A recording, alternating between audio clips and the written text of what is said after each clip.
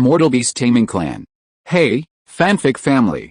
So glad to see you here again to continue this incredible adventure. As always, kindly remember, this story is 100% fiction. So don't go looking for dimensional portals in your closet. All rights to this fantastic novel belong to the original author.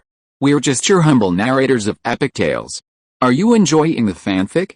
Show it by subscribing to our YouTube channel and dropping us a like. And if you're impatient for more exclusive content, our Patreon is your happy place. Chapter 626, A Glimmer of Hope. The conversation with the Gongsun Xuanlu is not very smooth. Although the Gongsun family could help set up protective mountain formations, they generally required a trustworthy guarantor.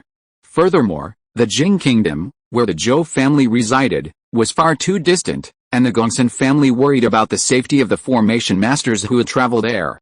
Just as Zhou Chun worried that the formation masters might deliberately leave loopholes to target the Zhou family later, the invited formation masters also feared that their masters would kill them afterward to keep the secret. It's like how mortal emperors, after building their tombs, would often kill the craftsmen who knew about the mechanisms inside. The Gongsun family was, after all, only a golden core clan. If such a thing happened, they likely wouldn't have the ability to cross multiple countries to avenge their fallen kin. Such things had happened before. Therefore, even if this deal could be very profitable, they didn't want people to die for money. No matter what Zhou Chun said, even if he swore an oath, Gongsun Xuanlu refused to agree. After exhausting all his efforts to persuade the other party without success, Zhou Chun grew somewhat angry and said in a deep voice, "Fellow Taoist Gongsun, I sincerely wish to ask your family's array master for help and am willing to pay a generous reward, yet you are so unapproachable, which is truly disappointing." Faced with his words, Gongsun Xuanlu simply shook his head slightly without changing his expression, saying, "Fellow Taoist Zhou misunderstands. It's not that I'm unapproachable, but rather that it's my duty to be responsible for the safety of my clan. Since you are also a member of the family, you should understand my concerns." "Very well, since you are so unyielding, I have nothing more to say. I can only seek help from someone more capable." Zhou Chun gave him a deep look, then, not wanting to waste any more time, immediately got up and left. But just as Zhou Chun was about to leave the Gongsun family's mountain gate, a loud shout suddenly came from behind. "Senior, please wait. This junior, Gongsun Yuanji, is willing to help you set up an array." Zhou Chun's expression shifted, and he immediately stopped and turned to look behind him. A gaunt middle-aged man with mid-stage purple mansion cultivation was walking briskly towards him. Just as he was about to hear what the gaunt man had to say, Gongsun Xuanlu's furious shout rang out, "Gongsun Yuanji, get back to your residence!" Before the shout even finished, a green light swept towards Gongsun Yuanji, seemingly trying to sweep him away. Seeing this, Zhou Chun's eyes flashed with a strange light, and he immediately raised his hand, unleashing a golden light that shattered the green light. "Fellow Taoist Zhou, what is the meaning of this? Do you intend to make an enemy of the Gongsun family here?" Gongsun Xuanlu's figure quickly appeared outside, looking at Zhou Chun with shock and anger, and questioned him sharply. At the same time, the Gongsun family's protective mountain array seemed to awaken like a sleeping behemoth, emitting an aura that made Zhou Chun's heart tremble. As a family that had produced a grandmaster of array formations, the Gongsun family's protective mountain array was naturally first-rate. Even though its spiritual vein level is inferior to the protective formations of major sects, it can still withstand attacks from one or two nascent soul-stage cultivators without much difficulty. This was the source of Gongsun Xuanlu's confidence in letting Zhou Chun enter his sect earlier, without any fear of offending Zhou Chun. However, now that Zhou Chun has made his move, he naturally cannot back down. Besides, he doesn't believe that Gongsun Xuanlu would actually dare to mobilize the power of the sect's formation to kill him. Furthermore, even if Gongsun Xuanlu did do so, with his abilities, if he were to fight unrestrainedly, he wouldn't be without the ability to achieve a mutually destructive outcome. So, without flinching, he smiled faintly and said, "Fellow Taoist Gongsun, you flatter me.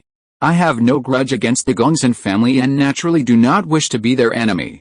However, since this young friend is willing to help me resolve my difficulties, I cannot allow fellow Taoist Gongsun to harm him." Seeing his fearless demeanor, Gongsun Xuanlu's anger subsided, and he said in a deep voice, "Fellow Taoist Zhou, you have probably been deceived by him. Gongsun Yuanji's mastery of formations is mediocre. Let alone a forbidden formation, He cannot even set up a slightly advanced ordinary formation, is that so? What do you say, young friend? Zhou Chun said, his gaze involuntarily turning to the middle-aged man named Gongsun Yuanji. Facing his gaze, the middle-aged man ignored Gongsun Zuanlu's gloomy face and respectfully replied with a serious expression, Senior, rest assured, although my own array formation skills are mediocre, I can recommend a fellow Taoist with profound array formation skills, no less than our clan's supreme elder. Hearing this, Zhou Chun, though knowing there must be more to the story, still nodded with a smile and said, that's good. I only ask that an array formation master with profound array formation skills lend a hand, and I will reward you handsomely afterward. After saying this, he looked at Gongsun Zuanlu with a half-smile and said, since fellow Taoist Gongsun is unwilling to help, I will not force you, but please do not ruin my opportunity, otherwise don't blame me for being unethical. He actually turned around and threatened the other party. Seeing his appearance, Gongsun Zuanlu was both shocked and angry, looking at him with a shocked and angry expression, his face constantly changing. Gongsun Zuanlu wasn't sure if Zhou Chun was truly fearless or just bluffing. However, he knew that if he made a move and failed to subdue Zhou Chun, it would bring a formidable enemy upon the Gongsun family. Therefore, he remained silent for a long time. At this moment, Gongsun Yuanji looked at Gongsun Zuanlu and said, Elder, have you forgotten the ancestral precepts of the Gongsun family? Hearing this, Gongsun Zuanlu's expression changed, and he immediately roared, You wretched child, how dare you mention the family's ancestral precepts? How could my Gongsun family produce such an unfilial person? Before his shout subsided, he waved his sleeve and said, Since that's the case, get out of the Gongsun family.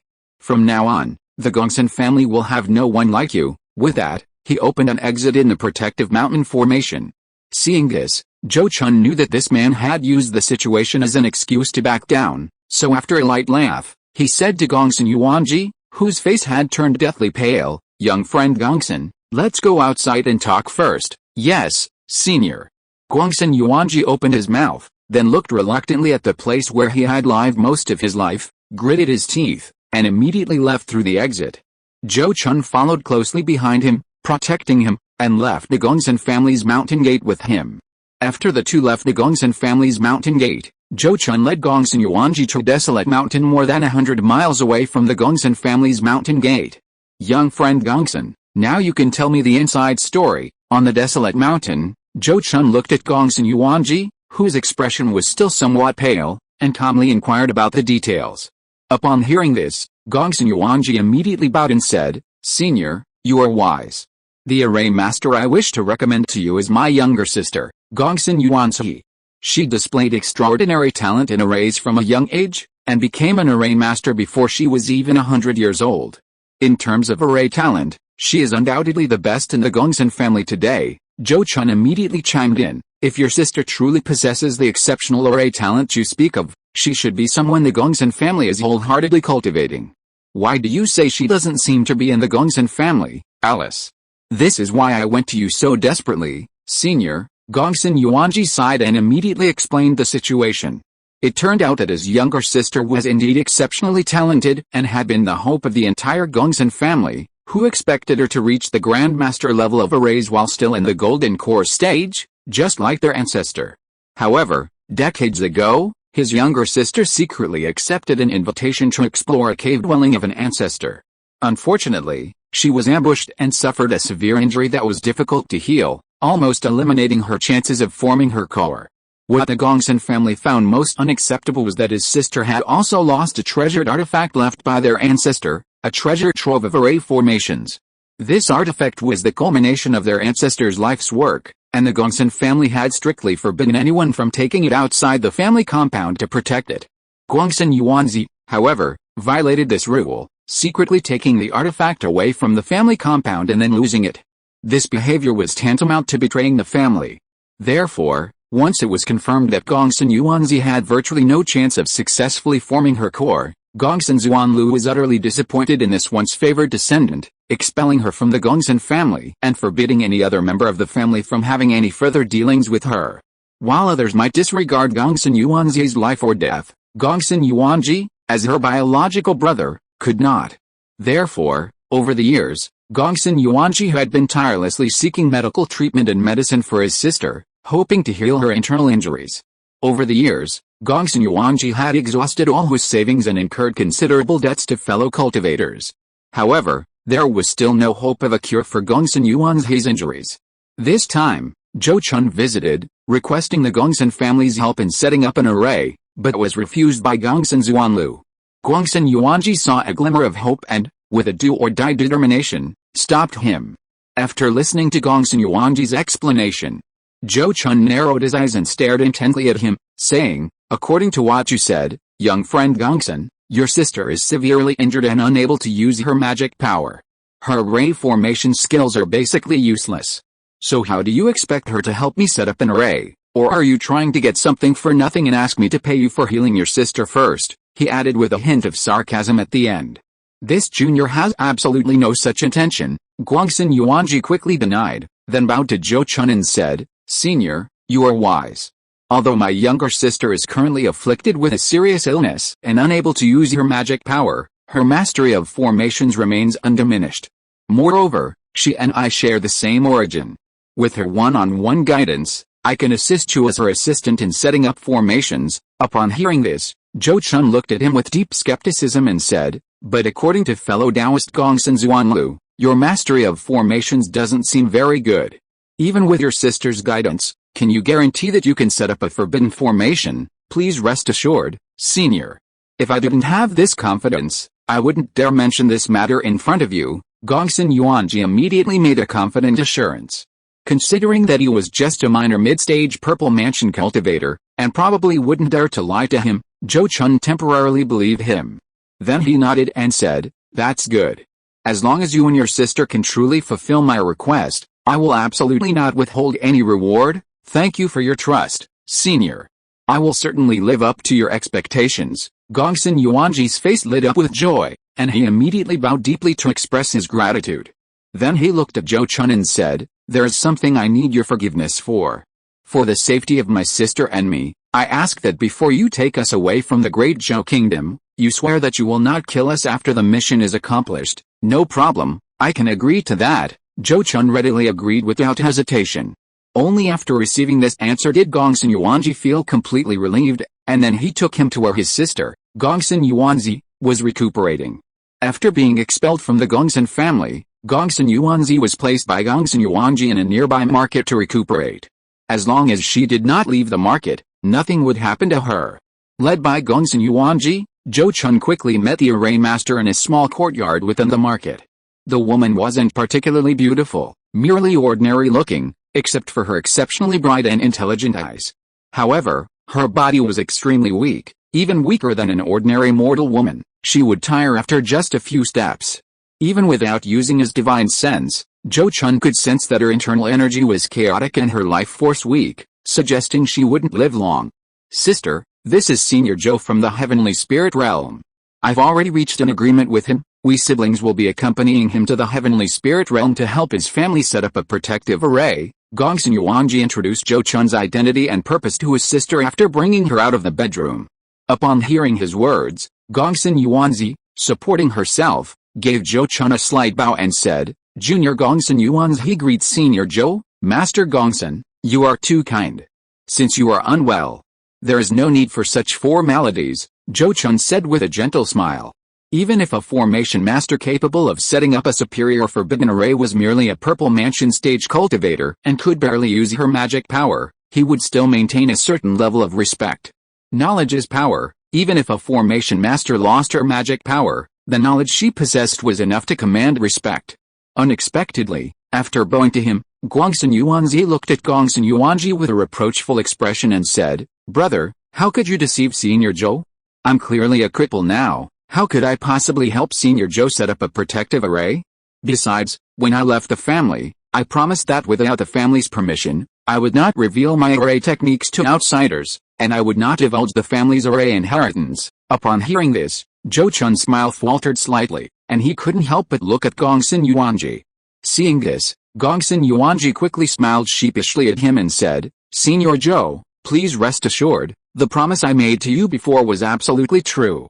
Please allow me to discuss this matter with my sister first, then I will wait here for your good news." Fellow Taoist, Zhou Chun gave this person a deep look, nodded slightly, and sat down to the side. Then, Guangxin Yuanji quickly pulled Gongsun Yuanzi to the inner room, set up a soundproof barrier, and began to talk privately. It's unclear what exactly Gongsun Yuanji said to Gongsun Yuanzi, but after a considerable conversation, Guangxin Yuanzi, though still looking displeased, immediately apologized to Zhou Chun and promised to do her best to help the Zhou family set up their protective mountain formation. With this assurance, Zhou Chun didn't want to pursue the matter further and nodded, saying, "Very well, since that's the case, let's settle this for now. When do you two young friends plan to depart with me?" Hearing this, Gongsun Yuanji immediately replied, "We have nothing else to prepare and are ready to depart with you at any time." "That's excellent. I'll take you both to Xian'an Immortal City for a short stay to purchase some materials." Zhou Chun nodded in satisfaction, quickly making his decision. Afterwards, he took the brother and sister back to Xian'an Immortal City and had them stay at an inn within the city. Since the specific type of protective array to be set up requires Gongsun Yuanzi to personally visit and investigate the Qinglian Mountains before a decision can be made, a detailed materials list cannot be provided to Zhou Chun at this time. However, some basic array setting materials have already been collected. Considering the extremely high grade of the protective array to be set up this time, Zhou Chun naturally cannot skimp on materials, and he personally went to several large shops in the Immortal City to place orders. Setting up a superior protective array requires a tremendous amount of resources. Zhou Chun spent 1,000,000 spirit coins just to purchase various basic materials, even though the Zhou family treasury already had a considerable amount of relevant materials. But these are just scraps. The truly superior protective array, such as the array base and array plate, requires special magical treasures and spiritual materials to be crafted and refined, and those are the real major expenses. Just like when Zhou Chun went to great lengths to collect enough yellow dragon stones, he would need to gather the necessary magical treasures and spiritual materials, which would likely cost him a fortune and take an unknown amount of time. It was said that setting up a forbidden array capable of withstanding the attacks of the nascent soul stage cultivator would require astronomical sums of materials, worth at least tens of millions of spirit coins. Even major sects would have to go through considerable trouble to set up such an array. Therefore, Zhou Chun couldn't help but suspect that the Moon Wheel Sect and the Flame Sun Sect's agreement to allow the Zhou family to take control of the Azure Lotus Mountain range was a deliberate attempt to weaken the Zhou family. Unfortunately, even if that were the case, he couldn't skimp on the necessary expenses. After Zhou Chun had purchased the basic array setting materials throughout the Immortal City, good news arrived from Luo Qingni. She had successfully reached an agreement with the alchemy master, giving him the Azure-eyed Golden Ape, Demon Core and the Jade Golden Glow Pill formula given to him by Zhou Chun. He would then gather the remaining spiritual herbs to refine the pills, and she could even observe the refining process. At the same time, following Zhou Chun's instructions, she also obtained the Jade Dew of the Jade Flower, the low-grade defensive magic treasure, the octagonal mystic water plate, which she exchanged for this spiritual herb, was the relic of the abandoned cultivator Lin Kanghe, which Zhou Chun had obtained along with the 2 dragons overturning the sea bottle. In exchange for the magic treasure, Zhou Chun also received 550,000 spirit coins as compensation. With the spiritual herbs gathered, Luo Qingni quickly went into seclusion to refine pills. However, Zhou Chun didn't have time to wait for her to finish refining the pills. He took the hundreds of bottles of spiritual pills that Zhou Daowei had purchased in recent days and returned to the clan with the Gongsun siblings. As for his disciple Zhou Xiaoying, Zhou Chun didn't want her to return to the family for the time being, fearing that the heavenly mirror true person in the Azure Lotus Mountains would discover her true nature. With Zhou Chun's strength, naturally, nothing unexpected happened along the way, and after traveling for more than a month, he returned safely to Jing Kingdom. Counting the time, it had only been a few months since he left, and everything in Jing Kingdom was normal. While various sects and families were busy rebuilding their mountain gates, they were also clearing out the demonic beasts left behind by the beast tide in the surrounding areas, helping mortals rebuild their settlements.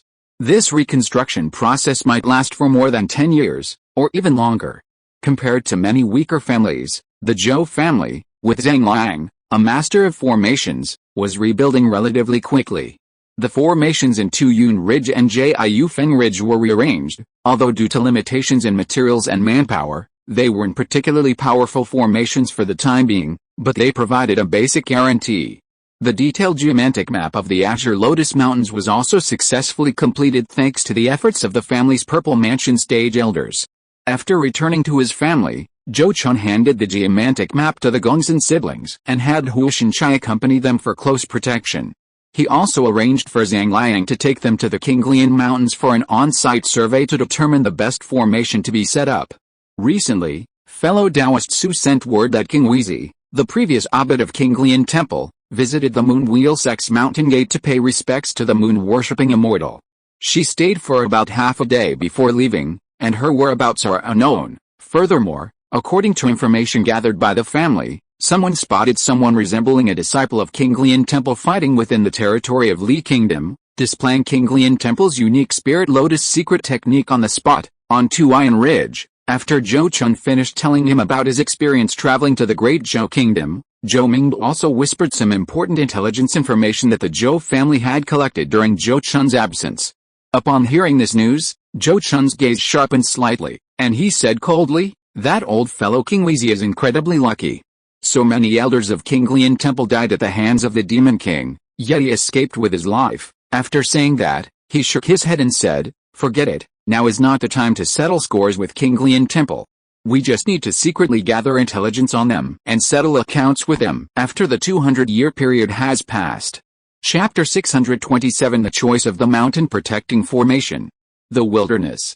Shortly after returning from the Great Zhou Kingdom, Zhou Chun quietly arrived in the wilderness via the underground waterways of Luzhou.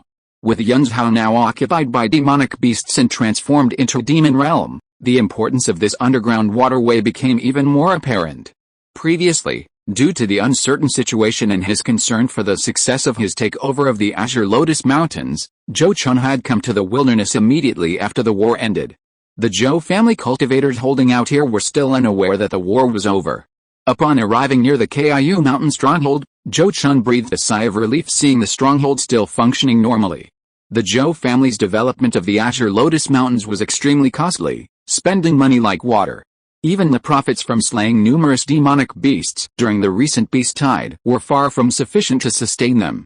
Therefore, the importance of the Kiu mountain stronghold was evident. If this stronghold were lost, given the current need for manpower everywhere, the Zhou family would have virtually no chance of sparing manpower to rebuild and reclaim the wilderness. Seeing that the stronghold was unharmed, Zhou Chun immediately revealed his identity and easily entered. "Your subordinate greets the clan leader." Inside the stronghold, Su Fu, upon learning of Zhou Chun's arrival, hurriedly came out of seclusion to greet him. "You've worked hard these past few days. Now that the beast tide has ended, you no longer need to worry excessively." Zhou Chun looked at his son-in-law, nodded slightly, and gently delivered the good news. Hearing this, Su Fu's face immediately showed a relieved joy, and he quickly replied respectfully, "Your subordinate hasn't had much trouble. No demonic beasts have come during this time. What happened back then was probably just an accident. Since it was just an accident, there's no need to continue hiding in the stronghold. The production that was previously halted should be resumed. Moreover, this beast tide took away most of the demonic beasts in this region. In the next few decades, the number of demonic beasts in the surrounding areas should decrease significantly. We can try sending people to explore more distant, undeveloped areas to find more resources worth harvesting." Zhou Chun's eyes flashed as he immediately expressed his opinion. While it was called an opinion, given his position, it was essentially an order. Therefore, Su Fu immediately responded respectfully, "Yes, Your Majesty, I will obey your orders. There are some things you may not be aware of. Your responsibilities here might be quite heavy from now on," Zhou Chun said, explaining that the Zhou family had already taken control of the Azure Lotus mountain range. Upon hearing this, Su Fu was indeed both surprised and delighted, quickly understanding his meaning. He immediately solemnly declared, "I understand. I will do my utmost to manage this source of wealth for the family and will never hold the family back. I still believe in your abilities." During this beast tide war, the family obtained quite a few third-tier demon cores. I have already had people refine those pills to enhance magical power. Besides distributing a portion to Yinger, the rest can be exchanged for Bayual with contribution points. Zhou Chun nodded in satisfaction, demonstrating his mastery of management and immediately offering a reward to look forward to. After inspecting the stronghold and leaving behind some pills and talismans, Zhou Chun departed. He's currently quite prominent, so he can't easily disappear from the public eye for too long, lest someone discover something. Moreover, the Zhou family still has many matters that require his attention.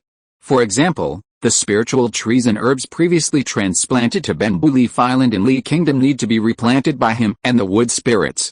He also needs to handle communication with the Su family and other families to borrow manpower.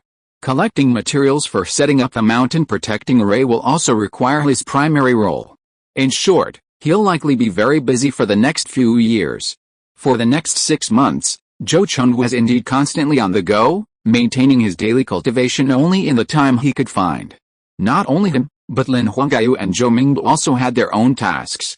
Apart from some juniors who had just entered the Dao of cultivation, almost every cultivator in the Zhou family was burdened with worldly affairs and had their own responsibilities.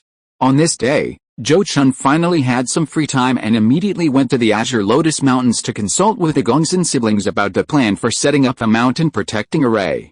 6 months isn't a long time, but it's not short either. Moreover, the Zhou family had already conducted relevant surveys of the terrain, spiritual veins, and earth veins of the Kinglian Mountains, saving them considerable effort in advance. Senior, you are wise. After 6 months of exploration, we have discovered that the spiritual veins of the Kinglian Mountains belong to the wood element, primarily wood with secondary earth, accompanied by metal and water, and weak in fire. This makes them suitable for setting up forbidden formations primarily for defense and trapping enemies. On Kinglian Peak, the main peak of the Kinglian Mountains, facing Zhou Chun's inquiry, Gongsun Yuanji, after exchanging views with his sister Gongsun Yuanzi, respectfully expressed their opinions. Compared to their time in the Great Zhou Kingdom, his respect for Zhou Chun now truly came from the bottom of his heart. In the past 6 months, they had heard various legends about Zhou Chun from the accompanying Zhou family cultivators. Especially the recent Beast Tide battle, where Zhou Chun single-handedly killed 2 4th-tier high-grade demonic beasts, which greatly shocked Gongsun Yuanji. This explained why Zhou Chun had remained so assertive even when facing Gongsun Xuanlu, who could manipulate the mountain's protective array, inside the Gongsun family's mountain gate. He dared not show any disrespect to such a powerful figure. Hearing his analysis, Zhou Chun nodded and then asked, "In your opinion, what kind of array should be set up here?" Gongsun Yuanji looked up at Zhou Chun, then lowered his head and slowly stated his opinion in a low voice. "My sister's opinion is that if Senior Zhou could find 9 4th-tier Stana-hurt wood trees and transplant them to 9 spiritual energy nodes in the mountain as array bases, and then use materials such as Earth Element Crystal Jade, Earth Profound Stone, and Centennial Brass, to forge 3 array platforms, supplemented by 4th-tier Superior Spiritual Wood, 4th-tier Spiritual Silk, and Wood Essence, to forge a main array flag. Then we could set up our Gongsun family's secret array, the Wood and Stone Spirit Locking Array. This Wood and Stone Spirit Locking Array uses the flow of wood and earth energy. In addition to its powerful defensive and enemy trapping effects, it can also lock spiritual veins and stabilize earth veins, making it difficult for many array-breaking techniques that shake spiritual veins and earth veins to work. Furthermore, it can regulate the 4 seasons climate and spiritual energy distribution within the mountain gate, with endless uses." As soon as he finished speaking, Zhou Chun's expression changed slightly, and then he remained silent for a long time. To be honest, although he had known for a long time that setting up this mountain protecting array would not be easy, Zhou Chun had not expected it to be so troublesome. Admittedly, the Wood and Stone Spirit Locking Array, mentioned by Gongsun Yuanji as extraordinary, far surpassing the 9 Palaces Yellow Dragon Array, a forbidden array once used by the Zhou family to protect Yun Ridge, in terms of its profound mystery. If such an array could truly be set up, even a nascent soul cultivator would find it difficult to break easily. But where would Zhou Chun find the materials to set up such an array? Stoneheart wood is already a relatively rare spiritual wood. 4th-tier Stoneheart wood requires at least 1,000 years of growth in a place rich in spiritual energy. That's fine. If Zhou Chun were willing to spend some treasures, collecting 1 or 2 4th-tier Stoneheart wood trees wouldn't be difficult. But to transplant 9 4th-tier Stoneheart wood trees would be far too much for him. Unless he happens to discover a secret cave where Stoneheart wood grows in abundance, where would he find so many 4th-tier Stoneheart wood trees? Therefore, Zhou Chun remained silent for a while before shaking his head slightly and saying, "The other materials are easy to obtain, it won't be too difficult for me to acquire them." However, the number of 9 stone woods is simply too large. Even if I could provide the corresponding exchange items, I have nowhere to find these spiritual woods. After speaking, he looked at Gongsun Yuanji and his sister and asked, besides this wood and stone spirit locking array, do you two young friends have any other and alternative plans? Preferably one that doesn't require too much time to collect materials. Hearing this, Gongsun Yuanji immediately replied, the wood and stone spirit locking array is my sister's. Of all the formations I know, this one is the most suitable for this place. If I don't use this formation, I can only set up the much less effective 1,000-layer forest formation, or wood coiling dragon formation. However, to be honest, neither the 1,000-layer forest formation, nor the wood coiling dragon formation, can pose any obstacle to a nascent soul stage cultivator. The former can't even trap a nascent soul stage cultivator for a quarter of an hour, and the latter focuses more on attack, making it even more difficult to resist an intrusion from a nascent soul stage cultivator. From Gongsun Yuanji's words, it was clear that he didn't agree with Zhou Chun setting up the latter two formations. Whether he felt that setting up such a spiritually rich place like the Azure Lotus Mountains was a waste of resources, or whether he could get more money by setting up the wood and stone locking spirit formation, Zhou Chun didn't know. But Zhou Chun immediately inquired about the materials needed for the latter two formations. It was obvious that compared to the wood and stone spirit locking array, both the 1,000-layer forest array and the wood coiling dragon array required much easier to find materials for their setup. If he chose either of these arrays, Zhou Chun was confident he could gather the necessary materials within 3 years. This immediately piqued his interest. For him, whether an array could withstand a nascent soul stage cultivator wasn't particularly important. He simply wanted a decent array to establish his mountain gate and expedite construction. As for a powerful protective array like the wood and stone spirit locking array, he would have plenty of time to gather the materials and set it up once he successfully formed his core in nascent soul. Even then, Guangsun Zuanlu would certainly not dare refuse his invitation. But just as Zhou Chun was about to speak his choice, Gongsun Yuanzi suddenly spoke up. Senior Zhou, if you only think that 4th-tier Stonehurt wood is hard to find, then I know of a place where there must be a large amount of Stonehurt wood. With your cultivation level, perhaps you could try to exchange for some. Oh, is what you say true, young friend Gongsun? Zhou Chun's expression changed, and he looked at this array prodigy with surprise. He immediately followed up on her words and asked, but I wonder where the place you mentioned is. Gongsun Yuanzi immediately replied, Senior is wise. Our ancestors also had an ancestor who specifically searched for 4th-tier Stonehurt wood in order to study the wood and stone locking spirit array. After many years of investigation, they learned that there is a powerful force called the Earth Mother Sect in Wu'an Kingdom, near the far west. This sect controls a secret realm that is rich in Stonehurt wood. It is said that there is a vast Stonehurt wood forest there, and there may even be 10,000-year-old Stonehurt wood of the 5th tier. Hearing her words, Zhou Chun immediately showed a thoughtful expression. Guangsun Yuanzi probably didn't know that Zhou Chun had been to the cultivation world in the far west and had passed through Wu'an Kingdom on his return. Although he was busy traveling and didn't stay long in Wu'an Kingdom, he had learned about the situation of some countries along his return journey while in the far west, and had heard some things about the Earth Mother Sect. Therefore, as far as Zhou Chun knew, the Earth Mother Sect was a very ancient and powerful force. Although it wasn't the largest force in Wu'an Kingdom at the moment, it still had 2 nascent soul stage cultivators, one of whom was even at the mid-nascent soul stage. Even if such a powerful force could indeed produce 9 4th-tier Stoneheart woods in one go, Zhou Chun wouldn't dare to approach them for an exchange. However, he remembered this information. Once he had the strength to not fear the Earth Mother Sect in the future, he could approach them to exchange and quickly set up a protective mountain array like the wood and stone spirit locking array. Zhou Chun nodded slightly and said, I understand. The information provided by young friend Gongsun is very valuable. I will give you an additional reward.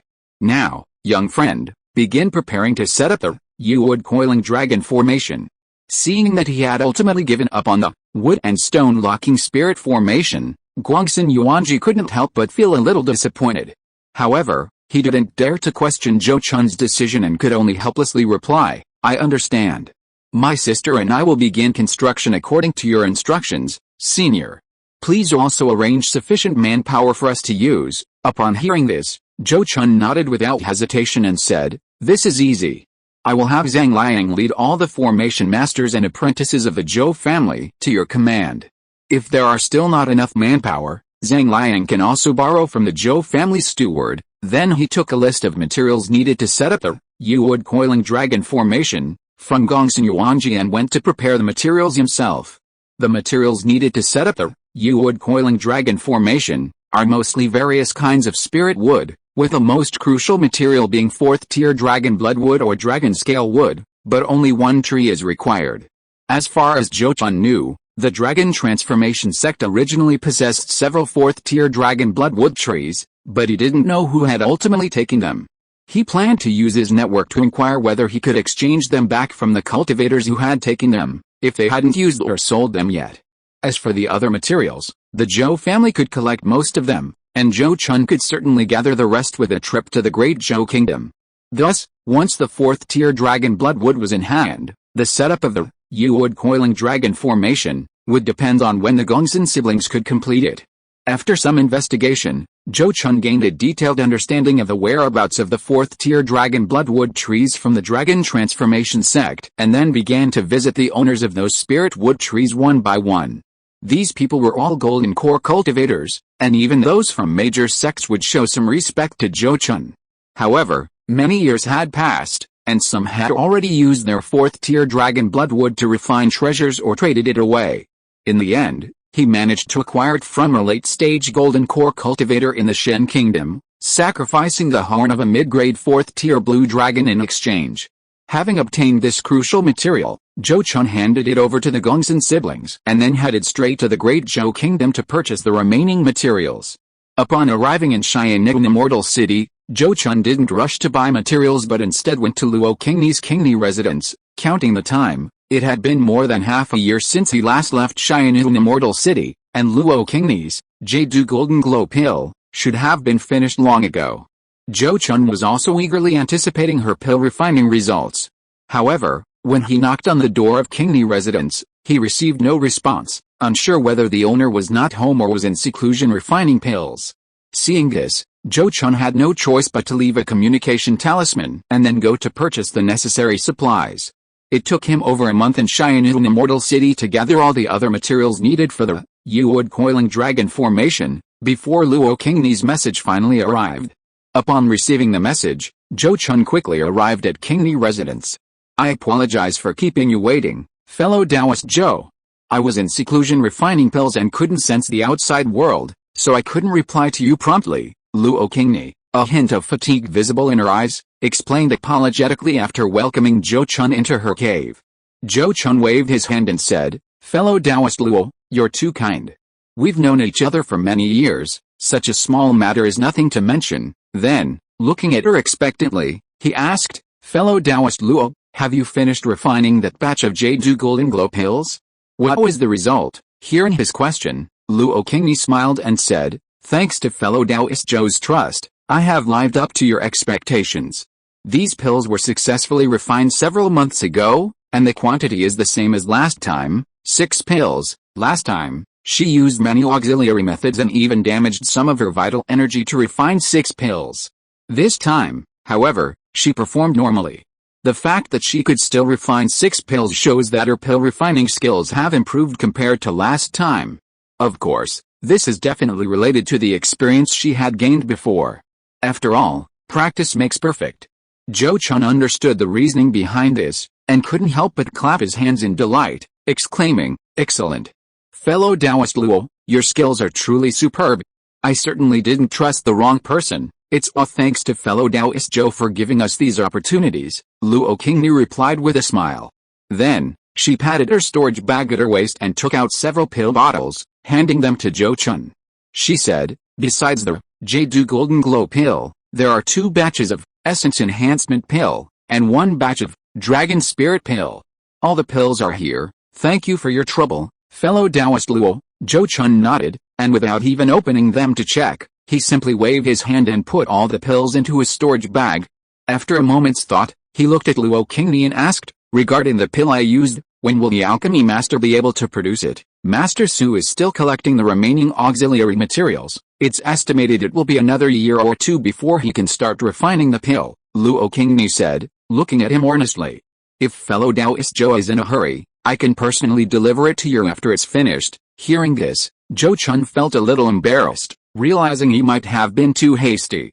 He quickly waved his hand and said, no need. After the pill is finished, fellow Taoist Luo can simply give it to my great-uncle. Qingni understands. Since fellow Taoist Zhou trusts Qingni, I will definitely take full responsibility for this matter. Luo Qingni nodded solemnly, making her promise. Seeing this, Zhou Chun was very gratified, feeling he hadn't misjudged her. After discussing the collection of materials for refining the 4 spirits barrier-breaking pill, Zhou Chun decided not to disturb the beauty any further and took his leave. After leaving Qingni residence, Zhou Chun went to Zhou Daoi's cave dwelling. He first gave Zhou Ziyang 8 essence-boosting pills, and 7 dragon spirit pills, instructing her to slowly consume them to improve her cultivation. He then spoke with Zhou Daoi about the current state of the family's reconstruction and his choice of the mountain-protecting formation. After listening to his account, Zhou Daoi suddenly said, in another year or two, King should be able to digest the low-grade 4th-tier demon core that Hongyu gave us. Once it successfully advances to the 4th tier, let it return to the family. There should be many suitable places for it to build its nest and live within the Qinglian Mountains. Hearing this, Zhou Chun was taken aback. After careful consideration, he understood his intention. He couldn't help but say, that won't be necessary. The Azure Dragon has lived with you for hundreds of years, it wouldn't be appropriate to separate them, but Zhou Daoi seemed to have already seriously considered this matter, and quickly waved his hand, saying, there's nothing inappropriate about it. It's only fair to it that it's always living in the cramped spirit beast chamber by my side. It's better to let it return to the family. It's my way of contributing to the family's reconstruction. Alright, then when I return, I'll have someone find a suitable place to build a nest for it. Zhou Chun hesitated for a moment, but still nodded in agreement. It wasn't that he and the Zhou family desperately needed the benefits of a 4th-tier Azure Dragon. He simply didn't want to disappoint Zhou Daoi's good intentions and his desire to serve his family. However, this matter did remind him.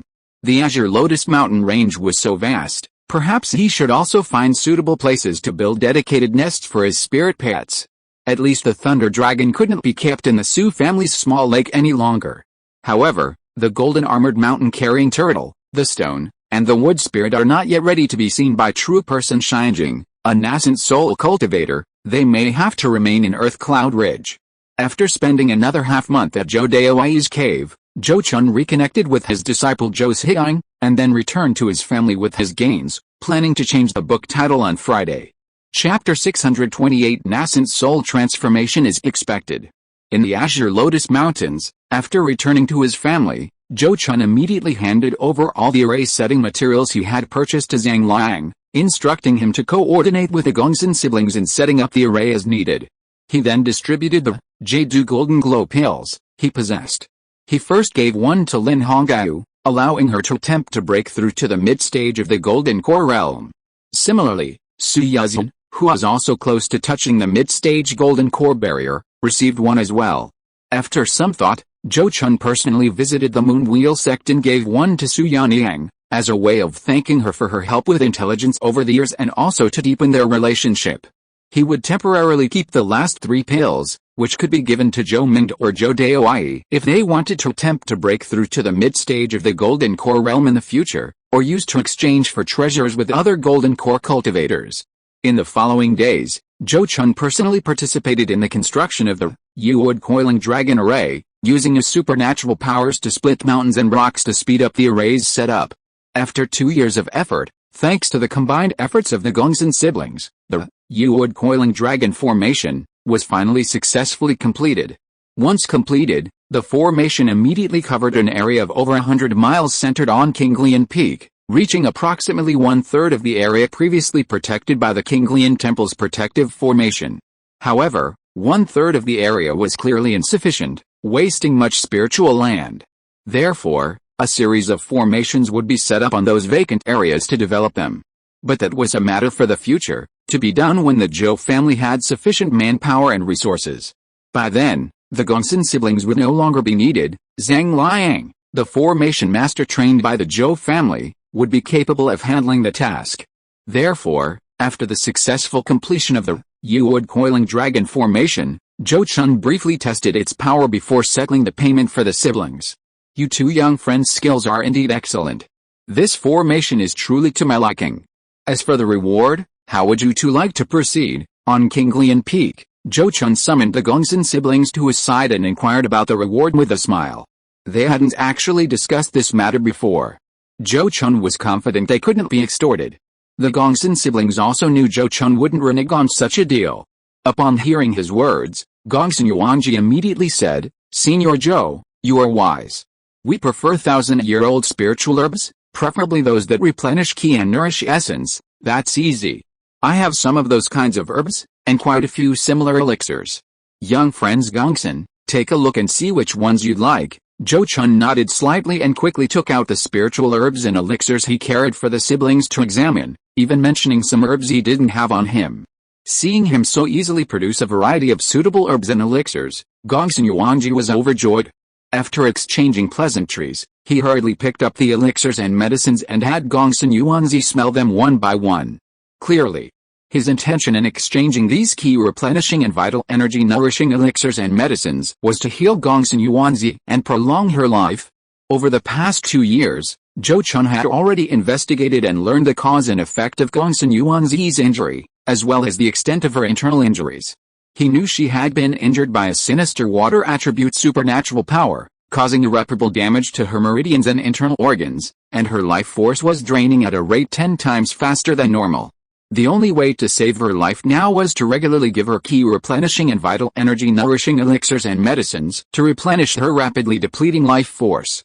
This was far more difficult than the situation Zhou Chun had encountered with the Wu Yazhu, because she had essentially lost the possibility of cultivation.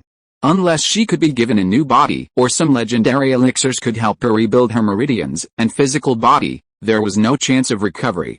However, she might not be willing to accept the former, and the difficulty for a cultivator at the Purple Mansion stage to successfully possess another's body is considerable. Even if the latter truly existed, it wouldn't be something she could enjoy. Gongsun Yuanji no longer hoped to heal his sister Gongsun Yuanji's injuries, he only wished to let her live a few more years. After Gongsun Yuanji explained the medicinal properties to him, he pointed to the 3,000-year-old spiritual herbs and stated his choice. It turned out that for Gongsun Yuanji, the pure life essence contained in the 1,000-year-old spiritual herbs was more useful than those key replenishing and essence nourishing pills. In that case, these 3 spiritual herbs belong to you two young friends. Zhou Chun waved his hand, allocating the 3 spiritual herbs to Gongsun Yuanji, and then collected the other spiritual herbs and pills. Originally, at this point, the commission between the two parties would be considered settled, and the Gongsun siblings should return to the Great Zhou Kingdom. But Zhou Chun suddenly looked at the Gongsun siblings and said, "I have witnessed Miss Gongsun's mastery of formations.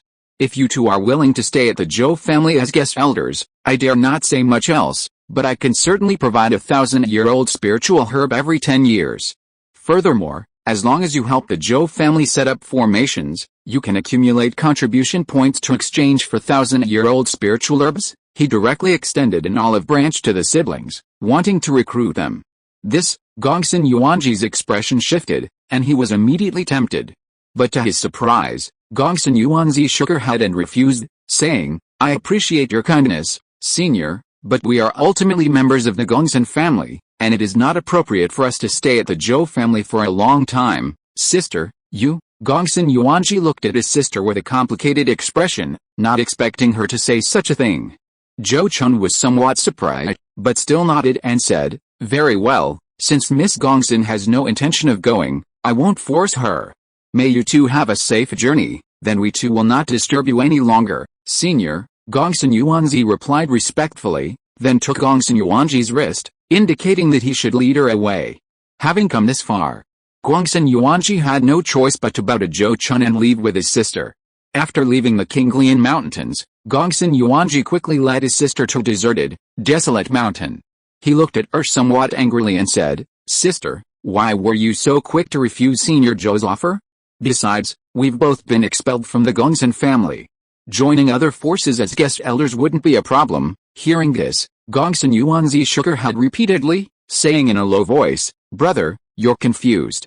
Think about it, Besides our ability to set up forbidden formations, what other skills do we have that would make them go to such lengths to recruit us? And Zhang Liang's abilities, having witnessed it over the past 2 years, aside from lacking a master's guidance and having learned somewhat haphazardly, he's already quite capable of setting up ordinary forbidden arrays.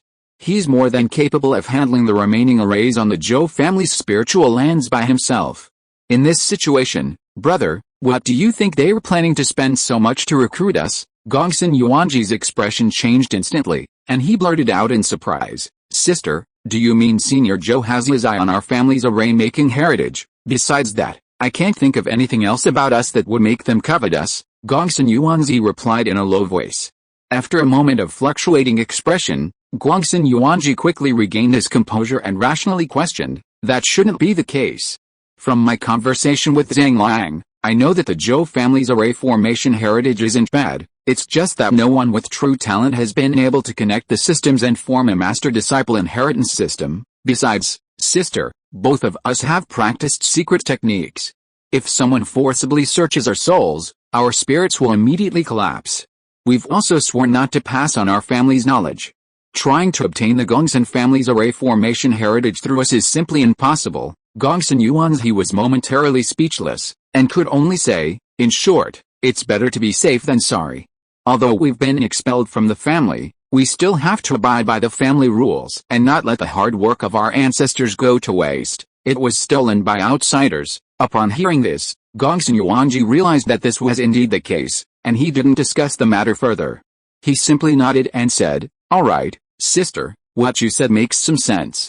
However, the 3,000-year-old spiritual herbs we obtained this time won't be enough for you for long. I think we should stay in the Jing Kingdom's cultivation world for a while longer and take on some more array-setting commissions. Many families here are busy rebuilding their mountain gates, so we can negotiate higher prices. There's no need for that. 3 spiritual herbs are enough for me for 10 years. With this time to recover, I should be able to complete that array book and restore that incomplete array. This will somewhat make up for my guilt in losing the family's treasure and be enough to give the family an explanation." Gongsun Yuanzi gently shook her head, disagreeing with his suggestion.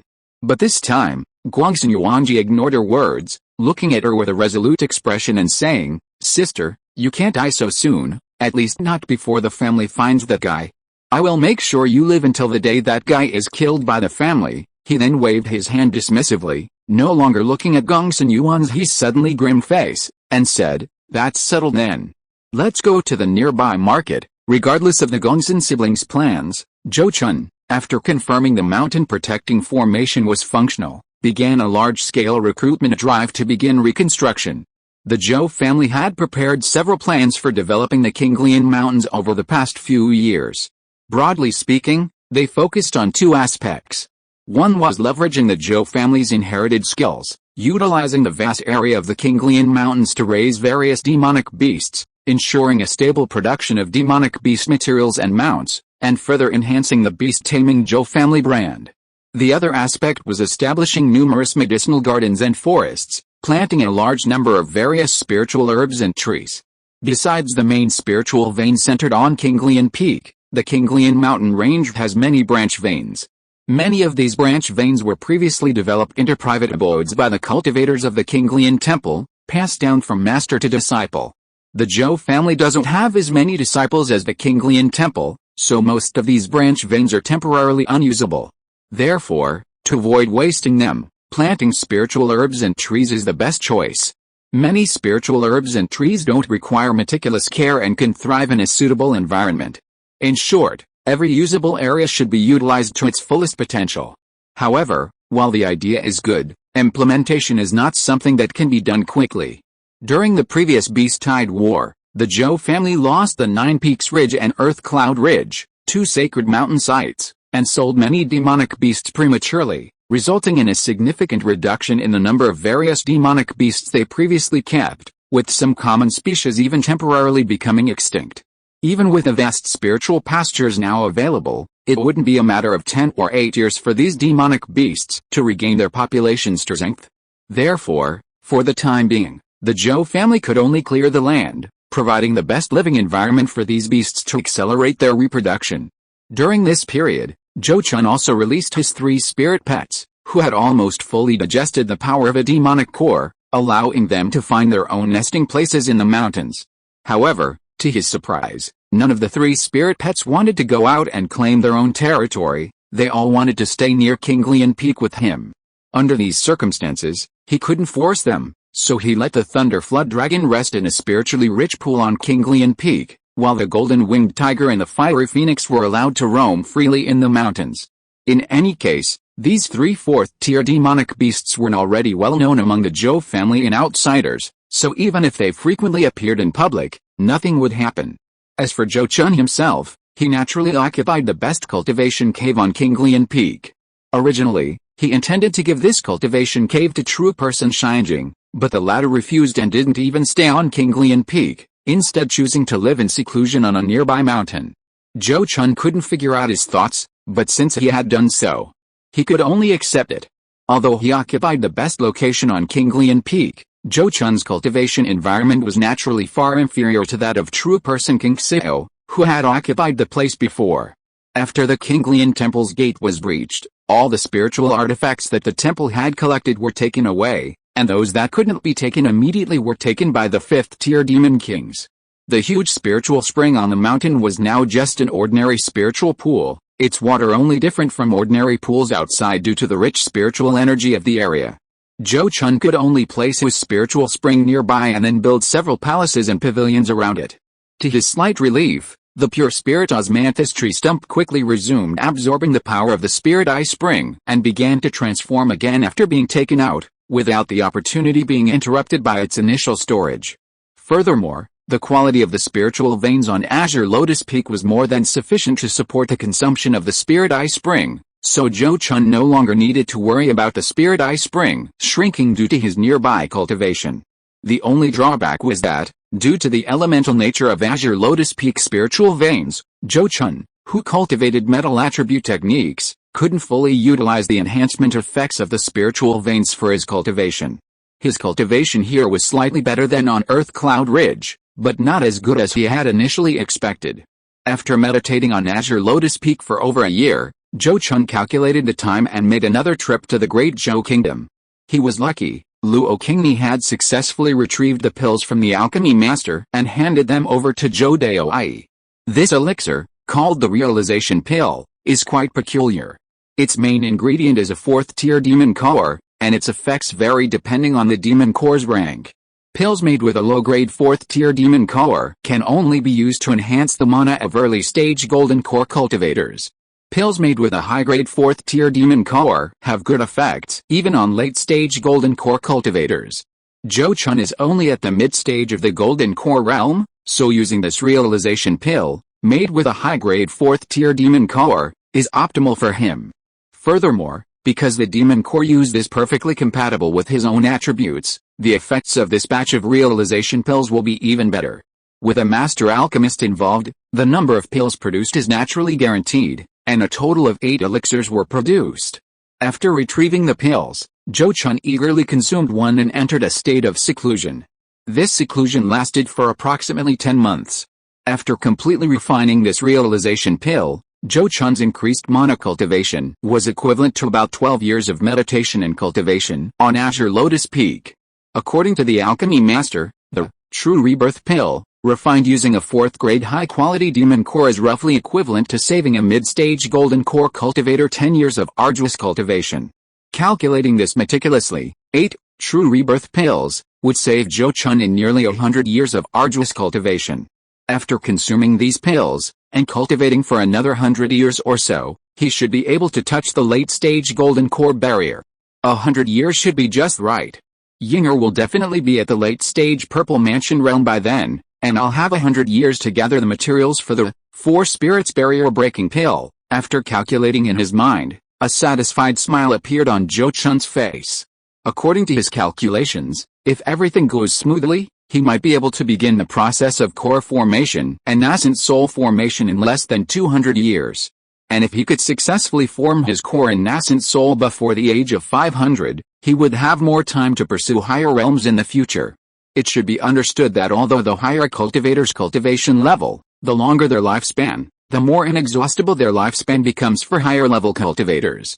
A golden core cultivator might cultivate for 1 or 200 years to reach the peak of their current minor realm. However, the time required for a nascent soul cultivator is several times longer. Some cultivators, after successfully forming their golden core and nascent soul, may only reach the peak of the early nascent soul stage 1,000 years later due to various factors. In that case, even if they break through the mid-nascent soul barrier, their remaining lifespan will be insufficient to challenge higher realms. Therefore, successfully forming their golden core and nascent soul earlier will grant them hundreds of years more to cultivate. Perhaps it is these extra hundreds of years that will ultimately allow them to truly reach the pinnacle of that realm. However, although the true rejuvenation pill is effective, Zhou Chun, in order to minimize drug tolerance and the effects of pill toxicity, did not take this elixir continuously. He planned to take one elixir every 10 years, which should maximize its effects. And it is foreseeable that he will almost certainly not be able to have someone refine a second batch of this elixir. After all, the remaining golden unicorn demon core he possessed was specifically reserved for the golden winged tiger, to be used in the future to break through to the upper grade 4th rank. Furthermore, even if he were willing to use the demon core to have someone refine it, he wouldn't be willing to let anyone extract half of the finished spirit pill for it. That day, Zhou Chun suddenly seemed to sense something, and after a conversation with Zhou Mingde, he abruptly left the Azure Lotus Mountains and secretly went to the wilderness. After arriving at Dragon Abyss through the underground waterway, he didn't go to the Jade Gathering Mountain stronghold, but instead went directly to the Black Spear tribe of the Scaled Frog alien race's encampment. Upon arriving near the Black Spear tribe, Zhou Chun quickly produced a token and summoned Batter, the high priest of the Scaled Frog tribe, to his presence. Batter greets Senior Zhou. "May I ask why you have summoned me here so suddenly?" Batter was extremely respectful to Zhou Chun, whose cultivation was a whole realm higher than his own. Zhou Chun didn't stand on ceremony with the Scaled Frog High Priest and immediately instructed, "I have summoned you here today, High Priest Batter, to go to Dragon Abyss and retrieve an item that High Priest Yukiri placed there for me." This, Batter hesitated, showing difficulty, and didn't immediately agree. This caused Zhou Chun's expression to darken, and he said in a deep voice, "What? High Priest Batter? Do you have any objections?" "This junior dares not." Batter hurriedly bowed and said in a fearful tone, "Senior, please understand, it's not that Batter is unwilling, but the situation in Dragon Abyss Swamp is not what it used to be. There are many more patrolling demonic beasts near Dragon Abyss, and many of our clan's sorcerers have died at the hands of those demonic beasts because they ventured too deep into the swamp to search for spiritual objects. Oh, so the patrol range of the Dragon Court warriors is not limited to Dragon Abyss anymore." Zhou Chun's eyes flashed slightly, somewhat surprised by the news Batter revealed. However, he didn't give up his idea. He quickly stared at Batter and said, "Ordinary sorcerers are naturally no match for those patrolling monsters, but Batter, as a third-tier sorcerer, you have a unique talent for concealing your presence. You shouldn't be easily detected by those patrolling monsters. Moreover, this is something that High Priest Yukiri promised me. As his successor, Batter, are you going to break the agreement he made with me?" At the end, Zhou Chun's words carried a hint of threat. He had already made up his mind that if Batter really didn't know what was good for him, then he would have to find another high priest for the Black Spear tribe. Batter seemed to sense his killing intent and was so frightened that he immediately prostrated himself on the ground and kowtowed repeatedly, saying, "Batter wouldn't dare. Batter will do it right away. He will do it according to Senior Zhou's instructions." "That's good. Then I will wait here for your good news." Zhou Chun glanced at the Scaled Frog alien on the ground, his expression softening slightly. He was quite satisfied with the alien's timely repentance. Chapter 629 Defects. On the banks of Dragon Abyss, Zhou Chun sat cross-legged atop a mountain peak, his gaze fixed on the mist-shrouded waters ahead, a thoughtful expression in his eyes. His haste in coming here, sending Batter, the high priest of the Scaled Frog race, to retrieve something for him from Dragon Abyss, stemmed from the fact that he had sensed his carefully laid precautions being triggered. Years ago, he had captured an assassin from the Ice Prison Sect, but out of fear of the Sect's backing, he dared not truly kill him. Instead, he used the demonic secret technique, the soul-sealing corpse-suppressing art, to seal the assassin within a soul-sealing coffin, then had the then high priest of the Scaled Frog race, Batru, deliver it to the Dragon Abyss's sealed location deep within the Dragon Abyss. This deliberate fate had indeed defused the subsequent threat from the Ice Prison Sect, preventing a direct confrontation with this assassin sect over the years. To reinforce the seal, he had also sent Batru to retrieve the soul-sealing coffin and return it. This time, his carefully laid contingency plan was triggered. He didn't know if a demonic beast had discovered the soul-sealing coffin, damaging it and triggering his plan, or if the assassin sealed inside had undergone some change. If it was the former, Balhur's trip would definitely be fruitless, and he wouldn't need to clean up the mess afterward. In Dragon Abyss, even a nascent soul cultivator couldn't cause any trouble. If it was the latter, then that would be quite interesting. Time slowly passed, and after waiting for about 34 days, Zhou Chun finally saw Balhur return. Senior Zhou, Balhur has lived up to expectations and brought back what you requested. On the mountain peak, Balhur, looking somewhat dejected, handed a corpse storage bag to Zhou Chun and silently stepped aside to wait. Seeing this, Zhou Chun didn't rush to examine the corpse storage bag. He simply nodded slightly and said, "Thank you for your hard work, fellow Taoist Balhur. Next time we trade, I will have my family add 50 black lotus pills as a gift." Hearing this, Balhur immediately thanked him profusely. Zhou Chun then waved his hand and left alone with the corpse storage bag. This left Balhur, who still wanted to see what was inside the soul-sealing coffin, feeling a pang of disappointment. Ever since High Priest Batru had taken him to see the soul-sealing coffin, he had been extremely curious about its contents. When he went to retrieve it this time, he had hesitated several times about whether to open it. Even if something went wrong, he could blame it on the demonic beasts, saying that the beasts had discovered it and opened it prematurely. However, whenever he considered doing so, he couldn't help but recall High Priest Batru's warning, and ultimately restrained himself. He had originally thought that once the item was in Zhou Chun's hands, he could finally satisfy his curiosity. Unexpectedly, Zhou Chun showed no intention of opening the soul-sealing coffin in front of him. Furthermore, after parting ways with Balhur and carrying the corpse storage bag, Zhou Chun headed straight for a certain region in the wilderness. After traveling for some time, he arrived at a place where Zhou Daoquan was cultivating in seclusion. After transforming into a ghost cultivator, Zhou Daoquan was trapped in this Yinsha land.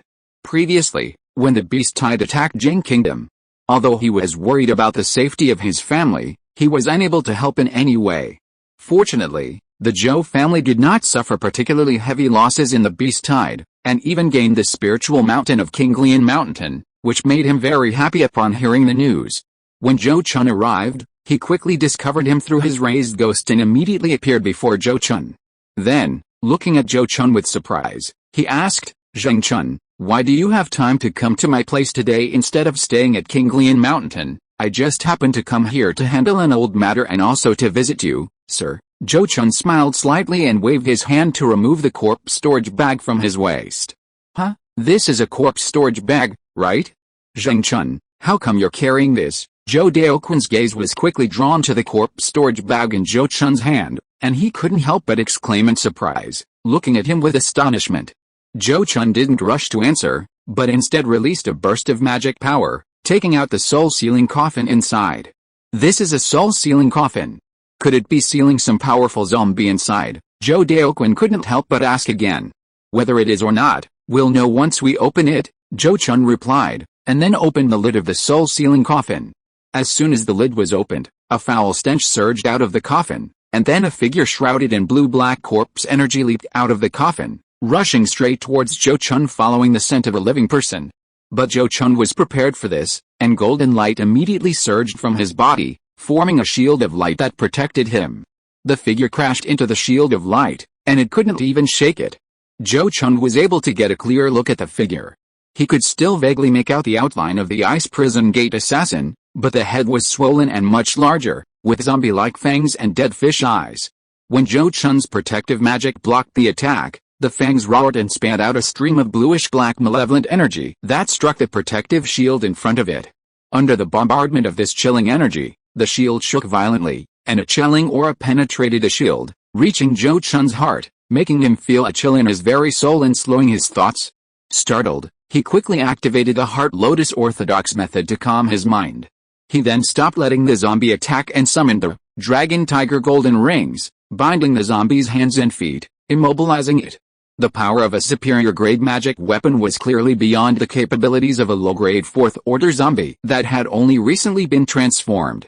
After being restrained, The creature, though constantly roaring and struggling, could barely move an inch.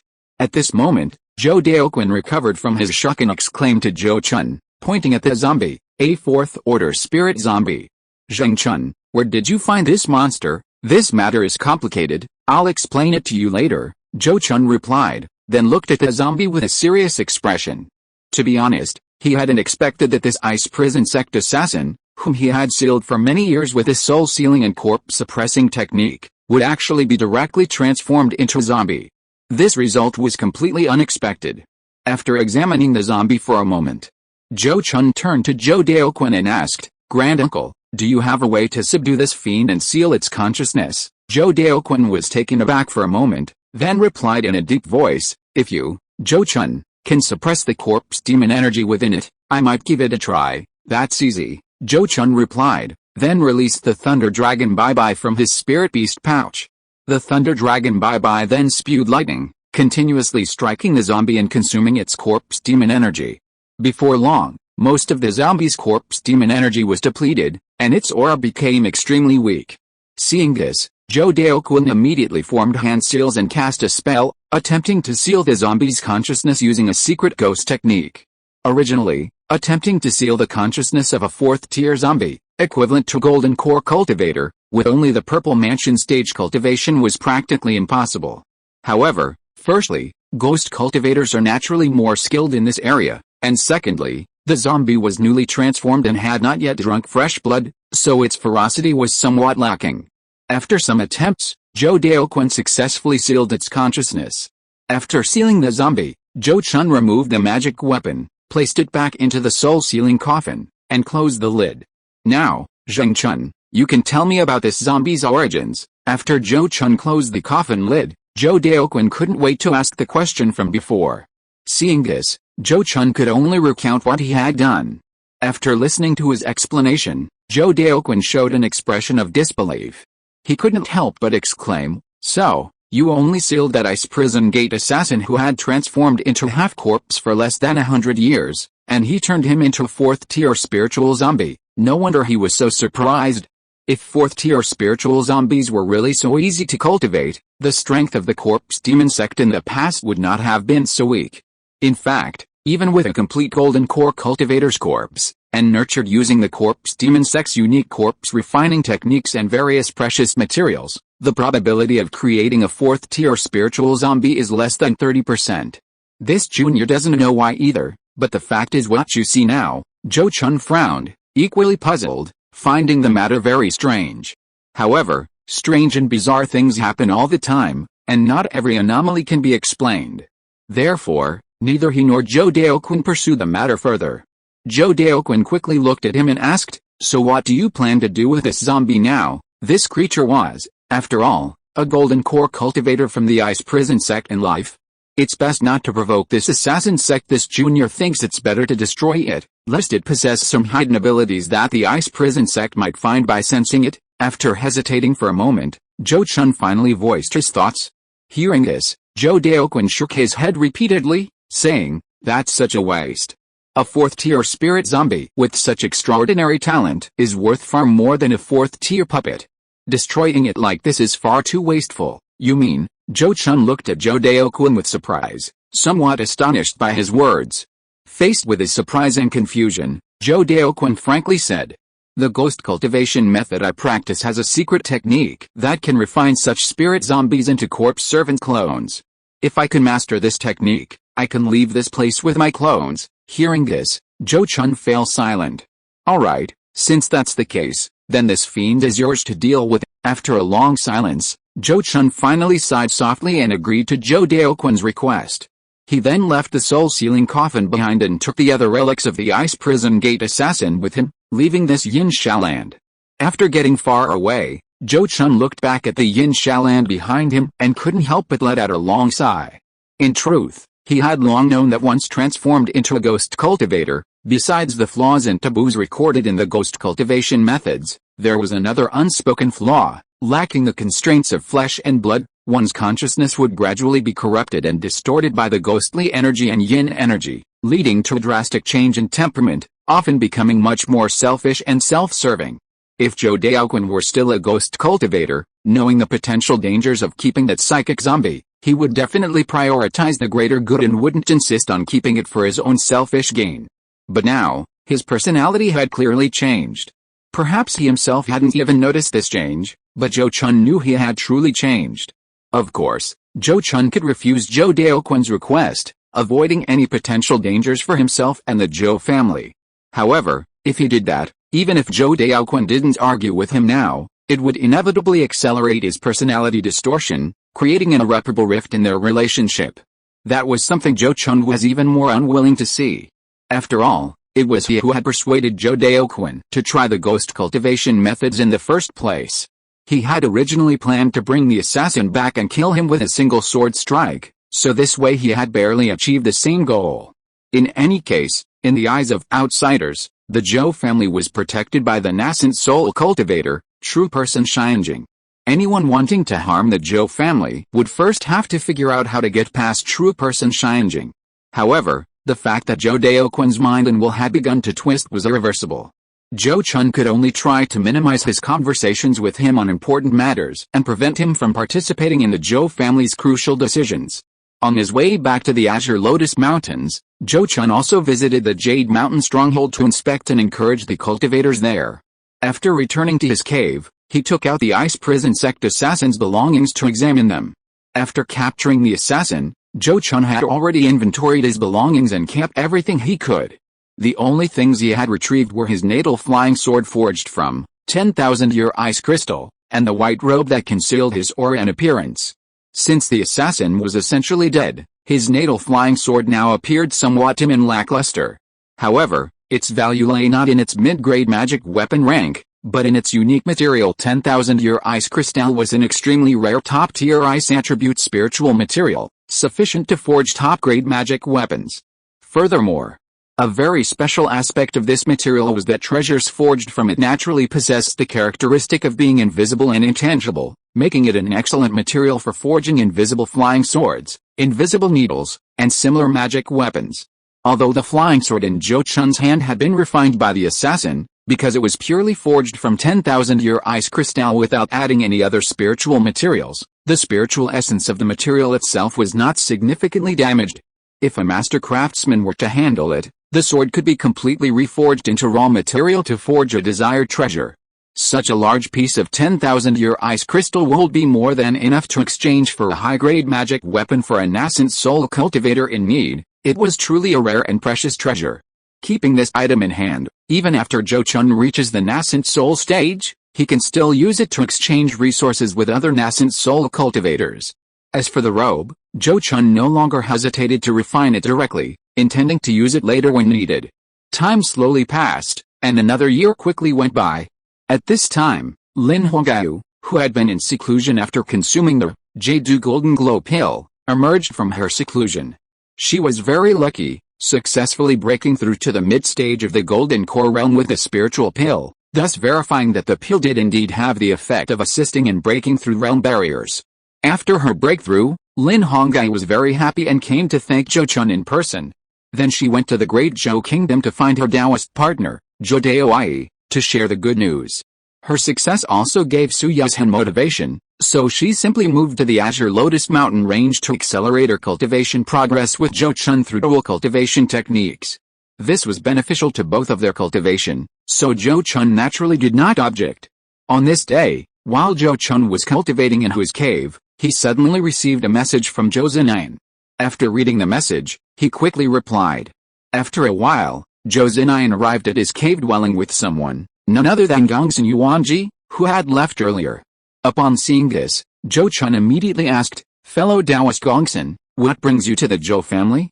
Haven't you returned to the Great Zhou Kingdom yet?" Hearing this, Gongsun Yuanji immediately bowed deeply, looking somewhat ashamed, and said, "Senior Zhou, please understand. I have come here today to ask for your help. I beg you to bestow your great kindness upon my sister." Hearing this, Zhou Chun frowned and asked, "What do you mean by this, fellow Taoist Gongsun? What has happened to your sister?" "To be honest, Senior," Gongsun Yuanji replied, "after leaving the Qinglian Mountains, my sister and I have been working in the Jing Kingdom setting up protective formations for other cultivation families.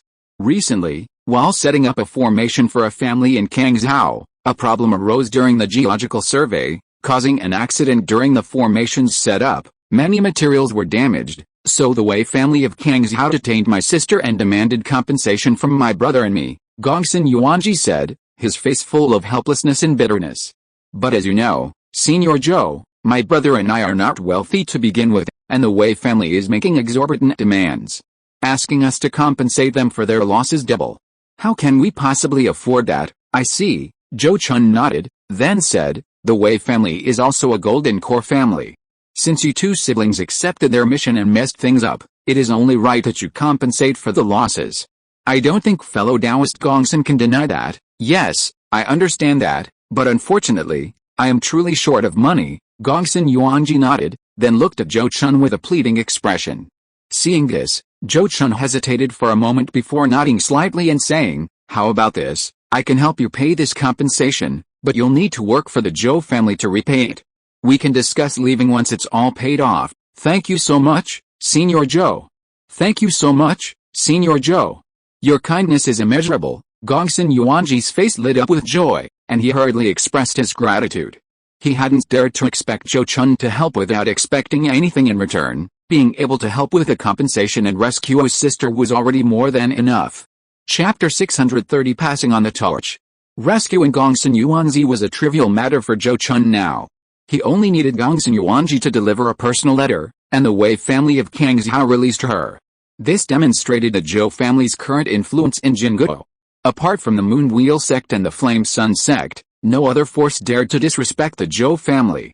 As long as their fundamental interests and principles weren't involved, they would be more than willing to give Zhou Chun face. After bringing Gongsun Yuanji out, Gongsun Yuanji didn't dare to simply leave and obediently returned to the Qinglian Mountains to report to Zhou Chun. The array materials that Zhou Chun had paid for on their behalf, converted into wages, would require at least 10 years of service to the Zhou family to settle. From now on, you two will be under Zhang Liang's command. If there are array-setting tasks, you can go with him. Facing the Gongsun siblings who came to thank him, Zhou Chun simply waved his hand and dismissed them, showing no special regard. In reality, Zhou Chun didn't need to treat them any differently now. After all, with a Yuwood coiling dragon formation successfully set up, the Zhou family no longer needed them for formations. Even if they needed to set up a stronger protective formation in the future, they could directly seek out the Grand Elder of the Gongsun family or other Grandmaster-level formation masters. Gongsun Yuanji's claim that Zhou Chun coveted their formation inheritance was a complete underestimation of Zhou Chun. In Zhou Chun's eyes, not only were the formation inheritances they possessed insignificant, but the entire Gongsun family's formation inheritance held nothing that he was particularly interested in. Formations were a skill that was always difficult to learn and master, heavily relying on talent. The Zhou family's existing formation inheritance wasn't even fully mastered by a single formation master they had trained. Giving them more advanced inheritances would be utterly useless. This was evident in Gongsun Yuanji, another member of the Gongsun family, whose formation skills were merely average. Furthermore, Zhou Chun believed that the Zhou family would undoubtedly have no shortage of high-level array formation inheritances in the future, because the owner of that secret island was certainly a powerful figure proficient in array formations. At least, the Heaven and Earth Reversal Array was the strongest forbidden array Zhou Chun had ever encountered so far. In terms of sheer mystery, it probably couldn't even compare to the Moon Wheel Sect's protective array. To be able to set up such a forbidden array to protect one's cave dwelling and dojo, Zhou Chun simply couldn't believe that the owner of that secret island's array formation level wasn't at the level of an array formation master. So why should he go to such lengths to seek out the array formation knowledge possessed by two juniors? After this incident, Zhou Chun resumed his normal cultivation life. He spent his days either diligently cultivating and practicing supernatural abilities and secret techniques, or handling some family affairs. Occasionally, he would take the time to play with his spirit pets and deepen their bond. During this period, many cultivators from other places who had heard about the outbreak of the beast tide traveled to Jing Kingdom, hoping to exchange high-grade demon cores and demon beast materials with Jing Kingdom cultivators. Over the years, Zhou Chun met with several golden core cultivators and exchanged some precious spiritual materials from 4th-tier demonic beasts for a piece of fire element crystal jade and other useful spiritual herbs from one of them. The Fire element crystal jade was a rare fire attribute spiritual material, meeting Zhou Chun's requirements for the third level of the minor 5 elements breaking restriction profound light. With this, he only needed to find metal and earth attribute spiritual materials to cultivate the third level of this secret technique. Zhou Chun already had ideas on where to obtain these two types of materials, but obtaining them through other means would be even better. Besides high-level cultivators from other regions eagerly coming to Jing Kingdom to seek their fortune, some low-level rogue cultivators who felt they couldn't make it in other countries or were struggling financially also traveled thousands of miles across mountains and rivers to Jing Kingdom after hearing the news of the significant decrease in the number of cultivators there. For the Jing Kingdom, which was in the process of reconstruction, the arrival of these low-level cultivators undoubtedly solved the problem of labor shortage, and the reconstruction speed was visibly accelerated. These low-level cultivators received wages several times higher than they would have received domestically, and the reconstruction speed of various forces in the Jing Kingdom also increased significantly. Both sides essentially got what they wanted. However, if one were to ask which force in the Jing Kingdom absorbed the most low-level cultivators during this process, it wouldn't be the Moonwheel Sect or the Flame Sun Sect. These large sects hadn't had their main gates breached and already possessed a large number of mid to low-level disciples, so they wouldn't face a significant shortage of manpower. The force that truly absorbed the most low-level cultivators was undoubtedly the Zhou family, which had just taken over the Azure Lotus mountain range. The Zhou family not only offered generous employment conditions but was even willing to provide lifetime employment contracts to some of the more virtuous individuals, employing them as retainers. This was an incredible weapon for those independent cultivators. From being homeless and struggling to find a fixed place to cultivate, they could now join the Zhou family, a force comparable to a major power, becoming retainers who ate the Zhou family's food and received their money, ensuring a stable life. It was a single step that led to instant success. Even knowing that this step wouldn't be easy and would involve countless trials, the rogue cultivators were still willing to fight tooth and nail for this opportunity. Thanks to the participation of these rogue cultivators, many members of the Zhou family were finally liberated, no longer having to work overtime to the point that their cultivation time was drastically reduced. In fact, those Zhou family members who survived the beast tides are now all quite wealthy, having reaped considerable rewards. They need time to convert their gains into actual cultivation growth and resources into their own cultivation strength. Just as Zhou Chun had always believed, wars in the cultivation world are always a mix of danger and opportunity. After a war, unless one suffers a crushing defeat like the Qinglian Temple, one can generally reap considerable rewards.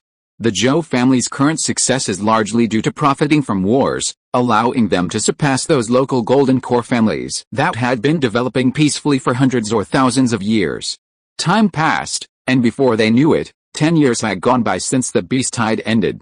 After 10 years of continuous construction by the Zhou family, the Azure Lotus Mountains had finally recovered some of their former grandeur, resembling a blessed land of immortals.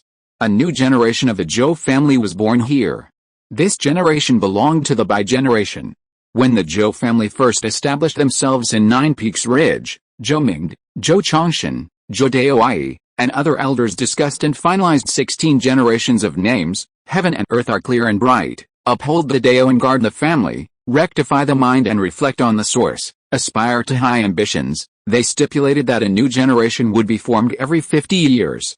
Now, with the Yuan generation cultivators of the Zhou family also beginning to have offspring, these 16 generations were no longer sufficient. Fortunately, Zhou Mingde had noticed this years ago and made preparations in advance, adding another 16 generations to the original 16.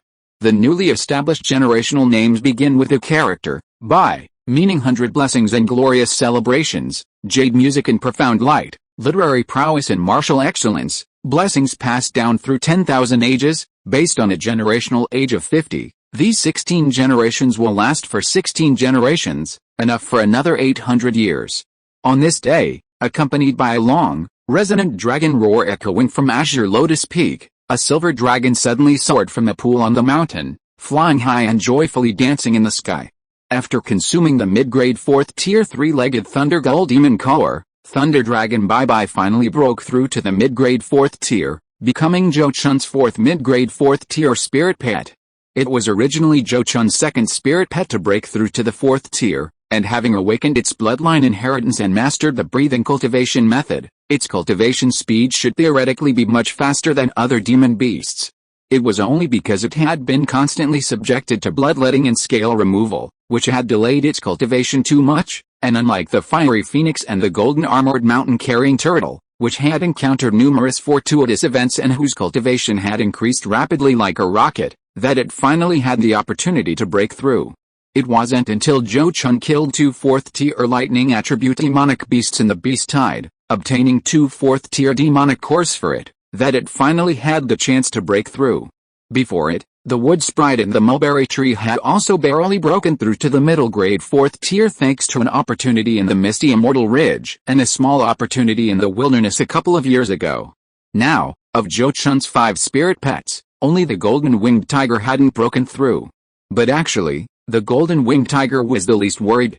Because it possessed both metal and wind attributes, the demonic cores in Zhou Chun's possession were most compatible with it. It only needed to refine the demonic cores step by step and cultivate. And it wouldn't be long before it broke through to the middle grade 4th tier demonic beast realm. Even if Zhou Chun preserved that 4th tier high grade golden unicorn demon core for it, its breakthrough to the 4th tier high grade demon beast realm would be very smooth in the future.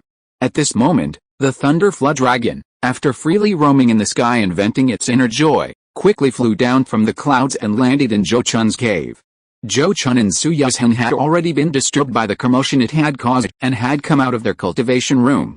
Seeing it land, Zhou Chun clapped his hands with a smile and said, "Not bad, not bad, bye-bye, you have finally succeeded in breaking through. Congratulations, husband, you have gained another powerful helper." Su Yuzhen also congratulated Zhou Chun with a smile.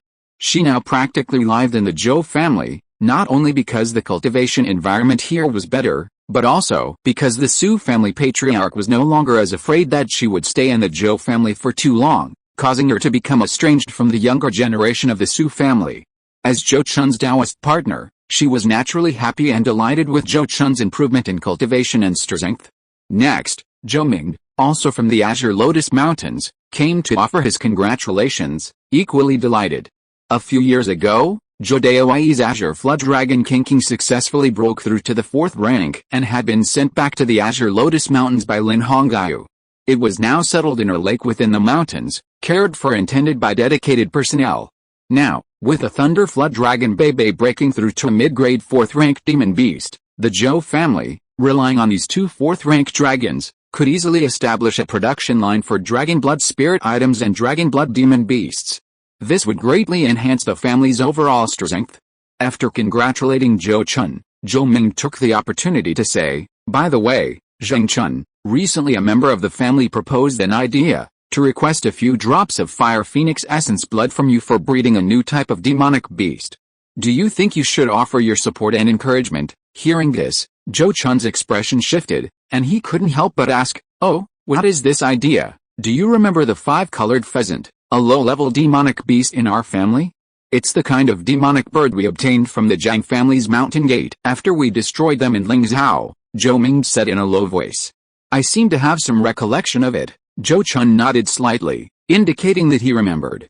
Upon seeing this, Zhou Ming continued, 5 years ago, some clansmen discovered that a rooster and a free-range flock of 5-colored pheasants had died, and found a 2nd-tier feather in the chicken coop, suspected to be a feather from a 2nd-tier demonic beast, the red-feathered fire pheasant. They also found several eggs that were different from the others. When those unusual eggs hatched, they produced a 5-colored fire pheasant that could breathe demonic fire. Not only were they larger than ordinary 5-colored pheasants, but they also possessed much stronger flight capabilities and combat power, far exceeding that of ordinary 5-colored pheasants. Therefore, some clansmen speculated that the faint phoenix bloodline within the 5-colored pheasant might have been stimulated and affected by the red-feathered fire pheasant bloodline, causing some noticeable mutations. Perhaps feeding it fire phoenix essence could promote its evolution, transforming it into a mid-level demonic beast with fire phoenix blood. As soon as he finished speaking, Zhou Chun understood. Then, quite readily, he said, "Since that's the case, then of course this junior has no problem with it. Whenever that junior needs it, as long as I'm within the family, I can draw blood for him anytime. That's not urgent." Those few 5-colored fire pheasants haven't grown to the 1st-tier high grade yet, and haven't left any offspring. When the time is right, I'll come to you again. Zhou Ming waved his hand, indicating there was no rush. The two then chatted about some family matters before Zhou Ming left. Nowadays, Zhou Ming personally oversees and handles all the affairs of the Zhou family, while Zhou Chun, like before, acts as a hands-off manager. All of this is so that Zhou Chun can concentrate on cultivation and break through to the late golden core stage as soon as possible. Generally, only matters that Zhou Ming considers important will be discussed with Zhou Chun for his opinion. Zhou Chun himself doesn't usually pay attention to family affairs. He is currently under considerable pressure and must break through to the late golden core stage as soon as possible to transform his core and form his nascent soul. He knew very well that if he couldn't achieve the core formation in nascent soul stage as soon as possible, the Azure Lotus Mountain Range, which the Zhou family had invested heavily in building, might ultimately benefit someone else. Time flies, and 7 years passed in the blink of an eye. Zhou Chun and his 5 spirit pets had been quietly cultivating, rarely leaving the family's mountain gate. Occasionally, golden core cultivators from the Jing Kingdom, or golden core cultivators traveling to the Jing Kingdom, would come to visit him, and he would only discuss the Dao with them, but he would basically not travel far. Even when a late-stage golden core cultivator from the Moonwheel Sect invited him to an exchange meeting, he declined. This was partly to avoid distractions, and partly to maintain a low profile. On this day, Zhou Chun received a clansman he hadn't seen in a long time, a junior who had been traveling far from the family for decades. Junior Zhou greets clan chief. Inside the cave, a middle-aged man in a silver robe with a long beard bowed deeply to Zhou Chun to express his respect. This man was none other than Zhou, a member of the Zhou family with superior spiritual root aptitude who had embarked on the path of sword cultivation. Back then, when he insisted on pursuing the path of sword cultivation, Zhou Chun allowed him to leave the family to travel to various countries and hone his swordsmanship. Now, decades later, he had successfully opened his purple mansion, and his aura was sharp and fierce, clearly indicating that he had achieved considerable success in the path of sword cultivation. At this moment, after carefully examining this junior, Zhou Chun couldn't help but nod with satisfaction, saying, "Not bad. To be able to successfully establish your purple mansion without the help of the family, it seems that your decades of travel have not been wasted. And you have successfully found your own path." Hearing this, Zhou quickly replied respectfully, "This junior's achievements are all thanks to your guidance and care, clan chief. If it weren't for the life-saving items you bestowed upon me back then, I would have long since perished in a foreign land." After speaking, he lowered his voice with a guilty expression. "It's just a pity that when the beast tide broke out a few years ago, this junior was in a distant place and happened to be in seclusion breaking through a major realm, unable to return to the family to contribute to the family. I am truly ashamed of the cultivation you and the family have given me. You don't need to feel guilty about this. In that situation, one more or one less wouldn't have made a difference. Even if you had returned in time, it wouldn't have changed the overall situation." Zhou Chun shook his head slightly, showing no intention of blaming this junior. Then, with a slight smile, he said, "On the contrary, your ability to return to the family now that you've opened your purple mansion, returning when the family needs you, perfectly demonstrates your loyalty. Yes, this junior will certainly serve the family well from now on, living up to the patriarch's cultivation and high expectations," Zhou replied solemnly. Hearing his firm and powerful words, Zhou Chun admired this junior even more. He quickly nodded and said, "Since you have successfully opened your purple mansion, according to the family rules, you should be promoted to a family elder. This whetstone is a gift from me, and it will belong to you from now on." Saying this, he took out the whetstone from the treasure room in the cave and gave it to Zhou. Seeing that he had indeed fulfilled his promise and given him the whetstone after he opened his purple mansion, Zhou was overjoyed. Hastily, he held the stone in both hands as if it were a sacred object, raising it above his head and bowing deeply to Zhou Chun, saying, "This junior thanks the clan leader for his kindness and for bestowing this treasure. Work hard." Zhou Chun encouraged the junior, "If you can truly master this path of sword cultivation and successfully form your core, then my Zhou family will have another lineage to carry on.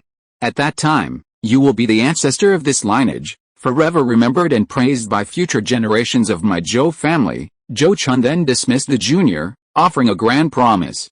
For him, who had already set his sights on forming his core and nascent soul, a junior at the Purple Mansion stage was merely a few words of praise, nothing more.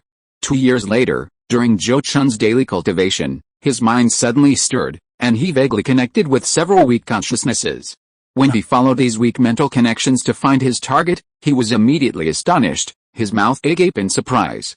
Beside the spirit eye spring, on the stump of the pure spirit immortal osmanthus tree, 4 tiny, translucent white worms were crawling. Each worm was less than a finger's length, about the thickness of a chopstick, and resembled a silkworm that hadn't yet spun its silk. They were entirely white and transparent, without a trace of black even around their eyes. If it weren't for the difference in color between the tree stump and their surroundings, Zhou Chun might not have been able to see them with the naked eye. However, upon closer inspection, he could detect a faint aura of magical power emanating from them. Are these truly 6-winged eye silkworms? Where are their wings? Zhou Chun stared at the 4 white silkworms on the tree stump, his face filled with astonishment and uncertainty. These 4 small white insects had hatched from the eggs that resembled 6-winged eye silkworms. The cocoons containing the eggs were still attached to a section of tree root, but of the original 9 eggs, not a single one remained. As for why only 4 insects hatched from the 9 eggs, that was easy to understand. Many oviparous creatures have a tendency to devour their siblings after hatching. Perhaps more than 4 insects hatched initially, or perhaps these 4 hatched insects ate the other unhatched eggs. In any case, only these 4 insects survived. However, Zhou Chun wasn't sure if these 4 insects were indeed the legendary 6-winged ice silkworms. After all, he hadn't seen any wings on them. But he was certain that these white insects were of extraordinary origin. Therefore, after observing them with surprise, Zhou Chun began to try feeding them various foods. After some experimentation, Zhou Chun discovered. Currently, these small white insects don't seem to be picky eaters. They eat everything, from spirit tree leaves imbued with spiritual energy to monster food and meat, though not much at a time. They also seem to prefer staying on that tree stump, if placed elsewhere, even on the millennial cold jade that Zhou Chun deliberately brought out, they become restless. This surprised him greatly. He could only explain that the 4 insects were recognizing their bed, their consciousness currently weak, and they only considered the tree stump a safe place.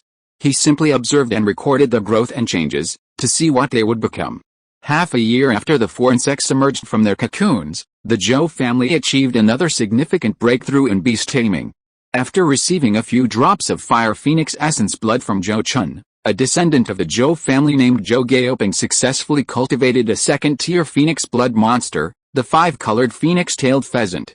The appearance of this 5-colored phoenix-tailed pheasant signifies that the Zhou family, in addition to dragon blood monsters, has added phoenix blood monsters as a new direction for development. Chapter 631 Attacking the Green Lotus Temple. Both the Flood Dragon and the Fire Phoenix are top-tier demonic beast bloodlines. Any demonic beast possessing these 2 bloodlines will be significantly stronger and have greater potential than ordinary demonic beasts of the same rank. Furthermore, many special elixirs, secret techniques, and even magical artifacts and talismans in the cultivation world require these 2 demonic beast bloodlines as a medium. The Zhou family's dragon blood demonic beasts are now widely known, with individual cultivators and cultivation forces coming to purchase their blood every year. Zhou Chun has also traded with several golden core cultivators who came to purchase flood dragon blood. It can be said that the Zhou family can now earn tens of thousands of spirit coins annually just from selling the blood from various low, medium, and high-ranking dragon blood demonic beasts. Moreover, this income is very stable, basically only increasing and never decreasing. As for the Fire Phoenix bloodline, which is on par with the Flood Dragon bloodline but even rarer, its value is only higher. In fact, after witnessing Zhou Chun's Fiery Phoenix, more than one golden core cultivator from the Flame Sun sect came to exchange for a Fire Phoenix True Feather, offering very generous terms. However, Zhou Chun naturally refused this offer outright and completely ignored it. He hadn't even yielded to the great master craftsman Yan Kang's Hunren, let alone these golden core cultivators. As for the nascent soul cultivator from the Yan Yang sect, unless they were deliberately trying to suppress him, they certainly wouldn't dare to make things difficult for a junior like him. In short, giving those Yan Yang sect cultivators a few drops of Fire Phoenix essence blood was already a sign of respect for the sect's reputation.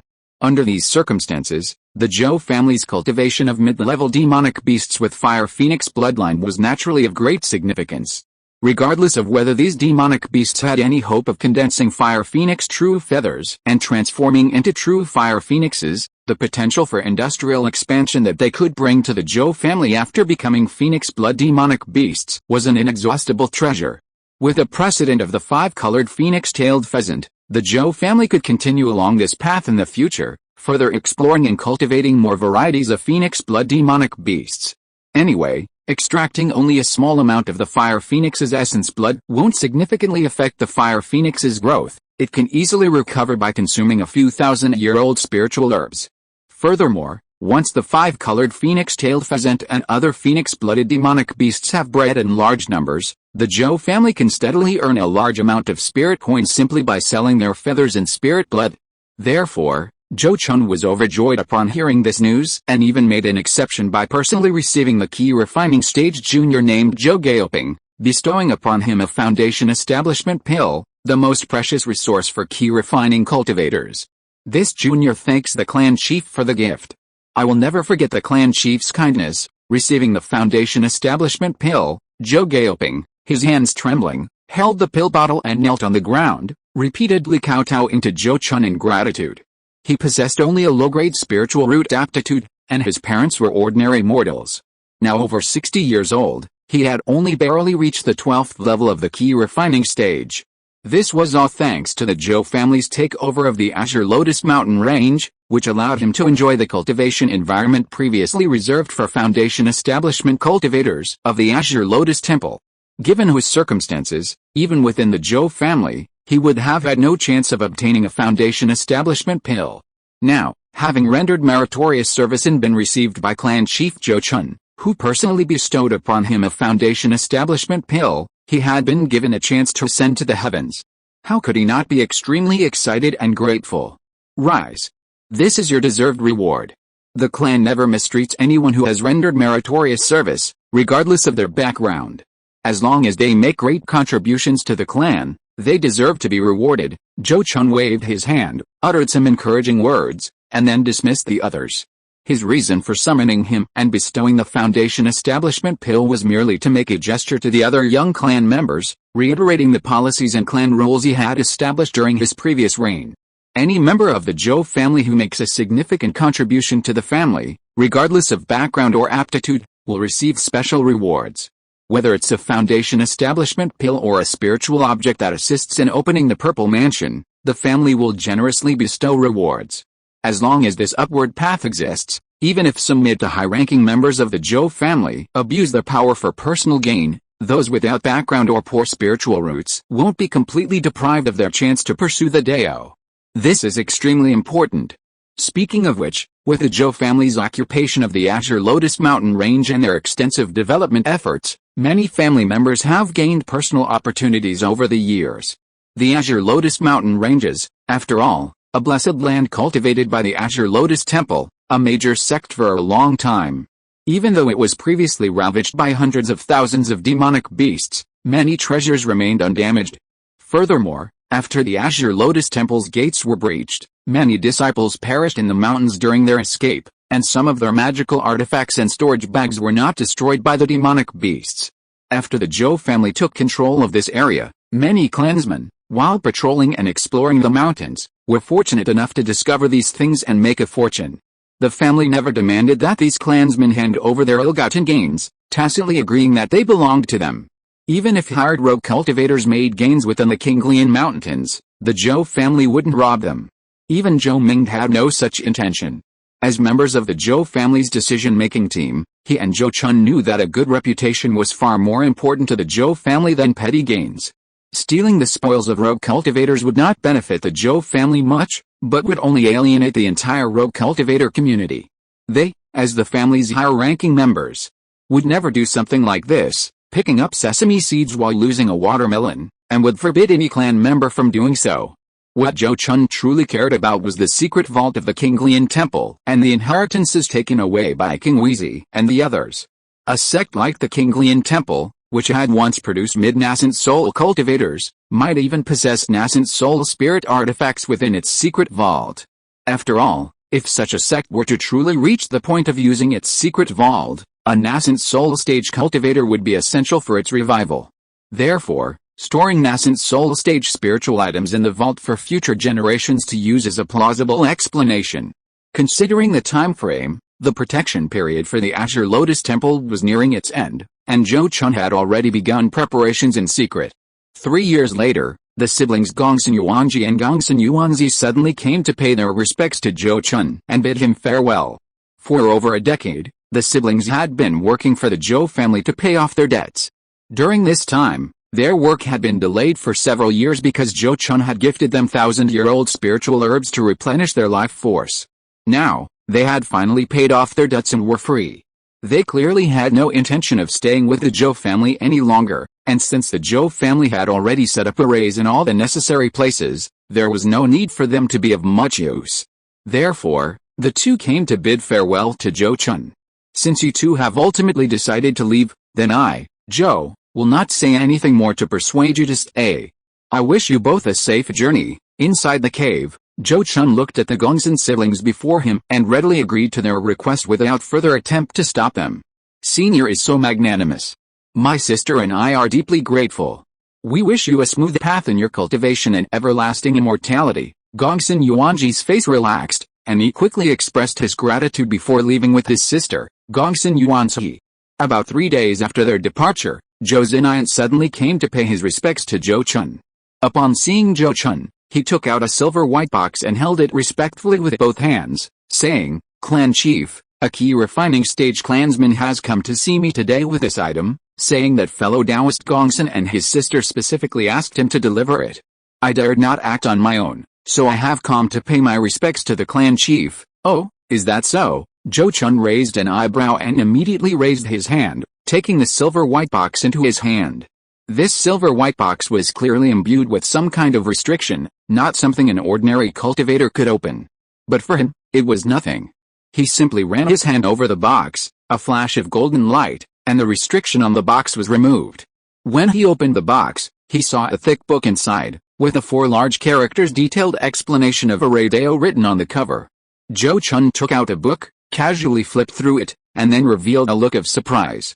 This book, detailed explanation of the Dao of formations, was actually a teaching manual for formation masters specially written by Gongsun Yuanzi based on the Zhou family's situation. It doesn't record the Gongsun family's secret formation techniques, but instead uses widely circulated formations in the cultivation world as models, providing step-by-step instructions for formation master apprentices on how to set up and dismantle formations, how to learn a new formation more effectively, and how to construct a complete formation system. Much of the knowledge contained here is likely what the Gongsun family's formation masters learned from childhood. It's not exactly a secret within their family. However, for a family like the Zhou family, which isn't known for its formations, it's invaluable. Whether it's a new formation master apprentice or a formation master like Zhang Liang, this detailed explanation of the Dao of formations will allow them to avoid many detours in their formation research. This shows that Gongsun Yuanzi truly investigated the Zhou family's formation master community before choosing to leave behind this teaching manual to help the Zhou family. Senior Zhou is of noble character and magnanimity, which Yuanzi and her brother deeply admire and are grateful for. However, our lineage of array formations is the foundation of the Gongsun family, and we dare not do anything that would violate our ancestral teachings by passing it on to outsiders. Therefore, we offer this book to Senior Zhou, hoping it will be of some benefit to the Zhou family's array formation heritage. Zhou Chun flipped to the end of the book and saw the annotations left by Gongsun Yuanzi. He nodded upon seeing this and muttered to himself, "She is thoughtful. It seems those 1,000-year-old spiritual herbs were not wasted." He then tossed a book to Zhou Zinayan, who was still waiting, and said, "Have someone make a few copies of this book and then give them to Zhang Liang." "Yes, Junior obeys," Zhou Zinayan replied and withdrew with the book. Detailed explanation of array formations. Time passed quickly, and 3 years went by. That day, inside Zhou Chun's cave, under his watchful gaze, 4 small insects, resembling 6-winged ice silkworms, spun cocoons, sealing themselves inside and beginning their metamorphosis. Up to this point, he hadn't discovered any remarkable abilities in the 4 insects. Waiting expectantly for another year, Zhou Chun finally saw the 4 insects emerge from their cocoons. However, the 4 insects were actually smaller than before, perhaps due to prolonged lack of food. Aside from improved cloaking abilities, they showed no other changes and hadn't grown wings. This greatly disappointed Zhou Chun. He observed them for another 6 months, Finding that besides growing larger with ample food, the foreign sects didn't exhibit any unusual abilities. This performance completely disillusioned him, and he stopped paying them much attention, only occasionally feeding them. After more than a decade of construction and management, the Zhou family had finally brought the Qinglian Mountains, this blessed land of spiritual energy, under their complete control, and began developing various spiritual sites within the mountains. Of course, due to a shortage of manpower, many places were simply protected by simple array formations. With regular patrols, the actual development was not high. Even so, the deployment of numerous array formations and the hiring of many independent cultivators had nearly depleted the Zhou family's savings. Family leaders like Zhou Chun and Zhou Ming also personally contributed a significant amount of spiritual coins. Only then did the Zhou family have the energy to tend to areas outside the Qinglian Mountains, such as other cultivation families or independent cultivator strongholds in Lanzhou and Lianzhou. These forces would be directly controlled and led by the Zhou family in the future, nominally becoming its vassals. The right to operate markets in these two areas would also belong to the Zhou family. Unclaimed spiritual lands would also fall under the Zhou family's jurisdiction and allocation. Previously, because the entire southern and central parts of Jing Kingdom were in a period of reconstruction, neither the Zhou family nor those other families had the time or inclination to concern themselves with these matters. However, now that more than a decade has passed, each sect has rebuilt its mountain gates and entered a recovery period, so these matters must be addressed. In particular, the markets where cultivators exchange and trade urgently need to be rebuilt. In view of this, Zhou Chun, in the name of the Zhou family, arranged for invitations to be sent to various forces within the two states, inviting the leaders of each force to come to the Azure Lotus Mountains for a meeting to discuss relevant matters. Clan Chief, you are wise. There are no longer any golden core families within the two states.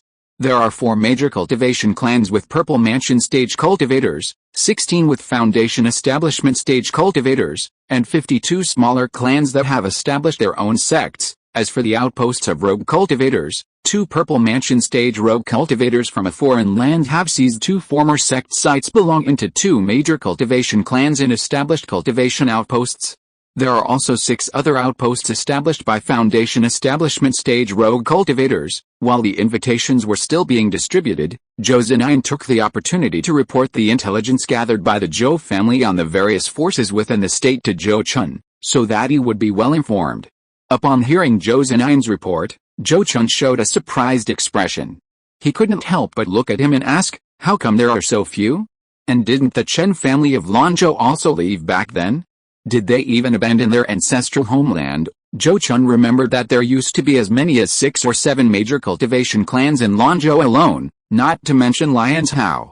Even if the previous beast tide was too fierce and those clans misjudged the situation and couldn't cope in time, they shouldn't have left only a few clans.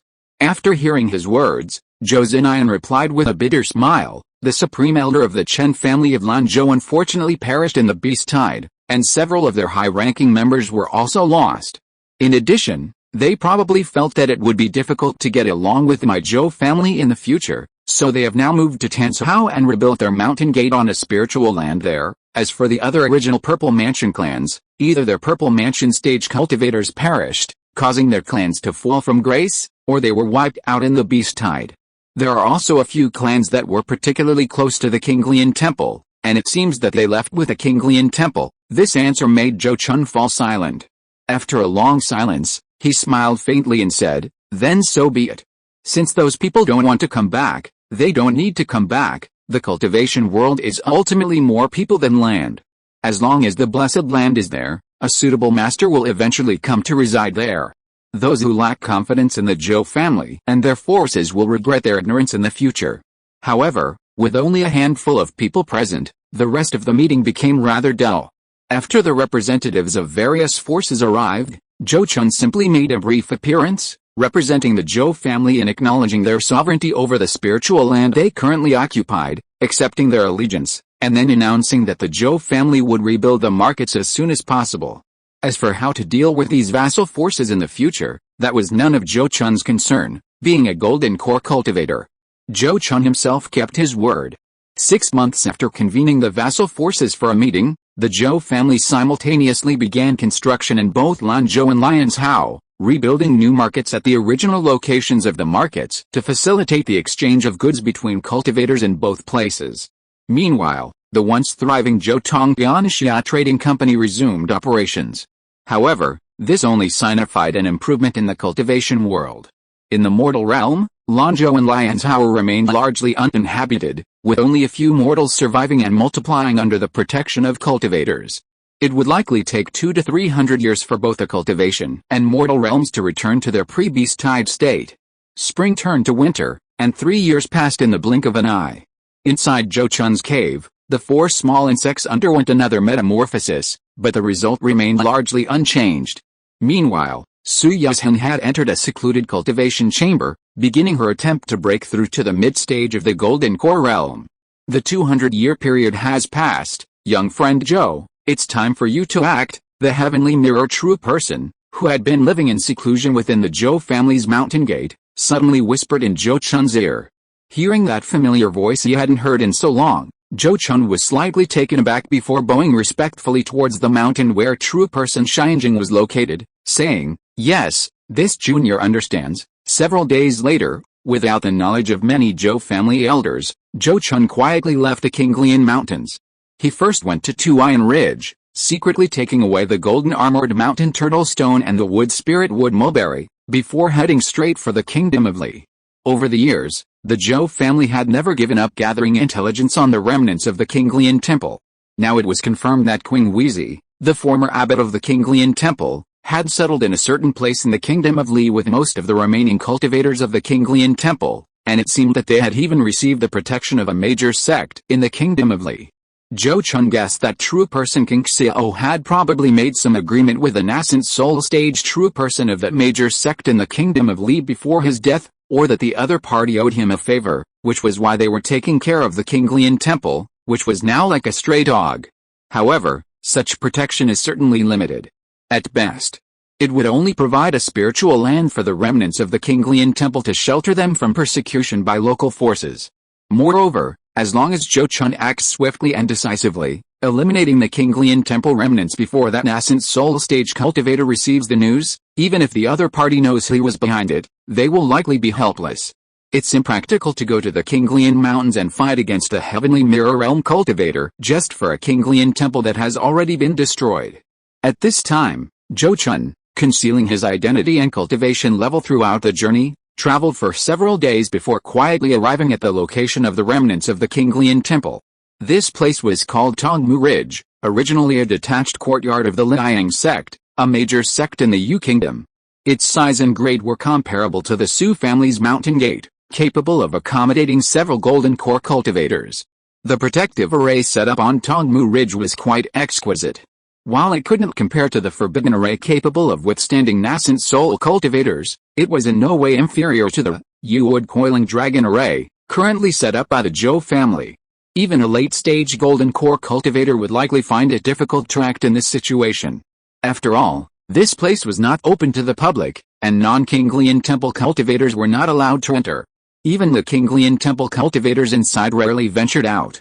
Even if one wanted to conceal their cultivation and infiltrate to break in from the inside, there would be little chance. But Zhou Chun was different. He had already mastered the second level of the minor 5 elements breaking restriction profound light, and once he gathered the 5 elemental spiritual objects required for the third level, he could quickly complete it. With the profound mystery of this secret technique, coupled with the golden armor mountain carrying turtle stone special talent in breaking formations, he was already capable of forcibly breaking into the great formation. Therefore, after secretly observing from the outside, he deliberately waited for half a month before finally making his move on a rainy night. In the rainy night, Zhou Chun's figure suddenly appeared at the edge of the Tongmu Ridge protective formation.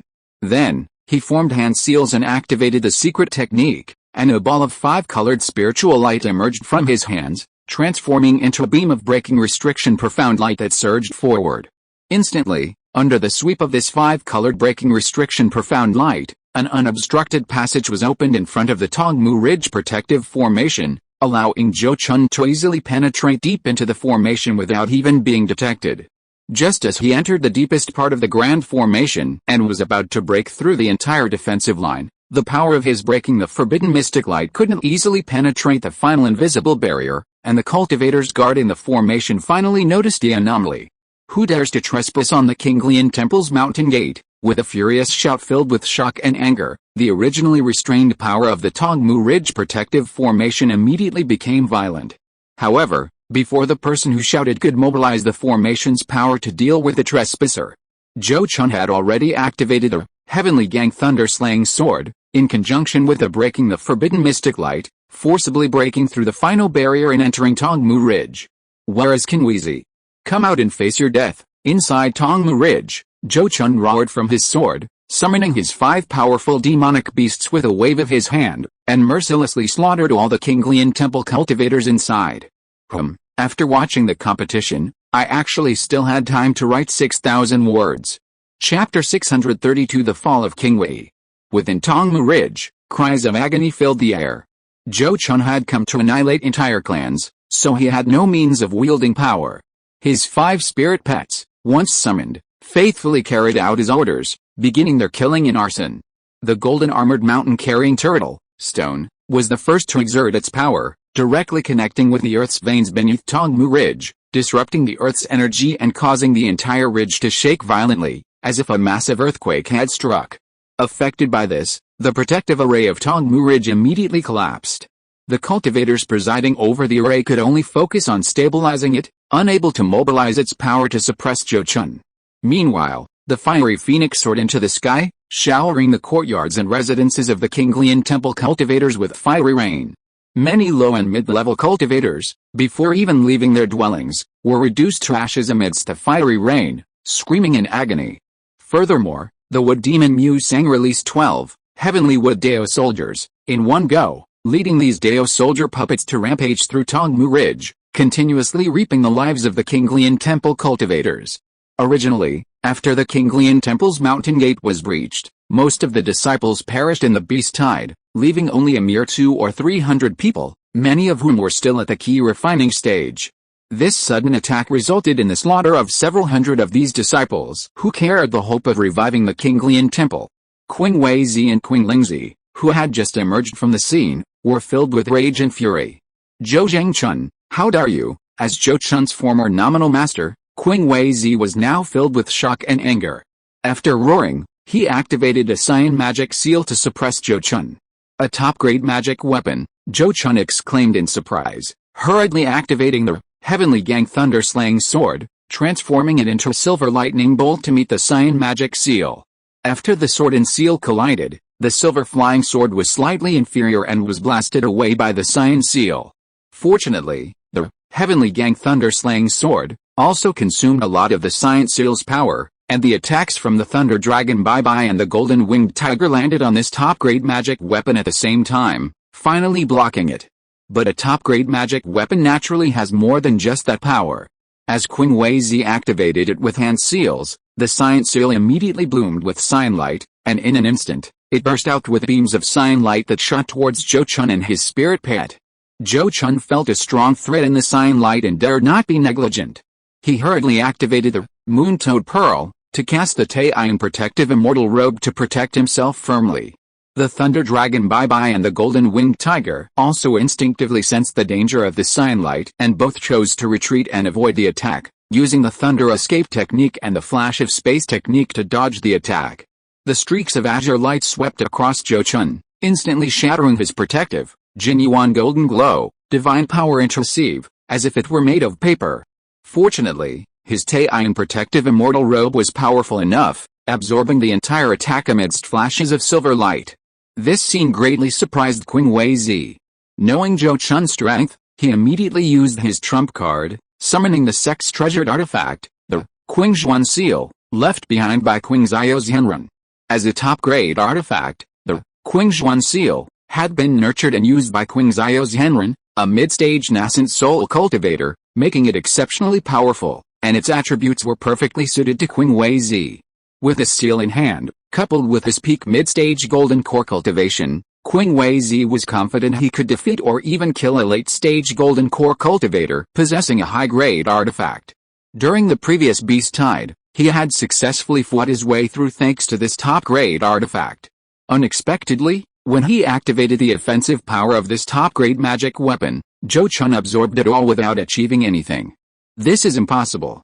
How could you have a top-grade magic weapon? Qing Wheezy stared at Zhou Chun in disbelief, letting out a low growl, utterly shocked. He knew the Zhou family's background and resources all too well.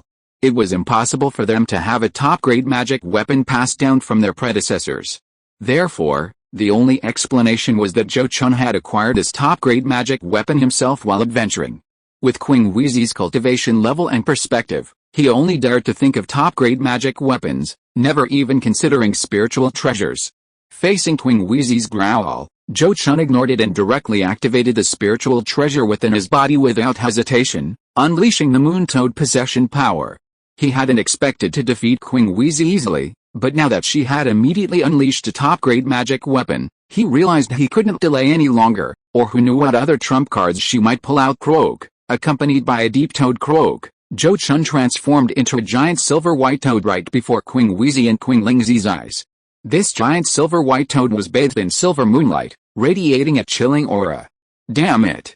What kind of supernatural power is this? Seeing Zhou Chun suddenly transform into an ice toad demon beast, Qing Wheezy was shocked and couldn't help but curse aloud. Even if Zhou Chun transformed into a dragon in front of him, he wouldn't be surprised, because he knew Zhou Chun had cultivated the dragon transformation secret technique. But what was this about transforming into an ice toad demon beast? He had never heard of any supernatural power or treasure that could turn someone into an ice toad. Then, after Zhou Chun transformed into the Taime moon toad, he immediately opened his mouth and spat out a beam of white icy light that shot towards Qing Wheezy.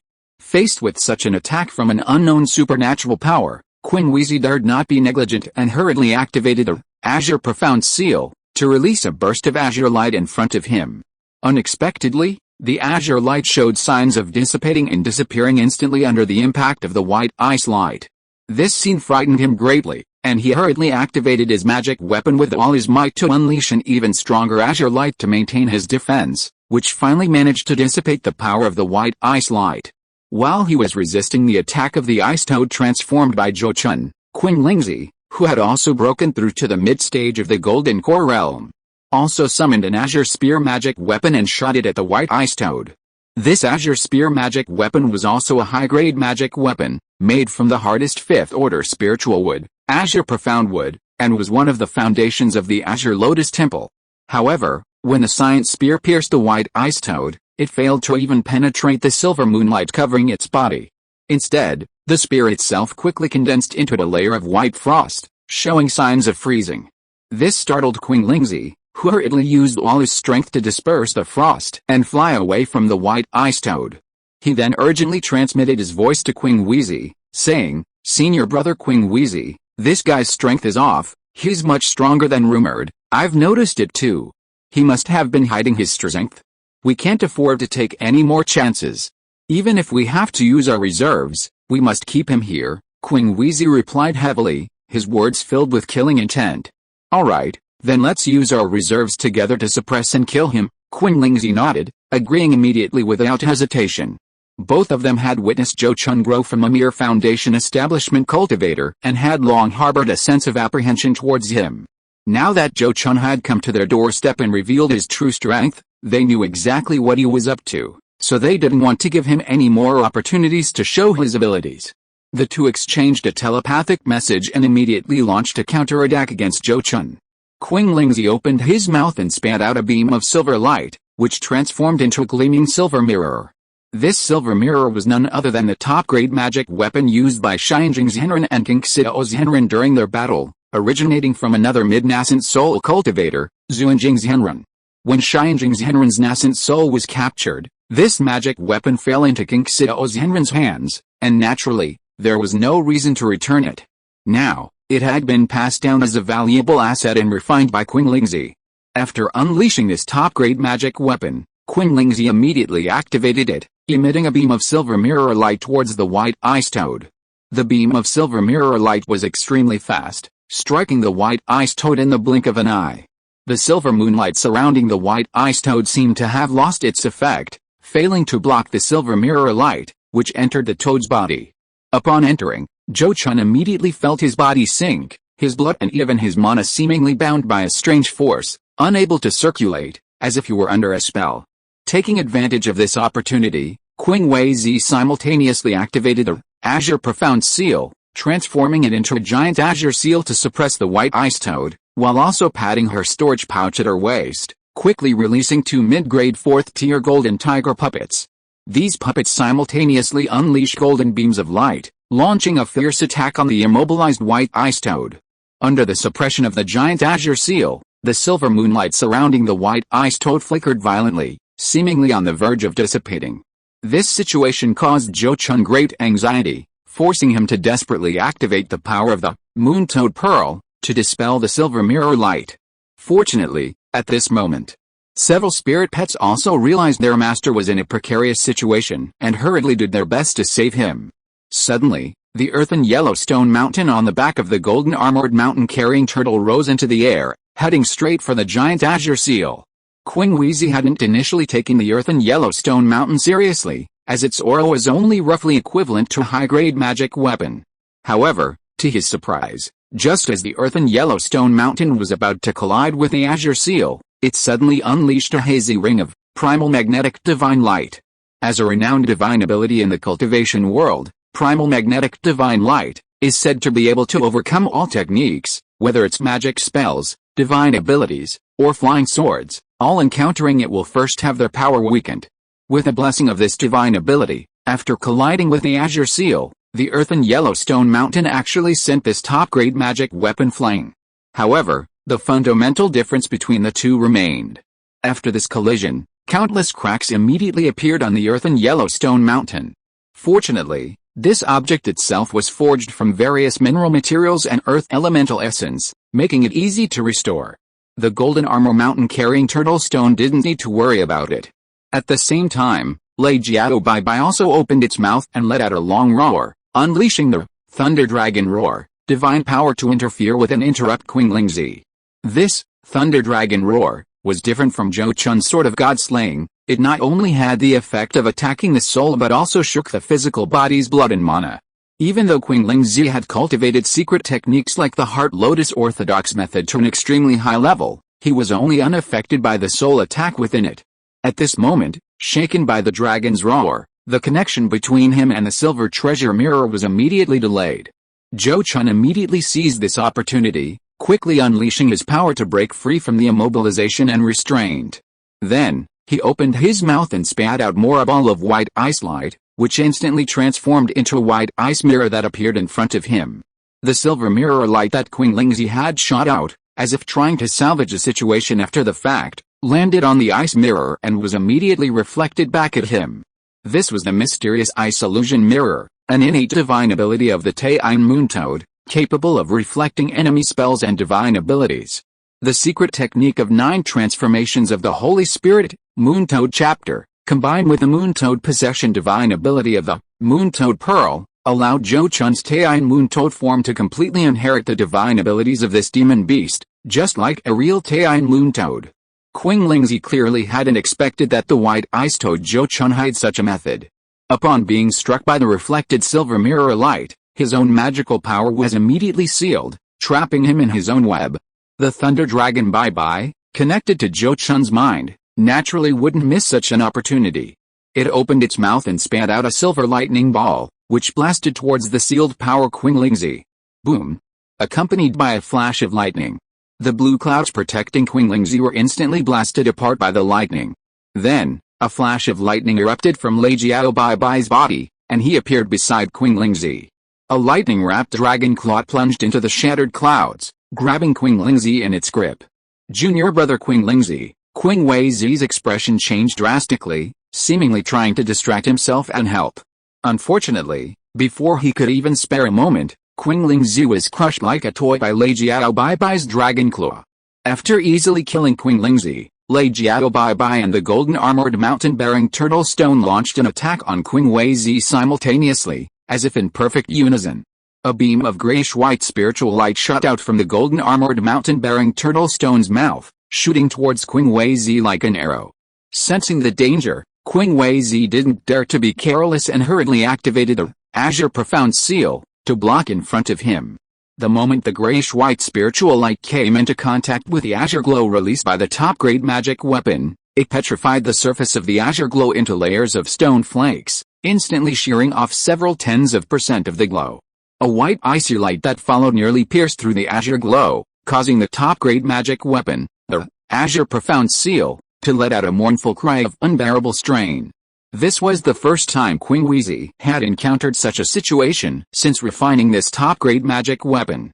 He gritted his teeth, suddenly spitting out a ball of his life essence blood onto the azure seal, stimulating more azure glow to protect himself. Then, he patted his storage pouch at his waist, and immediately a crimson magic talisman radiating a terrifying aura appeared in his hand. A fifth-order magic talisman, Zhou Chun, transformed into a white ice toad, exclaimed in surprise, recognizing its origin from the aura emanating from the crimson magic talisman. A fifth-order magic talisman, this was something even rarer than a top-grade magic weapon. Even for nascent soul cultivators, obtaining this item relies heavily on luck. The number of cultivators capable of crafting talismans of this caliber is extremely limited in the cultivation world. First, it requires Grandmaster-level talisman-making skills. Second, the talisman paper, talisman brush, and talisman ink used to create such talismans are incredibly rare. Third, it requires nascent soul cultivation. Furthermore, the higher the talisman's grade, the lower the success rate. Even if a Grandmaster creates such a talisman, they usually keep it for their own collection and rarely exchange it. In terms of power, a fifth-tier talisman is undoubtedly far stronger than the supernatural talismans created by early nascent soul cultivators. Unlike offensive supernatural talismans, it doesn't easily harm the user, and its shelf life is much longer. Once Queen Wheezy activates this fifth-tier talisman, it's equivalent to a nascent soul cultivator unleashing a full-force attack. Zhou Chun has no idea how powerful it will be. But with the situation having changed so drastically, there's no time for him to think further. Over there, Queen Wheezy quickly activated the talisman by infusing it with her magic power. The crimson talisman in her hand suddenly rose into the air, bursting forth with a dazzling red light, and then transformed into a crimson fireball that shot towards Zhou Chun. At first glance, the fireball looked like a firestorm spell magnified 10 times. However, the terrifying aura emanating from the fireball, and the strange phenomenon of the vegetation on Tongmu Ridge withering due to its intense heat, revealed a fundamental difference between this fireball and a second-tier spell like firestorm. Zhou Chun spat out a Tai in extinction divine light, which struck the fireball. But this powerful divine ability, capable of freezing a fourth-tier high-grade demon beast, was like a drop of water falling on a fire. It made a sound but had little effect whatsoever. He then spat out a white crystal ball, activating the divine power talisman bestowed upon him by the heavenly mirror Immortal. Sealed within was a divine power called Mirror Reflection, which also possessed the effect of reflecting an opponent's attack. The white crystal ball exploded with a bang, unleashing a dense white light that formed a white light wall blocking the crimson fireball. Upon collision, the white light wall quickly shattered and dissipated. The crimson fireball suddenly split in two, one about one-third the size of its original size, shooting in the opposite direction towards Queen Wheezy. The remaining fireball, shrunk by about half its original size, continued flying towards Zhou Chun. The heavenly mirror Immortal's mirror reflection divine power had actually had some effect. This result greatly invigorated Zhou Chun, who hurriedly activated its Moon Toad Pearl spiritual treasure with all his might. His entire body shone with a brilliant silver moonlight as he head-on collided with a nearly shrunk crimson fireball. Boom! Boom! With two deafening explosions, one after the other, most of Tongmu Ridge was engulfed in crimson flames. Everything flammable was consumed by the terrifying heat. Many of the Kinglian Temple disciples who were still alive were instantly scorched to death, their bodies reduced to charred corpses. Muma Musang's 12 Heavenly Wood Dao soldiers, all of which were at the third rank, were instantly burned to ashes in the intense heat. Only 4 third-rank high-grade Dao soldier puppets managed to retain their spirit wood cores, avoiding complete destruction. The wood attribute spirit also let out a pitiful howl in the intense heat, suffering significant internal injuries. Others, such as the golden-winged tiger and the thunder flood dragon Bye-Bye, despite retreating to distance, inevitably had some of their fur and skin singed. The only ones unaffected by the terrifying heat were the fire attribute Flame Hellfire Phoenix and the thick-skinned, highly defensive golden-armored mountain-bearing Turtle Stone. However, even these two were only immune to the aftershocks of the intense heat. If they were hit by that crimson fireball, it would be hard to say whether they would survive. As the intense flames gradually dissipated, the situation at the two explosion centers came into view of Zhou Chun's spirit pets. The mountain peaks near where Zhou Chun had been standing were blasted hundreds of feet away. The white ice toad he had transformed into lay on the ground, covered in blood. If it weren't for the mental connection that allowed them to sense his consciousness, the spirit pets would have almost worried that he was dead. Qing Huizi was in no better shape. Although the reflected attack she received wasn't as strong as Zhou Chun's, it was still equivalent to 1/3 of the power of a 5th-tier magic talisman. However, Qing Huizi's defense and vitality were not as strong as the Taiyuan moon toad that Zhou Chun had transformed into. If she hadn't previously amplified the defensive power of the Azure Profound Seal with her life essence, this explosion might have directly obliterated her, leaving her with nothing but a pale face, coughing up blood and sitting on the ground. But even if she survived the explosion, so what? No matter how badly injured Zhou Chun was, she still had 5 spirit pets at her disposal. Having suffered such severe injuries, and with his only golden core stage junior brother, Qing Lingzi, having been killed by the Thunder Flood Dragon before him, he had no chance of withstanding Zhou Chun's spirit pet attacks. He was clearly aware of this situation.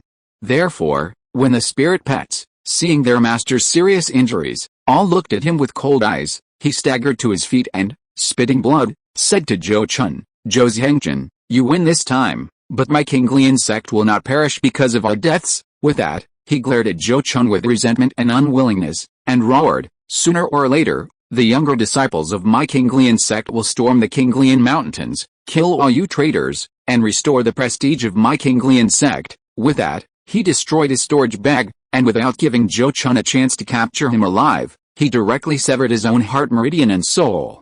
Seeing this, Zhou Chun's eyes flickered slightly, and then he sneered, "Ridiculous. Even when your Kinglian temple was at its peak, it couldn't destroy my Zhou family, let alone in the future. Zhou Chun, will wait here in the Zhou family for those remnants to come and die." Chapter 633 Gains and Regrets. With Qing Huizi's death, the Kinglian temple lineage within Tongmu Ridge was effectively finished. Zhou Chun showed no mercy, ordering his spirit pets to silence everyone, regardless of age or gender. He then had the spirit pets violently break through the protective formations of Qing Huizi and Qing Lingzi's caves, as well as the treasure vaults and library, quickly loading everything of value on Tongmu Ridge. He then hastily had the golden armored mountain-carrying turtle stone carry him away using earth. Earth is a technique in Chinese fantasy novels. Less than half an hour after Zhou Chun left Tongmu Ridge, a crimson beam of light descended from the sky, landing above the now ruined ruins of Tongmu Ridge, revealing an old woman in black with a weathered face. The old woman stopped above Tongmu Ridge, her divine sense quickly scanning the area below, quickly grasping the general situation. This lingering fire energy must be from a 5th-tier magic talisman. That old man King Xiao certainly left quite a few good things for his descendants, but why is there still such a pure ice attribute aura remaining? Could it be that someone also used a 5th-tier ice attribute magic talisman? Or is it the power left behind by some kind of divine power talisman, and these chaotic demonic beast auras? It seems there are more than just 2 or 3 4th-tier demonic beasts. The earth veins have also been disturbed, causing the mountain protecting formation to be unable to exert its due power. How was this done? Could it be that the legendary Aradeo treasure, pulse-breaking pearl, specifically used to break mountain protecting formations, was used? The old woman in black's eyes flashed with a sharp light as she carefully analyzed the information gathered at the scene. The more she analyzed, the stronger her surprise became. Although no nascent soul cultivators participated in this battle, judging from the known information, its intensity and excitement were probably comparable to a battle between some nascent soul cultivators. The old woman in black was not surprised that Qing Huizi could unleash such strength. After all, Kinglian Temple was a long-established power, and it had produced a strong figure like King Xiao's Yanrun. It was quite normal for the sect to have some trump cards to fight against nascent soul cultivators. However, the fact that the strong person who could kill King Huizi could also unleash such strength surprised the old woman in black. Based on the information she had at the scene, she had roughly guessed the person's identity and background. As far as she knew, that person came from an ordinary background, and logically, it was impossible for him to possess such trump cards to fight against nascent soul cultivators. That's it.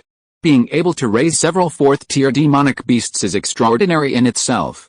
Even if those demonic beasts themselves have extraordinary potential, Without the master's sufficient strength and opportunities, it would be impossible to achieve this in hundreds of years. It seems that this child may become another heavenly mirror's Henrin in the future, the old woman in black muttered to herself, her gaze involuntarily turning towards the direction of the Kinglian Mountains.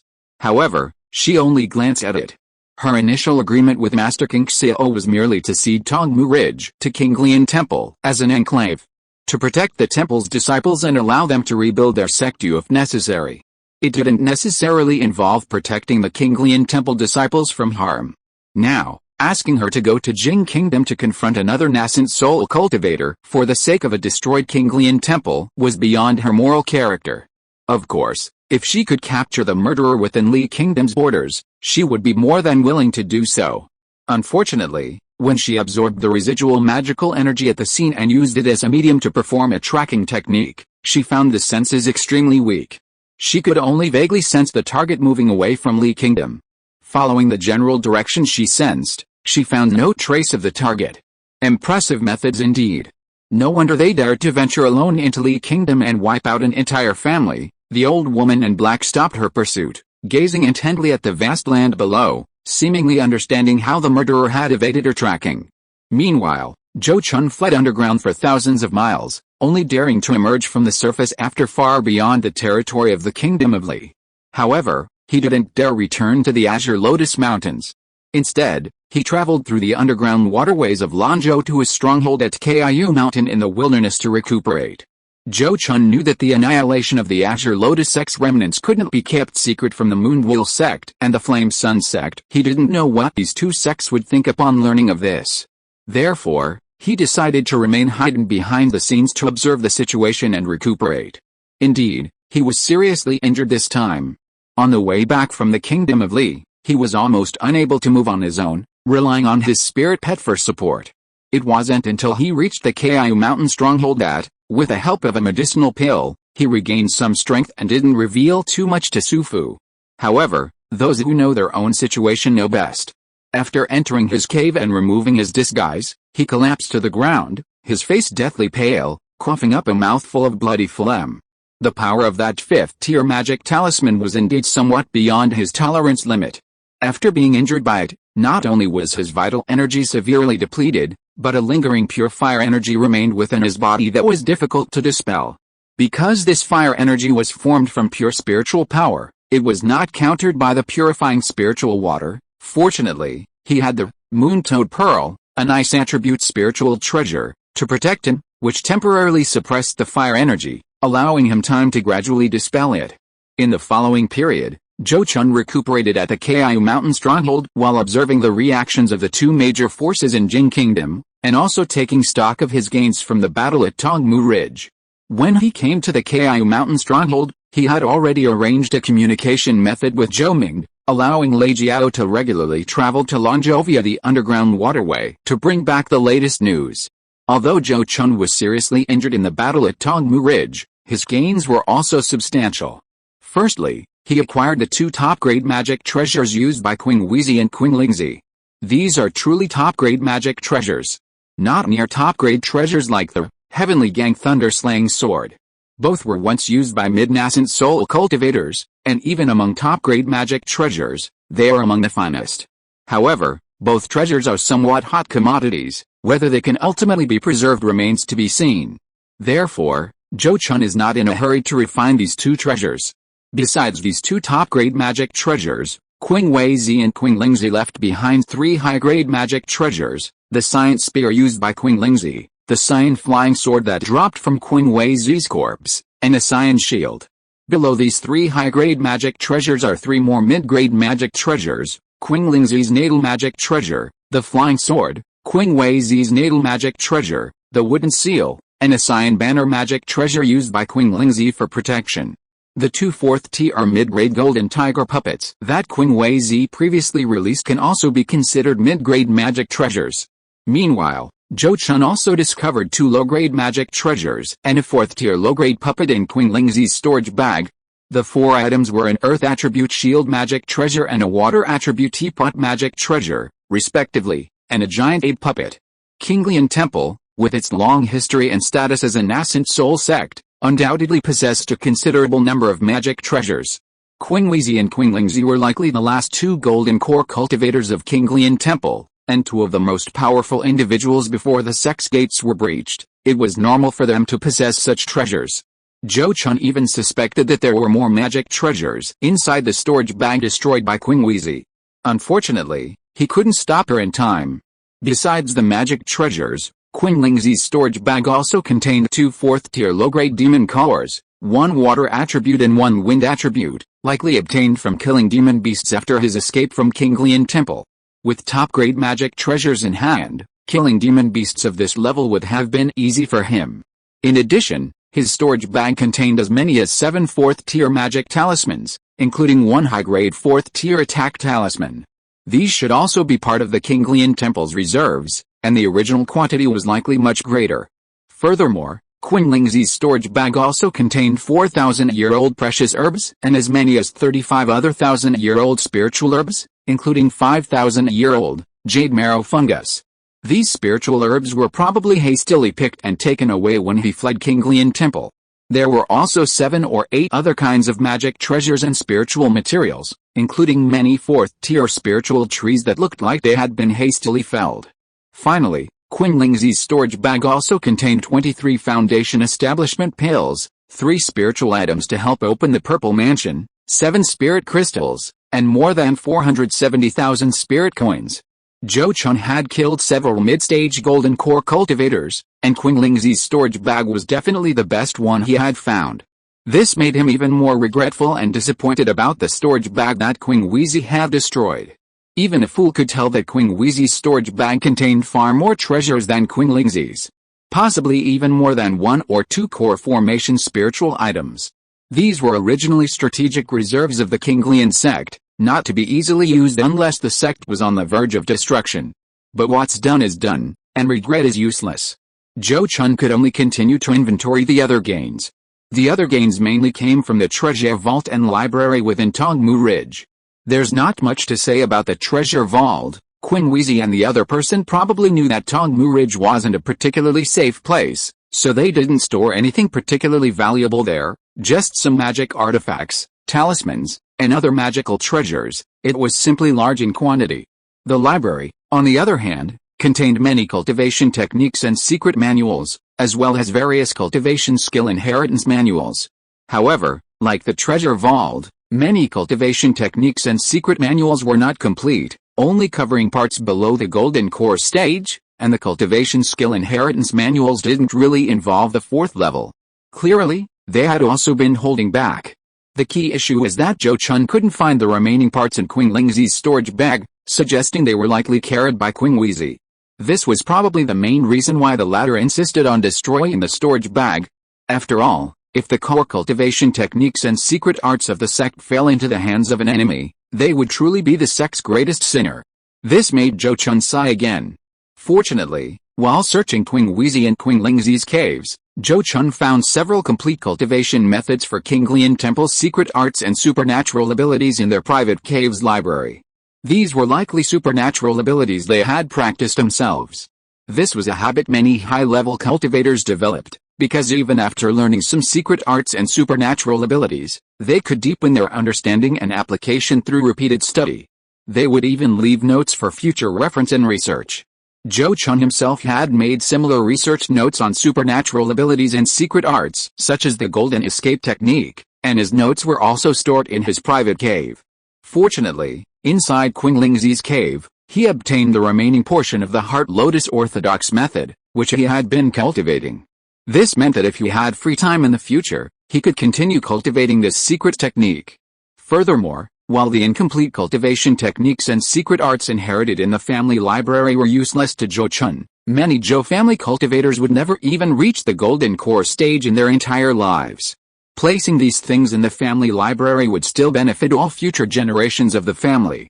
In the following period, Zhou Chun focused on recuperating while monitoring the reactions of the Moon Wheel sect and the Flame Sun sect. As he expected, just 1 month after he conquered Tongmu Ridge, envoys from the Moon Wheel sect and the Flame Sun sect arrived at the Azure Lotus Mountains requesting to see him. After Zhou Ming refused this request, citing his absence from the family, the moon-worshipping Immortal and the Flame Sun sect leader sent personal letters to the Zhou family. The letters directly demanded that he personally come to their sect to explain the destruction of the remnants of the Kinglian temple in Tongmu Ridge. They even brought up the Lineage sect, nominally protecting Tongmu Ridge, accusing him of severely violating the rules of the Heavenly Spirit Alliance, making it difficult for both sects to explain to the Lineage sect. Zhou Ming showed both letters to Master Xinjing, but Master Xinjing made no comment, seemingly unwilling to get involved. Upon learning of this, Zhou Chun could only write 2 letters himself, explaining that he was currently severely injured and unable to move, and offering an explanation for the destruction of the Kinglian temple's remnants.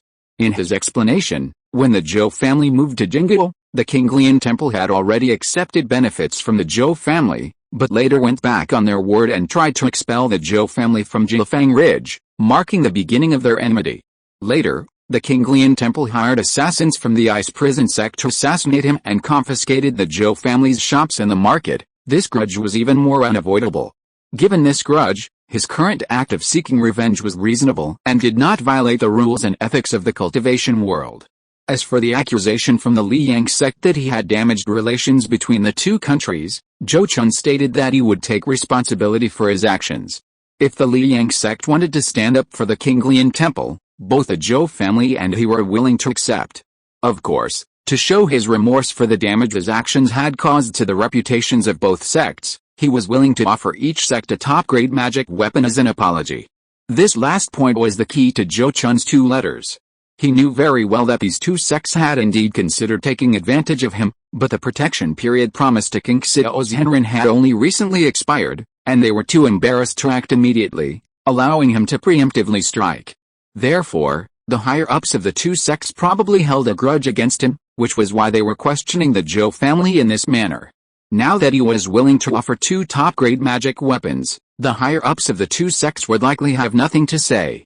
After all, apart from top-grade magic weapons, the other items on Qing Wheezy and the others were unlikely to catch the eye of the higher-ups of the 2 sects.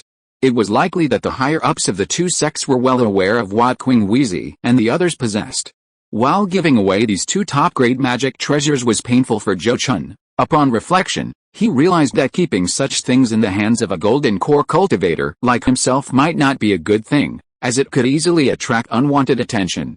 If he could successfully form his nascent soul and support his spirit pet to break through to the 5th rank in the future, he might have a chance to make the 2 sects relinquish what they had taken from him. I watched the national football team match tonight because I was feeling down, and coupled with my poor condition today, I can only manage 4,000 words. If you are listening to this novel on a channel other than Fanfic World, it means it was downloaded and re-uploaded without effort. We warmly invite you to visit our channel, Fanfic World.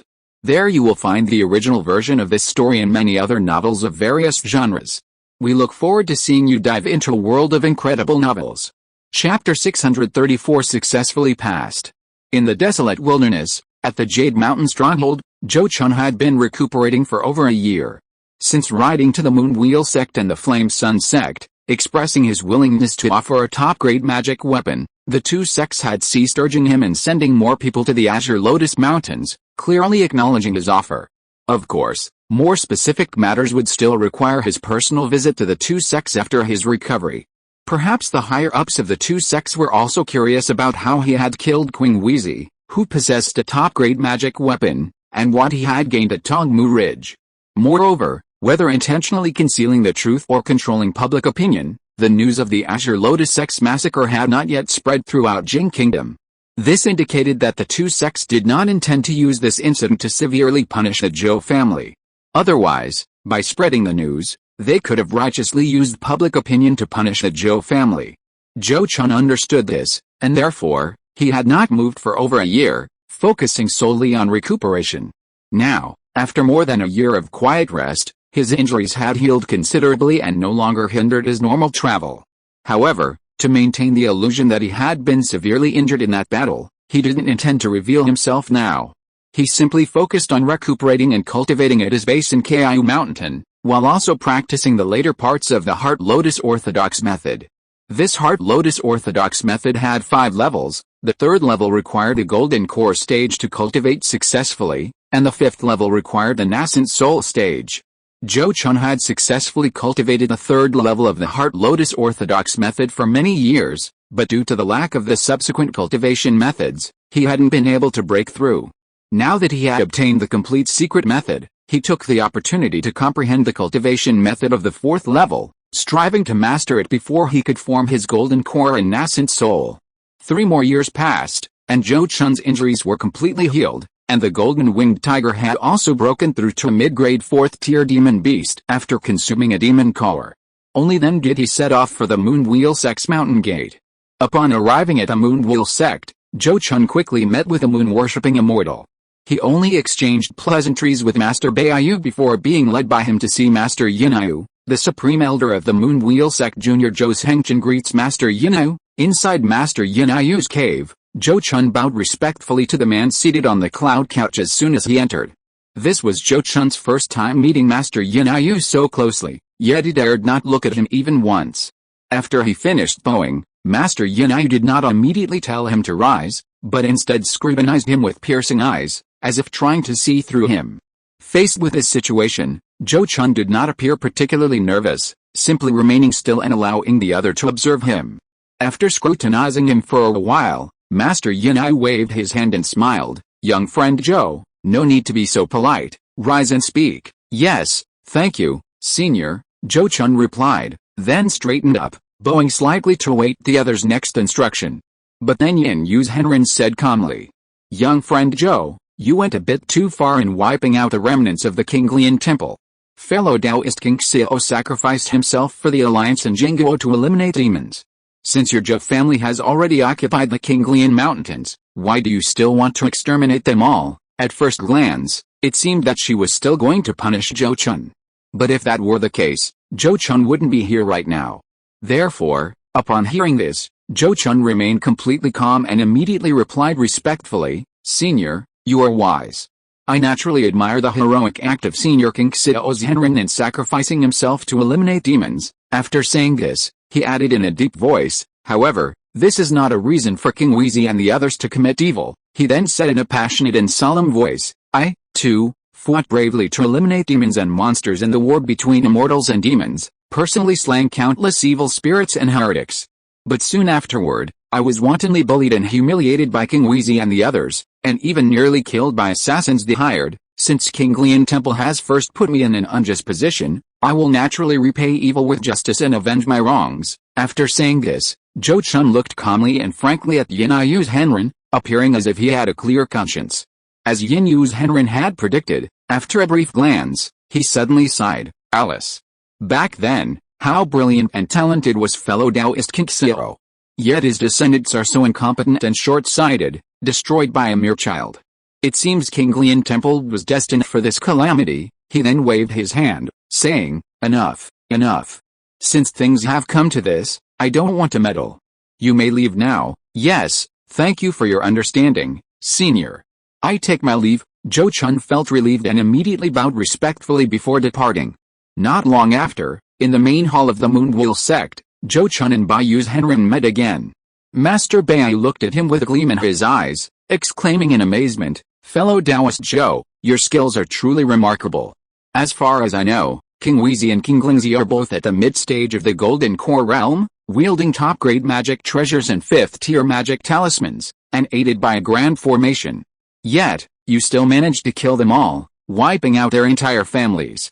It's truly astonishing, truly astonishing." Master Baiyu was genuinely amazed by Zhou Chun's achievements. Although Zhou Chun's strength during the Beast Tide had been quite impressive, in Master Baiyu's eyes, Zhou Chun might not have been his match, given his top-grade magic treasures. After all, top-grade magic treasures were incredibly powerful, and he was at the late stage of the Golden Core realm. If the two combined, Zhou Chun's fused spirit pets and Zhou Chun himself simply couldn't withstand them. But now, he dared not even entertain such thoughts.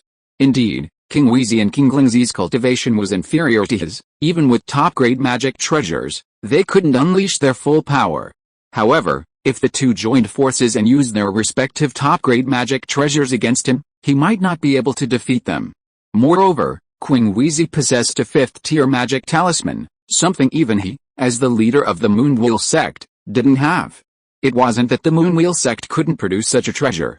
but rather that with a nascent soul stage cultivator present, they would never bestow such a treasure upon a leader who rarely left the sect. Therefore, Beiyu's Henren was extremely curious about Zhou Chun's feat, wanting to know how he had managed to kill Qing Huizi and Qing Lingzi. Zhou Chun, naturally unwilling to reveal his secrets, replied humbly, "Sect leader, you flatter me. I paid a heavy price to kill Qing Huizi and Qing Lingzi. If it weren't for the help of a benefactor who bestowed upon me a treasure, I fear I would have already died from the attack of the 5th-tier magic talisman." His ambiguous words clearly intended to shift the credit to Xianjing's Henren. However, Beiyu's Henren knew more of the inside story and was not misled. He looked at him meaningfully and said, "Fellow Taoist Zhou, you are too modest. Even with the help of a benefactor, if I were in your position, I'm afraid I would have had difficulty succeeding." He shook his head, seemingly finding such probing pointless, and directly asked Zhou Chun, "When fellow Taoist Zhou killed Qing Huizi and his fellow disciples, did you obtain any information about the Azure Lotus Calamity armor?" As if worried that Zhou Chun might not understand the importance of this matter, he immediately added, "This treasure was found when true person King Xiao perished. Falling behind means disappearing, and our sect has been searching for this treasure." Hearing this, Zhou Chun's heart stirred, and he quickly shook his head, saying, "No, to be honest, King Huizi didn't actually die at my hands. Instead, seeing no hope of escape, she committed suicide. Before her death, she deliberately destroyed her storage bag. Therefore, besides the magic weapon she used in her lifetime, I didn't get anything else useful from her." "Is that really so? Fellow Taoist Zhou, do you dare to swear?" Beiyu's Henren looked at Zhou Chun suspiciously, seemingly not quite believing his answer. "Why not?" Zhou Chun's expression turned solemn, and he immediately swore an oath in front of him. At Zhou Chun's level of cultivation, his future goal was definitely to reach the core formation in nascent soul stage. If the oath he made now were to lie, the heart demon tribulation would be much stronger in the future, making it almost impossible to overcome. So once he swore, Beiyu's Henren had no choice but to believe him. He immediately smiled apologetically and said, "It seems I truly misunderstood fellow Taoist Zhou. Please forgive me." He then nodded and said, "Since fellow Taoist Zhou also doesn't know the whereabouts of the Azure Lotus Calamity armor, then I have no further questions. However, you will need to explain things to the Flame Sun sect. I understand." "Thank you for your guidance, sect leader," Zhou Chun replied calmly. He then took a storage bag from his waist and handed it to Beiyu's Henren. "This is my compensation to restore your sect's reputation. Please accept it, sect leader." Upon seeing this, Beiyu's Henren smiled slightly and said, "Since it is fellow Taoist Zhou's kind intention, then I will accept it on behalf of my sect." He then took the storage bag and scanned it with his divine sense, his smile becoming even more sincere. Inside, besides the silver magic mirror, there was also a 4th grade low-rank puppet and 2 spirit crystals. Without Zhou Chun needing to say anything, Master Beiyu knew that the extra item was for him. Having gained such a windfall so easily, his attitude towards Zhou Chun naturally changed. He immediately added a word of advice, "Fellow Taoist Zhou, when you go to the Yan Yang sect, you'd better be careful. As far as I know, Master Jiang is very interested in the Azure Lotus Calamity armor, and might make some unreasonable demands on you." Upon hearing this, Zhou Chun felt the extra gift was worthwhile. He immediately replied solemnly, "I understand, thank you for your advice, Master." Then he left the Moonwheel Sect's mountain gate. After Zhou Chun left, Master Beiyu immediately took the storage bag to see Master Yinu and presented him with a silver magic mirror. After obtaining the treasure, True Person Silver Moon infused it with a little magic power to refine it, and couldn't help but sigh. This, Myriad Law's Profound Light Mirror, is the natal magic weapon of True Person Profound Mirror. Originally, if he had been able to break through to the late nascent soul stage, this treasure should have been able to be transformed into a spiritual treasure by him. Unfortunately, he ultimately lacked that slight opportunity. After speaking, he nodded slightly and said, "However, this treasure is indeed mysterious. Even for us nascent soul stage cultivators, it is quite useful in combat. If one can use this treasure to master the clone technique obtained from Heavenly Mirror, one can even delay a late nascent soul stage cultivator for a while." True Person worshipping Moon had been waiting quietly, and only after he finished sighing did he speak. "Ancestor, you are wise. Zhou Zhengchen has already sworn in front of this junior that he has indeed never seen the Azure Lotus Tribulation armor, nor does he know anything about this treasure." "He doesn't know, that's understandable. When King Xiao left the Azure Lotus Mountains with a death wish, he must have secretly hidden this treasure, waiting for another nascent soul cultivator to appear in the Azure Lotus Temple so that they could retrieve it and refine it again, True Person Silver Moon said with a faint smile, but that's understandable. If I were him, I would probably have done the same, True Person Worshipping Moon sighed softly. Then it seems this treasure can only be in the Azure Lotus Temple's secret vault. I wonder where that vault is located, and whether King Wei knows. Don't worry about it. My Moonwheel sect has its own inherited spiritual treasure. It doesn't matter if we can't get the Azure Lotus Calamity armor, as long as it doesn't fall into the hands of the Flame Sun sect and boost their strength. True Person Silver Moon seemed to be very open-minded and comforted True Person Worshipping Moon.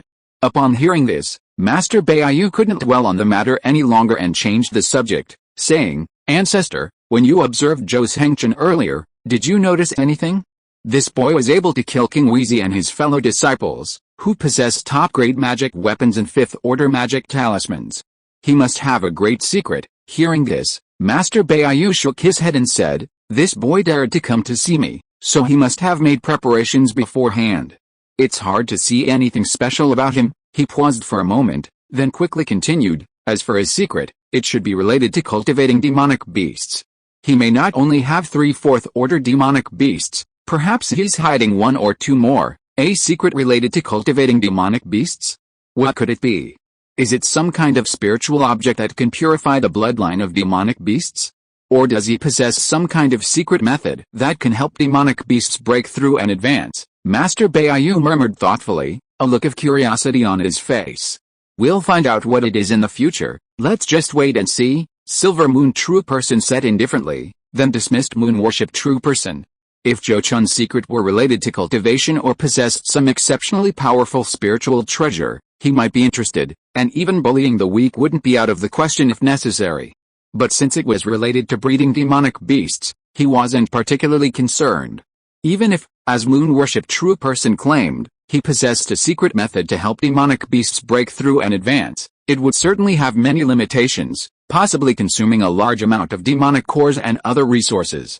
This would greatly reduce the value of this method for nascent soul cultivators. And even if the Zhou family could cultivate a few more 4th-tier demonic beasts using this method, so what?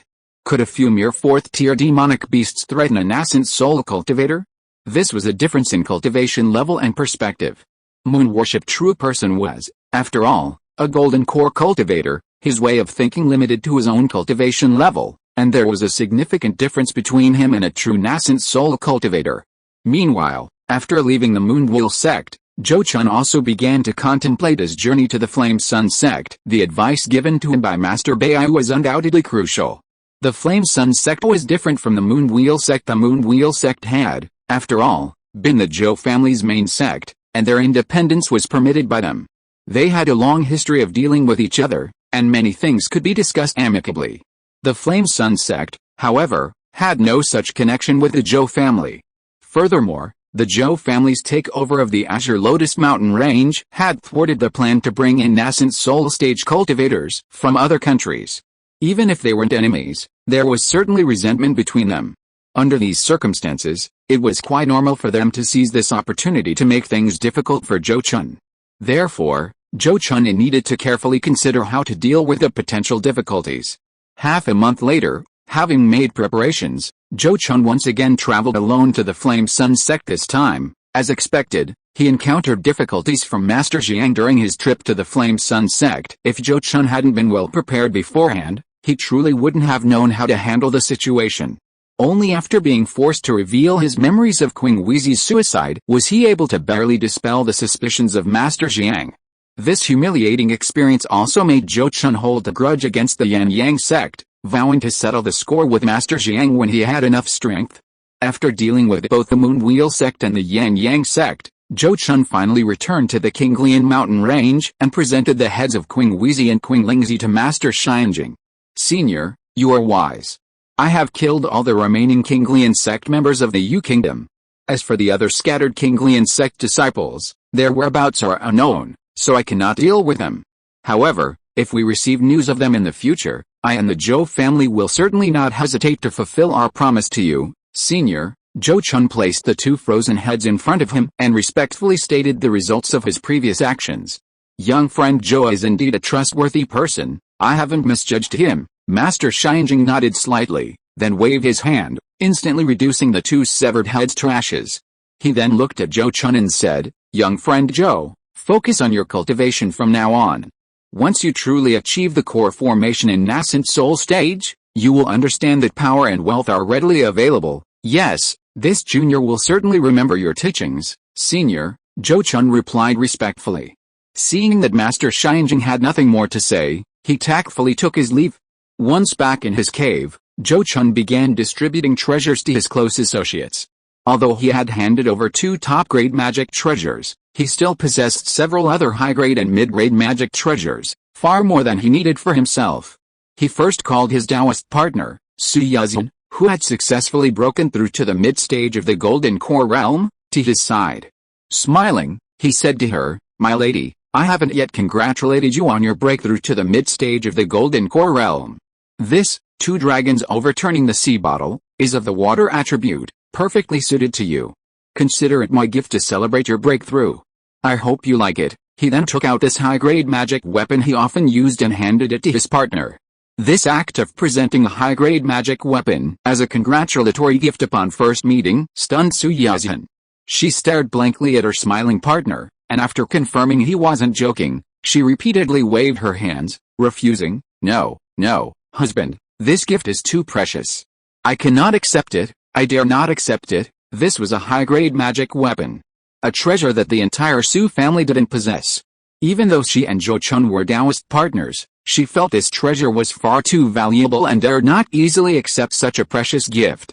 In the world of cultivation, such a treasure can sometimes be enough to destroy a Golden Core family and turn couples into enemies. Zhou Chun wasn't unaware of this, but now that he had many magical treasures, and also wanted to use them to deepen the bond between his Taoist partner, he forcefully shoved the treasure into Su Yazhan's hands, saying with a serious face, I'm not joking with you, my wife. I've acquired several more high-grade magical treasures this time. This one is no longer of any use to me, so it's perfect for you to use. He then jokingly added, after all, you are my Taoist partner, Zhou Zhengchen. If you go out without a high-grade magical treasure, wouldn't people laugh at me for having an empty reputation and for being stingy? Hearing this, Su Yazhan's eyes immediately sparkled, and her gaze towards him was filled with love. Then, she gripped the precious bottle tightly in her hand, hesitated for a moment, and then nodded gently, saying, then I will keep this for you, my husband. When I no longer need it, I will leave it to the Zhou family. She then looked at Zhou Chun with eyes full of affection and whispered, my husband's affection is so deep, I truly don't know how to repay him. Hearing this, Zhou Chun immediately understood her meaning, laughed heartily, and picked her up, carrying her to the bedroom.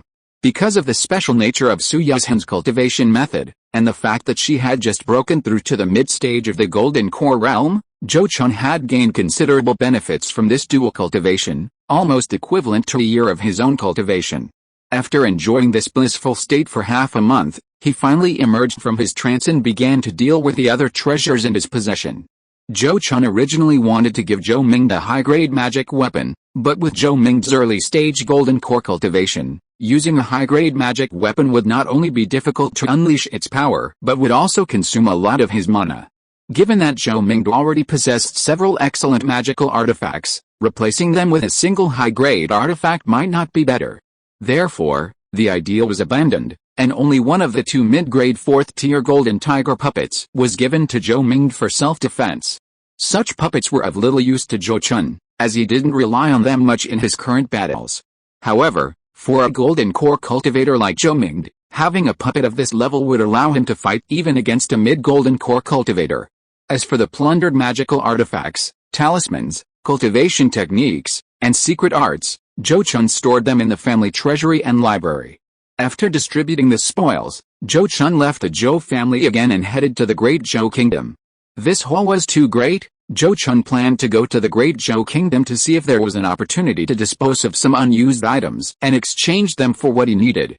He also wanted to visit his disciple, Zhou Ziying, to inquire about her current cultivation level and how long it would take for her to reach the late-stage Purple Mansion realm. Chapter 635 Honest Man Luo Kingni. Xian'an Immortal City. Speaking of which, Zhou Chun hadn't been here for quite some time since retrieving the true rebirth pill. These days, when the Zhou family delivers goods here, either Zhou's Hengayong or another elder brings a fourth-tier demon beast along, or Lin Hongyu personally escorts them, Zhou Chun no longer needs to do this.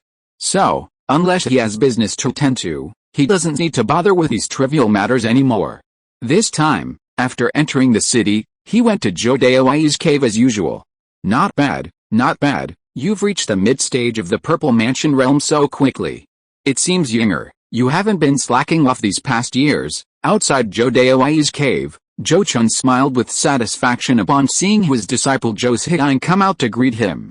He could naturally tell that Zhou Zhiying was not only at the mid-stage of the Purple Mansion realm, but it also seemed that she hadn't just broken through recently, it was probably several years ago. Considering her previous cultivation speed, she might reach the late stage of the Purple Mansion realm within 10 years. Faced with Zhou Chun's praise, Zhou Zhiying didn't become arrogant. Instead, he humbly replied, I owe it all to the pills that Senior Luo refined for me, Master. Otherwise, my cultivation wouldn't have progressed so quickly. Oh, you've even learned to be humble now? It seems you've indeed made considerable progress over the years. Zhou Chun raised an eyebrow, looking at his disciple with some surprise and delight. While he had strong ulterior motives in nurturing Zhou Zhiying, the effort and emotion he had invested over the years were genuine and without pretense. He truly treated Zhou Zhiying as his own disciple, not as a tool to achieve certain plans. Therefore, he was genuinely happy for Zhou Zhiying's growth, both in cultivation and in his character and conduct. After hearing his words, Zhou Zhiying bowed deeply to him with gratitude, saying, I was young and ignorant before, causing a lot of trouble and bringing much trouble to you, Master. It's all thanks to your kindness and forgivingness that I feel so ashamed now. Zhou Chun smiled and said, there's no need to dwell on the past. Who hasn't been young and impulsive?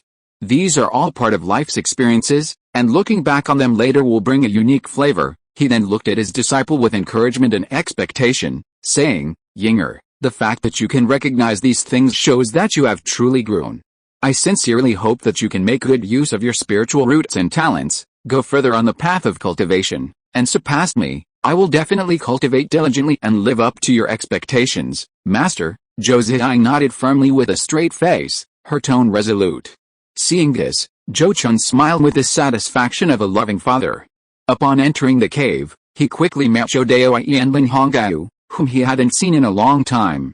He then handed over the Azure Dragon King, whom he had brought to visit relatives, to Zhou Daoi.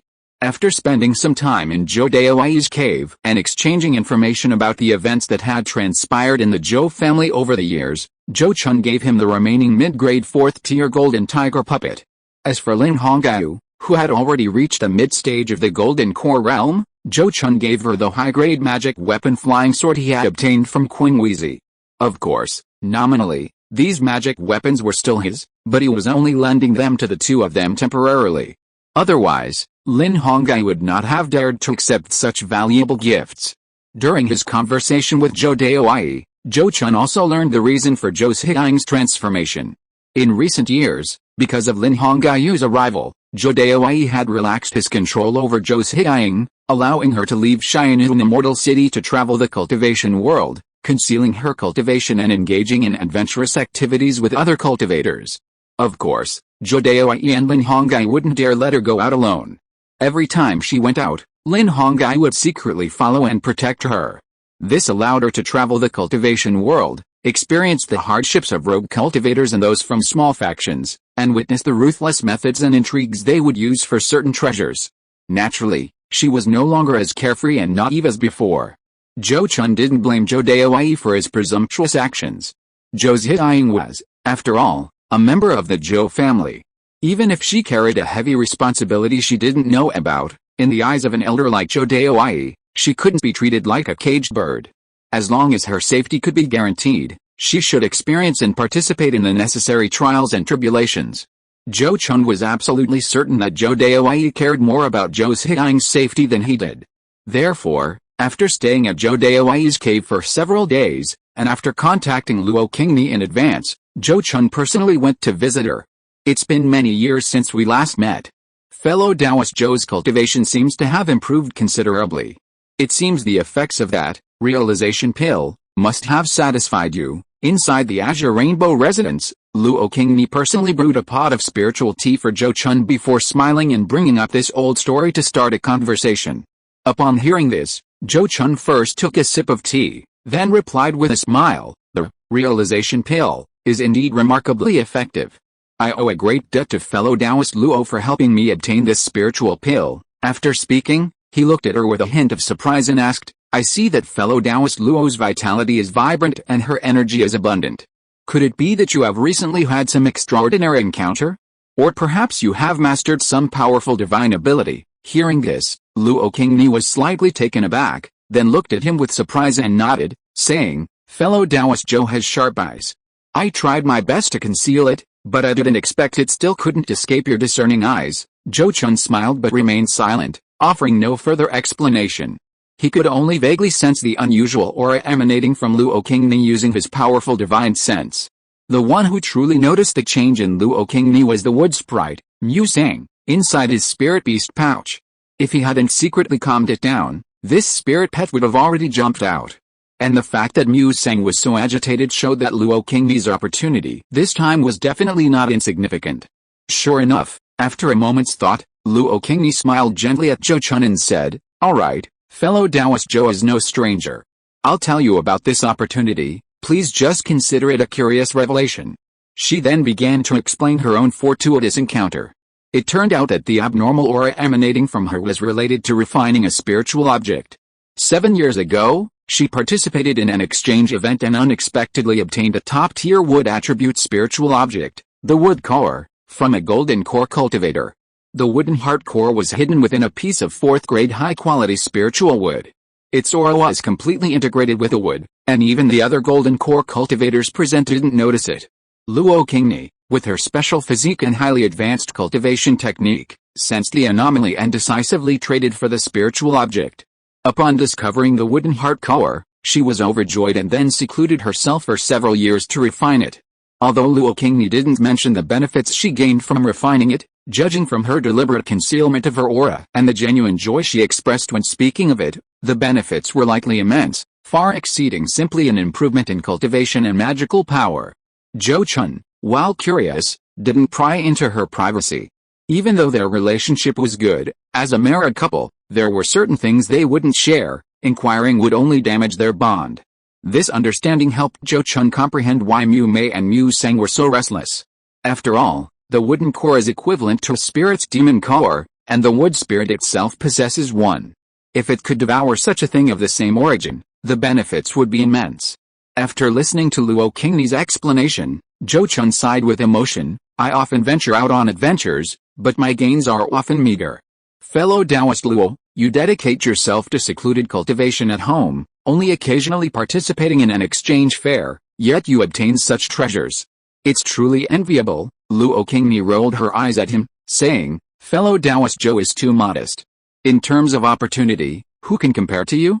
If I had your strength, I wouldn't just sit at home burying myself in cultivation, I would have long since traveled the world, seeking out hidden wonders." She vaguely knew Zhou Chun's strength, as the things he often gave her were not things ordinary people could obtain. And knowing the Zhou family's background, she knew those things couldn't possibly be part of the Zhou family's own resources. Therefore, she didn't believe a word of Zhou Chun's exclamation. Hearing this, Zhou Chun couldn't help but smile awkwardly, without trying to argue. He simply changed the subject, asking, "It's been many years. Do you have any news about the remaining 2 main ingredients of the 4 Spirits Breakthrough Pill?" Hearing this, Luo Qingni immediately nodded and said, "A few years ago, I learned from a golden core cultivator from the Huangfu family that a tortoise yuanzi in one of their family's private medicinal gardens had reached the required level." She then shook her head, saying, "Unfortunately, I later learned that this tortoise yuanzi is one of the auxiliary ingredients for refining the legendary nascent soul pill, and the Huangfu family would never exchange it with outsiders. Tortoise yuanzi is actually an auxiliary ingredient for refining the nascent soul pill? That's troublesome." Zhou Chun's expression changed slightly, and his mood suddenly became heavy. The renowned nascent soul pill is a treasure revered by countless golden core cultivators in the cultivation world, considered a divine elixir. Possessing just one increases the success rate of nascent soul formation by 20%. Therefore, The ingredients needed to refine the nascent soul pill, even the auxiliary ingredients, are extremely precious in the cultivation world and rarely offered for trade. Generally, major powers prepare several auxiliary ingredients based on their own needs, then pool their resources to refine the pill together. Only a handful of powerful forces in the entire cultivation world can independently gather all the materials for the nascent soul pill. Only those truly enduring forces with a history spanning millennia have the potential to achieve this. The fact that the main ingredient for refining the Four Spirits barrier-breaking pill is also an auxiliary ingredient for refining the nascent soul pill is something Zhou Chun never expected. This undoubtedly increases the difficulty for him to obtain such an ingredient significantly. It's indeed very troublesome. It seems that the two of us alone have virtually no chance of refining this Four Spirits barrier-breaking pill. We need to find a well-connected cultivator from a major sect to join us, Luo Qingni said in a low voice, expressing her thoughts. Hearing this, Zhou Chun frowned and said, adding another person isn't entirely impossible, but how will we distribute the pills? This pill is not like the Jade Golden Glow pill. Even if you, fellow Taoist Luo, perform exceptionally well, you can only produce a maximum of 4 pills at a time. What if we only produce 2 pills?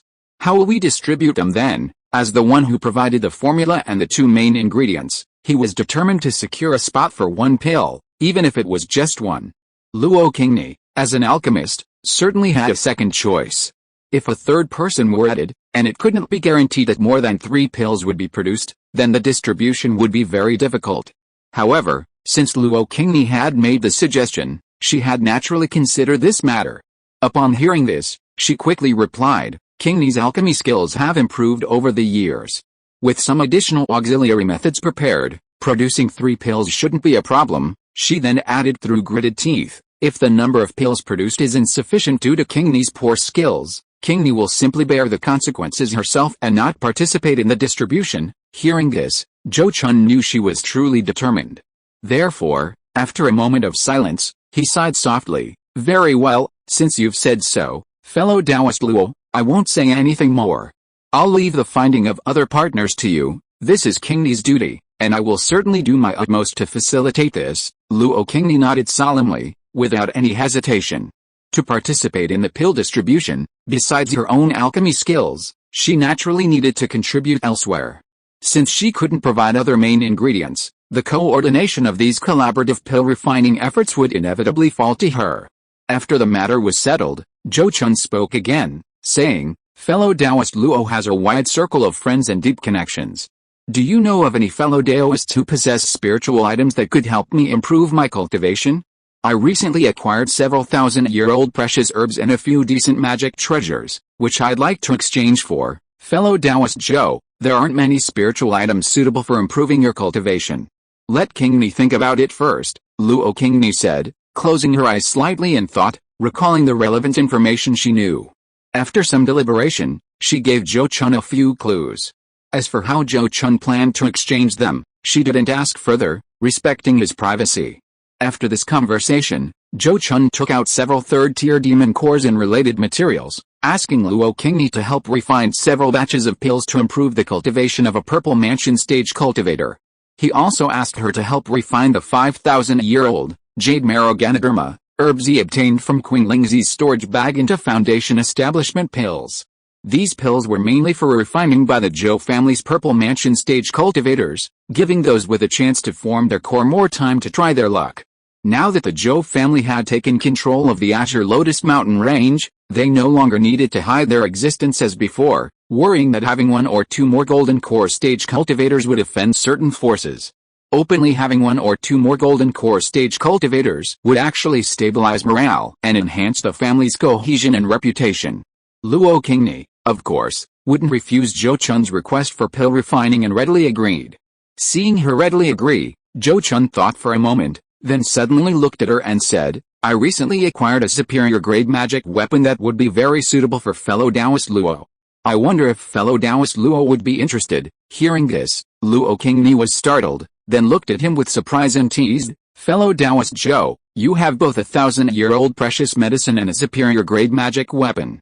Did you perhaps raid some Sect's territory, unexpectedly? Zhou Chun also looked at her with astonishment and said, Fellow Taoist Luo, do you perhaps possess the ability to foresee the future? Is that really true? Luo Qingni exclaimed in surprise, her eyes widening. Seeing her expression, Zhou Chun couldn't help but laugh. Isn't that exactly it? However, he didn't elaborate on the matter, as wiping out an entire family was hardly something to boast about. He simply raised his hand and patted his storage pouch, taking out the wooden spear magic weapon that Qing Lingzi had used. Then he introduced it, saying, "This magic weapon is crafted from incredibly hard 5th grade azure profound wood. Although it doesn't use the most important core wood, it's still quite excellent. Even when clashing with a metal attribute flying sword of the same grade, it's not much inferior, and it recovers much more easily," he added. Fellow Taoist Luo's cultivation technique is extraordinary. If you could pair it with this magic weapon, it should allow your strength to reach another level. He wasn't exaggerating at all. If he didn't already possess the Heavenly Gang Thunder-slaying sword, and if his metal attribute magic power didn't naturally clash with this wood attribute magic weapon, he would definitely have refined this treasure as his primary magic weapon. Luo Qingni's gaze had been fixed on the wooden spear ever since he took it out. As a mid-stage golden core cultivator using wood attribute techniques, Luo Qingni could almost immediately sense the perfect fit between the wooden spear in Zhou Chun's hand and herself. Although she disliked fighting and rarely ventured out into battle, she naturally desired such a defensive treasure that could greatly enhance her strength. However, precisely because this treasure was so precious, after carefully considering her own resources, she couldn't help but smile wryly at Zhou Chun. This is indeed an extremely rare treasure. Unfortunately, Qingni's resources are meager, and I'm afraid I cannot offer anything of equal value to exchange with fellow Taoist Zhou. The value of a high-grade magic weapon is already comparable to some less effective nascent soul stage spiritual items. Although Luo Qingni had gained quite a bit in its secret island, she had almost exhausted her savings over the years of cultivation. The reason she had been hiding in Xianying Immortal City refining pills for others was indeed because she knew that her strength was not much of an advantage compared to other golden core stage cultivators, and this was a last resort. Since she could not go out to adventure and obtain opportunities, she naturally could not offer a corresponding treasure to exchange for this high-grade magic weapon. However, Zhou Chun had already guessed this, so he immediately said, "It's alright if fellow Taoist Luo can't offer a suitable treasure in exchange. Let's just consider this my exchange for ownership of the token for entering and leaving that secret island. From now on, that token will belong to me. What do you think, fellow Taoist Luo?" This, Luo Qingni was slightly taken aback, looking at Zhou Chun with suspicion, and didn't answer immediately. If Zhou Chun hadn't brought this up, she would have almost forgotten their agreement. After all, she had always been alone and hadn't used that token since. As for whether Zhou Chun had used the token during this time, she really didn't know. For a moment, she couldn't figure out what Zhou Chun meant.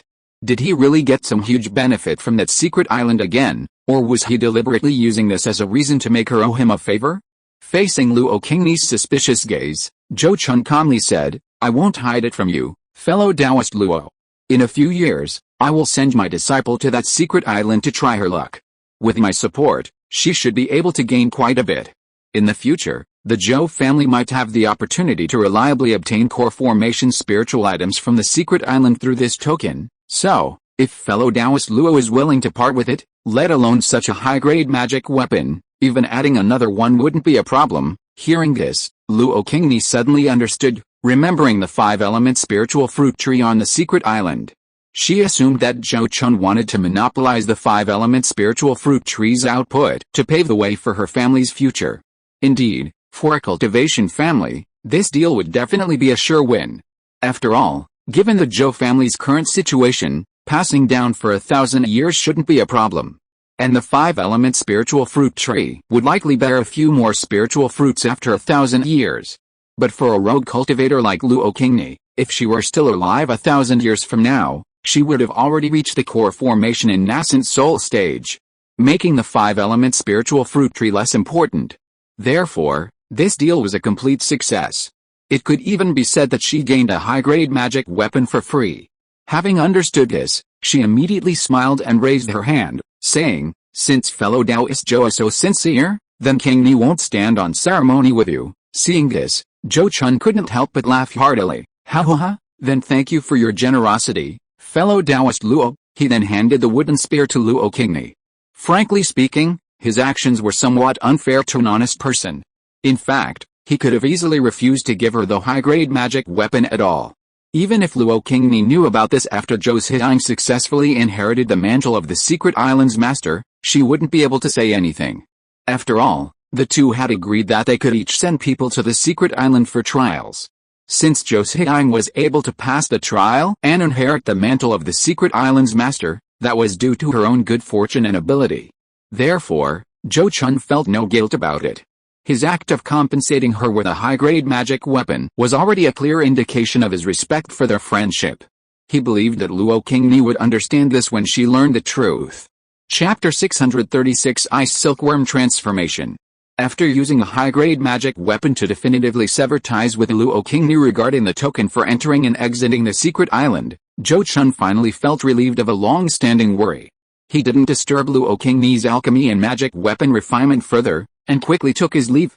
After leaving Luo Qingni's cave, Zhou Chun, following the information she had provided, visited cultivators who might possess spiritual items useful for advancing the cultivation of mid-stage golden core cultivators.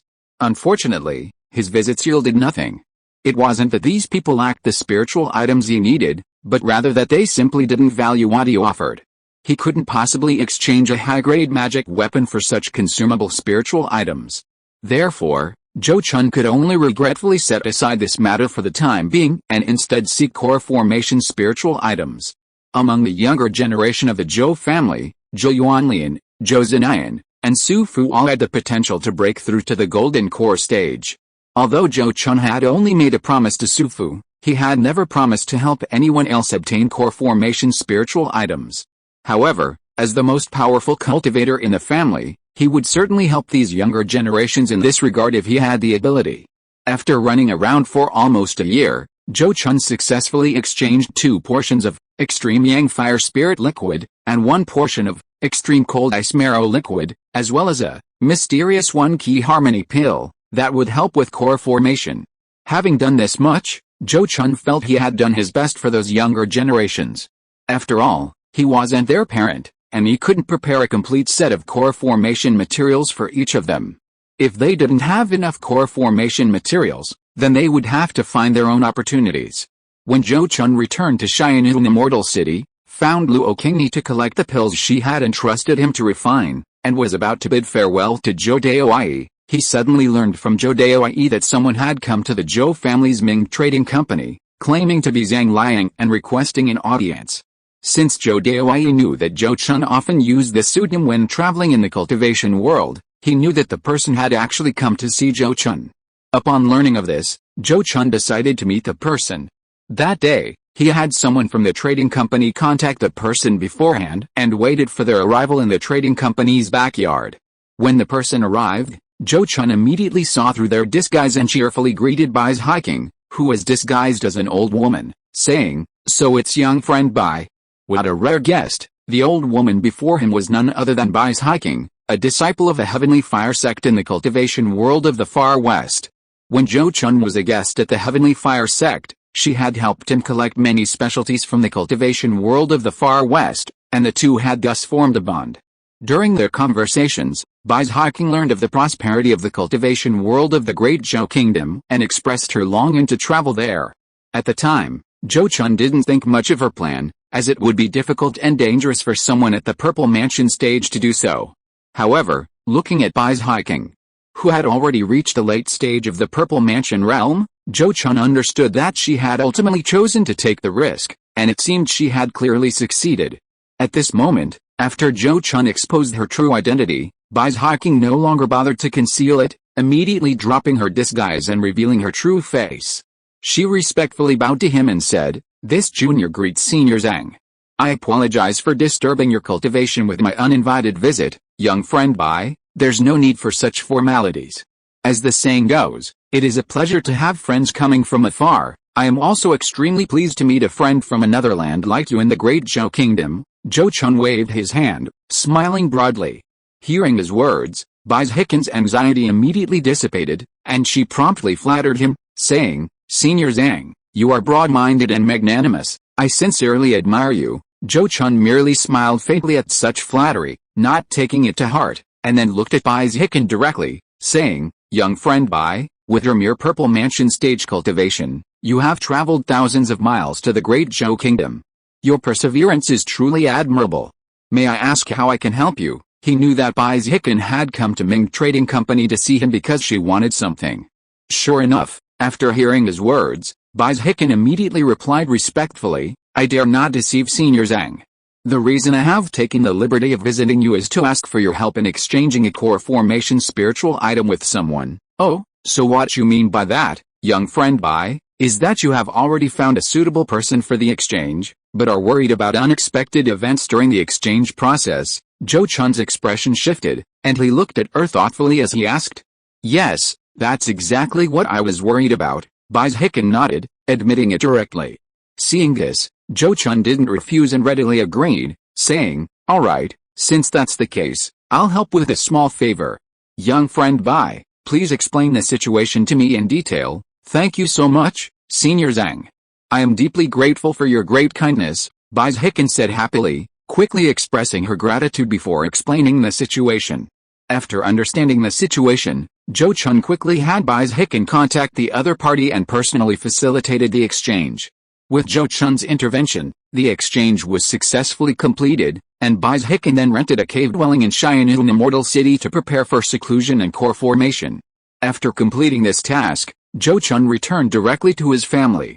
Upon returning, Zhou Chun didn't publicly list the core forming spiritual items, but privately shared some information with a few promising juniors. This wasn't out of personal motives, but rather because he didn't want the family elders to damage their relationships over these core formation spiritual treasures, or even do anything detrimental to family unity. If Zhou Chun didn't directly announce the news of these core formation spiritual treasures, some elders at the Purple Mansion stage, who already had little hope, might not have any particular interest and were simply content to live out their remaining years peacefully. If he announced the news, everyone would likely be tempted to covet them, wanting to exhaust their family wealth to try and obtain them. This would be bad for both them and the Zhou family. If they failed, they could easily lose their lives and their years of savings. For the family, these failures would not only mean losing an elder but also wasting hard-won core formation spiritual treasures.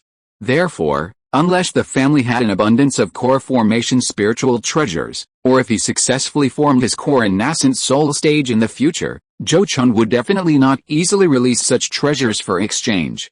Meanwhile, the Zhou family elders who had received Zhou Chun's hints suddenly became incredibly motivated, their entire demeanor transformed. The Golden Core and Purple Mansion stages, seemingly separated by only one realm, represent vastly different levels of status, strength, and lifespan. Only Golden Core cultivators can truly be considered high-level cultivators. And only by becoming a Golden Core cultivator can one truly enter the Zhou family's core circle and become a decision-maker. 2 more years passed quietly, and the 4 little insects that Zhou Chun had almost abandoned finally underwent their crucial 3rd transformation. After their 3rd transformation, they finally grew a pair of crystal-clear ice wings. These wings were as wide as butterfly wings, capable of carrying the insects into the sky with considerable speed. Furthermore, after this transformation, the insects not only gained enhanced stealth abilities but could also spit out silk threads as a means of attack. The silk threads they spun were extremely tough, even a first-tier high-grade demonic beast with brute strength couldn't break them, and they contained an extreme chill. Once bound by these threads, the coldness emanating from them alone could obstruct the target's blood flow, making it difficult to exert the strength to break free. Zhou Chun released them to fight some first-tier high-grade demonic beasts raised by the Zhou family, and found that even in one-on-one combat, no first-tier high-grade demonic beast could match them. In fact, many demonic beasts couldn't even detect their cloaked forms. This result surprised Zhou Chun and essentially confirmed their true identity. They were most likely the legendary 6-winged ice silkworms. After discovering this, Zhou Chun's attitude towards the 4 6-winged ice silkworm larvae changed drastically, and he truly began to nurture them with care. Not only did he change their food to various high-grade demonic beast flesh and blood and high-grade spirit tree leaves, but he even slaughtered some heavenly frost bees that were nearing the end of their lives to feed them. As Zhou Chun had predicted, the 6-winged ice silkworm larvae, whose growth from high-level demonic beast flesh and spirit tree leaves showed little effect, exhibited a visibly enhanced aura after consuming the rare insect heavenly frost bee. Clearly, for the 6-winged ice silkworm, Only feeding on rare insects with similar attributes like the heavenly frost bee could accelerate their growth. However, Zhou Chun didn't actually feed all the heavenly frost bees to the six-winged ice silkworms because of this. He knew very well that even if he fed all the heavenly frost bees to these 4 larvae now, it wouldn't necessarily bring them to maturity and give them the strength to instantly kill golden core cultivators. Therefore, it was better to let them grow naturally while they were still in their juvenile stage, where their growth rate was relatively faster than it would be later. Once they entered their youth and adulthood, when the growth rate truly slowed to an extreme point, measured in centuries, he would then feed them large quantities of heavenly frost bees to accelerate their adulthood and maturity. While Zhou Chun was focused on his cultivation, the Zhou family, after decades of recuperation, began to demonstrate its influence. In the newly built beast market in Lion's Hao, an auction that the Zhou family had been preparing for years was held. This auction had been in the works for nearly 10 years, with publicity generated a year in advance through the Xianling Morning Post, spreading the news to neighboring countries. Because a partial list of auction items had been released during the pre-auction period, including precious items such as foundation establishment pills and spiritual objects to aid in the opening of the Purple Mansion, it attracted many interested cultivators. On the day of the auction, 5 golden core cultivators alone attended, and the number of Purple Mansion and Foundation Establishment cultivators was so great that the auction hall's private boxes were insufficient. After all the participating cultivators had entered, Zhou Ming personally appeared on the auction stage with his 4th-tier fire god Jackal to ensure the smooth running of the auction. The person in charge of hosting the auction was Zhou Yuanun, an elder of the Zhou family. Welcome, seniors and fellow Daoists, to the 100 Beasts market for this auction. On behalf of the Zhou family, I would like to express my sincerest gratitude to you all. On the auction stage, Zhou Yuanun first looked around, politely opening her remarks. Then, without hesitation, she patted her storage bag, took out a pill bottle, and announced loudly, "The first treasure of this auction is a Foundation Establishment pill. The starting price is 8,000 spirit coins, and each bid must be at least 100 spirit coins." As soon as she finished speaking, the eyes of those key refining cultivators who were too weak to enter the private rooms turned red.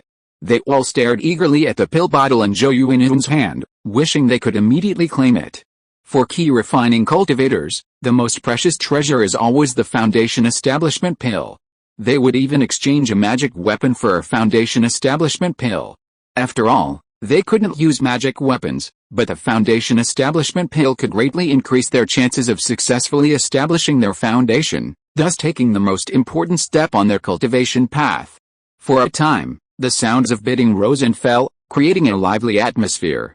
Ultimately, the Foundation Establishment pill fetched a high price of 14,500 spirit coins. In the subsequent auction, various unique spiritual items from the Zhou family became the main focus. From small pills like the Demon Spirit Pill, which enhances the cultivation of 2nd-tier demon beasts, to musk from the Fragrant Spirit Musketeer, to the eggs of mid-level demon beasts like the Cloud-Stepping Dragon Street and the Azure-Patterned Water Turtle, and even the essence blood of a 4th-tier Flood Dragon, all were put up for auction. Furthermore, Zhou Chun brought out various 1,000-year-old spiritual herbs and magical treasure materials, attracting bids from golden core cultivators. The final, grand prize was a low-grade magical treasure. Daring to auction a low-grade magical treasure undoubtedly demonstrated the Zhou family's extraordinary resources. After all, for most golden core families, magical treasures are never too many. Even if they have so many that their golden core cultivators can't control them all, they can still transform them into pseudo-magical treasures or refine them into talismanic treasures.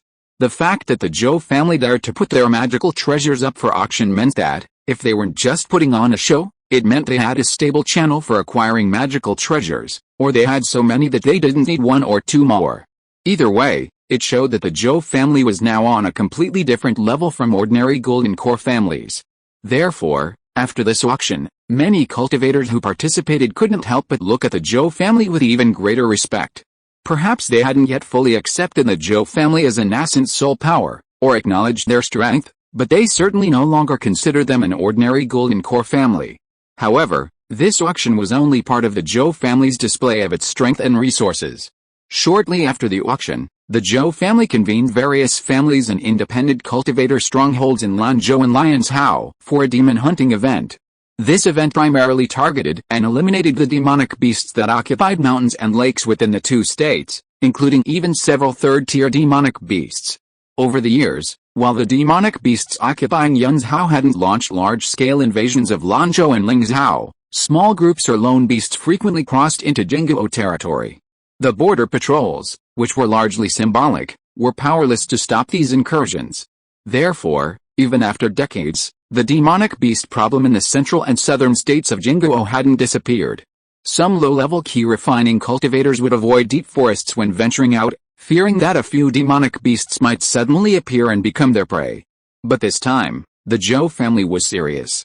Over 200 Zhou family cultivators, along with their many times larger number of spirit pets, and cultivators from various vassal forces, totaling 500 or 600 people, were divided into dozens of teams to conduct a sweeping search and hunt, clearing out the demonic beasts in the two states. Many demonic beasts usually hid well, either sleeping during the day and active at night, or hiding at the scent of cultivators, which meant they had slept through previous cleanup operations. This time, however, the Zhou family's teams all brought along demonic beasts skilled in tracking, using these beasts to find the other demonic beasts, instantly exposing the cunning creatures. This massive demon hunting operation lasted for over 3 months. During this operation, not a single golden core cultivator from the Zhou family participated, and not even a single fourth-tier demonic beast was deployed. Yet, even under these circumstances, the Zhou family slew 3 third-tier demonic beasts, over 50 second-tier demonic beasts, and more than 20,000 first-tier demonic beasts. The number of cultivators who perished during the operation was less than 50, and less than half of them were from the Zhou family. It was a resoundingly successful demon hunting operation. After this operation, the demonic beasts within Lanzhou and Lianzhou were essentially eradicated, and the level of safety was restored to pre-beast tide levels. The Zhou family's execution capabilities and the individual strength displayed by their cultivators greatly intimidated the vassal forces that participated in the operation. The contrast is stark.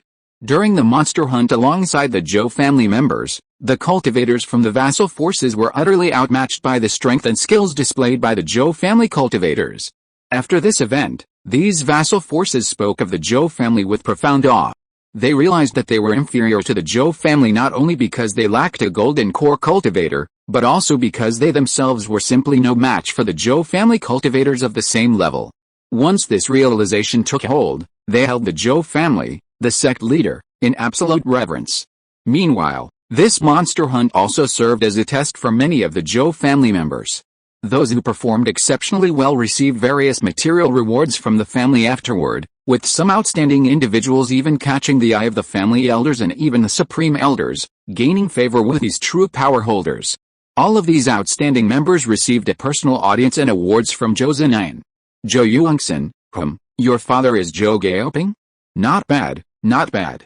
Your performance in this demon hunting activity can be considered a case of like father, like son. This thunder lizard beast egg is the family's reward for your outstanding performance. We hope you will not let the family down, nurture this beast well, and one day advance to the second or even third tier together. Inside this honking hall, where the clan leader conducted his business, Zhou Zinayan patted the shoulder of a round-faced youth with an encouraging smile. After some encouragement, he distributed the prepared reward to the youth. The round-faced youth, unable to hide his joy, hugged the jade box containing the beast egg tightly and bowed deeply to Zhou Zinayan, saying, Zhou Yuangxin thanks elder for the reward. This junior will definitely cultivate diligently, serve the family loyally, and not let down the family's cultivation and the elder's kindness. Speechless. I could have finished writing 6,000 words, but my family kept calling me for an hour tonight to pressure me to get married. It's driving me crazy. Chapter 637 The Truth Comes Out. The Azure Lotus Mountains. On this day, the reclusive master Xinjing, who usually lived in seclusion in his cave and remained detached from worldly affairs, suddenly opened his eyes and shouted in a deep voice, which fellow Taoist is spying outside. Before his voice faded, a golden light shot out from the Yuwood coiling dragon formation, striking a certain point in the void outside. A silver lightning bolt collided with a golden light, and both dissipated. After the silver lightning bolt appeared, a young man dressed in a silver robe appeared in midair. The silver-robed youth looked very young, perhaps in his early 20s, but his aura exuded a profound and ancient feel, making him seem extremely strange. An ordinary cultivator might only find this odd. But for Master Xinjing, who had experienced something similar before, the reason for this strange situation was almost immediately clear. The reason was simple: this body was not his original body.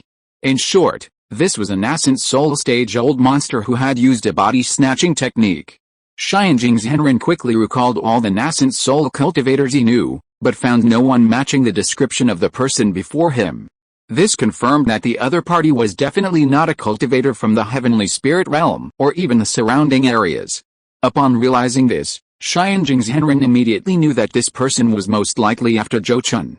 He quickly flew out of the array's range and, facing the other from afar, said in a deep voice, "How should I address you?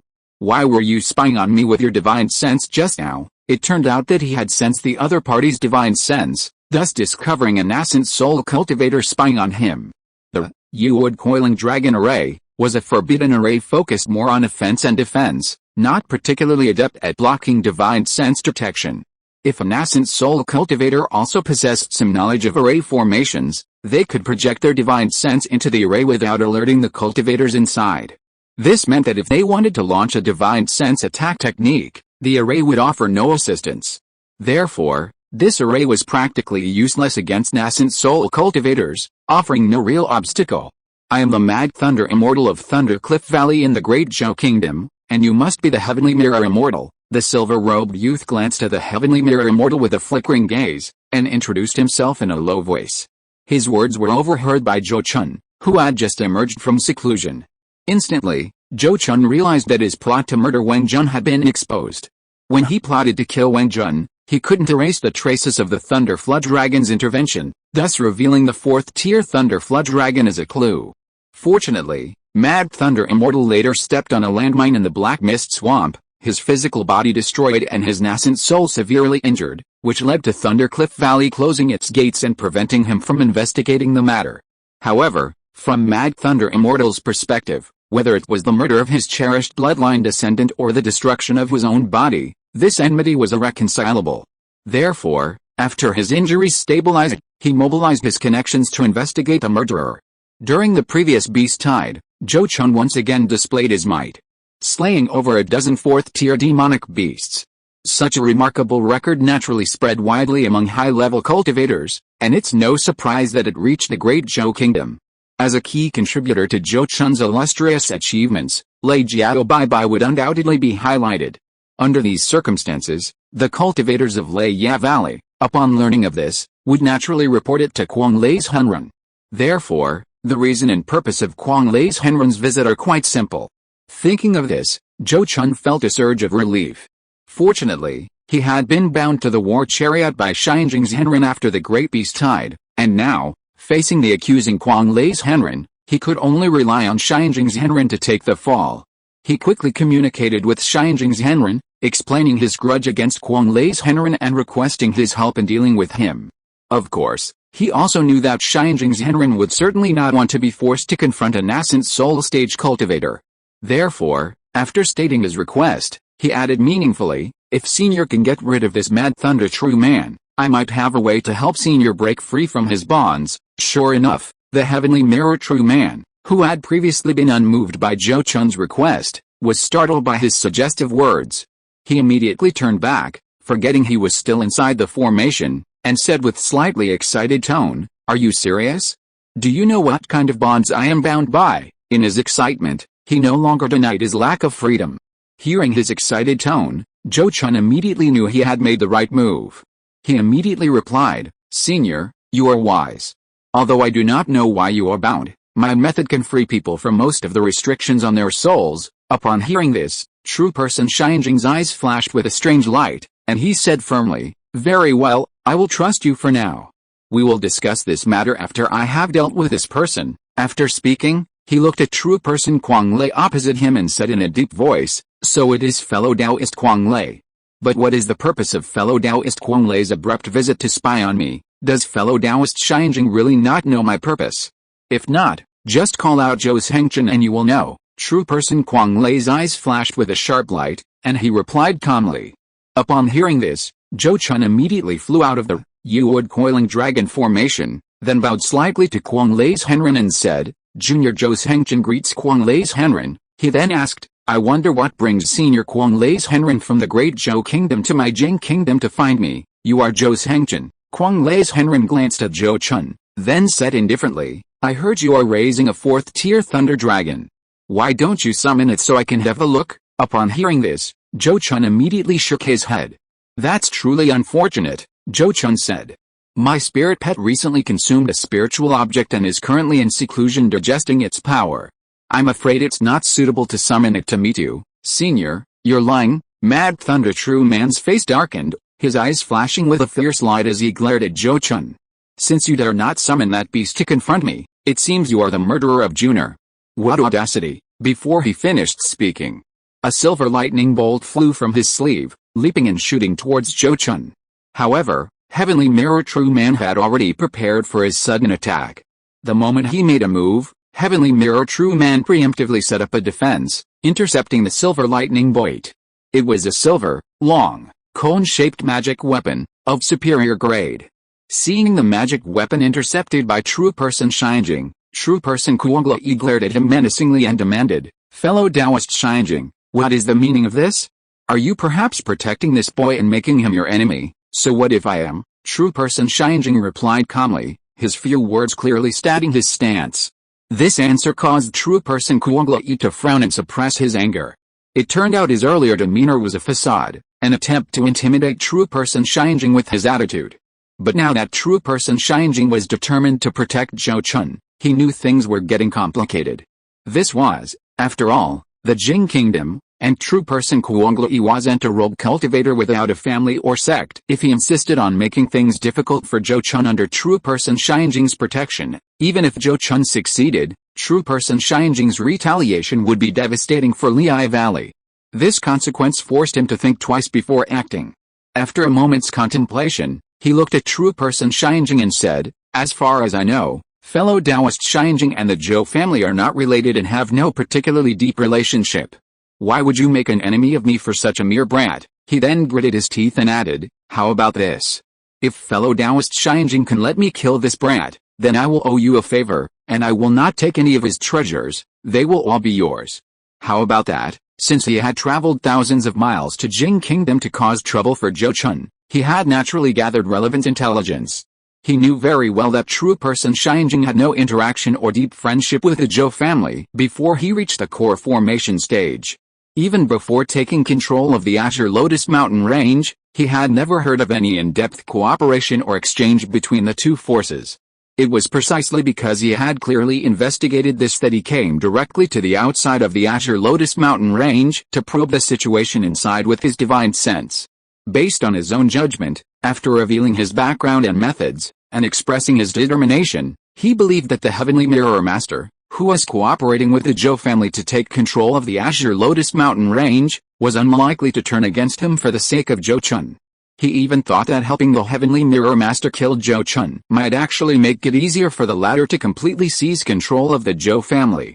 Therefore, his plan was to play the villain, launch a surprise attack, and then have the Heavenly Mirror Master pretend he couldn't stop him in time, then chase after him in a rage, a simple act.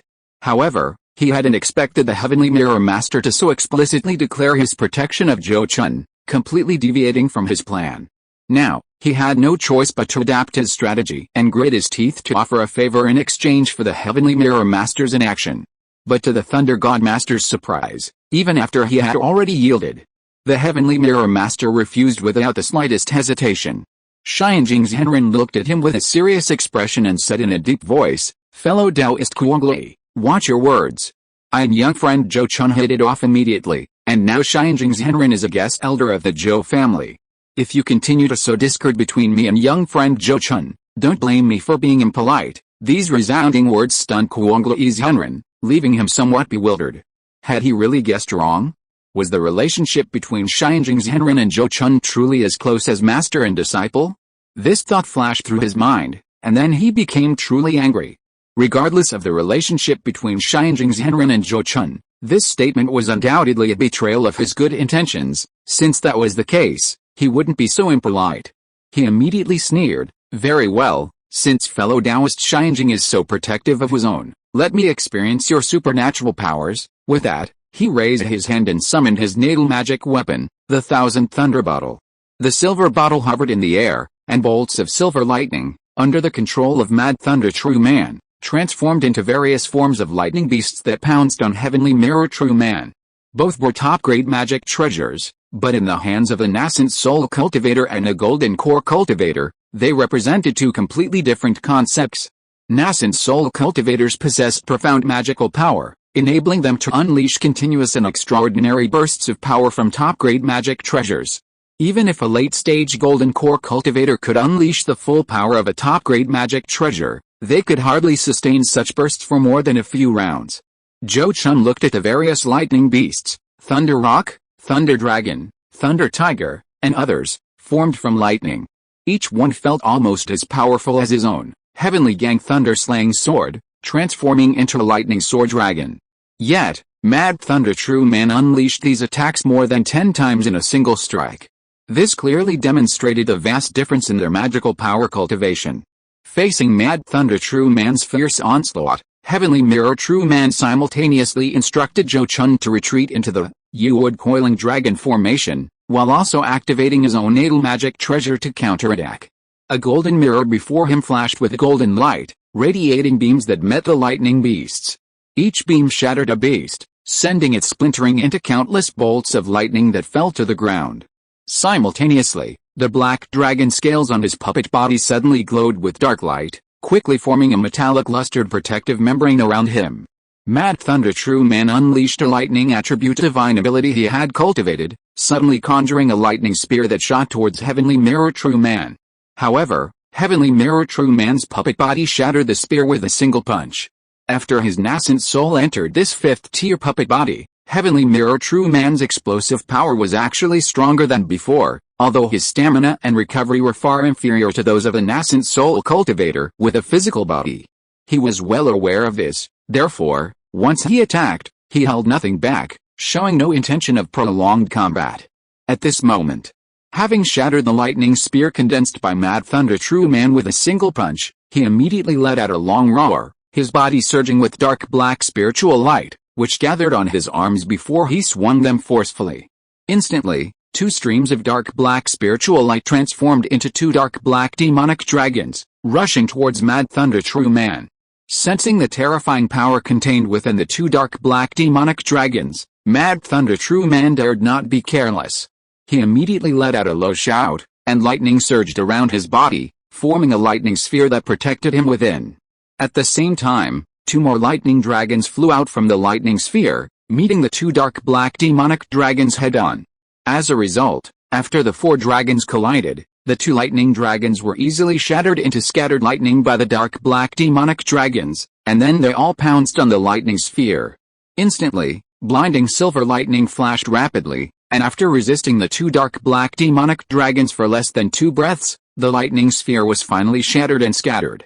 Fortunately, the Thunder God inside, sensing the danger, used his lightning escape technique to avoid the two black demonic dragons' attack. However, this retreat indicated that he was undoubtedly slightly inferior to the Heavenly Mirror God in strength. Therefore, although he avoided injury, he showed no joy. Of course, it was impossible for him to back down just because he was slightly weaker. He quickly formed hand seals, and bolts of silver lightning shot out from his hands, quickly gathering into a silver lightning ball in front of him. Then, he exhaled a breath of his vital energy onto the silver lightning ball, which immediately burst into lightning, with silver runes faintly appearing within. Go! With a flick of his finger at the Heavenly Mirror God, the wheel-sized silver lightning ball flashed through the sky and appeared in front of the Heavenly Mirror God, its speed too fast to dodge. Rumble!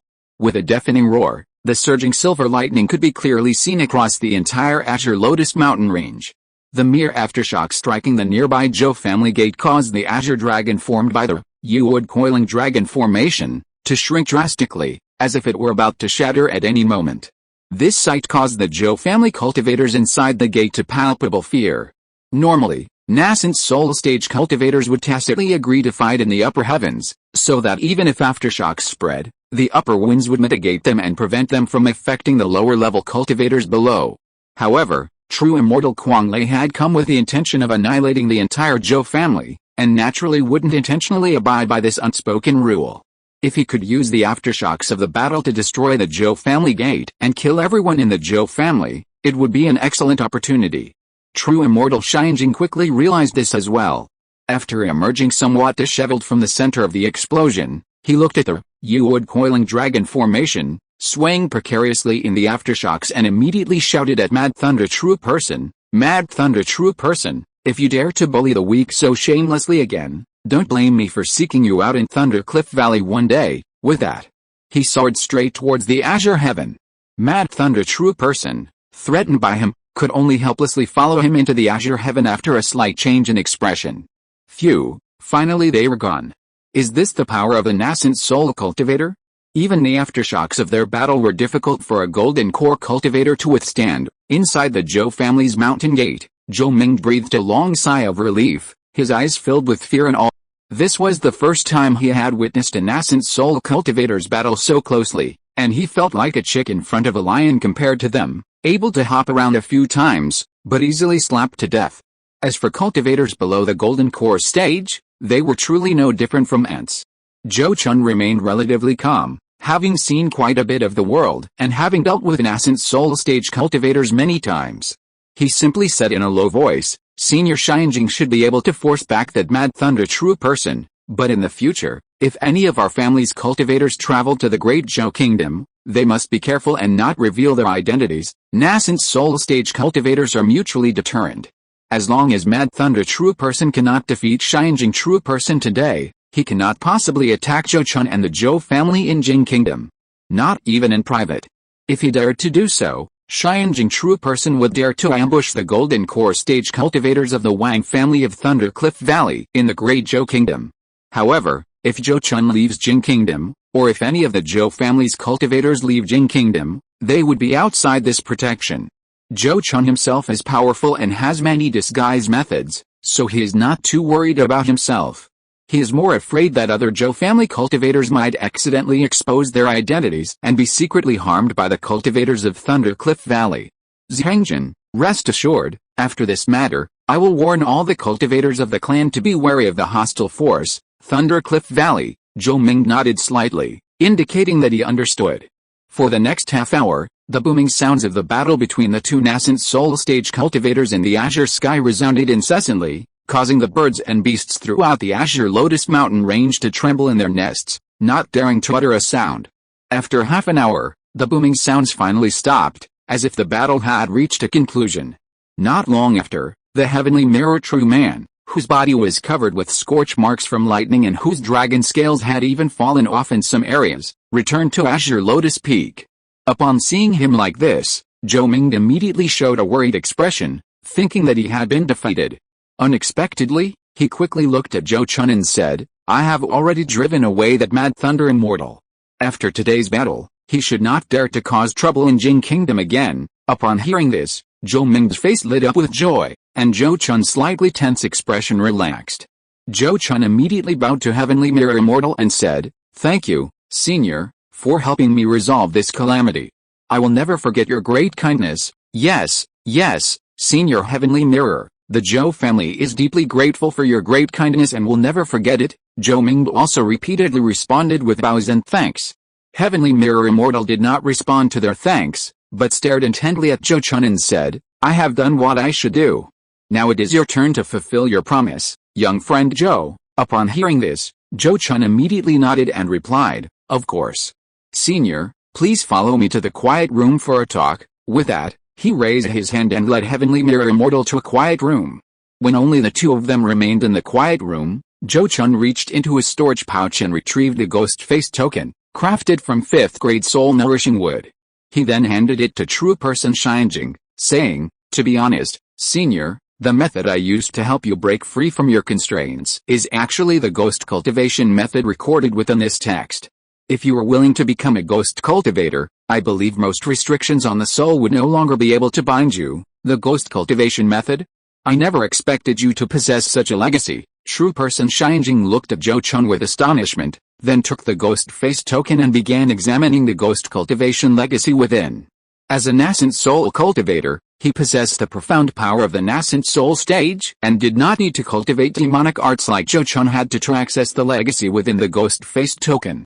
A short while later, he had thoroughly read through the ghost cultivation inheritance within the ghost face token, and then said in a low voice, "This ghost cultivation inheritance is indeed quite unique, and it's worth my time to act today." With that, he flicked his wrist and put the ghost face token into his storage bag, showing no intention of returning it to Zhou Chun. Seeing this, Zhou Chun's eyelids twitched slightly, but he ultimately chose to acquiesce. After keeping the ghost face token, true person Xianjing returned directly to his secluded mountain peak, without discussing anything further. Chapter 638 Showdown. 3 trips to the Dolan grassland. Although he lost the ghost face token, a treasured artifact of ghost cultivators, Zhou Chun could still accept that he had managed to deflect the powerful attack of Mad Thunder True Man with it. Moreover, after today's battle, aside from forces like the Moonwheel Sect and the Flame Sun Sect who knew the inside story, all the major powers unaware of the situation would likely believe that Heavenly Mirror True Man genuinely intended to integrate into the Zhou family and act as their protector. In this way, before Heavenly Mirror True Man's passing, no force would likely dare to target the Zhou family or attempt to drive them out of the Azure Lotus Mountains. As for whether Heavenly Mirror True Man would actually choose to become a ghost cultivator, Zhou Chun was currently uncertain. While becoming a ghost cultivator offered various advantages and a chance to break free from the Moonwheel Sect's control, the disadvantages and drawbacks of ghost cultivation were also obvious. Heavenly Mirror True Man probably wouldn't make a decision so quickly. However, from Zhou Chun's own heart, he naturally hoped that Heavenly Mirror True Man would eventually become a ghost cultivator, so that he could sell all the yin attribute spiritual items he possessed to him. As the saying goes, even a broken ship has 3,000 nails. Even if true person Xianjing was captured and his possessions confiscated, he must have accumulated considerable wealth over the years. Furthermore, with the Kinglian Temple's gate breached, it's hard to say he didn't take something with him before fleeing. If they could extract some more benefits from him, that would be excellent. Of course, even if true person Xianjing wanted to become a ghost cultivator, it would have to wait until Zhou Chun began his core formation in nascent soul stage, and there would be many things to resolve. These couldn't be done quickly. Therefore, Zhou Chun wasn't worried that giving him the ghost cultivation inheritance would be detrimental to the Zhou family. Several years later, Zhou Chun finally succeeded in cultivating the 4th level of the Heart Lotus Orthodox method. The golden lotus in his purple mansion appeared much more solid, and the golden light it emitted was even more intense. Before this, he had already mastered the 4th level of the God-slaying great method, condensing 4 God-slaying swords in his purple mansion sea of consciousness. Since this secret technique only had 4 levels, he had essentially cultivated it to its peak. Besides these 2 secret techniques, Zhou Chun has also made further progress in the beast spirit fusion technique, now able to fuse with any of his spirit pets, greatly enhancing his survival ability. Furthermore, he has made some progress in the 9 transformations of the Holy Spirit, Moontoad chapter, achieving greater compatibility with the Moontoad Pearl, spiritual treasure. Other supernatural techniques such as the Zhengjin sky-splitting thunder, and Fiend Yuan drill, as well as the golden escape technique he has consistently practiced, have all seen improvement. It can be said that he has achieved simultaneous progress in both his magical power cultivation and supernatural techniques, steadily increasing his strength. However, his strength was already in a league of its own at the golden core stage. No matter how much he improves now, it will never allow him to contend with nascent soul stage cultivators.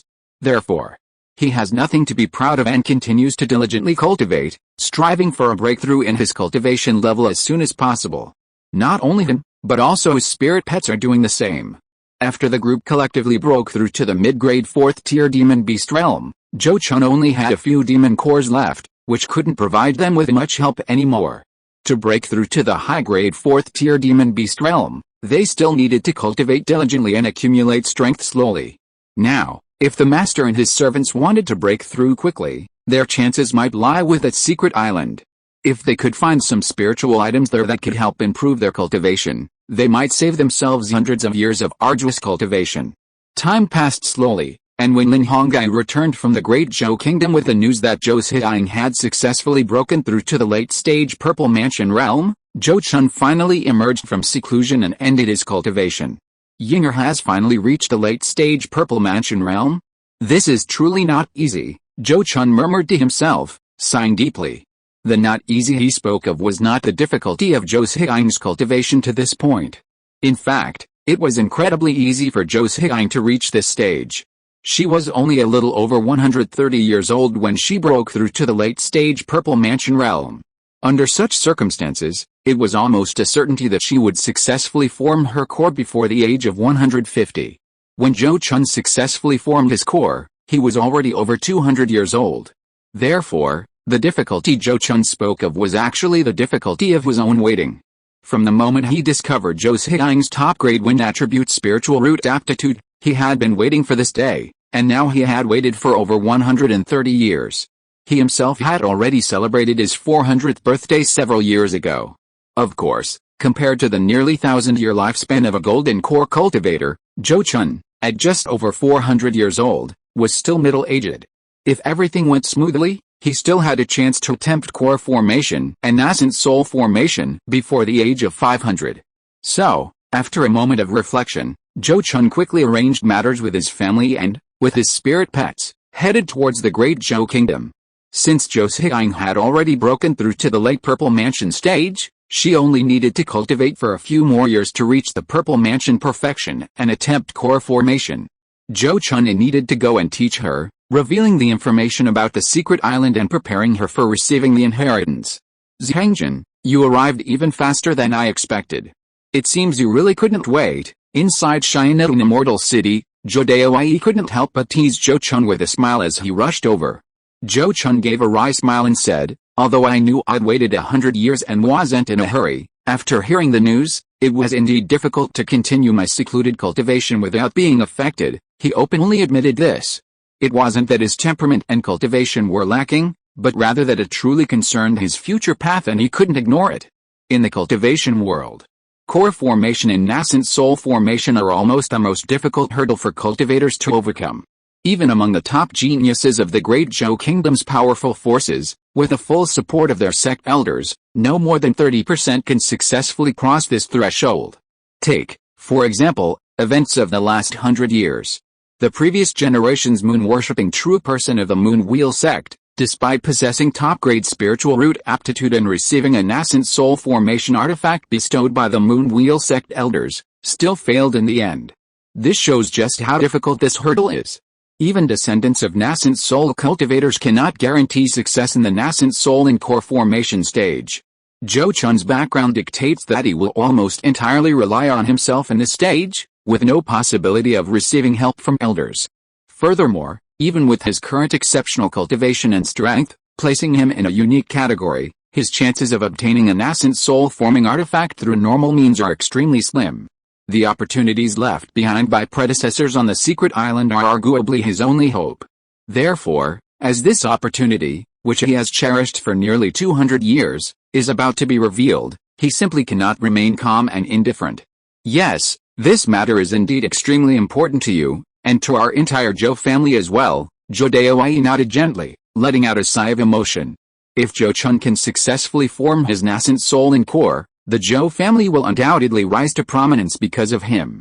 A nascent soul cultivator guard in the family is enough to protect the family for 1 or 2,000 years, bringing countless benefits during that time. After a moment of reflection, the two exchanged smiles and then entered the cave to meet Zhou Chun. Upon their reunion, Zhou Chun showered his disciple with praise and encouragement, making her beam with joy. After this friendly exchange, Zhou Chun, looking at his smiling disciple, finally got down to business. His expression suddenly turned serious, and he looked at Zhou Chun earnestly, saying, now that your cultivation has broken through to the late stage of the Purple Mansion realm, there's something I need to explain to you. Hearing this, Zhou Chun was initially taken aback, then, seeing his serious expression, her smile faded considerably. She nodded slightly and said, this disciple is willing to hear the details. She wasn't foolish. Besides, Zhou Chun had suddenly mentioned some related matters when she was choosing a cultivation method after reaching the foundation establishment stage, and she knew that Zhou Chun wanted her to do something important after her cultivation reached the late stage of the Purple Mansion realm. She had previously inquired about it with a coquettish curiosity, but Zhou Chun had never explained. Later, having gradually come to understand how rare her own top-grade wind attribute spiritual root was, she wasn't worried that her master, Zhou Chun, would harm her, and therefore didn't ask further. Now, seeing Zhou Chun's expression, it was clear he was about to reveal the truth to her. which filled her with a mixture of anticipation and trepidation.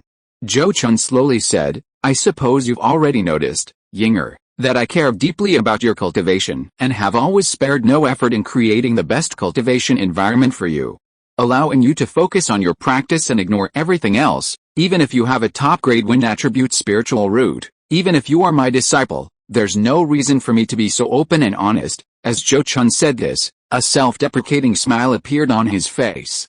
Zhou Ziyang, her face filled with gratitude, replied, Master, your care and love for me are truly beyond my ability to repay, and I will never forget it. Zhou Chun nodded slightly upon hearing this, saying, my wholehearted support and cultivation of you is not only because of your exceptional talent, which makes you worthy of my nurturing and care, but also for other reasons. Now that your cultivation has reached the late stage of the Purple Mansion realm, you can help me and yourself with a great matter. He then recounted in detail how he successfully formed his core on that secret island and how he learned about the island's master's criteria for selecting a successor. Zhou Daoyi, who was standing nearby, had already heard about this and didn't react at this moment. However, Zhou Ziyang, who was hearing this for the first time, had a drastic change in expression. She stared at Zhou Chun with her mouth agape in shock, utterly astonished. She was over 130 years old and had accumulated years of experience in the Great Zhou Kingdom, knowing all the common knowledge of the cultivation world. She naturally understood the immense opportunity that such a secret cave represented. He understood even more clearly the immense benefits he would gain if he could become the master of such a secret realm. After revealing this truth, Zhou Chun paused for about 15 minutes, giving his disciple Zhou Ziyang some time to process the information. He then continued, that secret realm island has been closed for countless years.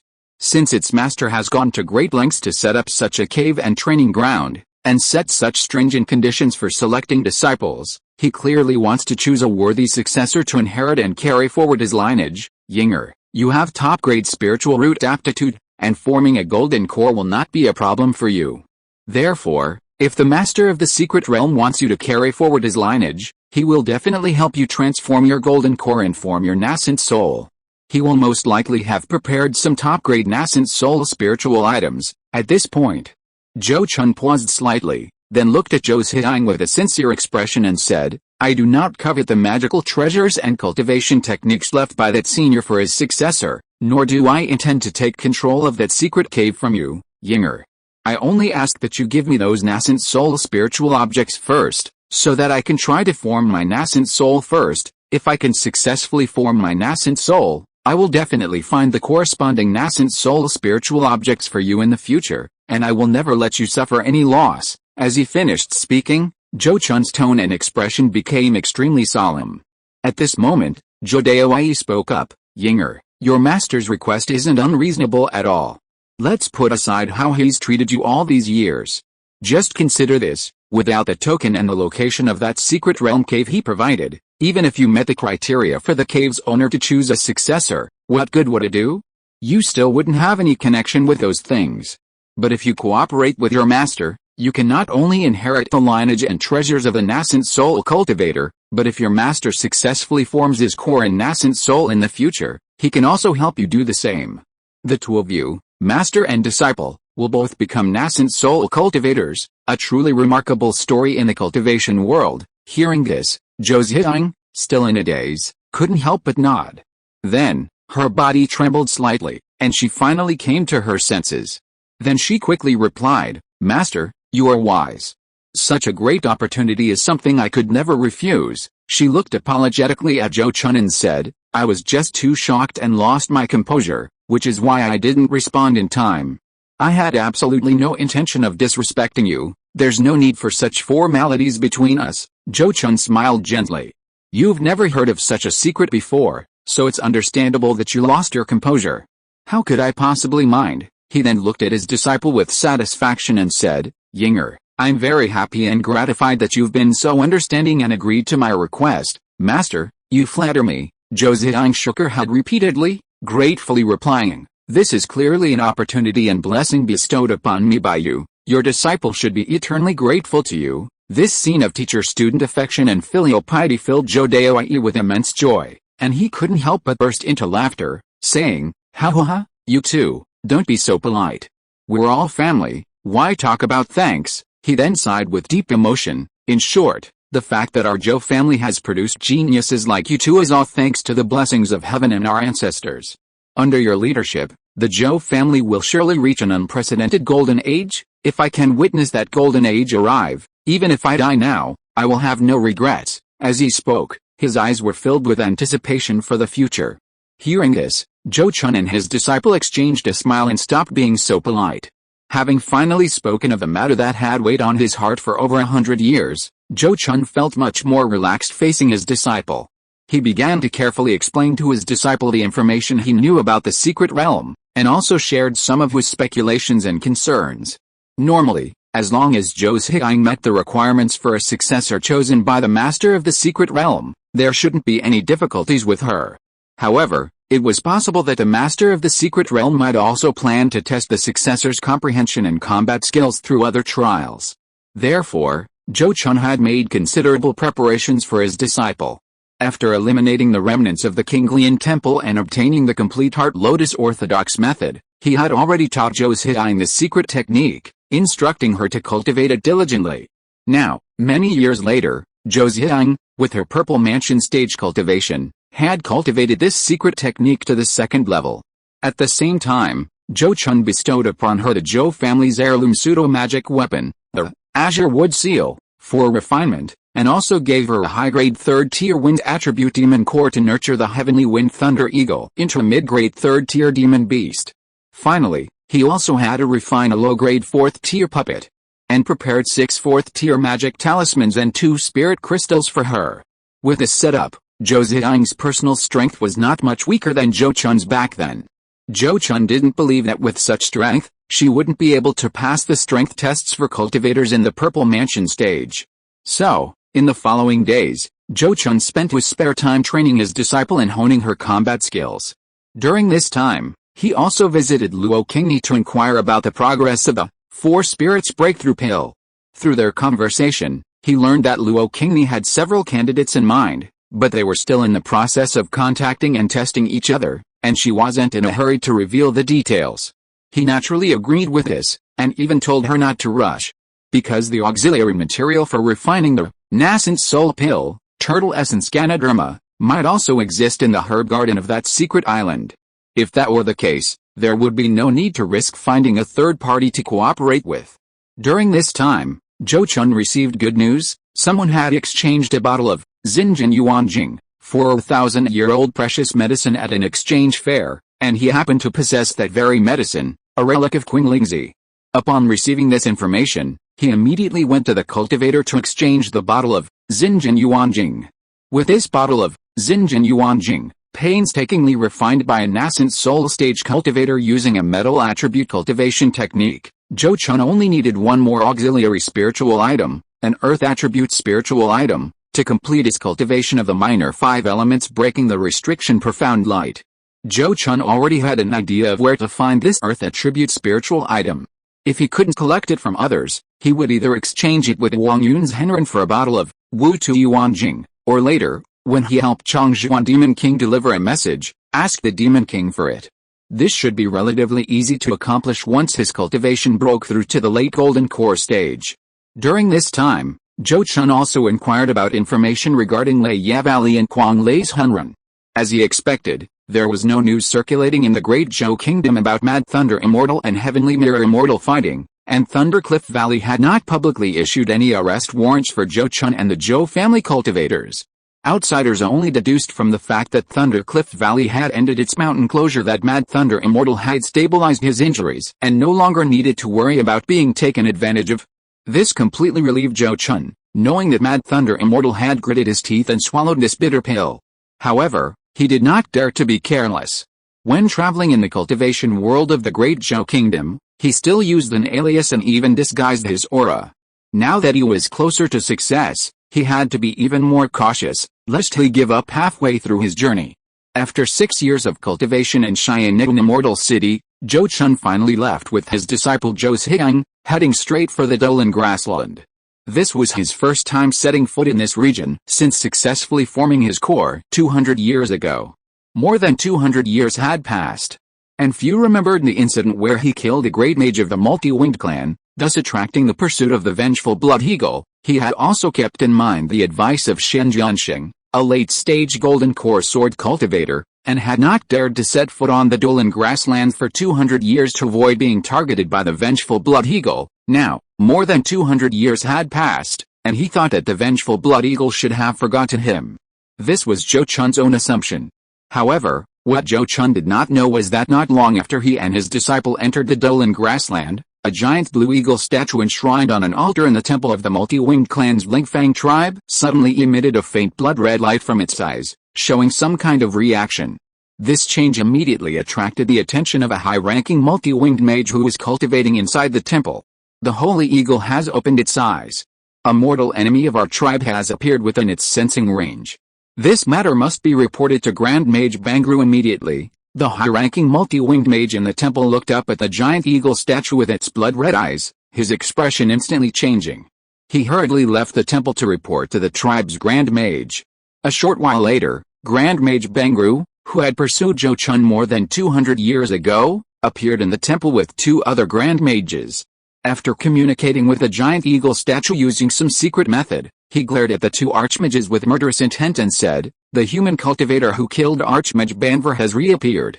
He's passing through our tribe's territory and heading deep into the grasslands." Hearing this, the other two multi-winged archmages, who were aware of the connection between Archmage Bangru and the deceased Archmage Banver, immediately spoke up without hesitation. "In that case, Archmage Bangru, please lead us to kill this man and avenge Archmage Banver." Chapter 639 Seeking One's Own Death. Zhou Chun was completely unaware that his whereabouts had been discovered by the winged archmages of the Lingfang tribe. He never imagined these archmages would hold such a grudge, still considering him their tribe's #1 enemy after 200 years. It's important to understand that the number of people a vengeful blood eagle can permanently mark and lock onto, depending on its level of worship.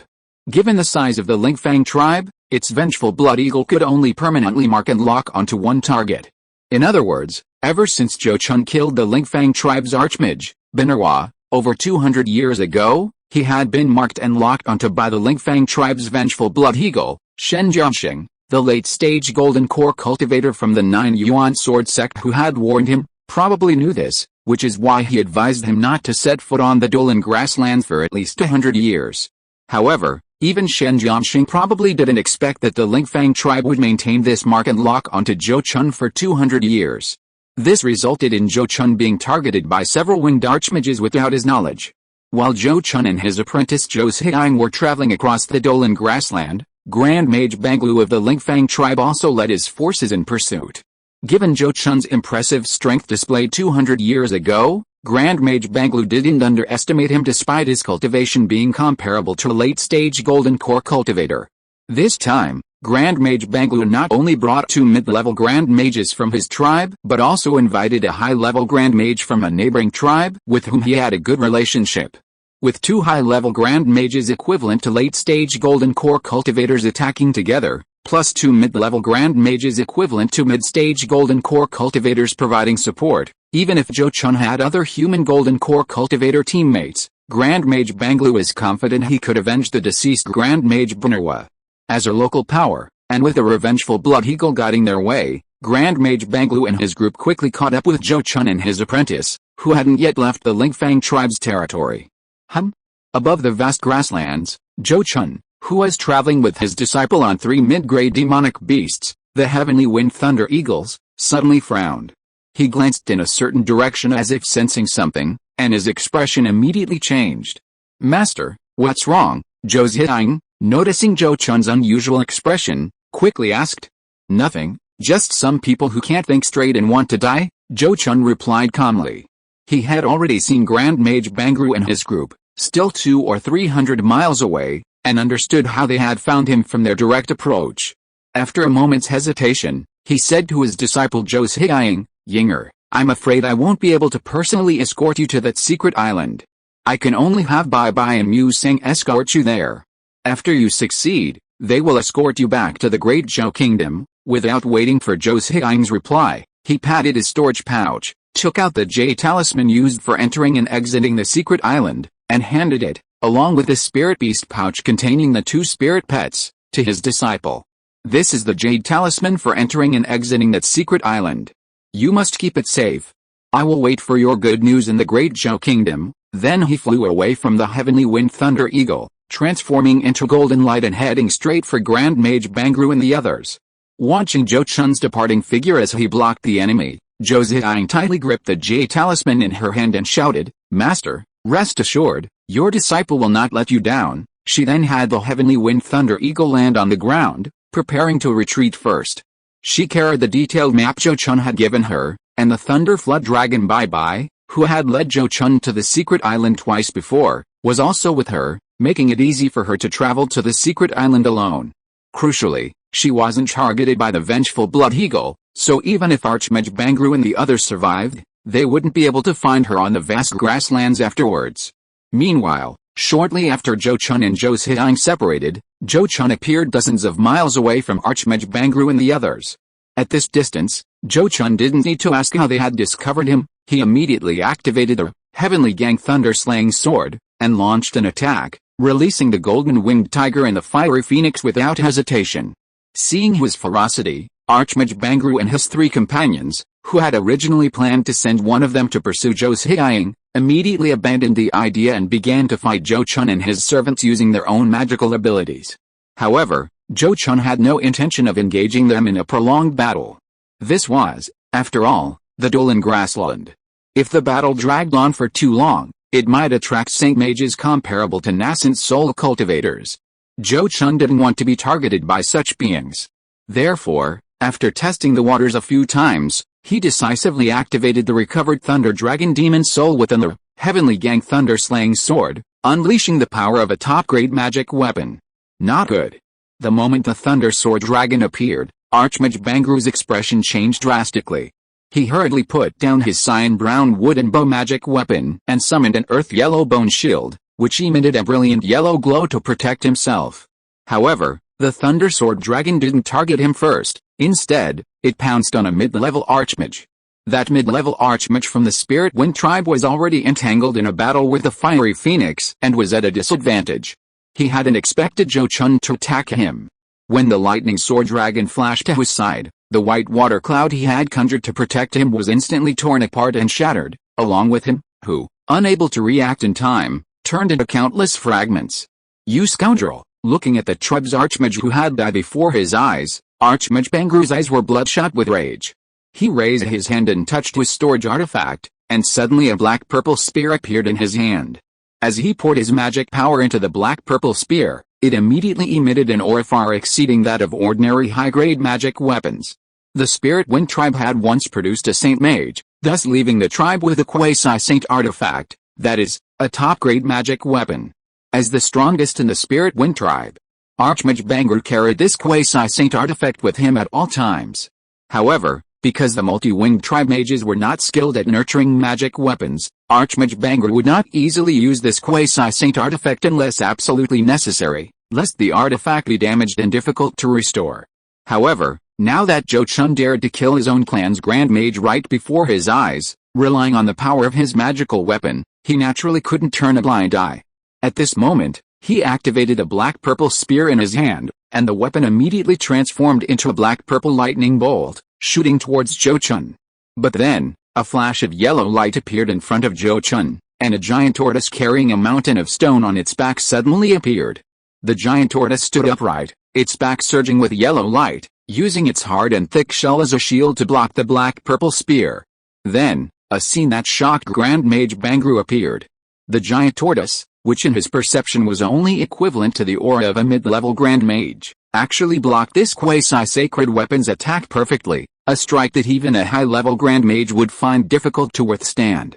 The incomparably sharp black-purple spear, after piercing through the protective yellow light on the giant tortoise's back, only penetrated less than 3 feet into its shell before it could go no further.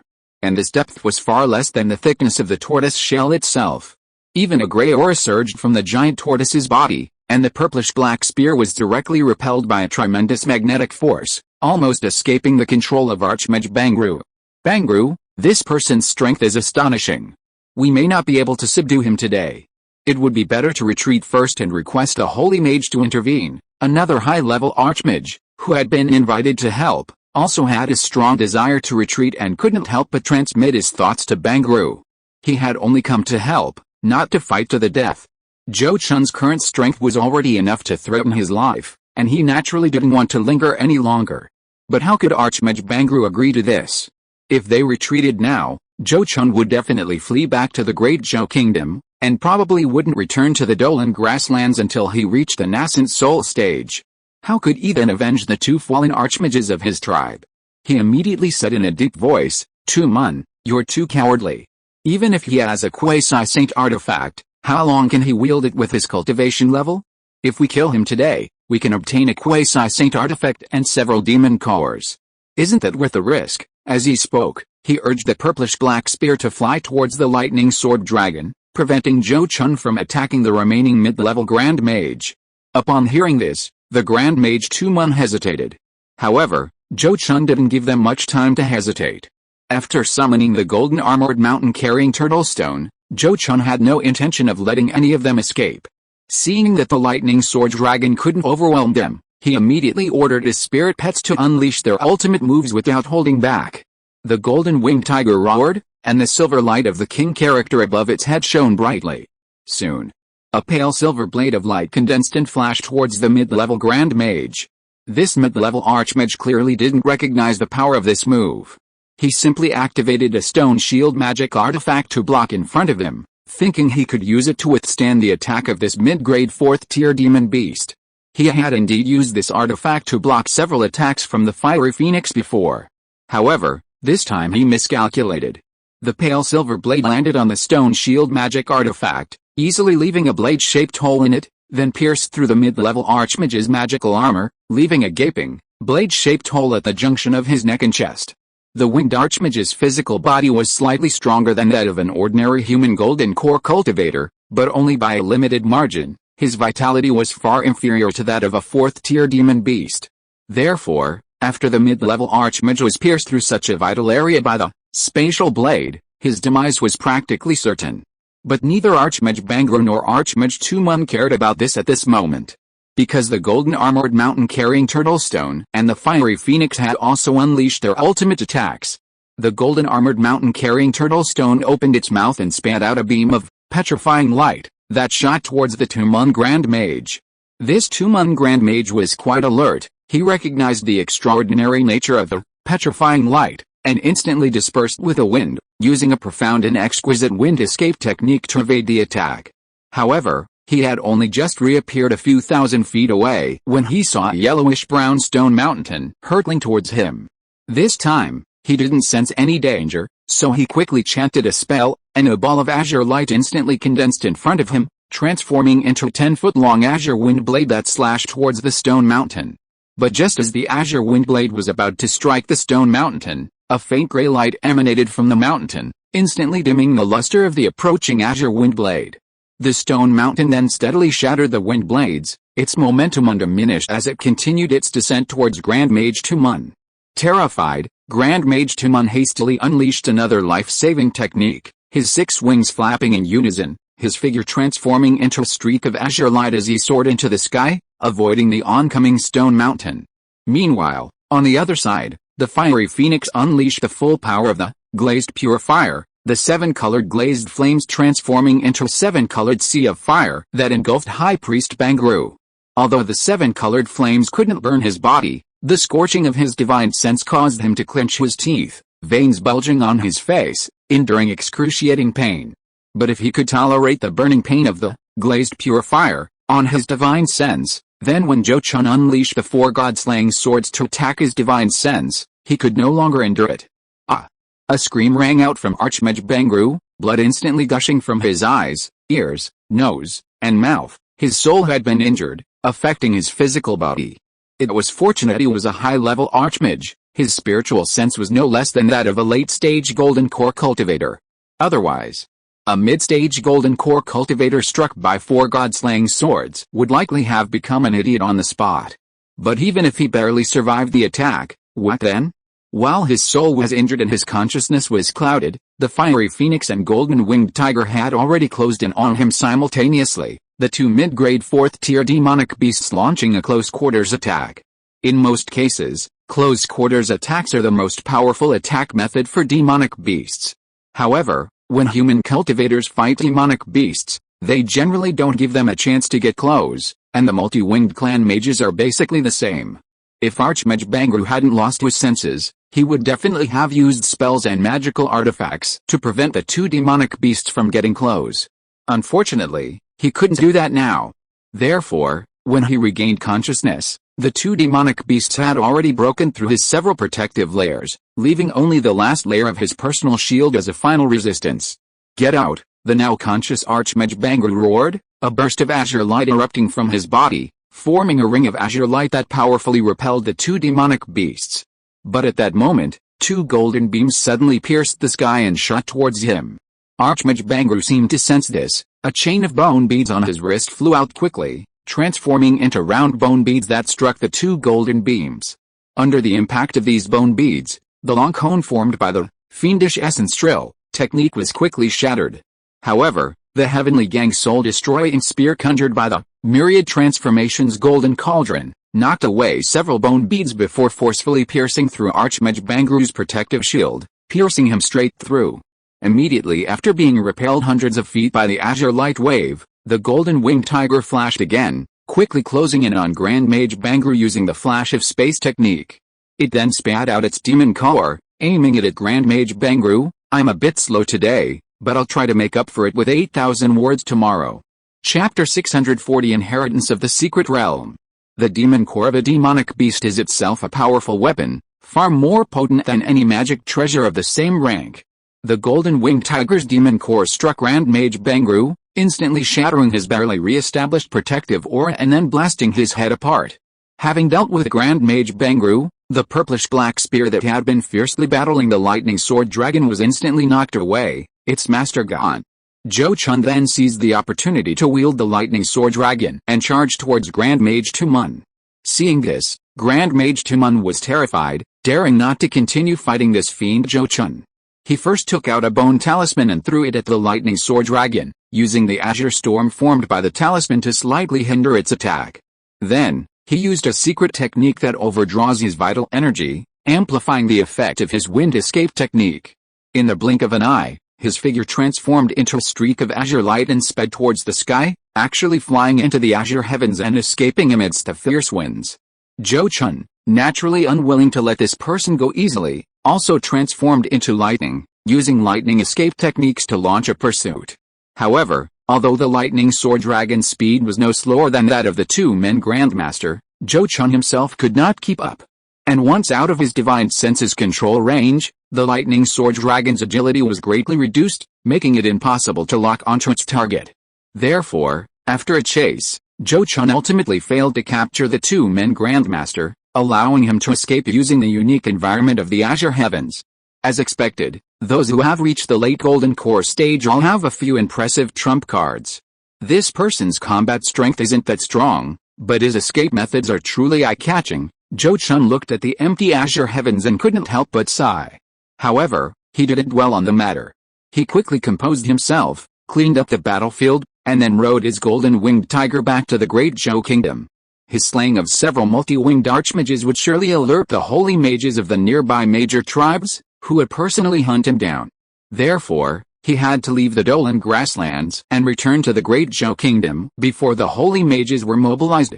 Fortunately, he wasn't too far from the great Zhou kingdom at this point. With a golden-winged tiger's speed, he could return in less than 2 hours at full speed.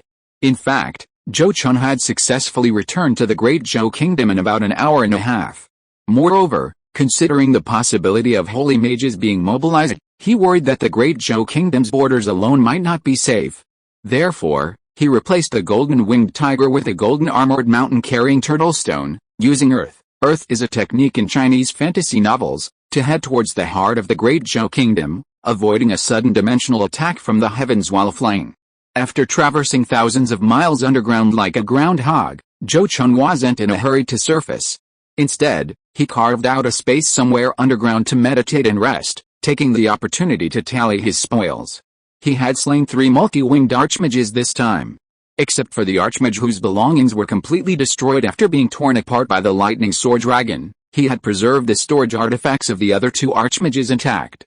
After spending some time opening these artifacts, Zhou Chun found a considerable haul. Especially the storage artifact of Archmage Bangru, which contained a truly abundant amount of valuable items.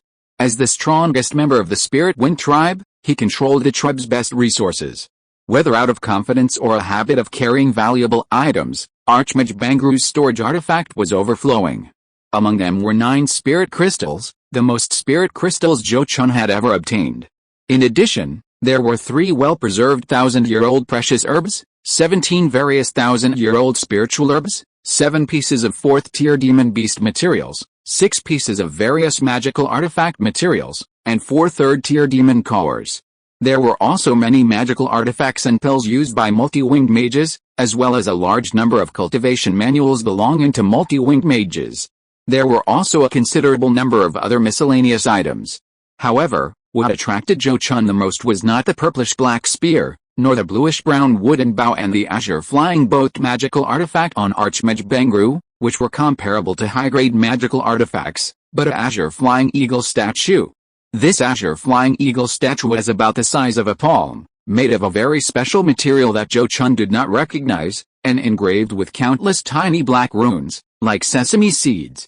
Although he received no feedback after injecting his magic power into the azure flying eagle statue, Zhou Chun knew that this should be the vengeful blood eagle Avatar worshipped by the multi-winged race. Zhou Chun had spent considerable effort investigating the vengeful blood eagle of the multi-winged clan. According to his information, this vengeful blood eagle seemed to be related to the legendary Upper Realm, its true form said to be a powerful being from that realm.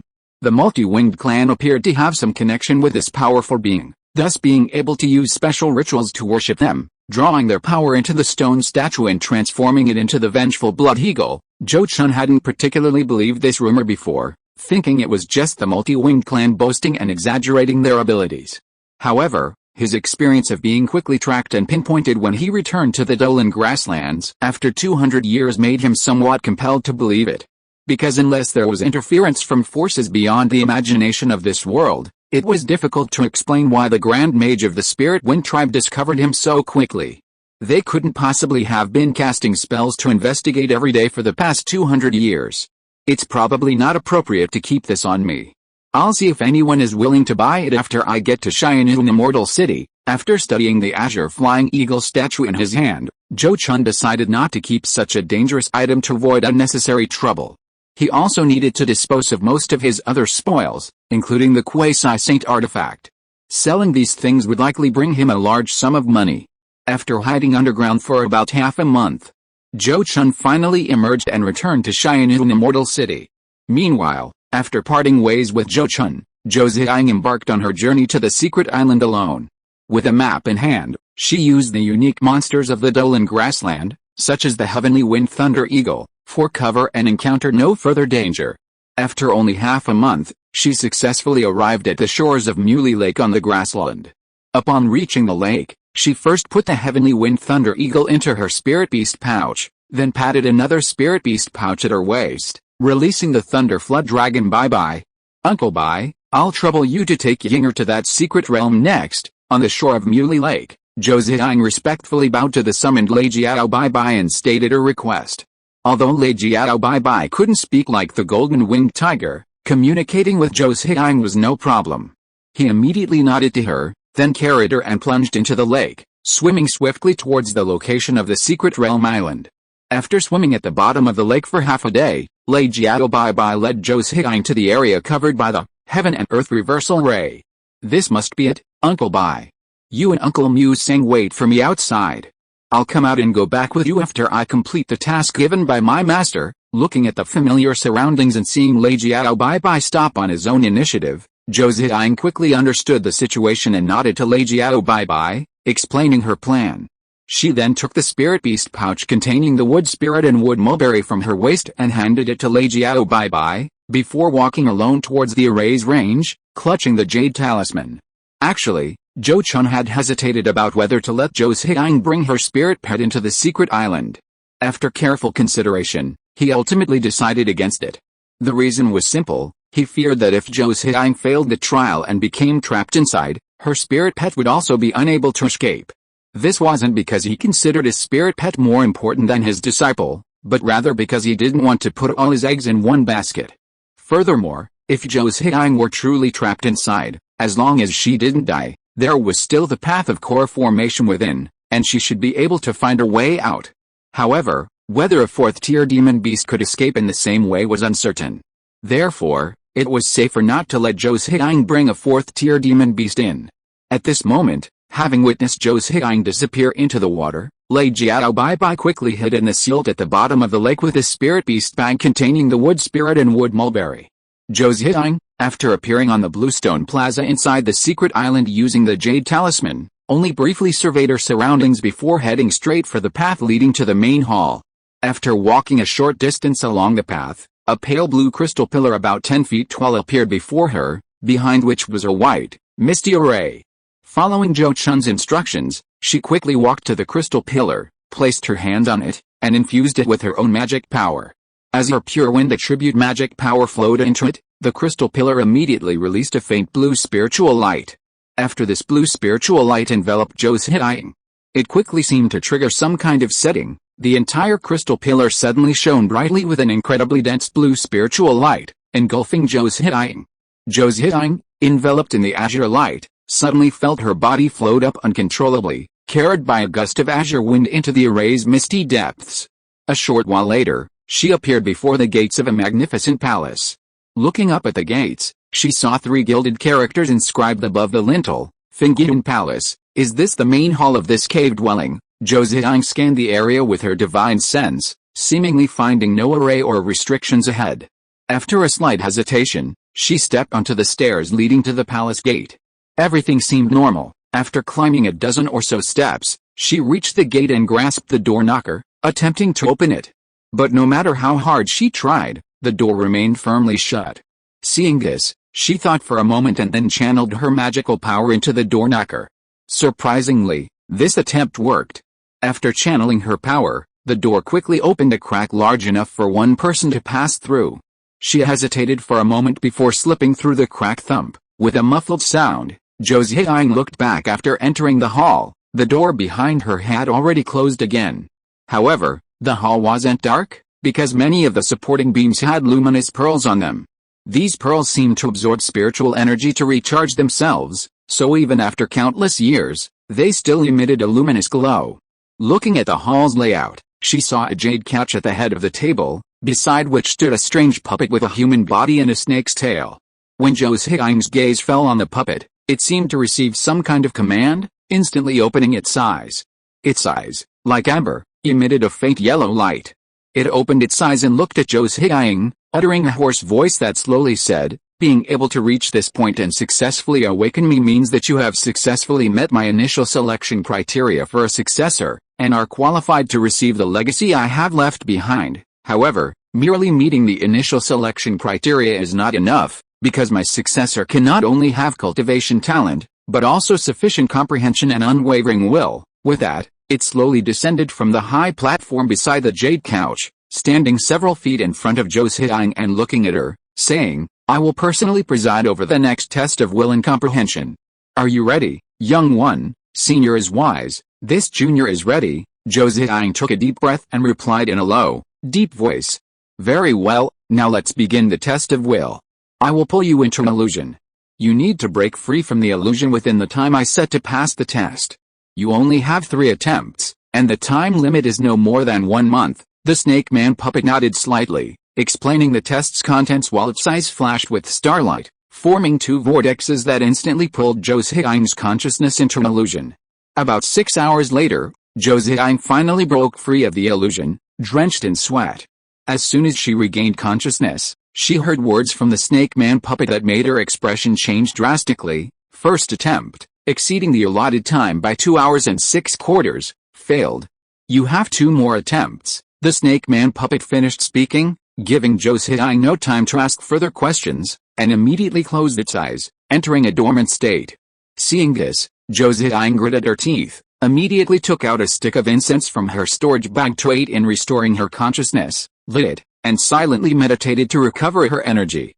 5 days later, Zhou Chun, having fully recovered, said in a deep voice to the snake man puppet, "Senior, This junior is ready. Now, let's begin the second test of will. The snake man puppet opened its eyes, unleashing another vortex of dazzling starlight that pulled Zhou Ziyang's consciousness into the illusion. This time, Zhou Ziyang had the experience and broke free much faster than before, escaping the illusion in less than 5 hours. However, this was still far from the minimum requirement of 3 hours. And she only had one chance left. This situation made her face pale, her heart filled with anxiety. She didn't know what would happen if she failed the test a third time. Even in the best-case scenario, if she were directly sent out of the secret realm, she would have completely failed her master Zhou Chun and the elders of the Zhou family who had placed their expectations and hopes on her. Even if Zhou Chun and the elders of the Zhou family were magnanimous and ultimately wouldn't blame her, she herself would be filled with self-reproach and unable to recover, fearing that her cultivation would never improve again. Therefore, the pressure she was facing at this moment was unimaginable. Under such immense pressure, she dared not make one last attempt, fearing she would fall again in this test. But as a late-stage Purple Mansion cultivator, she knew she would eventually have to face all of this. So after 2 days of despair, she stopped thinking about it and focused on cultivating the secret technique of the Heart Lotus Orthodox method. This wasn't because she wanted to cram at the last minute and hope to make another breakthrough in a few days, but simply to use this secret technique to calm her mind and restore her energy. 7 more days passed, and seeing that half a month was almost up, Zhou Ziyang finally accepted the third test of will with a do-or-die determination. Several more hours passed, and when Zhou Ziyang regained her senses, covered in sweat, she looked at the snake man puppet with a trembling face. Meeting her anxious and hesitant gaze, the snake man puppet slowly said, 2 hours and 7.5 minutes, the test of willpower is passed. The next test is the assessment of comprehension. With that, the snake man puppet opened its mouth and spat out a silver light that flew towards Zhou Ziyang. She reached out and caught it, revealing a silver metal foil.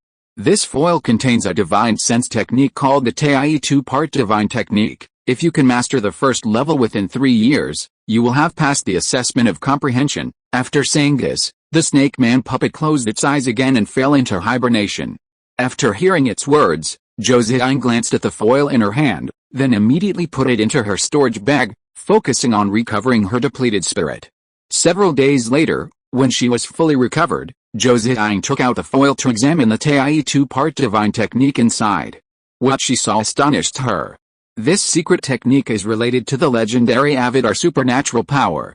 Upon successful mastery, it allows the divine soul to split into 2 parts, forming a separate soul outside the main divine soul. This separate soul can temporarily detach from the cultivator's own purple mansion, a concept in Chinese astrology, entering other puppets, refined corpses, or even the bodies of dead people and demonic beasts, controlling their activities and even cultivating. This technique has 3 levels, corresponding to the 3 major realms of Purple Mansion, Golden Core, and Nascent Soul. At the first level, the separate soul can only communicate with the main divine soul within 1,000 miles and must be returned to the Purple Mansion for nurturing every year.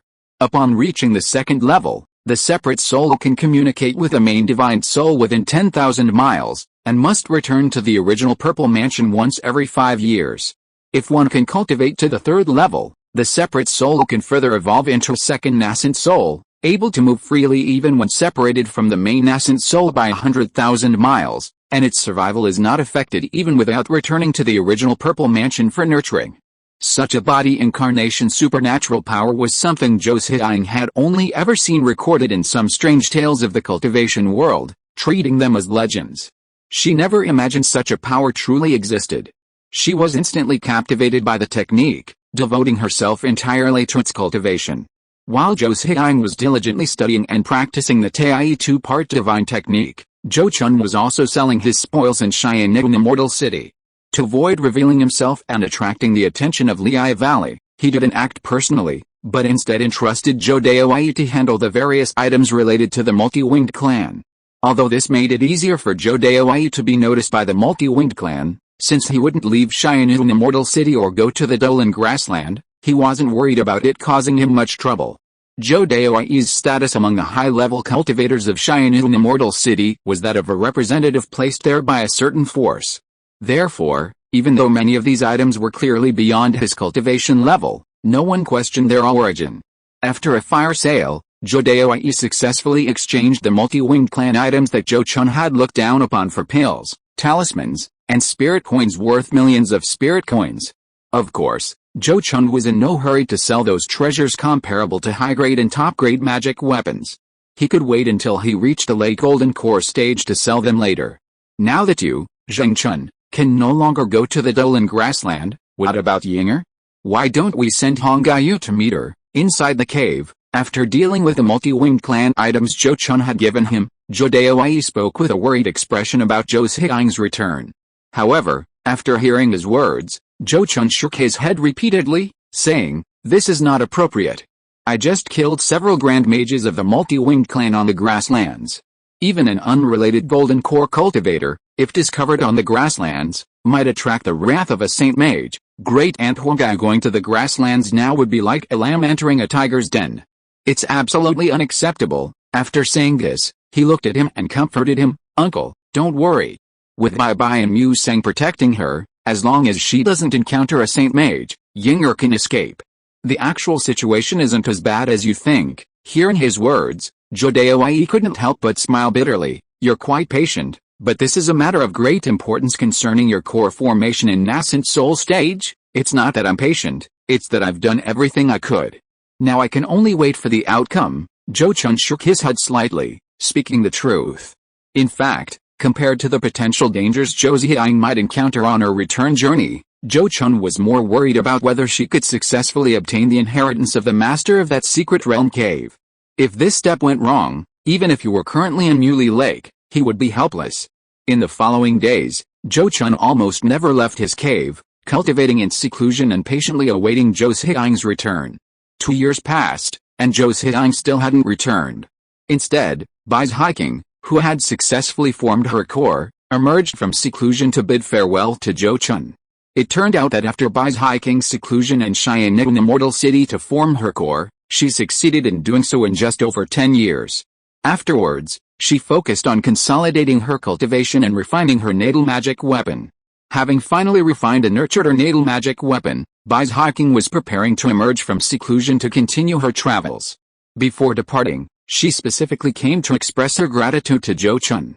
"Fellow Taoist Bai, where do you intend to go after leaving Xianyu Immortal City?" In the backyard of Ming Trading Company, after meeting Bai Zhaiking there, Zhou Chun casually inquired about her destination. Things were different now, since Bai Zhaiking had successfully formed her core. Her value had greatly increased. Zhou Chun knew that newly promoted Golden Core Elders of the Heavenly Fire Sect had the opportunity to have Grandmaster Yan Kang craft a magic weapon tailor-made for them free of charge. Furthermore, the cost of having a fellow sect master craftsman help craft a magic weapon was much lower than with outsiders. Since Zhou Chun had already shown Bai Zhaiking considerable kindness, he naturally wanted to deepen their relationship and see if he could persuade her to give him the opportunity to have Grandmaster Yan Kang craft a magic weapon. Zhou Chun possessed a considerable amount of spiritual materials sufficient to craft high-grade magic weapons. Asking Grandmaster Yan Kang would guarantee at least one. Considering Grandmaster Yan Kang's limited lifespan, Bai Zhaiking likely wouldn't be able to gather enough materials to craft a high-grade magic weapon herself before asking him for help. Besides, the Heavenly Fire Sect didn't lack high-grade magic weapons. She could easily exchange them from the sect's treasury later. Bai Zhaiking, of course, had no idea that Zhou Chun was already plotting how to fleece her. Upon hearing Zhou Chun's words, she didn't hide anything and immediately replied softly, "Zhaiking has been traveling for decades, so I only plan to travel for another 10 years or so before returning to the sect. Currently, I'd like to go to the Bingai Kingdom and the Jing Kingdom, which fellow Taoist Zhang once mentioned. Perhaps after visiting these two countries, I will return to the sect." Hearing her answer, Zhou Chun nodded thoughtfully and said, "If that's the case, fellow Taoist Bai can go to Bingai Kingdom first, from Yi Kingdom, and then on to Jing Kingdom." He smiled slightly and said, "After you arrive in Jing Kingdom, you can visit the Zhou family in the Qinglian Mountains. I will be waiting for you there." He then added apologetically, "There's something I need to apologize to you for, fellow Taoist Bai. My surname isn't actually Zhang. Zhang Liang is just an alias I use when traveling the cultivation world." "I see." Fellow Taoist Zhou kept this from Zhaiking for quite a while. Bai Zhaiking nodded in understanding, then slightly complained about Zhou Chun's concealment. Before she formed her golden core, She definitely wouldn't have dared to speak to Zhou Chun like that. But now that she had achieved golden core and they were at the same level, she had become bolder. Zhou Chun didn't seem to mind, but just smiled wryly and cupped his hands in apology. Fortunately, Bai Hiking knew her place. After her brief complaint, she didn't dwell on the matter and readily accepted Zhou Chun's suggestion. After making this agreement, Bai Hiking left Xian'an Immortal City alone, traveling towards the Bingai Kingdom. Zhou Chun also returned to his cave to continue his secluded cultivation. Meanwhile, after more than 2 years of diligent practice, Zhou Ziyang finally comprehended the secrets of the Tai two-part divine technique, successfully splitting her soul into a separate part. From this perspective, although her willpower was somewhat lacking, her comprehension was undoubtedly extremely high. When she used a secret method to control her split soul to leave her body and lunge at the Snake Man puppet, the Snake Man puppet, which had been dormant for more than 2 years, finally opened its eyes again. Very good, you have successfully passed the test of comprehension, proving that you are qualified to become my, Zhuangfeng's Henren's successor. The Snake Man puppet nodded slightly, its eyes gleaming with spiritual light, and with a wave of its hand, pushed Zhou Ziyang's split soul back into her body. Then it turned and said, "Now come with me, I will take you to the true inheritance ground to receive the complete inheritance." Has it finally come to this? Zhou Ziyang's spirits lifted, and he immediately followed the Snake Man puppet towards a door at the side of the main hall. The Snake Man puppet raised its hand and unleashed a burst of magic upon the door, causing it to open. Following the puppet through the door, they soon arrived at a sleeping chamber. The tables and chairs inside were made of 4th-grade spirit wood, and despite the countless years that had passed, they showed no signs of fading or decay. The bed was made of 5th-grade spirit wood, heavenly fragrance purple sandalwood. However, there were no remains of the room's owner on the bed, only a cyan jade tablet, a cyan jade bottle, and a silver array flag were placed there. My true form perished in the tribulation of the nascent soul stage, leaving no trace. Young man, you only need to consume the Azure Sky Pill within the 10,000-year Azure Jade Bottle, complete the cultivation of the 9 heavens wind profound scripture on the Jade Tablet, and use the power cultivated from this scripture to refine the array flag. Then you will gain the right to freely enter and exit this cave, after you form your core. You can go to the Kyankan Hall to refine the main array flag of the reversal of heaven and earth array, and then go to the top floor of the treasure pavilion to retrieve the treasures left behind by my true form. After explaining all this, the Snake Man puppet turned to Zhou Ziyang and said, "My true form was devoted to the pursuit of immortality throughout my life, and I never had any Taoist partner or formal disciple. Since you, Junior, are destined to inherit my lineage, I hope you can carry on my legacy, aiming for the nascent soul stage, and fulfill the wishes I could never achieve." The top floor of the library contains my biography and various cultivation experience notes. I hope you will make good use of this legacy and climb to the peaks that no one has reached before. With these words, the gleam in the Snake Man puppet's eyes quickly faded, as if it had already completed its mission, and it fell silent. Upon seeing this, Zhou Ziyang immediately knelt before the Snake Man puppet, respectfully kowtowing 3 times, saying, "Please rest assured, Senior, I will certainly remember your teachings, inherit your legacy, and strive to live up to your expectations. Times have changed. In this era, the nascent soul stage is now an unattainable existence." Even with Zhou Ziyang's exceptional talent, she didn't think she had any chance of reaching that realm. However, since she had inherited the legacy of Master Zhuangfeng, she would certainly strive towards that goal. After kowtowing to express her resolve, she stepped forward with a mixture of excitement and trepidation to examine the 3 treasures on the heavenly fragrant sandalwood bed. "I've been writing all day, and finally finished 8,000 words. If you are listening to this novel on a channel other than Fanfic World, it means it was downloaded and re-uploaded without effort. We warmly invite you to visit our channel, Fanfic World.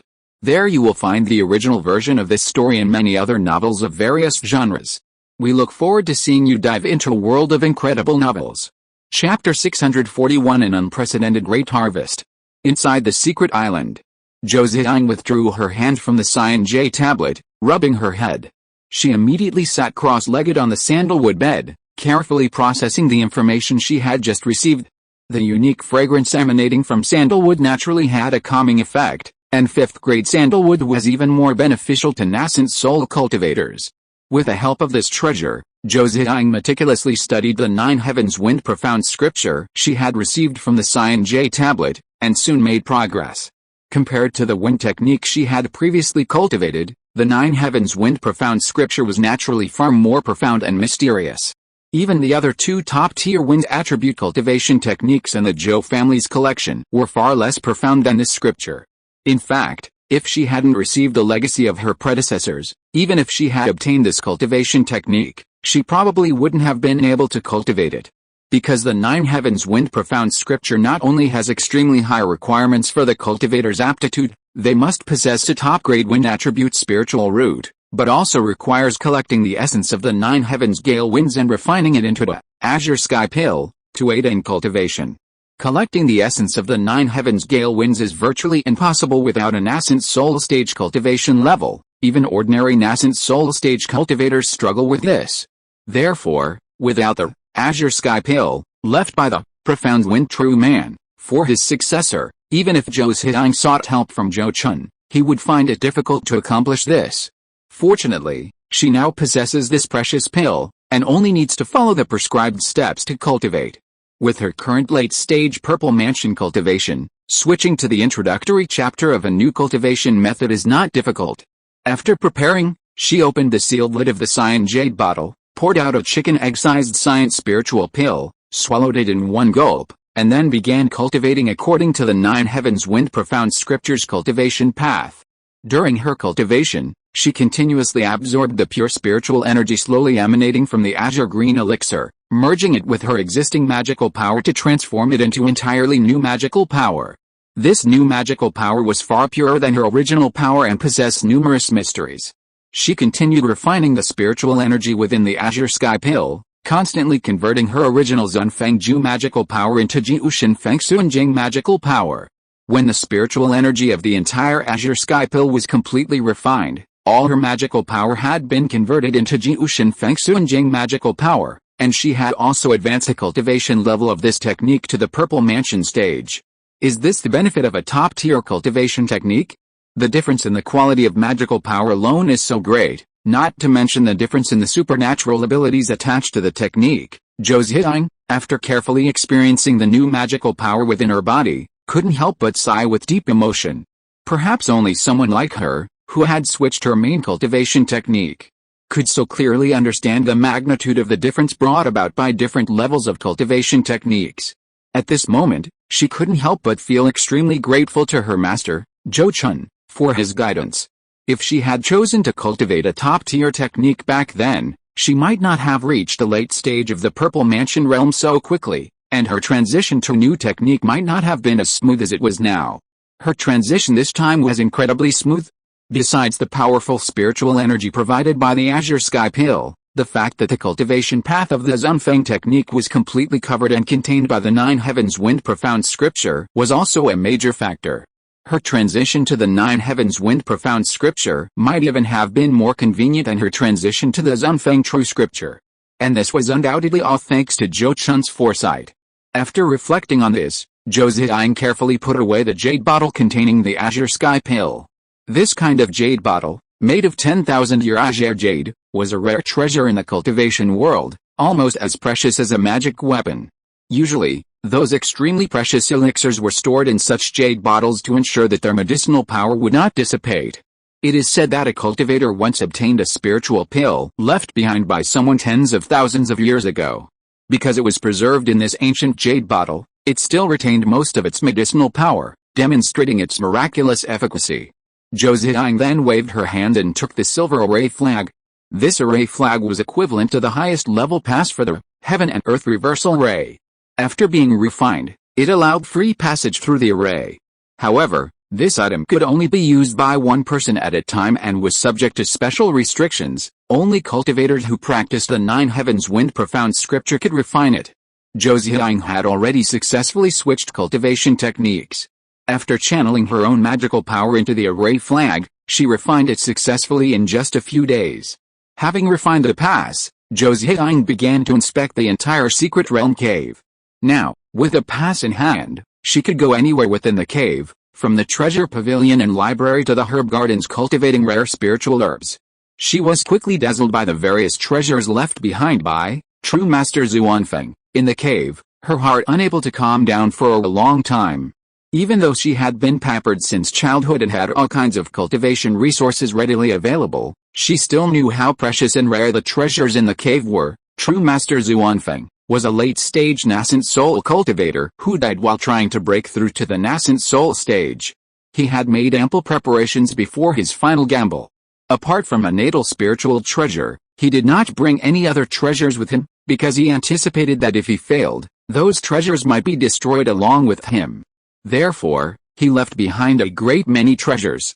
In addition, because of the long time that had passed, the medicinal gardens he had established in various spiritual lands on the island had now cultivated all kinds of rare and precious spiritual herbs. Among them were even rare divine herbs that were nearly 10,000 years old. More importantly, in the core area of the island, there were two spiritual eye objects left behind by true Master Zhuanfeng, the spiritual eye spring and the spiritual eye stone. The area of that spirit eye spring was more than 10 times that of the one Zhou Chun possessed, and the spirit eye stone was a single, massive rock large enough to accommodate a cultivator sitting cross-legged for meditation. The reversal of heaven and earth array used these two spiritual objects as its core, ensuring the area remained undamaged for thousands of years. After wandering around the island, Zhou Ziyang remembered that Lei Jiao Bai Bai and Mu Seng were waiting for her outside. She quickly used a token to leave the array and brought them into the cave. This entry into the cave was an incredible opportunity for the two demon beasts. The island boasted 3 5th-tier spiritual trees, no fewer than 100 4th-tier spiritual trees, and countless other spiritual herbs and medicines. Upon entering, Mu Seng felt as if she had ascended to paradise, thoroughly enjoying herself. With the island's abundant resources, she was very likely to become the first of Zhou Chun's many demon beasts to reach the 4th-tier perfection. If she was confident in surviving the heavenly tribulation, she might even become the first to successfully transcend it. Even for Lei Jiao Bai Bai, the island's rich spiritual energy environment was a great help in improving its cultivation. Moreover, the island possessed a 5th-tier spiritual apricot tree, whose apricots were 5th-tier spiritual fruits, beneficial for nascent soul cultivators in enhancing their magical power. For a golden core cultivator or a 4th-tier demon beast, consuming a single spiritual fruit was equivalent to decades or even centuries of arduous cultivation. Currently, the apricot tree bore 18 ripe spiritual fruits, and Zhou Ziyang, naturally, wouldn't be stingy, directly picking one and giving it to Lei Jiao Bai Bai. As for the wood spirit and wood mulberry, with numerous spiritual trees available on the island, such spiritual fruits were temporarily unnecessary. While both demon beasts were busy improving their cultivation, Zhou Ziyang began to inventory and tally all the spiritual objects and treasures on the island, to facilitate Zhou Chun's understanding of the relevant details later. Since Zhou Chun was unlikely to be able to come here, this place would likely remain idle for a considerable period, and Zhou Ziyang couldn't easily cultivate here alone. Therefore, this inventory and tallying of spiritual objects was essential. Because she was alone, this task was not easy. She didn't recognize many of the spiritual herbs and trees, and needed to search for relevant books in the library to understand them. By the time she had completed the detailed list, a year had passed. By this time, the wood sprite Mu Sang had absorbed enough wood spirit power, enough to sustain it for over a decade. The Thunder Flood Dragon Bai Bai had also almost finished refining the 5th-tier spirit apricot fruit, and its cultivation and magical power had increased considerably. Seeing this, Zhou Ziyang immediately selected some treasures from the cave and took them with her, then left the cave with her two demonic beasts, embarking on her return journey. Not long after Zhou Ziyang embarked on her return journey, Zhou Chun, who was cultivating in seclusion in Xian'an Immortal City, seemed to sense something and looked up towards the direction of the Dolan grassland. He suddenly discovered that the connection between himself and his two spirit pets was gradually strengthening, indicating that the two spirit pets were approaching him. Finally coming back? Yes, it's been 5 or 6 years, it's about time, he muttered to himself, his eyes filled with anticipation. After a moment's thought, he set off for the border to meet him. In the past 5 or 6 years, because of his killing of several grand mages, cultivators who ventured to the Dolan grassland had all suffered greatly. It was said that even some golden core cultivators had been killed on the grassland by winged clan saint mages, and countless other purple mansion and foundation establishment cultivators had been surrounded and killed by winged clan mages. As a result, in recent years, cultivators in the Great Zhou Kingdom had to suspend such adventures and temporarily designated the Dolan grassland as a forbidden area. Zhou Chun was also worried that Zhou Ziyang might encounter some trouble on his return from the grasslands to the Great Zhou Kingdom, so he went to meet him in advance. After stopping about 600 or 700 miles from the border, he patiently waited for Zhou Ziyang's return. After waiting for more than 20 days, Zhou Chun suddenly sensed the tension conveyed by the wood spirit Mu Sang, as if they had encountered some trouble. Seeing this, he immediately rushed towards the location of his spirit pet. After flying hundreds of miles, Zhou Chun saw Zhou Ziyang, protected by the wood spirit Mu Sang, struggling against the siege of two golden core cultivators. This enraged him, and he immediately charged towards the battlefield, activating the Dragon Tiger Golden Ring and Heavenly Gang Thunder Slaying Sword to attack the two. Fellow Taoist, what is the meaning of this? Why are you attacking us without reason? Suddenly attacked by Zhou Chun, the two golden core cultivators were somewhat flustered and hurriedly questioned him. One was at the mid-stage of the golden core realm, and the other at the early stage, facing Zhou Chun, who wielded two high-grade magic weapons. Their own aura was clearly insufficient. As Zhou Chun unleashed his magic weapon to fiercely attack the two, he roared angrily with a dark face, "You two still have the nerve to question me? What did my disciple do to offend you two that you would so shamelessly bully her and gang up on her like this?" Hearing this, the red-robed elder with the cultivation of the mid-stage golden core immediately waved his hand and said, "Fellow Taoist, please calm down. There must be some misunderstanding here. Please stop and let me explain." "No need to explain. I'm not blind. I saw everything," Zhou Chun said in a low voice with a gloomy expression. With a thought, he activated the Heavenly Gang Thunder Slaying Sword, and pierced through the protective magic of the yellow-robed elder in the early stage of the golden core, leaving a bloody hole in his body. This scene horrified the red-robed elder, who hurriedly shouted, "Stop. Fellow Taoist, let's talk this out. Even if we've made a mistake, it doesn't warrant death. Please, for the sake of our sect, Yellow Dragon Fortress, spare us." As he spoke, he hastily cast a low-grade 4th-tier defensive talisman to protect the yellow-robed elder, preventing Zhou Chun from striking again. However, he didn't know that if Zhou Chun truly intended to kill, both of them would likely already be nothing but bones. HMPH, so what if it's Yellow Dragon Fortress? If you don't give me an explanation today, you can leave your lives here, Zhou Chun coldly snorted, and the Heavenly Gang Thunder Slaying Sword, still stained with a trace of the yellow-robed elder's blood, suddenly erupted with lightning, instantly evaporating the blood on the sword into a wisp of black smoke. However, since he had sheathed his sword, his attitude was clear. Therefore, the red-robed elder nodded repeatedly, saying, "Yes, yes, fellow Taoist Zhang, please calm down. My brother and I were rash before, attacking your disciple without clarifying the situation. We are willing to apologize to your disciple, Yinger. What do you think?" Zhou Chun ignored the red-robed elder's words and turned to ask his beloved disciple. This made the red-robed elder's heart skip a beat, and he had no choice but to put on a fawning smile for Zhou Ziyang. Seeing this, Zhou Ziyang's anger, which had been building up from being bullied by the two, was instantly released, and she couldn't help but sneer, "Then we'll see their sincerity." Hearing this, Zhou Chun immediately looked at the red-robed elder and said, "You heard what Yinger said. If you can't satisfy her, don't blame me for being merciless with my sword." This exchange between the master and disciple made the red-robed elder's chest heave rapidly, his heart filled with shame and anger. They really treated them, his brother and his disciple, like a dish on a plate. His lips moved slightly, as if he wanted to say something more, but then he heard his seriously injured junior brother pleading in his voice. Finally, he could only sigh and say, "I understand." Then, he and his junior brother bowed deeply to Zhou Ziyang, saying, "Young friend, please forgive us. We were blind to your true nature and our greed led us to offend you.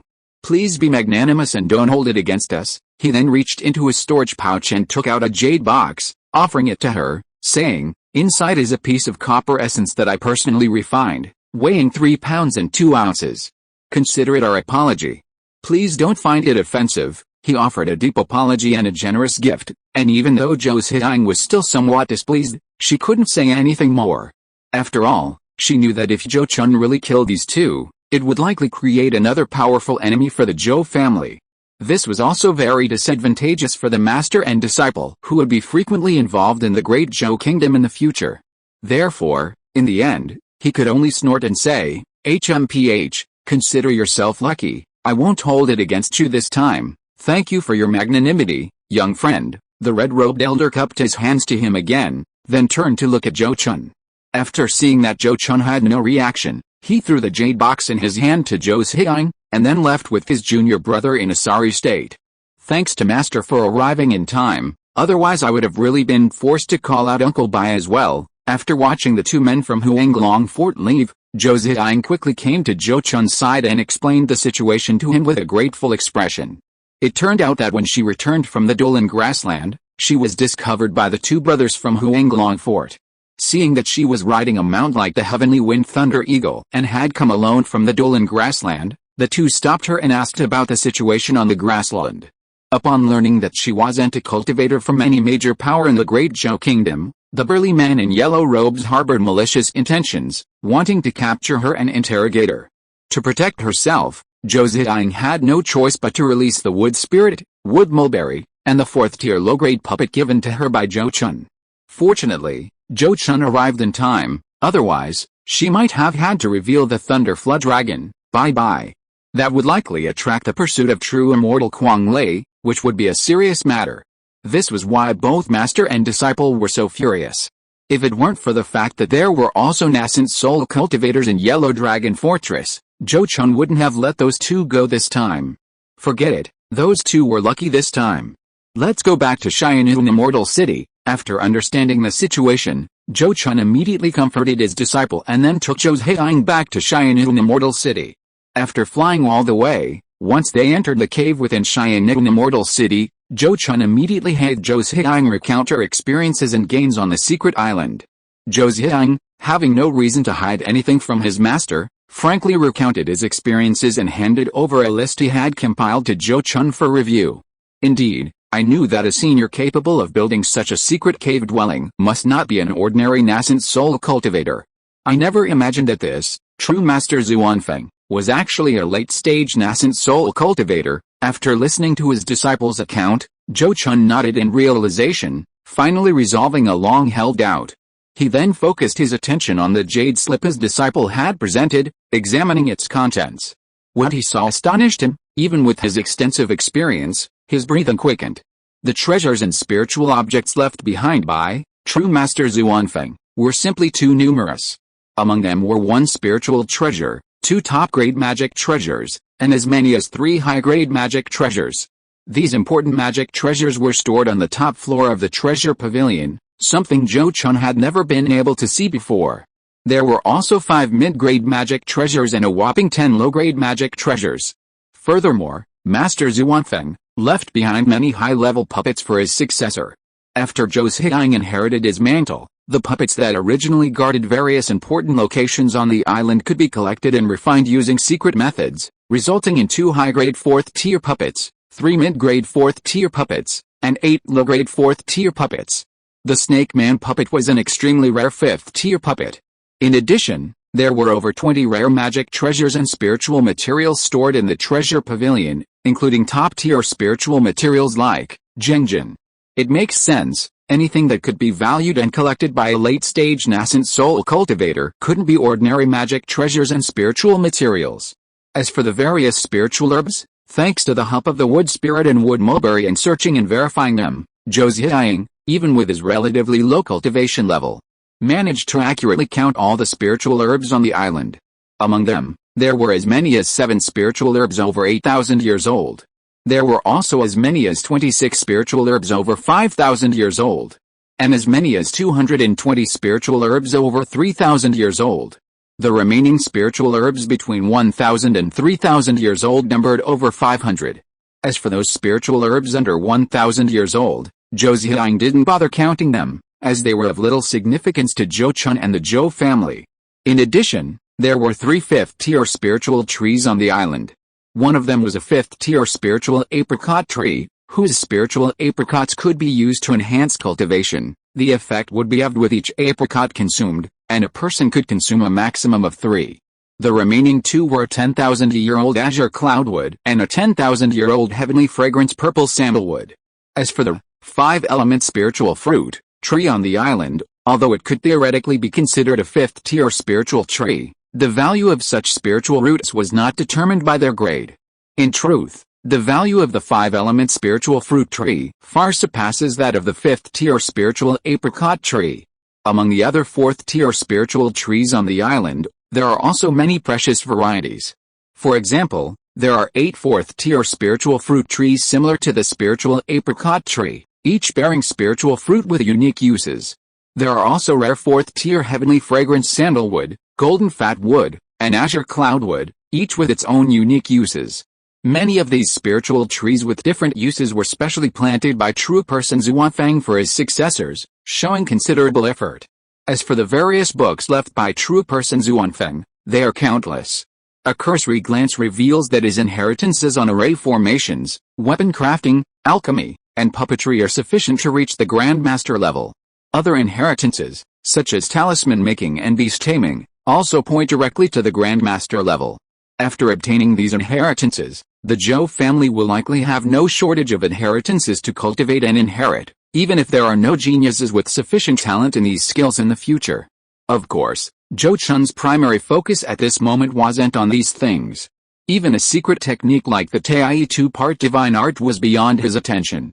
His primary concern was naturally the spiritual object needed for nascent soul formation.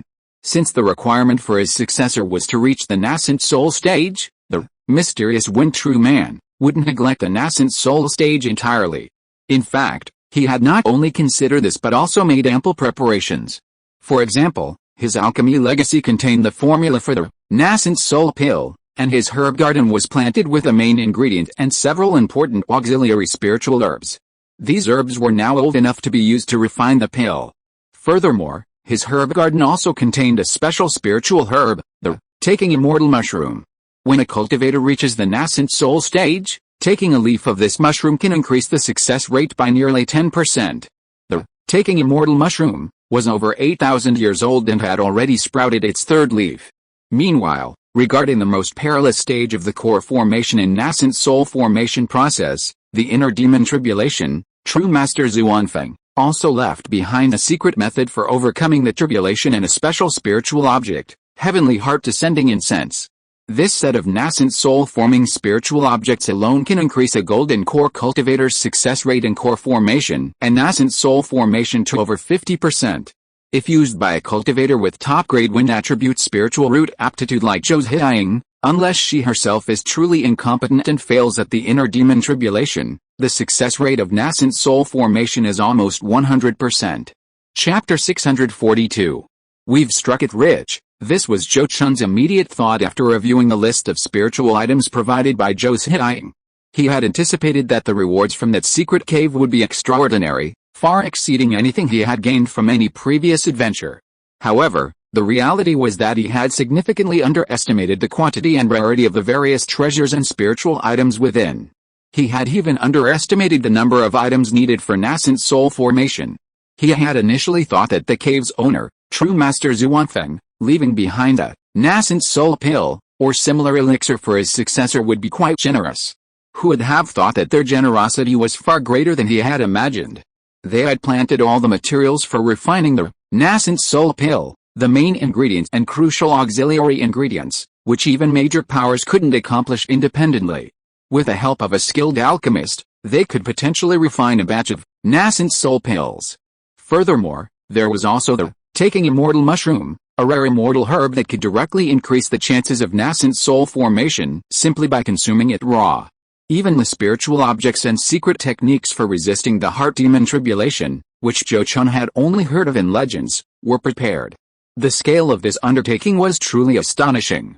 Even the nascent soul stage spiritual objects that the top sects of the Great Zhou Kingdom could use were probably no more than this, and perhaps even slightly inferior. A grand gesture, truly a grand gesture, Zhou Chun murmured to himself, his face filled with shock, unable to calm down for a long time. Zhou Chun, watching his changing expression, felt quite proud. After all, Zhou Chun's shock this time was entirely due to her. She immediately smiled smugly and said, "Master, you are wise. I dared not act rashly on the other items, but I did bring back half of those 2 top-grade magic treasures, 3 high-grade magic treasures, and those spirit apricots. Please take a look." She then took out all the items. Actually, if possible, she would have liked to bring out the spiritual treasure that true Master Zhuanfeng had left her as well. However, the spirit treasure already possessed a spirit, and without her golden core cultivation, she had no way to collect it, so she could only leave it in the treasure pavilion. Looking at the other items she took out, the 9 spirit apricots were all golden in color, emitting an alluring fragrance. Just smelling the aroma made Zhou Chun feel his internal magical power stirring, so he quickly closed the jade box to prevent a loss of spiritual energy. The 2 top-grade magic treasures were a cyan flying sword, surrounded by azure energy, and a gleaming golden pearl. The cyan flying sword was named the Azure Sky Illusion Sword, a top-grade wind attribute flying sword crafted by a Grandmaster weapon refiner. It was forged by true man Zhuanfeng before he reached the late nascent soul stage. The golden pearl was named the Unstable Golden Light Pearl. Its only supernatural power was unstable golden light, said to be unpredictable, capable of fixing anything and anyone. Even a 5th-tier demon king struck by this unstable golden light would be immobilized in midair, as if struck by a spell. This treasure can even freeze the nascent soul of a cultivator. According to records left by Master Zhuanfeng, in his own biography, when he was still in the mid-nascent soul stage, he fought a deadly battle with an enemy and used this unstable golden light pearl to freeze the opponent's nascent soul, preventing him from even using the teleportation technique to escape. The remaining 3 high-grade magic treasures each have their own unique characteristics. One is the defensive magic treasure, 9 Palaces Golden Pagoda, which can release 9 layers of defensive golden light, which, when combined, can even withstand several attacks from top-grade magic treasures. Another is the flying magic treasure, Wind and Cloud Wings, a rare pair of winged magic treasures. After refining this treasure, one can activate it to use wind escape techniques to travel. One of them was a special type of magic treasure, the Thousand Illusion Mirror. This mirror could not only cast illusionary spells, trapping others in a dreamlike state from which they could not escape, but it could also enhance oneself with illusions, altering one's appearance and aura. Its uses were endless. From the uses of these magic treasures, it was clear that Master Zhuanfeng had put considerable thought into his successor, considering every aspect. After examining the 5 magic treasures one by one, Zhou Chun nodded repeatedly, saying, "Excellent, excellent. These magic treasures are all good things. After you, Yinger, reach the core formation stage, I won't need to give you any more magic treasures." Although Zhou Ziyang had already guessed he would say this, seeing that he remained unmoved despite the abundance of magic treasures, she was still deeply moved. He immediately smiled wryly and said, "Master, you overestimate your disciple. How could I possibly need so many magic treasures?" He then shook his head slightly and said, "Besides, even if I successfully form my core, I still need to refine that spiritual treasure. Where would I find the spare energy to refine these magic treasures?" "Then what do you mean?" Zhou Chun's expression shifted, and he looked at his disciple thoughtfully. Zhou Ziyang immediately pushed the 2 magic treasures, the Boundless Golden Light Pearl, and the Wind and Cloud Wings, towards him and said, "I probably won't need these 2 magic treasures much in the short term, so please refine and use them for me, Master." Zhou Chun was slightly moved by this, but then waved his hand and said, "I appreciate your kindness, but I already have enough magic treasures. I have these to make up for my shortcomings, so there's no reason for me to covet my disciples' things." He wasn't bragging. In terms of the number of magic treasures he possessed, he might not be as numerous as Zhou Ziyang, but their quality was not necessarily inferior. However, Zhou Ziyang seemed to have made up her mind. She looked at him earnestly and said, "This is all my filial piety. If you don't accept it, Master, you'd be treating me like I'm not one of your own." Upon hearing this, Zhou Chun was immediately put on hold and couldn't admit it. After hesitating for a moment, he could only smile and nod, saying, "All right, then I'll accept this unfixed golden light pearl. As for the Wind and Cloud Wings, you should keep them yourself, their attributes suit you better." He then took the golden pearl and said in an unyielding tone, "It's settled then. Yinger, don't try to trick me anymore. I have my pride too, all right. Since you've said so, Master, I won't force you. But you must accept all these spirit apricots. I don't need them, Zhou Ziyang's face fell, and she had no choice but to put the wind and cloud wings magic weapon back. After hearing her words, Zhou Chun nodded and said, "These spirit apricots are indeed of great use to me, so I won't stand on ceremony." Now, decades have passed, and Zhou Chun only has 2 true rejuvenation pills left, but his cultivation is still quite far from the late golden core stage. The appearance of these spirit apricots is timely, allowing him to save decades of arduous cultivation. Furthermore, he can also consume the golden armored mountain-carrying turtle stone, the golden winged tiger, and the fiery phoenix, which haven't yet been used. Such spiritual objects that can enhance the cultivation of a golden core cultivator are never too many. After accepting the 9 spirit apricots, he pondered for a moment, then looked at Zhou Ziyang and said, "According to the list you provided, Yinger, that cave contains many spiritual herbs that can be used to refine rare pills that enhance one's magical power. However, our family doesn't have enough outstanding alchemists, so it's probably difficult to fully utilize the uses of these herbs. Therefore, I wish to make a copy of the mysterious Wind True Man alchemy inheritance you obtained and give it to fellow Taoist Luo Qingni, so she can help refine the relevant pills.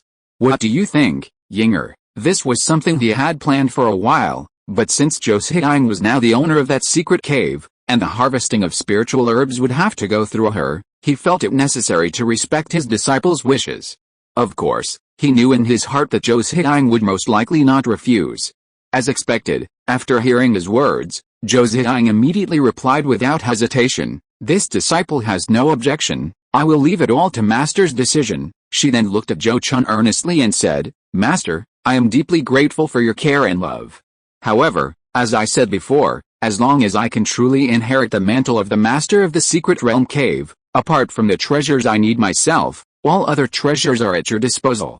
You don't need to consult my opinion on everything." Hearing this, Zhou Chun was pleased with his disciple's filial piety, but at the same time, he didn't forget to admonish her, saying, "Yinger, you don't understand. Although we are master and disciple, the things in that secret realm cave were left to you by Senior Zhuangfeng's Henrun. Therefore, even if you don't mind sharing the treasures with me, I cannot take them without asking." This is a matter of principle. Zhou Chun knew that people's hearts are fickle. Even close relationships like husband and wife or father and son can lead to arguments and even physical fights over their own interests. Because of her upbringing and innate talent, coupled with his deliberate influence, Zhou Ziyang may currently be indifferent to the spiritual herbs in the cave and willing to use them to help her master. However, if she encounters setbacks or other unforeseen circumstances on her cultivation path in the future, recalling these events, she might harbor resentment towards her master for taking things without permission. This could potentially strain the currently close master-disciple relationship. Therefore, while the relatively young Zhou Ziyang may not care, her master must uphold his principles and avoid sowing the seeds of a future rift in their master-disciple relationship. Zhou Ziyang was a quick-witted and intelligent person. When Zhou Chun spoke to her in a serious tone, she immediately understood and nodded, saying, "Disciple understands. Disciple will certainly remember master's teachings, a promising child. Then you will first form your core here in Cheyenne Immortal City. After you successfully form your core, go to that cave secret realm to retrieve some things for your master." Zhou Chun nodded slightly and immediately stated his arrangements. "Yes, disciple will obey master's orders." Zhou Ziyang's face lit up with joy, and she immediately agreed respectfully. She was currently surrounded by treasures but could not use them due to insufficient cultivation, which made her extremely frustrated. Now that Zhou Chun was asking her to go into seclusion to form her core, this was exactly what she wanted. She quickly and happily took the core-forming spiritual items from Zhou Chun and went into seclusion. Although her top-grade spiritual root aptitude made successful core formation almost a certainty, without the assistance of the core-forming spiritual items, she would definitely have to spend much longer to succeed, and after forming her core, she would probably need to spend a lot of time consolidating her cultivation.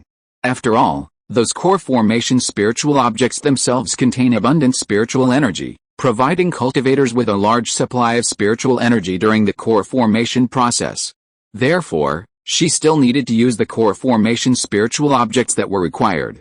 After sending Zhou Ziyang into seclusion, Zhou Chun pondered the spiritual herbs listed on the inventory. While thinking, Zhou Chun also reviewed the alchemy inheritance left by True Master Zhuangfeng. mainly looking at the pill formulas to decide how to utilize the rare spiritual herbs on the island. The alchemy inheritance left by true master Zhuangfeng was undoubtedly extremely profound and exquisite, containing 4 pill formulas even useful for enhancing the cultivation of nascent soul stage cultivators. Zhou Chun noticed that some of the spiritual herbs in her herb garden were actually the main and auxiliary ingredients listed on one of the pill formulas, but it was still missing 1 or 2 other important auxiliary ingredients. As for the other pill formulas, she could only look at them. Some of the required spiritual herbs were probably already extinct in the cultivation world. Besides the nascent soul pill and nascent soul condensation pill, which are several pills that help with nascent soul formation, there are also 6 or 7 pills for improving the mana and breaking through barriers for golden core cultivators. There are also several other pill formulas for healing and detoxification. Similarly, many of the island's medicinal herbs meet the material requirements of those formulas. Clearly, this was a deliberate arrangement by true man Zhuangfeng. What delighted Zhou Chun most was that the island possessed the other 2 main ingredients needed to refine the 4 spirits barrier breaking pill. Among them, the tortoise shell Ganoderma, an important auxiliary ingredient for refining the nascent soul pill, had 5 plants growing on the island. The oldest was over 6,000 years old, and 2 of the remaining 4 were over 3,000 years old. And 2 were over 1,000 years old. This situation likely indicates that the 6,000-year-old tortoise shell Ganoderma later spread its veil, giving rise to new medicinal herbs. Other auxiliary medicinal herbs for the nascent soul pill also exhibited similar characteristics. The only exception is the heavenly infant fruit, the main ingredient of the nascent soul pill. Because it's a special spiritual root, only 1 fruit can grow at a time. This particular heavenly infant fruit is over 8,000 years old, far exceeding the minimum requirement of 3,000 years. With such a significantly longer lifespan, even if consumed directly, this heavenly infant fruit would likely have 6 or 7/10 the efficacy of the nascent soul pill. If used as the main ingredient, along with other auxiliary ingredients of similarly long lifespans, the resulting nascent soul pill would be even more potent than a normal one. According to the pill formula, if a Grandmaster Alchemist were to refine the nascent soul pill, they could typically produce at least 3 pills, and in the best-case scenario, even 5. Only legendary Grandmaster Alchemists could confidently refine 6 nascent soul pills in a single batch. However, such Grandmaster Alchemists are even rarer than Grandmaster Weapon Refiners. At Zhou Chun's current level, he has no idea where to find such a person. Moreover, given the preciousness and importance of the nascent soul pill, he couldn't possibly just find any alchemist he couldn't fully trust to refine it. Therefore, in the future, he would almost exclusively rely on Luo Qingni to refine the nascent soul pill. At the same time, to ensure Luo Qingni could perform optimally during the refining process, he would have her refine other rare spiritual pills beforehand to improve her alchemy skills, and perhaps even raise her cultivation to the late golden core stage.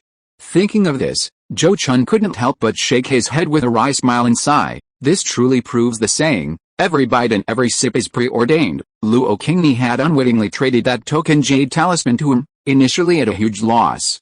However, after all the twists and turns, a large portion of the benefits Zhou Chun and his master gained would ultimately come from her. Even though Zhou Chun wasn't a believer in fate, encountering such a situation made him question whether such things as karma and retribution truly existed. However, this meant that Zhou Chun wouldn't feel guilty when facing Luo Qingni again. After all, even if Luo Qingni found out about this later, she would still have to thank him. Thinking of this, Zhou Chun carefully compared the pill formulas again and gradually came up with an idea. Of course, even though he was prepared to tell Luo Qingni the truth, he would not reveal the news in advance before Zhou Zhiyang successfully formed his core and before Zhou Zhiyang brought back those spiritual herbs, and he would not even give her the pill refining inheritance. Therefore, in the following period, Zhou Chun did not wait idly in Cheyenne Immortal City for Zhou Zhiyang to achieve his core formation result, but returned to his family first. The safety of Cheyenne Immortal City was guaranteed, and he did not need to stay there to guard it, especially since it was not very convenient for him and his spirit pet to cultivate there. In addition, Zhou Chun also needed to inform Zhou Ming of the good news in time so that he could rest assured. The journey was uneventful, and Zhou Chun returned to Kinglian Peak in a low-key manner without disturbing anyone. Apart from a few close people, Not many people even knew that he had left his family for more than 10 years. When Zhou Chun recounted how Zhou Ziyang had successfully inherited the mantle of Master Zhuanfeng, and showed him the list, Zhou Ming was utterly shocked and incredibly excited. This is truly a blessing from heaven. Your years of hard work and planning, Zhou Chun, have finally yielded a delightful result. After a long period of excitement, Zhou Ming, regaining his composure, looked at Zhou Chun with a face full of joy and emotion, and uttered this exclamation. Upon hearing this, Zhou Chun echoed his sentiments, saying, "Yes, this result is a wonderful surprise and delight for me. All these years of planning have finally paid off. Opportunity always favors the prepared. Zhou Chun, you've planned for 100 years to reach this day, and now everything has gone as planned. It's clear this is destiny." Zhou Ming gazed intently at Zhou Chun, his voice firm.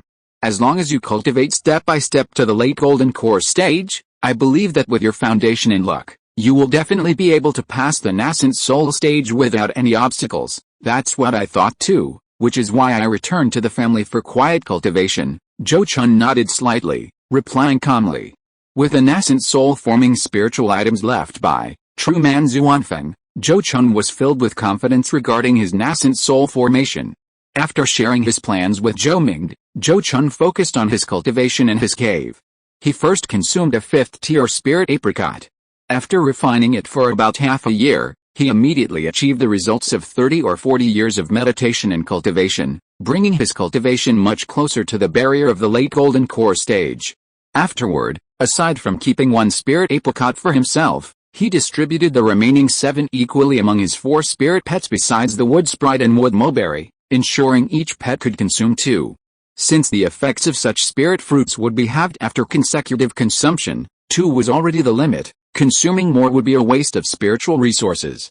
While refining spiritual fruits and pills to improve his cultivation, Zhou Chun also suspended the practice of most other secret techniques and supernatural abilities, focusing most of his spare time on comprehending the Tai 2-part divine technique and the secret method for assisting in nascent soul formation.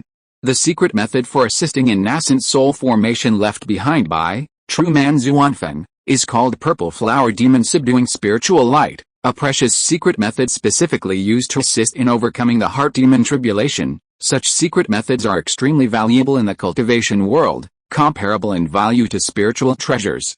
Even many ancient cultivation sects may not possess such secret methods. To cultivate this purple flower demon subduing spiritual light, one must go to the highest heavens each day to collect the purple energy of the rising sun at sunrise, and then collect the essence of the moon at full moon, using a secret method to fuse the essence of the sun and moon. It takes 24 years to condense a single purple flower demon subduing spiritual light. This method doesn't actually require high aptitude or comprehension from cultivators. The only truly difficult aspect is that once cultivation begins, not a single day can be wasted before condensing a purple radiance demon subduing spiritual light, otherwise all previous efforts will be in vain. Therefore, once one prepares to cultivate this secret technique, they must go to a secluded place far from people and sit in seclusion for 24 years, never emerging until they succeed.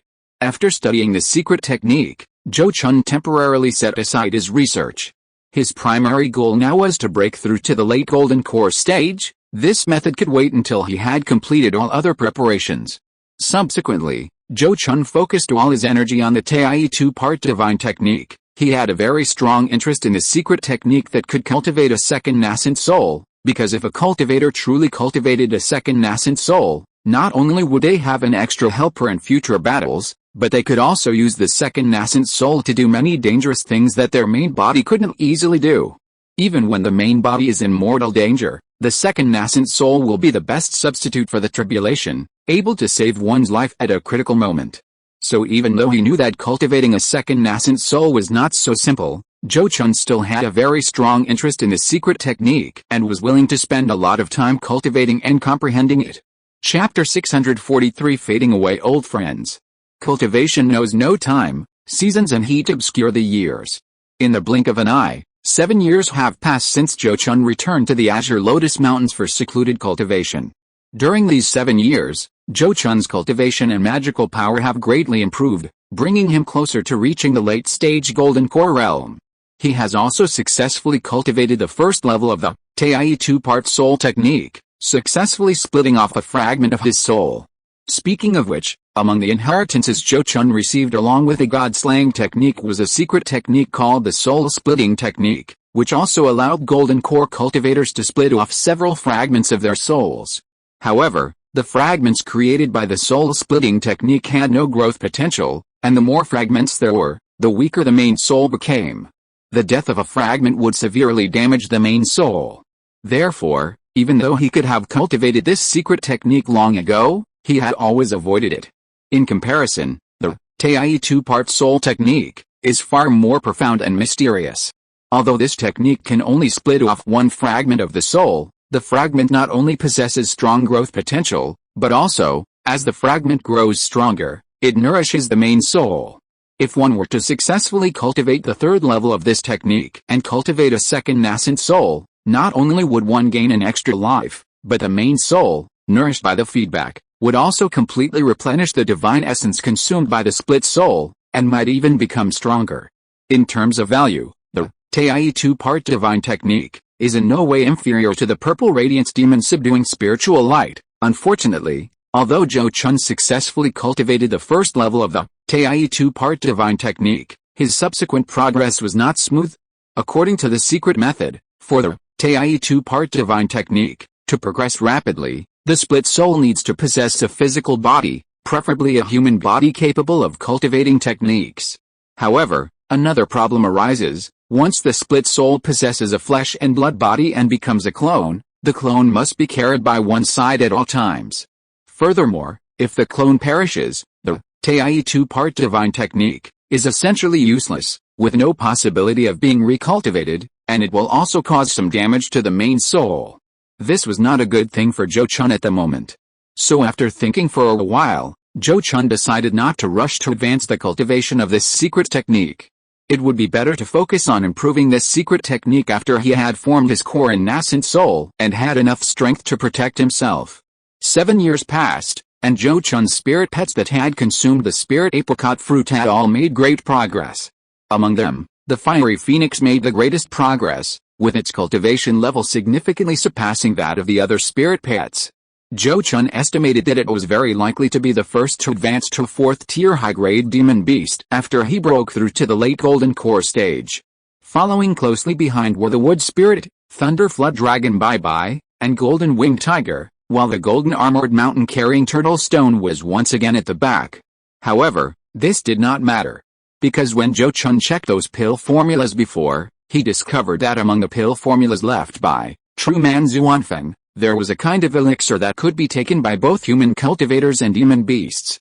If Luo Qingmi manages to refine that kind of elixir, Zhou Chun will use it to train several spirit pets, striving to ensure they don't fall too far behind him. In short, after so many years of companionship, Zhou Chun's primary concern for these old acquaintances who have grown alongside him is companionship. He won't abandon any of them. On this day, Zhou Chun, who had been in seclusion for 7 years, finally emerged. A few days ago, Zhou Daowei sent word that Zhou Zhiying had successfully formed his core in Xian'an Immortal City and was currently stabilizing his cultivation. Zhou Chun planned to go to Xian'an Immortal City soon to meet his disciple and continue having his spirit pets escort him to the secret cave to retrieve treasures. Before that, there were still some matters to attend to at home. Upon emerging from seclusion, Zhou Chun first met with his junior, Zhou Yuanlian. Have you made up your mind? Are you sure you want to attempt to form your core now? Inside the cave, Zhou Chun looked at the gloomy-looking junior before him and asked in a low voice. Faced with his question, Zhou Yuanlian nodded without hesitation and replied, "Yes, I am ready. Please grant my request, clan chief." Zhou Chun nodded non-committally, then suddenly asked, "How is Wu Yazu now? Do you think she will be willing to stay in the Zhou family in the future?" Zhou Yuanlian was slightly taken aback, then answered in a low voice, "Yazu's cultivation has been in the late foundation establishment stage for many years. She just lacks the spiritual objects to help her open her purple mansion. With her aptitude, as long as she has the assistance of spiritual objects, opening her purple mansion should not be difficult." At this point, she paused for a moment to think, then said again, "As for whether she is willing to stay in the Zhou family, I cannot guarantee it. Perhaps you, clan chief, will need to speak with her personally. I understand. Then I wish you success." Zhou Chun gave this junior a deep look, and immediately bestowed upon her the golden dragon fruit, a portion of extreme yang fire spirit liquid, and a portion of extreme cold ice marrow liquid that he had promised. Fortunately, he had previously exchanged some core formation spiritual items in the Great Zhou Kingdom, and he had also received the core formation spiritual items he had exchanged with his battle merits over the years. Otherwise, with Zhou Chun taking a set of core formation spiritual items, he really wouldn't have been able to produce another set for Zhou Yuanlian in a short time. However, this meant he would have to find a way to collect more core formation spiritual items. After all, since his disciple Zhou Chun had helped him so much, he needed to return the favor and give his biological parents a chance to form their core. Fortunately, if it was just a core formation spiritual item like the extreme yang fire spirit liquid, with his current cultivation level and wealth, collecting it wouldn't be too difficult. He just needed to use his connections in the Great Zhou Kingdom to have Luo Qingni help him acquire it. After dealing with Zhou Yuanlian's core formation matter, Zhou Chun thought for a moment and then called Wu Yazhu to his cave for a talk. Speaking of which, since bringing this woman back to the Zhou family, Zhou Chun had only paid attention to her before she reached Foundation Establishment. After she successfully reached Foundation Establishment, due to various reasons, he had rarely seen her again. When the woman arrived, Zhou Chun took a good look at her. Nearly a century had passed, and Wu Yazhu, having completely resolved the hidden dangers of the fire poison within her body, had undergone a dramatic transformation in both figure and complexion compared to her former frail appearance. She now appeared as a beautiful woman with a shapely figure. What surprised Zhou Chun even more was that, despite both being poison cultivators who had practiced a 10,000 poisons true scripture, she didn't possess the same crazed and gloomy aura as Zhou Yuanlian. Aside from the coldness characteristic of ice spirit root cultivators, she seemed no different from a normal cultivator. Could it be that their different life experiences had created such a large difference? Zhou Chun was secretly amazed, and his impression of Wu Yazhu improved considerably. He immediately looked at her gently and said, "Yazhu, have you been adapting well to the Zhou family these past years? Is there anything you need help with?" To be honest, he hadn't cared for her for decades, and this sudden show of concern inevitably made people suspect his motives. At least after hearing his words, Wu Yazhu, though outwardly expressionless, inwardly felt uneasy. But Zhou Chun was, after all, in a superior position. Superiors often only need to state their own stance, without worrying about what their subordinates might think. Zhou Chun had shown goodwill, and regardless of Wu Yazhu's inner thoughts, she could only accept his kindness for now.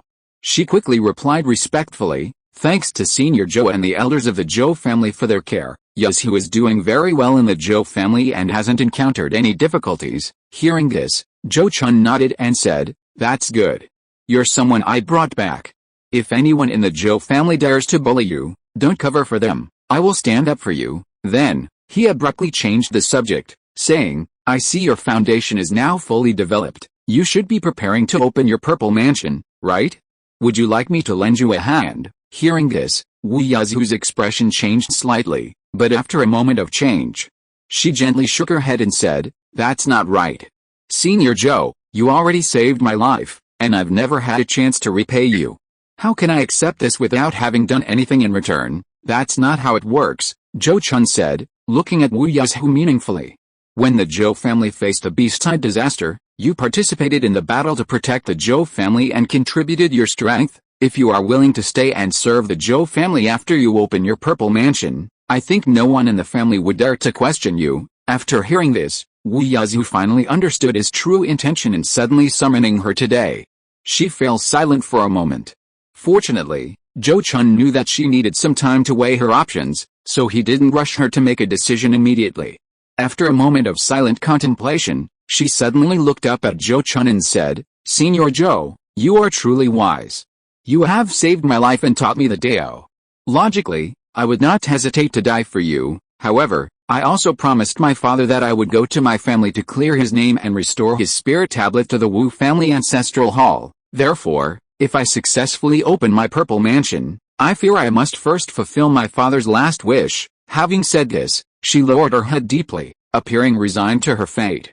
She had originally thought that her words would surely displease Zhou Chun. Even if he didn't immediately accuse her of ingratitude, he would certainly kick her out. Unexpectedly, Zhou Chun was only slightly taken aback by her answer before nodding gently and saying, Fulfilling a father's vow is something that children should do, especially since your father took such good care of you during his lifetime and even gave his life for you." He then sighed. If he knew how filial you are in the afterlife, he would surely be smiling in his grave. "Senior Zhou, you?" Wu Yazhu looked at Zhou Chun with surprise and slight excitement, hesitating to speak, completely unprepared for his words. But Zhou Chun smiled faintly at her and said, "Yazhu, you underestimate me and the Zhou family too much?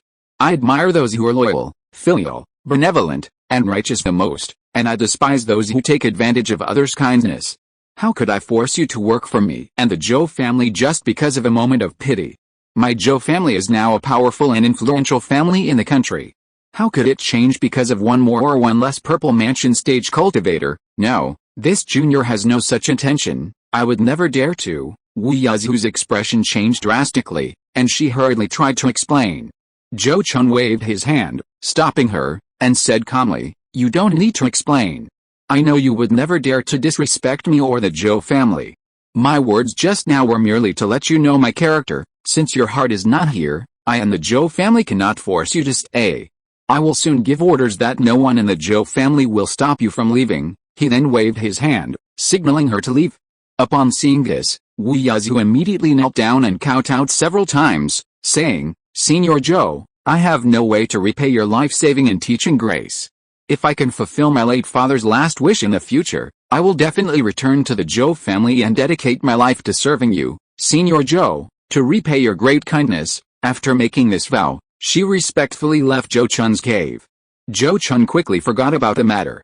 On this day, Zhou Chun departed from the Azure Lotus Mountains and arrived directly at Nine Peaks Ridge, located within Lanzhou. After the Zhou family took control of the Azure Lotus Mountains, the importance of both Nine Peaks Ridge and Tuyun Ridge greatly diminished, with only a few low-level cultivators from the family practicing there and tending to the family's property. However, several years ago, Zhou Zhengaong, feeling his lifespan was nearing its end, came to Nine Peaks Ridge alone to retire. Zhou Chun was now over 420 years old, and Zhou Zhengaong was a few years older than him. Even according to the normal lifespan limit for a purple mansion stage cultivator, Zhou Zhengaong only had 50 or 60 years left to live. Not to mention the various battles he had experienced during his growth, resulting in multiple serious injuries, which, accumulated over the years, made it difficult for him to live to his normal lifespan limit. Many cultivators are like this. Serious injuries suffered in their youth, due to limited conditions or insufficient cultivation at the time, would leave various hidden injuries and ailments. As cultivators approached their lifespan limit, these hidden injuries and ailments would flare up, making it difficult for them to truly live to their lifespan limit. This is Zhou Zhengaong's current situation.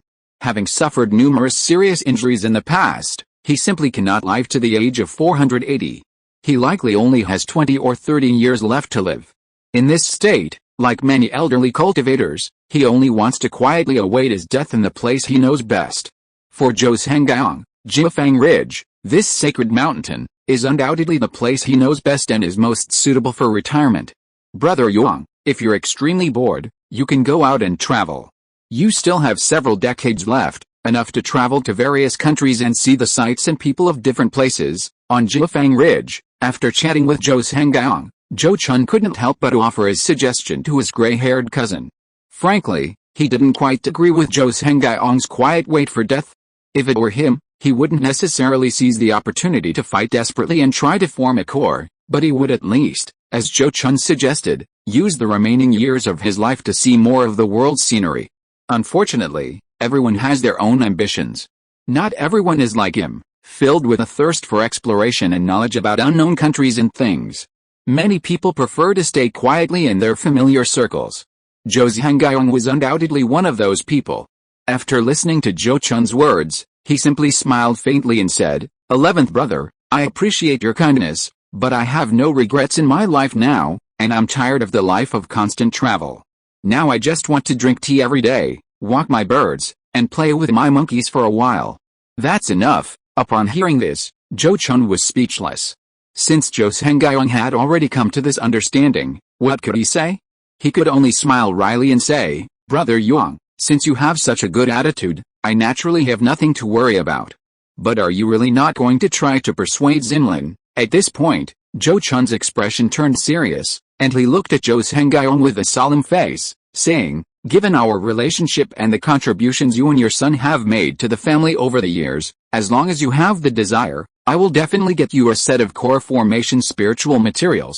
Hearing this, Zhou Hengyong nodded repeatedly and said, "11th brother, I believe what you say, and I don't think Xinglin would doubt it either." Then he sighed softly and said, "But since even Xinglin himself doesn't have the ambition, how can I persuade him?" At this point, he couldn't help but laugh self-deprecatingly and said, "In the end, my son and I both benefited from your help, 11th brother, and were able to successfully open our purple mansions. Countless geniuses have fallen at the core formation stage since ancient times.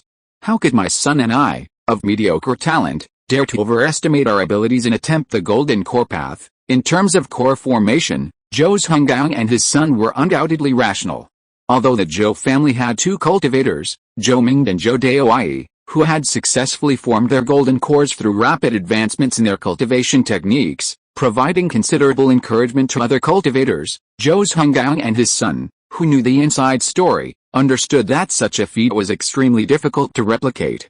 Firstly, Zhou Ming and Zhou Daowei were undoubtedly far superior to them in terms of personal aptitude, comprehension, and perseverance. Furthermore, Zhou Ming's initial conditions for forming his golden core were exceptionally favorable.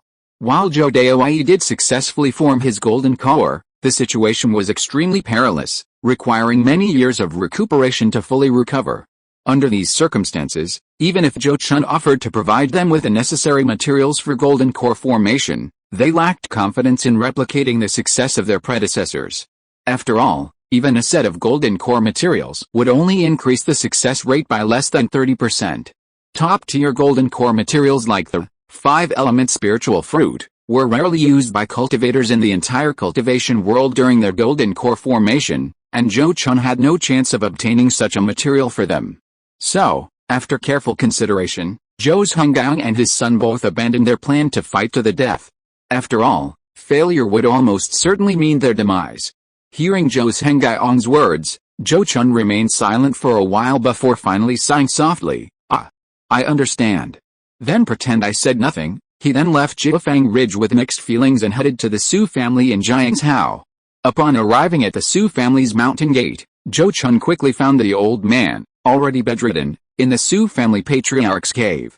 It turned out that the Su family patriarch's lifespan was nearing its end, almost certainly within the next few years. Su Yuzhen had therefore returned to the Su family's mountain gate more than 10 years ago to prepare for his final handover. Seeing Zhou Chun arrive, the Su family patriarch immediately mustered his strength and sat up from the bed. "Patriarch, you don't need to do this. Talking while lying down is just as good," Zhou Chun quickly advised, fearing something might happen to him. Upon hearing this, the Su family patriarch, undeterred, raised his head and said, "I am, after all, a golden core cultivator. Even if I don't have many years left to live, I'm not so weak that I can't stand up." Zhou Chun could only smile wryly, knowing that the old man was being stubborn again, and dared not say anything against him. Fortunately, although the Su family patriarch was old, his mind was still sharp. After salvaging his reputation, he looked at him with gleaming eyes and said, "Zheng Chun, your cultivation seems to have improved quite a bit again. You should be very close to the late golden core stage now, ancestor. You have a good eye. I've had some fortuitous encounters recently, and my cultivation has indeed improved considerably." Zhou Chun was slightly taken aback, then readily admitted it with a smile. Seeing this, the Su family patriarch immediately asked again, "Then how confident are you about breaking through to the late golden core stage?" Hearing this question, Zhou Chun hesitated for a moment, then glanced at his Taoist partner Su Yuzhen beside him, and nodded slightly, saying, "Ancestor, you're not an outsider. So I'll speak the truth. To be honest, I've already planned to break through to the late golden core stage. If nothing unexpected happens, I should be able to complete it within 100 years. In reality, his words were still somewhat conservative. If the 4 spirits breakthrough pill was truly as miraculous as the formula described, breaking through to the late golden core stage shouldn't be a problem for him. However, it was certainly not something to be too certain about now. Even so, the Su family patriarch was slightly surprised after hearing his answer, and even Su Yuzhen showed a look of astonishment. The Su family patriarch couldn't help but exclaim, "Good lad, it seems I underestimated you." After her initial surprise, Su Yuzhen looked at Zhou Chun with admiration and respect, her eyes filled with affection. After his initial astonishment, the Su family patriarch sighed again. It's a pity I won't live to see that day, the day you truly reign supreme in the cultivation world of Jing Kingdom. Zhou Chun, seeing this, immediately replied solemnly, I am deeply grateful for your higher regard, patriarch. If that day truly comes, I will certainly come to personally comfort you. Hearing this, the Su family patriarch clapped his hands and laughed heartily. Excellent. With your words, I can die without regret. After laughing, he got off the bed, took Su Yuzhen's hand in one hand, and Zhou Chun's hand in the other, then clasped their hands together, saying, I have no regrets in this life. From now on, I entrust Yuzhen and the Su family to you, Zheng Chun. I hope you will be tolerant and help the Su family within your capabilities, ensuring the Su family doesn't decline in Yuzhen's generation. His actions, though not formally entrusting his son to someone else, conveyed a similar meaning. Since Zhou Chun had repeatedly stated in front of him that he would take care of the Su family, he naturally wouldn't change the subject or show any sign of wavering. He immediately replied solemnly, Ancestor, rest assured, this junior will definitely take good care of Yuzhen and help her manage the Su family well. I won't let the Su family decline under her leadership. Good. With your promise, Zheng Chun, I can truly leave in peace now. The Su family patriarch's expression relaxed, and the last bit of worry in his heart dissipated. Recently, I've adjusted my sleep schedule, trying to go to bed before 11 p.m. every day to maintain good mental health and consistently produce high-quality content. Chapter 644b Colony Iteration. The Su family patriarch should have 2 or 3 more years to live, so Zhou Chun didn't disturb the old man any further. After giving him a guarantee, he left the Su family first. Actually, Zhou Chun's original plan was to give the Su family patriarch the method of ghost cultivation, allowing him to decide whether to switch to ghost cultivation. However, ever since Zhou Daoquan, the first member of the Zhou family to convert to ghost cultivation, exhibited abnormalities, Zhou Chun had become extremely cautious about this method, daring not to easily reveal or spread it. Because there was something terrifying and worthy of deep thought, why, despite its many benefits, had the method of ghost cultivation not spread throughout the cultivation world? Were cultivators who possessed it extremely secretive, or did they know that spreading this method carried some unknown danger? Zhou Chun had traveled the cultivation world for many years, visiting countless places, yet he had heard very few rumors about ghost cultivation. This was enough to demonstrate the rarity of the ghost cultivation group in the cultivation world. Therefore, if it was merely a matter of secrecy, it was unlikely to be to such an extreme degree. If it was the latter speculation, then the waters ran very deep. It's possible that if things go wrong, Zhou Chun giving the Su family patriarch the ghost cultivation method wouldn't be a kind act of help, but could bring annihilation to the Su family, and even to himself and the Zhou family. Therefore, Zhou Chun is now extremely wary of the ghost cultivation method he possesses, and dares not easily let anyone know that he still has such a method. He also instructed some people in the Zhou family who know about this matter not to reveal this news. Fortunately, after he completed the transaction with true person Shinjing, the ghost face token was also taken away by the other party, which inadvertently helped him get rid of a hot potato. After leaving the Su family's mountain gate, Zhou Chun made an appearance and inspected the 2 markets and some other places controlled by the Zhou family, revealing his whereabouts. Then he went to inspect the wilderness. In the wilderness, Zhou Chun told Su Fu and his wife the good news that Zhou Ziyang had successfully formed his core, making the couple overjoyed. He then almost explicitly told them that he would prepare core-forming spiritual objects for them, so that they could serve the family here with peace of mind. With Zhou Chun's promise, Su Fu and his wife were overjoyed and thanked him profusely. Of course, Zhou Chun didn't reveal a single detail about the secret cave to them, and explicitly told Zhou Ziyang not to divulge it.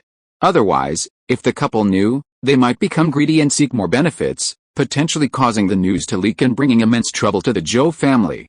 Zhou Ziyang was no longer a child, and having not grown up with her parents, her relationship with them wasn't very close. Therefore, she understood and supported Zhou Chun's warning.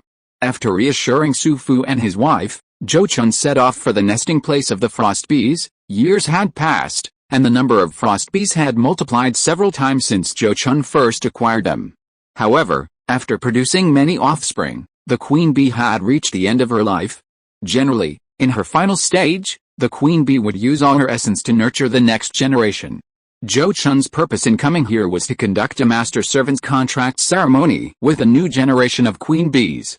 At this moment, as Zhou Chun arrived before the giant, millennial cold jade, where the bee colony had built its nest, the already extremely weak queen bee, supported by several matured drones, flew to Zhou Chun and began to circle around him.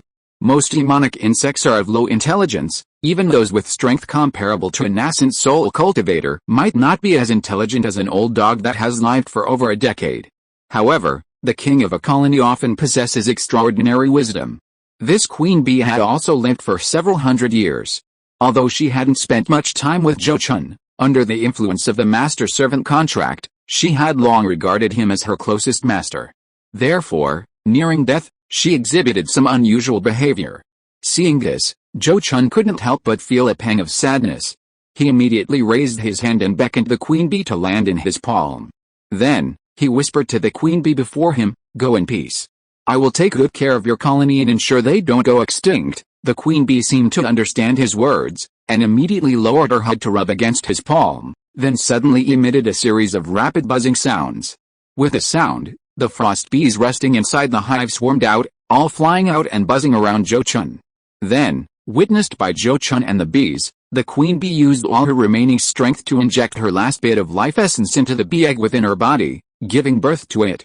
When the queen bee egg emerged, the queen bee was already lifeless, her body quickly withering and decaying like withered grass. Zhou Chun then dripped blood onto the queen bee egg to sign a blood oath, thus establishing a contract.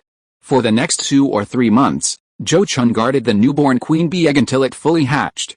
Because this new queen bee was conceived using the queen bee's own essence, its growth rate after hatching is extremely fast, reaching a stage where it can lay eggs in about 3 to 5 years.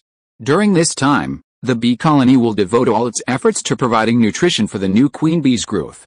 Zhou Chun no longer needed to intervene, and he quickly left the place with some demon bees that were nearing the end of their lifespan. Speaking of which, over the years, Zhou Chun would occasionally come and take away some heavenly frost bees that were nearing the end of their lifespan to feed the 4 6-winged ice silkworms. Now, after years of feeding them, the 4 6-winged ice silkworms are about to undergo another round of molting.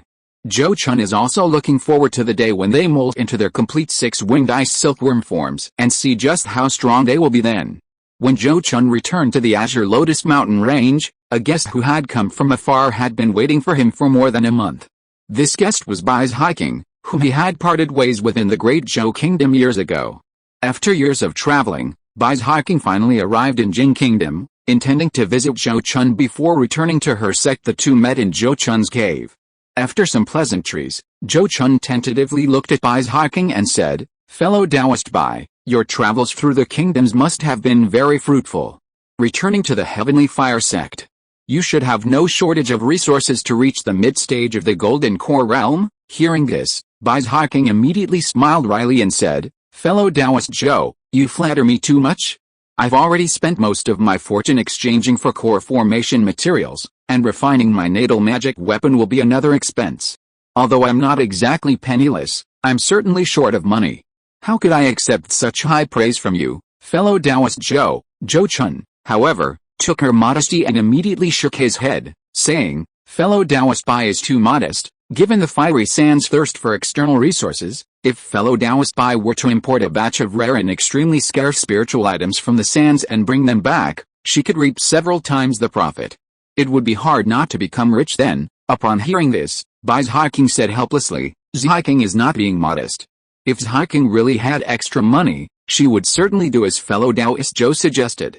Unfortunately, Zhiking is truly short of money." "Is that really so?" Zhou Chun looked at Bai's Hiking with a puzzled expression, then said apologetically, "I'm sorry, it seems I really misunderstood fellow Taoist Bai." "Ah, it's good that fellow Taoist Zhou understands." Bai's Hiking sighed softly, her mood becoming extremely complicated.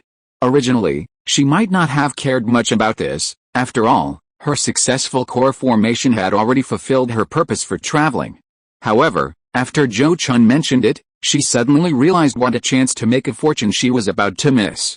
The more she thought about it, the more upset she became. But she didn't know that this was precisely Zhou Chun's scheme. At this moment, Zhou Chun, observing her expression, discerned her inner thoughts and quickly changed the subject, suddenly saying, "Fellow Taoist Bai, If you are truly short of funds and lack startup capital, I, Zhou, can indeed provide you with some financial assistance. You can even freely choose and take away various local specialties and spiritual items from the Zhou family. Upon hearing this, Bai Hicken was slightly taken aback, a clear look of surprise appearing in her eyes. Since she dared to travel alone and had proactively sought cooperation with Zhou Chun in the past, she was undoubtedly a shrewd person. After her initial surprise, a thoughtful expression appeared on her face. He quickly looked at Zhou Chun and said, "Fellow Taoist Zhou is so generous, I am of course extremely grateful. However, I cannot accept something for nothing. Is there anything I can do to help you?" Upon hearing this, Zhou Chun immediately praised him with an appreciative expression. "Fellow Taoist Bai is indeed a smart person. It's so convenient to talk to smart people." Then he said in a deep voice, "I do have something I would like to ask fellow Taoist Bai for help with. If you are willing to help me, I dare not say much else, but it shouldn't be a problem for you to earn 1 or 2 million spirit coins." After saying this, he mentioned the opportunity he wanted to exchange for Bai Hiking's free weapon refining opportunity with Grandmaster Yan Kang. Upon hearing his request, Bai Hiking did not respond immediately, but pondered for a moment. Fellow Taoist Bai probably knows that Senior Yan Kang's lifespan isn't much longer. Since you haven't yet obtained a treasure strong enough to make a Grandmaster forge a weapon, this opportunity might be wasted at any time. Making an exchange with me, Zhou Chun, is clearly a win-win situation. While Bai Hiking was thinking, Zhou Chun whispered a piece of information that made her slightly change color. After her expression shifted, she finally nodded and said, "Very well, since fellow Taoist Zhou is so sincere, Hiking is of course willing to do so." Hearing this, Zhou Chun laughed heartily and said, "Ha ha ha, a wise choice. Fellow Taoist Bai will definitely not regret your decision today." Then he immediately took out a flying sword forged from 10,000-year ice crystal, and asked her to give it to Grandmaster Yan Kang so that he could forge a magic weapon for her that could attack enemies while invisible. Seeing him casually take out a top-grade spiritual material like 10,000-year ice crystal, Bai Hiking was deeply shocked and speechless for a long time. Having previously visited the Ice Barbarian Kingdom, she knew that even there, top-tier spiritual materials of this level were almost impossible to obtain through normal means. Generally, the treasures of this place were firmly controlled by the nascent soul stage cultivators of the Ice Barbarian Kingdom, rarely falling into the hands of golden core stage cultivators. She was stunned for a while before accepting the treasure and solemnly saying to Zhou Chun, "Fellow Taoist Zhou, rest assured, Hiking will do her utmost to fulfill your request. Fellow Taoist Bai, I naturally trust you to handle things." Zhou Chun nodded with a smile, not even making Bai Hiking swear an oath. This extraordinary confidence moved Bai Hiking, but also filled her with trepidation. Before visiting Zhou Chun, she had inquired about Zhou Chun and the Zhou family within the Jing Kingdom. She had also heard of the formidable strength Zhou Chun had displayed during the previous beast tide. Therefore, she knew that if she dared to harbor any disloyalty towards Zhou Chun's request, she would likely have to pay with her life. Next, Zhou Chun indeed fulfilled his promise to Bai Hicken, packing up a large portion of the spiritual materials such as the King Hero pills from the Zhou and Su family's stockpiles, as well as some specialty spiritual items from Lang Yuan's, and gifting them to Bai Hicken so she could take them back to the Liuhero Desert to make a fortune. He also informed her that he would personally go to the Liuhero Desert to retrieve treasures in the future, and asked her to keep the refined magical artifacts for him in advance. As for whether that would be after he reached the late Golden Core stage or after he formed his nascent soul, that was up to Bai Hicken's interpretation. After seeing Bai Hicken off, Zhou Chun could finally go to the Great Zhou Kingdom without any worries. Not long after, Zhou Chun reappeared in Xianying Immortal City. At this time, Zhou Ziyang had not yet emerged from seclusion, so Zhou Chun could only visit Luo Qingni first, explaining that he had entrusted her with collecting spiritual materials for forming the nascent soul stage. However, after hearing his request this time, Luo Qingni did not dare to agree easily. Instead, she said cautiously, "Core formation spiritual items are no ordinary things. If fellow Taoist Zhou wants to purchase them in bulk, I'm afraid you can't just use spirit coins to persuade people. You'll have to offer some treasures of equivalent value." Fellow Taoist Luo is right. If I am willing to offer magic treasures, spiritual materials, and some rare 1,000-year-old spiritual herbs, or even magic treasures and fourth-order magic talismans, I wonder if that would meet the conditions. Zhou Chun nodded slightly and calmly stated his bargaining chips. After he finished speaking, Luo Qingni's slightly furrowed brows relaxed, and she immediately nodded to him, saying, "If that's the case, Qingni can help fellow Taoist Zhou give it a try. I think we'll gain something." Upon hearing this, Zhou Chun immediately cupped his hands in thanks, saying, "Then I'll leave it to fellow Taoist Luo, it's just a small favor." Luo Qingni waved her hand, then looked at him with a probing expression and asked, "Last time, fellow Taoist Zhou suddenly sent a message saying that the other two main ingredients of the Four Spirits Barrier Breaking Pill have been located, and asked Qingni to stop looking for other partners. I wonder when you can bring the spiritual herbs over for Qingni to start refining the pill." Unexpectedly, Zhou Chun smiled mysteriously upon hearing this, saying, "Fellow Taoist Luo, don't worry, the spiritual herbs will be delivered to you soon, and there will be an unexpected surprise waiting for you." Fellow Taoist Zhou is so mysterious, it seems you've recently obtained some kind of fortuitous encounter. Luo Qingni was slightly taken aback, then asked tentatively. But Zhou Chun just smiled and did not respond. This left her with no choice but to nod with a wry smile, saying, "All right then, Qingni will wait and see if the unexpected surprise fellow Taoist Zhou mentioned appears. Hey, I guarantee fellow Taoist Luo won't be disappointed then." Zhou Chun chuckled, confidently making a bold statement. Through Luo Qingni's network of connections, Zhou Chun acquired 3 core formation spiritual items in just 6 months, an incredibly efficient feat. At this time, Zhou Ziyang finally emerged from seclusion. "Congratulations, Yinger, on your successful core formation. Having such an outstanding disciple is a source of immense pride for me." Inside the cave, Zhou Chun greeted his emerging disciple with a broad smile, offering his congratulations and praising her without concealing his joy. Indeed, being able to teach a disciple to the golden core stage was a source of great pride for him as a master. Not to mention, this disciple had a high chance of successfully forming an ascent soul in the future. For Zhou Ziyang, receiving blessings and affirmation from her master Zhou Chun immediately upon emerging from seclusion was a source of great joy. She bowed to Zhou Chun with a beaming smile, saying, "I owe my success today entirely to your teachings and guidance, Master. I will never forget your nurturing and cultivation. This is all thanks to your own talent and hard work." Zhou Chun waved his hand, not taking credit for it. "I merely played a supporting role." To be fair, while he had never mistreated Zhou Ziyang over the years and had provided her with considerable guidance and discipline before she established her purple mansion, her rapid success in forming her golden core was largely due to her exceptional talent and diligent cultivation. Zhou Chun was always pragmatic and never boasted about his achievements. However, Zhou Ziyang also had her own perspective. She looked at him earnestly and said, "Gold needs a noble person to shine. And a thoroughbred horse needs a discerning eye to gallop across the world. Master, you are the noble person in my lifelong discerning eye." These words delighted Zhou Chun, who was indeed pleased. He couldn't help but laugh and point at his disciple, teasingly saying, "What a sweet-talking girl. I'm almost swayed by your flattery. Don't say that again, or people will laugh at me for teaching a sycophant." "Hey, I'm speaking from the bottom of my heart, Master, please don't misunderstand." Zhou Ziyang stuck out her tongue and winked mischievously. After she finished speaking, Zhou Chun's smile widened. After this exchange of laughter between master and disciple, their relationship deepened considerably. Zhou Chun then gave his disciple some pointers on things to pay attention to after forming her core, and inquired about her choices regarding the refinement of magical artifacts. Zhou Ziyang possessed numerous magical treasures, but she heeded Zhou Chun's advice and didn't greedily acquire more. Instead, she only refined the high-grade defensive treasure, the 9 Palaces Golden Pagoda, and the high-grade flying treasure, the Wind and Cloud Wings. However, this didn't mean she lacked offensive capabilities. After successfully forming her core, thanks to the significant increase in her divine sense and magical power, and having successfully cultivated the Tai 2-part divine technique, she could simultaneously control 3/4 tier puppets to fight enemies.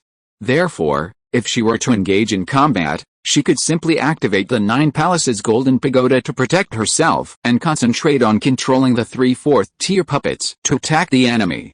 With these abilities, even ordinary mid-stage Golden Core cultivators might not be her match. Therefore, after hearing her disciple's choice, Zhou Chun nodded with great satisfaction and said, "Very good, it seems you are very clear-headed. Now, go back to that secret cave, refine the main array flag of that great formation, subdue the spiritual treasures, and bring back the items on this list for your master." After speaking, He handed Zhou Chun a list of spirit herbs he had prepared and 5 spirit beast bags. Yes, 5 spirit beast bags. Because Zhou Chun had now confirmed that she had inherited the secret cave, he wasn't worried about her encountering any problems inside. Furthermore, she was carrying an even more important mission this time, so Zhou Chun didn't dare to be negligent and directly entrusted all 5 of his spirit pets to her to carry. With his 5 spirit pets at his disposal, Zhou Chun could practically roam freely across the Dolan grassland, as long as she didn't encounter a holy mage of the multi-winged clan. Among them, the golden armored mountain-carrying turtle stone was the most crucial. With it, Zhou Chun could use it to carry her through dangerous sections of the road using earth. Earth is a technique in Chinese fantasy novels. Zhou Chun's support moved Zhou Chun deeply, and she immediately said solemnly, "Master, rest assured, this disciple will definitely complete the mission entrusted to me by Master. Go, be careful along the way." Zhou Chun nodded slightly and personally escorted his disciple out of Xianyun Immortal City.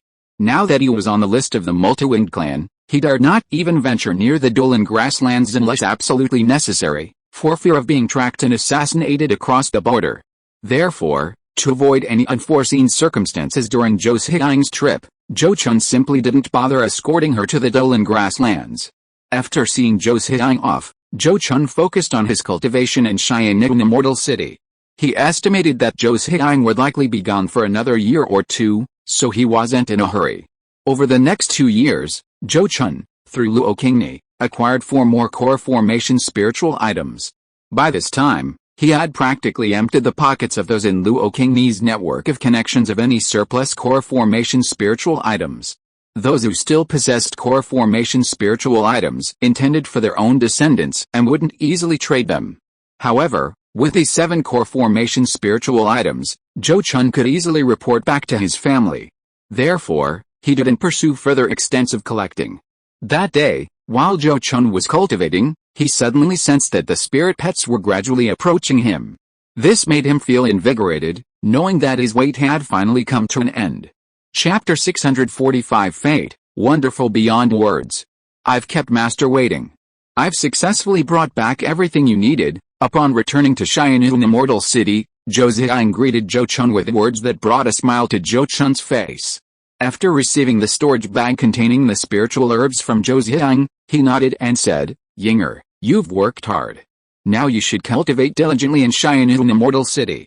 Once fellow Taoist Luo has refined the pills, your share will be delivered to you immediately." However, Zhou Chun shook his head indifferently and said, "I have just successfully formed my core and am not in a hurry to consume those pills.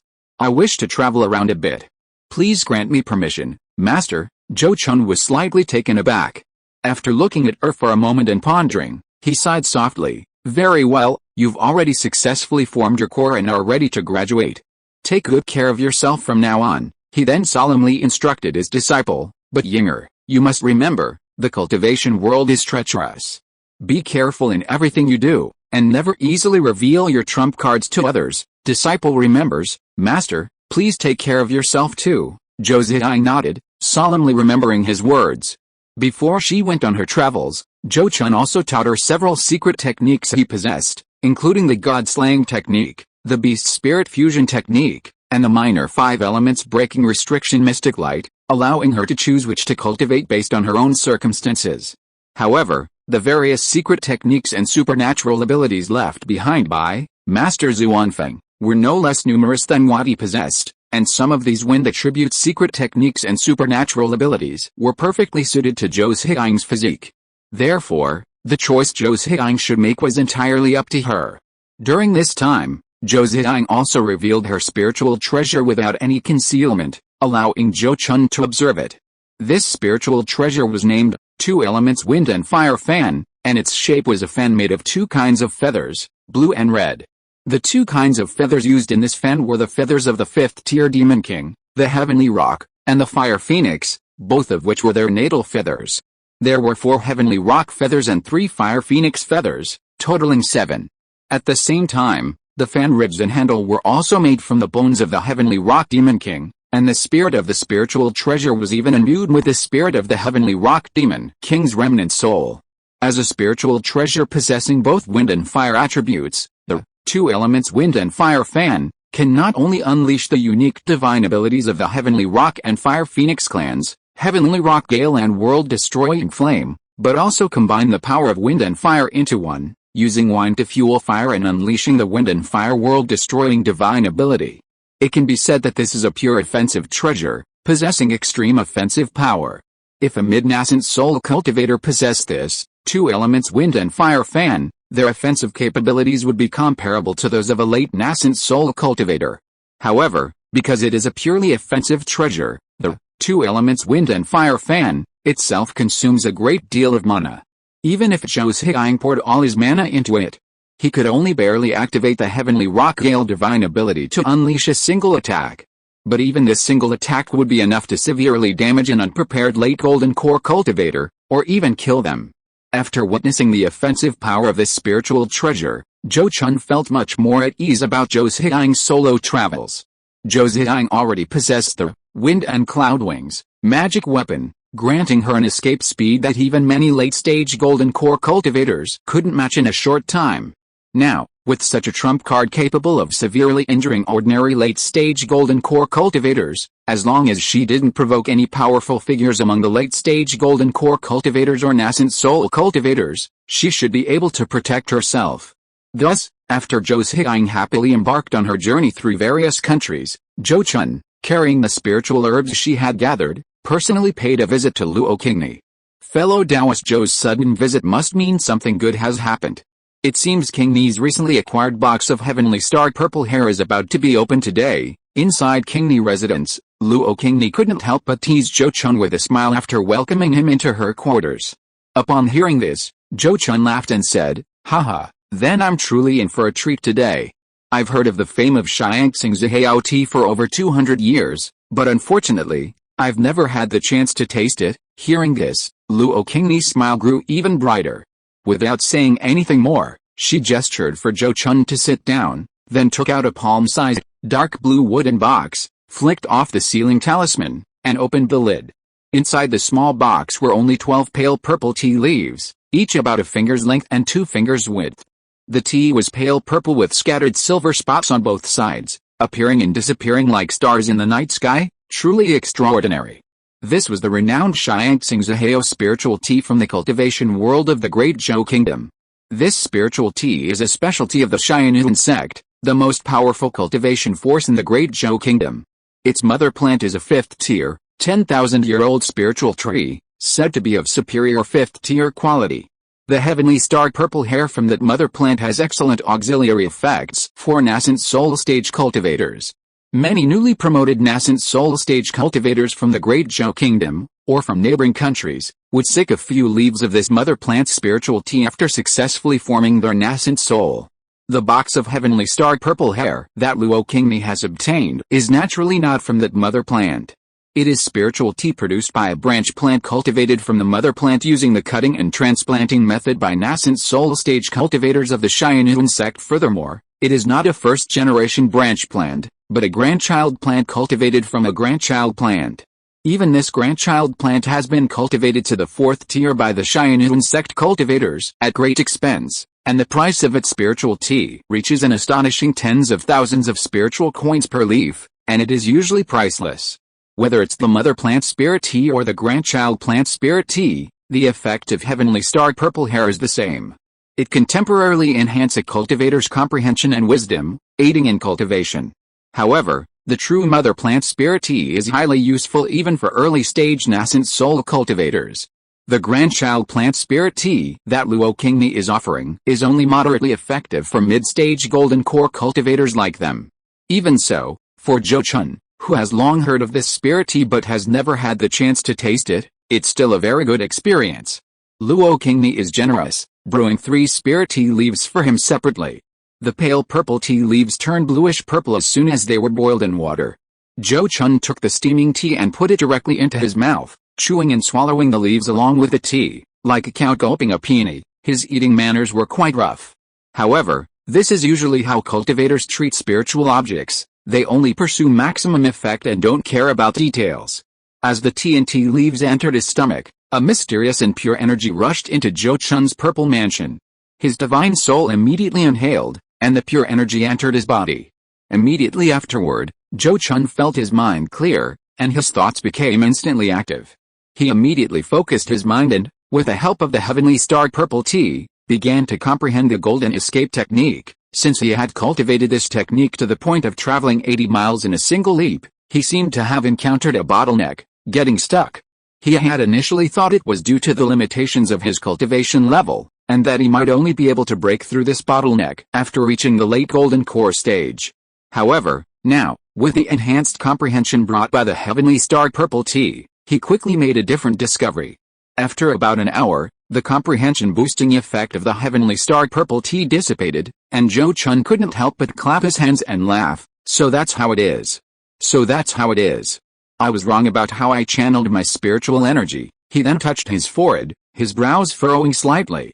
It was because the temporary comprehension boost had caused him to overwork his brain, resulting in a severe headache.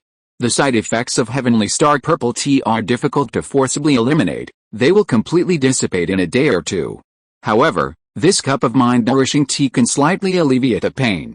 Fellow Taoist Zhou, why don't you try it? Luo Qingni pushed another steaming cup of medicinal tea next to Zhou Chun, speaking gently.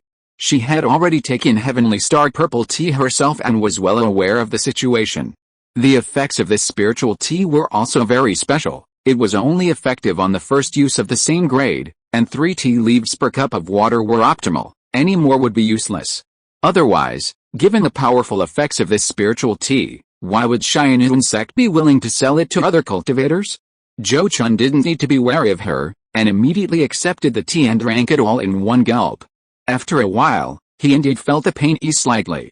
He immediately nodded slightly and said, "Fellow Taoist Luo, this tea is indeed excellent. I feel much better. It's good that fellow Taoist Zhou feels better.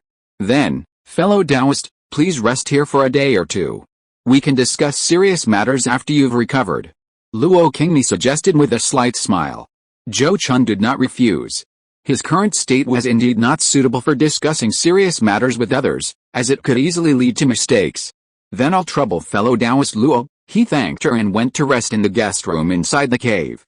After resting for 2 days in Luo Qingni's cave, Zhou Chun finally recovered to normal. Fellow Taoist Luo has done me a great favor this time. How can I possibly thank you? In the living room of the cave dwelling, Zhou Chun, after seeing Luo Qingni again 2 days later, smiled and brought up the previous matter. The two had known each other for hundreds of years, and Luo Qingni naturally knew he was joking. She immediately laughed and said, "Fellow Taoist Zhou, even if you gave me a spirit coin, I wouldn't mind.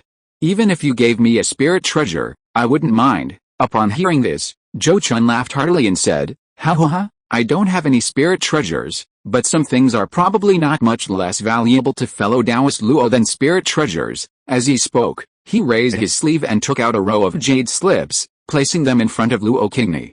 "Fellow Taoist Zhou, what is this?" Luo Qingni looked at the row of jade slips in front of her and couldn't help but look at Zhou Chun with surprise. But Zhou Chun smiled faintly and said, "Fellow Taoist Luo will know at a glance." Seeing this, Luo Qingni no longer hesitated and immediately took out a jade slip and began to examine it with her divine sense. She was completely absorbed in the knowledge within the jade slip, oblivious to the passage of time. After an unknown amount of time, she seemed to have finished reading the entire jade slip, and only then did she reluctantly put it down and look up at Zhou Chun. Then, her voice trembling slightly, she whispered, "These jade slips, could they all be?" "Yes, fellow Taoist Luo's guess is correct. These jade slips record alchemy inheritance. If this entire alchemy inheritance is fully digested, theoretically it is enough to create a Grand Master of Alchemy," Zhou Chun said calmly, seemingly unaware of the implications of his words. Upon hearing this, Luo Qingni's heart trembled, and her eyes widened in shock. He then bombarded Luo Qingni with questions. Where did fellow Taoist Zhou obtain such profound alchemy techniques? Are you truly willing to give them to Qingni? Since I've presented these jade slips to fellow Taoist Luo, I naturally have no intention of taking them back. As for the origin of this alchemy tradition, it actually has a deep connection with you, fellow Taoist Luo. Zhou Chun paused, organizing his thoughts, before recounting how he learned the method to obtain the secret realm's inheritance, and how he was fortunate enough to encounter Zhou Xiang, a suitable disciple, whom he nurtured to the point of inheriting the mantle of the secret realm's master. This secret, now that Zhou Xiang had successfully formed his core and fully mastered the Reversal of heaven and earth array, no longer needed to be deliberately concealed from Luo Qingni. After all, even if Luo Qingni still possessed a jade talisman, she couldn't possibly enter the secret realm again. Moreover, he would need Luo Qingni's help to refine rare elixirs like the nascent soul pill in the future, so concealing it from her wouldn't be a good thing.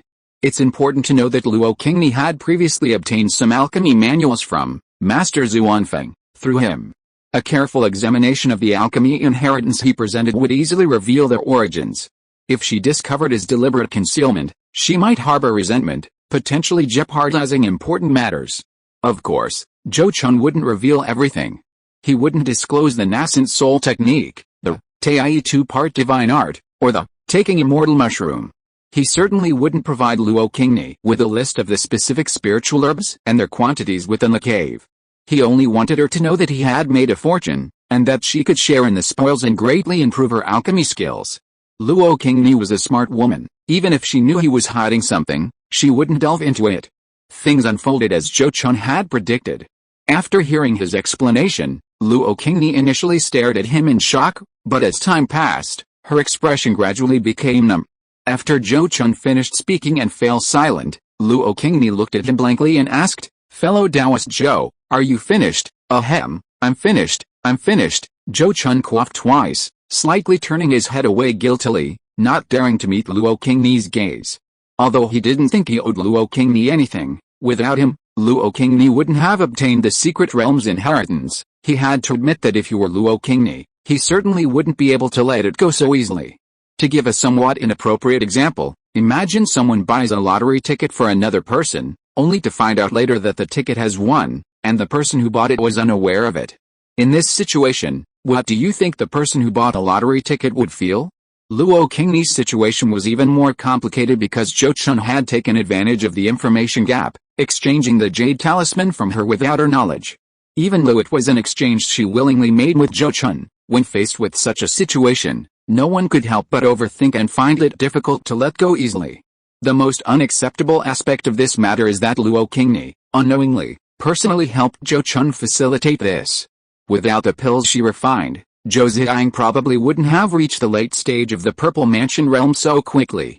Given this situation, it wasn't entirely impossible for Luo Qingni to turn against him. However, he was even more convinced that Luo Qingni wasn't the type to be unable to let go. They had known each other for hundreds of years, he shouldn't be mistaken about that. Now, he just needed to give Luo Qingni some time to process the negative emotions brought on by this news, and she would eventually let it go. Zhou Chun had no doubt about that. Time passed slowly. Inside the cave, neither Zhou Chun nor Luo Qingni spoke. The silence was so profound you could hear a pin drop. Although Zhou Chun didn't look at Luo Qingni, he paid attention to her facial expressions. Therefore, he could clearly see that as time passed, Luo Qingni's expression gradually returned to normal. Clearly, after a fierce internal struggle, reason had gradually prevailed, overpowering the negative emotions. After some time, Luo Qingni's expression returned to normal, and she broke the silence. "Fellow Taoist Zhou is indeed a person of great fortune. I, Qingni, entered that secret realm several times, and was among the first to enter, yet despite all my efforts, I only obtained a core formation spiritual item, and almost lost my life inside. But you, fellow Taoist Zhou, merely went to the Dolan grassland to see the exotic scenery, and easily obtained the core formation spiritual item that I, Qingni, had painstakingly acquired, and even gained something else." Luo Qingni couldn't help but sigh. "Originally, I thought that was all, just that fellow Taoist Zhou was lucky, and it was a coincidence, but who would have thought that fellow Taoist Zhou only entered the secret realm once, yet obtained the inheritance information of the secret realm's master, and in less than 100 years, was able to take in a genius with a top-grade wind attribute spiritual root from our own clan." At this point, Luo Qingni's lips moved, but she couldn't continue. Finally, he could only sigh. "It seems all of this is truly fate. It's destined that this opportunity didn't belong to Qingni, and that you and your master, fellow Taoist Zhou, are the destined ones that senior, Zhuanfeng's Henren, was waiting for. Fate is truly wondrous. It's best that you think this way, fellow Taoist Luo." Zhou Chun breathed a sigh of relief and replied with an awkward smile. Then he quickly comforted him, saying, "Although you, fellow Taoist Luo, are not destined to inherit senior, Zhuangfeng's Henren's mantle, you can inherit his legacy in the Art of Alchemy. This legacy is a gift from Yinger to you, and she thanks you for bestowing upon her such a fortunate opportunity. Moreover, Yinger also said that if you lack suitable spiritual herbs for alchemy, some of the spiritual herbs in the cave on the island can be provided for you to practice with. He added, furthermore, here are 2 5th-grade spirit apricots from the island. Consuming and refining them can save you decades of arduous cultivation. This is also Yinger's gift to you, fellow Taoist Luo, as a token of her gratitude. After speaking, Zhou Chun took out the 2 5th-grade spirit apricots he had prepared beforehand and placed them in front of Luo Qingni. His words were kind, and he offered gifts. His sincerity was truly exceptional. Seeing this, Luo Qingni's mood finally improved considerably. She immediately nodded and said, fellow Taoist Zhou is right. This alchemy inheritance is indeed a tremendous opportunity for Qingni, no less valuable than a spiritual treasure. In the future, Qingni will at least be on par with the alchemists of those major sects in terms of alchemy inheritance. After speaking, she took the 5th-grade spiritual apricot fruit that Zhou Chun had taken out and said, Qingni has also shamelessly accepted these 2 spiritual fruits. Please also tell your disciple, fellow Taoist Zhou, that Qingni is very grateful for this opportunity and gift. If Qingni achieves success in her studies in the future, she will definitely repay you. What repayment? Fellow Taoist Luo is being too polite. Zhou Chun waved his hand repeatedly and directly made the decision for his disciple, saying, Yinger is currently traveling. When she returns from her travels, I will have her personally come to express her gratitude to fellow Taoist Luo. If fellow Taoist Luo wishes to visit that secret cave again, she can also take you there. Upon hearing this, Luo Qingni looked. If I have the chance to meet her in person, I will definitely thank her properly. Zhou Chun sighed. Ah, fellow Taoist Luo is too kind. He then nodded to Luo Qingni and said, then I won't bother you any longer today.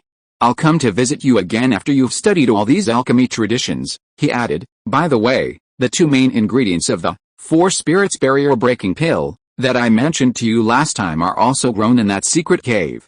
I'll bring them to you next time I come. Hearing this, Luo Qingni's eyes flashed, as if she had thought of something. She immediately replied softly, I understand. I'll contact you again after I finish my seclusion, then I'll wait for your news, fellow Taoist Luo, Zhou Chun said, then cupped his hands in farewell and left. After seeing him off from the cave, Luo Qingni returned to the living room alone. Looking at the jade slips on the table, she couldn't help but sigh softly, her expression incredibly complicated. Chapter 646 Zhou Yuan's Lotus Core Formation. The alchemy inheritance Zhou Chun bestowed upon Luo Qingni contains such a vast amount of knowledge that even an alchemy master like Luo Qingni could not possibly comprehend it thoroughly in a short time. Furthermore, an alchemy master like her, once she received such a profound inheritance that she had never explored before, would easily gain insights and develop ideas that led her to refine pills to verify her gains. This would also take considerable time.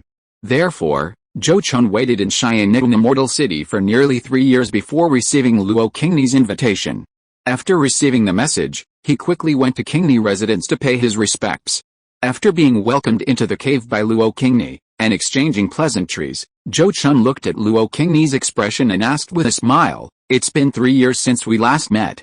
How have you fared, fellow Taoist Luo? The gains have been immense. Luo Qingni sighed softly, remarking, originally, I had thoroughly mastered the alchemy techniques I learned shortly after I formed my core. For the later Grandmaster realm, there was nothing of practical use to learn. Later, I received 2 precious pill formulas from fellow Taoist Zhou, along with the alchemy notes he had given me. Combined with exchanges with other alchemy masters and grandmasters, I finally managed to. I've gained some understanding of the Grandmaster realm and vaguely grasped a direction. She glanced at Zhou Chun before continuing, thanks to the trust and kindness of fellow Taoist Zhou and his disciples, I've been bestowed with a profound alchemy inheritance that points directly to the Grandmaster realm. After careful study and verification, I finally found my own path to becoming a Grandmaster and understand where I'm lacking. If nothing unexpected happens, I just need to refine some more high-grade pills to test my newly learned techniques, and I should be able to hope of reaching the Grandmaster realm. Her words at the end exuded a strong sense of confidence. As a rogue alchemist and a female mid-stage golden core cultivator, Luo Qingni possessed her own pride. Her spiritual root aptitude and talent in alchemy were both exceptional. Otherwise, she wouldn't have been able to successfully form her golden core as a rogue cultivator without relying on any power, and become an alchemy master even before successfully forming her golden core. Her talent in alchemy was truly exceptional. Had she joined a sect earlier and received training from a powerful organization, she would likely be a renowned alchemy master by now. Zhou Chun's gift of a complete set of alchemy inheritance filled a gap in her knowledge, allowing her to leap forward in her alchemy skills, which had been limited by the inheritance. The Grandmaster realm was practically within reach. That's how it is with any craft. Comprehension and inheritance are paramount. If you have comprehension, inheritance, and ample opportunities to apply theory to practice, your progress will be incredibly rapid. Conversely, without comprehension, even a complete inheritance will be like reading a book written in a foreign language, impossible to grasp. The cultivation world isn't lacking in geniuses, but it lacks geniuses with extraordinary comprehension. A genius with exceptional comprehension can sometimes bring about tremendous changes to the entire cultivation world. Zhou Chun had no doubt about Luo Qingni's words. He had always known that his friend was a true genius in alchemy. Previously, he was simply limited by the constraints of inherited knowledge, preventing him from fully developing his talents. Now, he has filled in the gaps in his abilities, and with his talent in alchemy, reaching the Grandmaster level is a natural progression.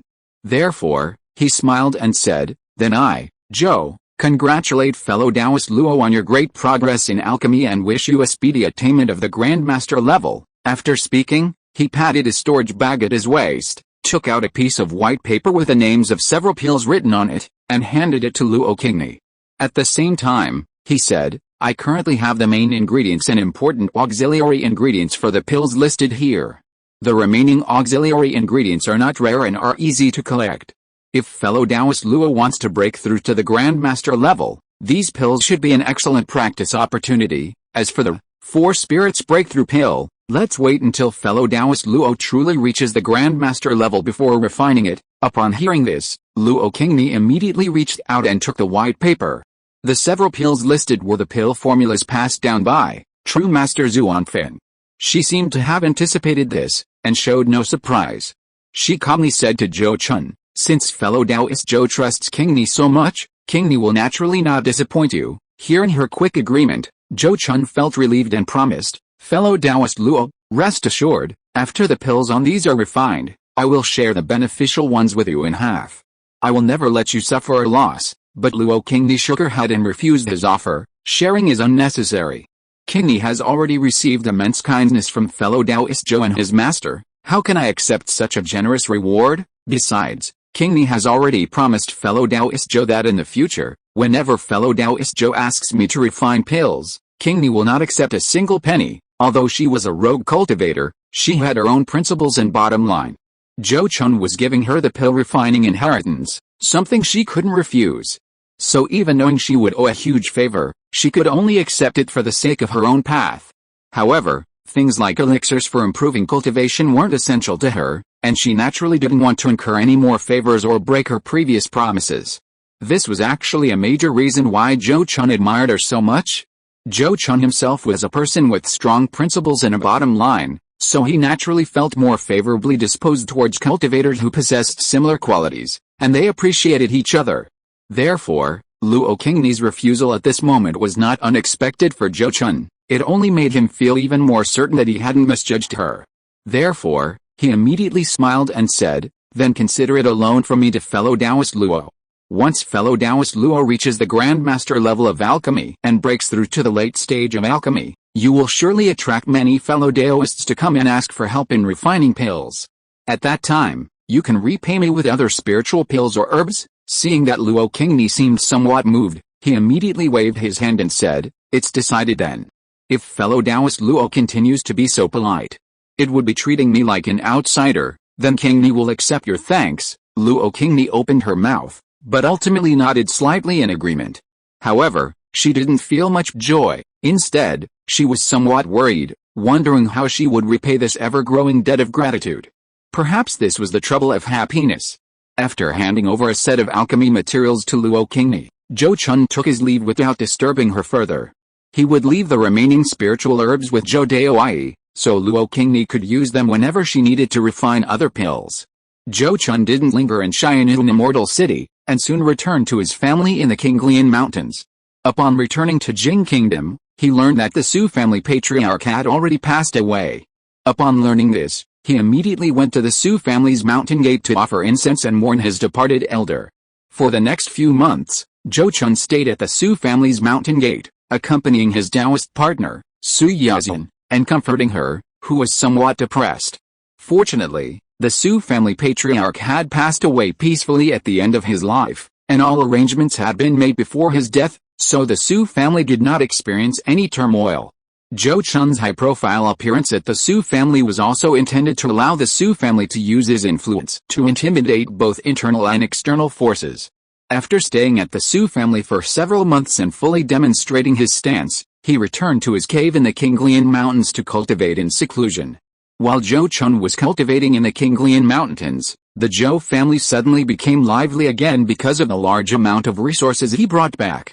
Besides the spiritual herbs Zhou Chun needed, Zhou Ziyang had brought back some exceptionally effective 4th-tier and 3rd-tier spiritual fruits from the Secret Realm Cave, as well as numerous spiritual teas and herbs similar to Azure Wave Cleansing Tea. He distributed half of these to the Golden Core cultivators of the family, and placed the other half in the family treasury for those below the Golden Core stage to exchange. Upon discovering this, Zhou Ziyang quickly proposed that the Zhou family offer some of the 4th-tier and 3rd-tier spiritual fruits, along with other rare spiritual items, to hold a fruit appreciation ceremony, inviting all subordinate forces to participate. At the ceremony, Zhou family cultivators would compete against these subordinate forces to determine rankings, with top-ranking cultivators receiving spiritual fruits of varying grades and effects based on their ranking. Such martial arts competitions serve several purposes. Firstly, they boost the cultivation enthusiasm of cultivators within the family. Secondly, they provide an opportunity to observe the talent pool of subordinate forces. And thirdly, they can unite the hearts and minds of subordinate forces, truly a win-win situation. Therefore, Zhou Ziyang's proposal was quickly approved by Zhou Ming. In just 6 months, elites from various cultivation families and independent cultivator strongholds within Lanzhou and Lingzhou gathered at the Qinglian Mountains. On this day, when the fruit appreciation ceremony officially began, Zhou Chun personally appeared and delivered a speech. Afterwards, the participating cultivators, who had been preparing for half a year, began to take the stage. Unlike previous martial arts competitions held by the Zhou family, this time, because the spiritual fruits Zhou Chun offered were of such high quality, even some Purple Mansion stage cultivators signed up to compete. Therefore, they had to be divided into 3 groups according to their cultivation levels: 1 group of Purple Mansion stage cultivators, 1 group of Foundation Establishment stage cultivators, and another group of Key Refining stage cultivators. Naturally, the first to take the stage were the Key Refining stage cultivators. The reward for this Key Refining group is Foundation Building Fruit. The first place winner will receive 2 Foundation Building Fruits. 2nd to 10th place winners will each receive 1 Foundation Building Fruit, and 10th to 30th place winners will each receive 1 2nd-tier Spirit Jujube. As Zhou Ziyang loudly announced the rewards for this Key Refining group, the hundreds of Key Refining cultivators who had registered began to take to the stage to compete. Due to various reasons, only 2/3 of the Key Refining cultivators from the Zhou family participated in the martial arts competition.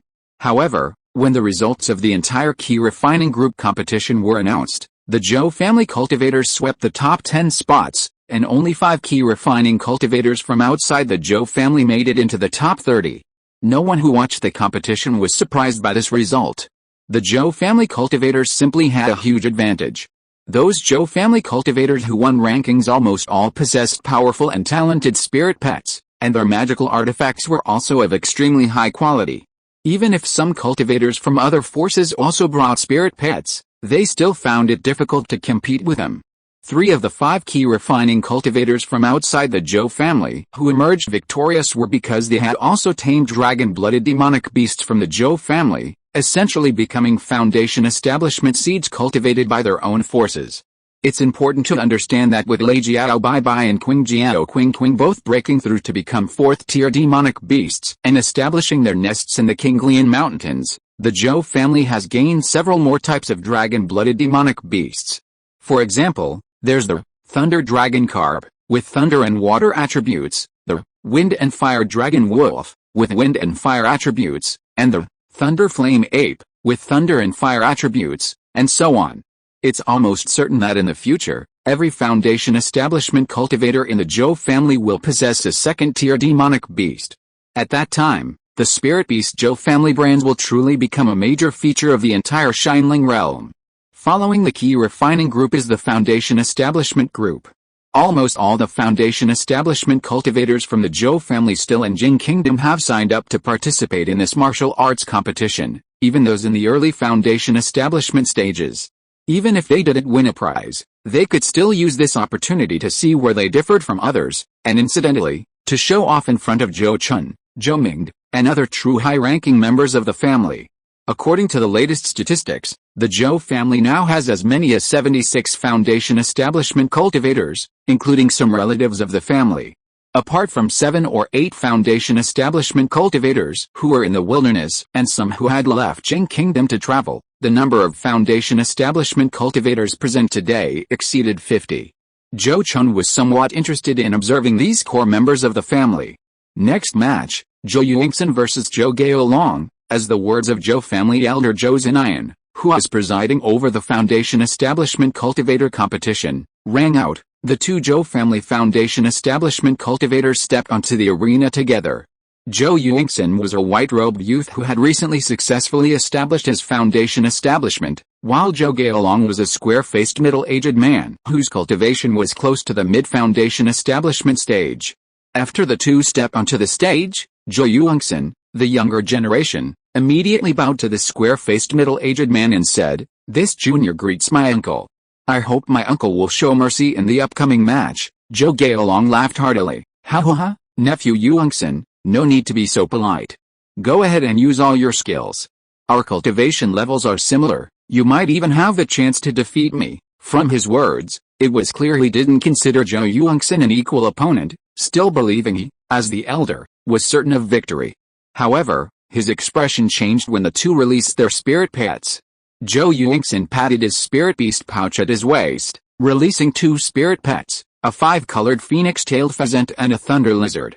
The reason for Zhou Gaolong's drastic change in expression lay in the 5-colored phoenix-tailed pheasant. This demonic bird was already a second-tier, low-grade demonic beast. How is this possible? You've only been at Foundation establishment for less than 7 years. How could you have raised this spirit pet to the second tier so quickly? Zhou Gaolong exclaimed in shock, his relaxed expression completely gone. Although he also had a low-grade second-tier spirit pet, it was a firewing wolf. While the firewing wolf was a decent species among mid-level demonic beasts, it was clearly no match for the 5-colored phoenix-tailed pheasant, which had awakened the fire phoenix bloodline. In fact, its fire attribute spells were even countered by the 5-colored phoenix-tailed pheasant. Sure enough, their subsequent battle quickly confirmed his worries. The firewing wolf was completely suppressed by the 5-colored phoenix-tailed pheasant. Neither its fire attribute spells nor the demonic fire naturally nurtured within its body posed any threat to the 5-colored phoenix-tailed pheasant. The 5-colored phoenix-tailed pheasant's fire phoenix bloodline made its fire attribute spells several times stronger than the firewing wolf's, and its 5-colored demonic fire also possessed a trace of the power of glazed pure fire. What surprised Zhou Gaolong even more was that Zhou Yingxin, who had achieved Foundation establishment more than 20 years later than him, held his own in their one-on-one fight, even making Zhou Gaolong quite flustered. This was because Zhou Yingxin cultivated a top-tier fire attribute technique. With both Zhou Gaolong and his spirit pet at a disadvantage, the battle lasted less than a quarter of an hour before ending in Zhou Yingxin's victory. This 5-colored phoenix-tailed pheasant looks quite impressive. Among the dragon-blooded beasts in our family, only a handful possess this level of strength. On the viewing platform, Zhou Chun, after witnessing the 5-colored phoenix-tailed pheasant completely suppressing the fire-winged wolf, nodded slightly, quite satisfied with the beast's strength. Hearing his words, Zhou Ming nodded in agreement, then gave a wry smile and said, "It's true, but breeding is quite difficult. Decades have passed, and the number of 5-colored phoenix-tailed pheasants in the family is less than a handful. There's nothing we can do about it," Zhou Chun said, shaking his head slightly. "Phoenix blood beasts naturally don't reproduce as quickly as dragon blood beasts. We can only wait for them to slowly multiply and expand their population. The stronger the beast, the slower its reproduction rate. This is the law of nature. Otherwise, the world would be teeming with dragons and fire phoenixes. While the Zhou family, a beast-taming family, has ways to accelerate the reproduction of low-level beasts through medicine and secret techniques, human intervention is only slightly effective against mid-level and high-level beasts. Therefore, the only effective method is to prevent accidental deaths among members of a particular beast race, and then increase the population through the expansion of its base. About 2 days later, the results of the Foundation Establishment Group's competition were also announced. The top 10 were still entirely occupied by Zhou family cultivators, and the number of non-Zhou family cultivators in the top 20 was further reduced to only 3. The first-place winner in the Foundation Establishment Group received a 4th-tier spirit fruit, the other top 10 received a 3rd-tier high-grade spirit fruit, and those ranked 10th to 20th received a 3rd-tier low-grade spirit fruit. Compared to the numerous key refining and Foundation Establishment Groups, the number of Purple Mansion stage cultivators participating in the martial arts competition was much smaller, only 12 in total, including Zhou Chun. Only the top 5 received a 4th-tier spirit fruit as a reward, while the rest would receive a 3rd-tier low-grade spirit fruit later. However, despite having the fewest participants, the battles in the Purple Mansion group were the most exciting. Especially Zhou Chun, who had already cultivated to the mid-stage of the Purple Mansion realm. He fought his way to the final rounds alone with only his sword, without any spirit pets. If Zhou Chun hadn't already cultivated his mid-level demon beast, the Flaming Dragon Python, into 3rd-tier mid-grade demon beast, the Flaming Horned Dragon Python, and if he himself hadn't reached the late stage of the Purple Mansion realm, he probably wouldn't have been able to defeat him. But even Zhou Chun didn't know that if it were a real life or death battle, Zhou Chun definitely had the strength to take him down with him. For sword cultivators, truly powerful killing moves are often life or death techniques. Either the enemy dies or they die, making them unsuitable for arena combat. Therefore, after the competition for first place in the Purple Mansion group concluded, even Zhou Ming couldn't help but exclaim, "If this child doesn't die prematurely, his chances of successfully forming his core are the highest among all the Purple Mansion cultivators in our family." Zhou Chun nodded in agreement, saying, "Zhiqian's performance was indeed excellent.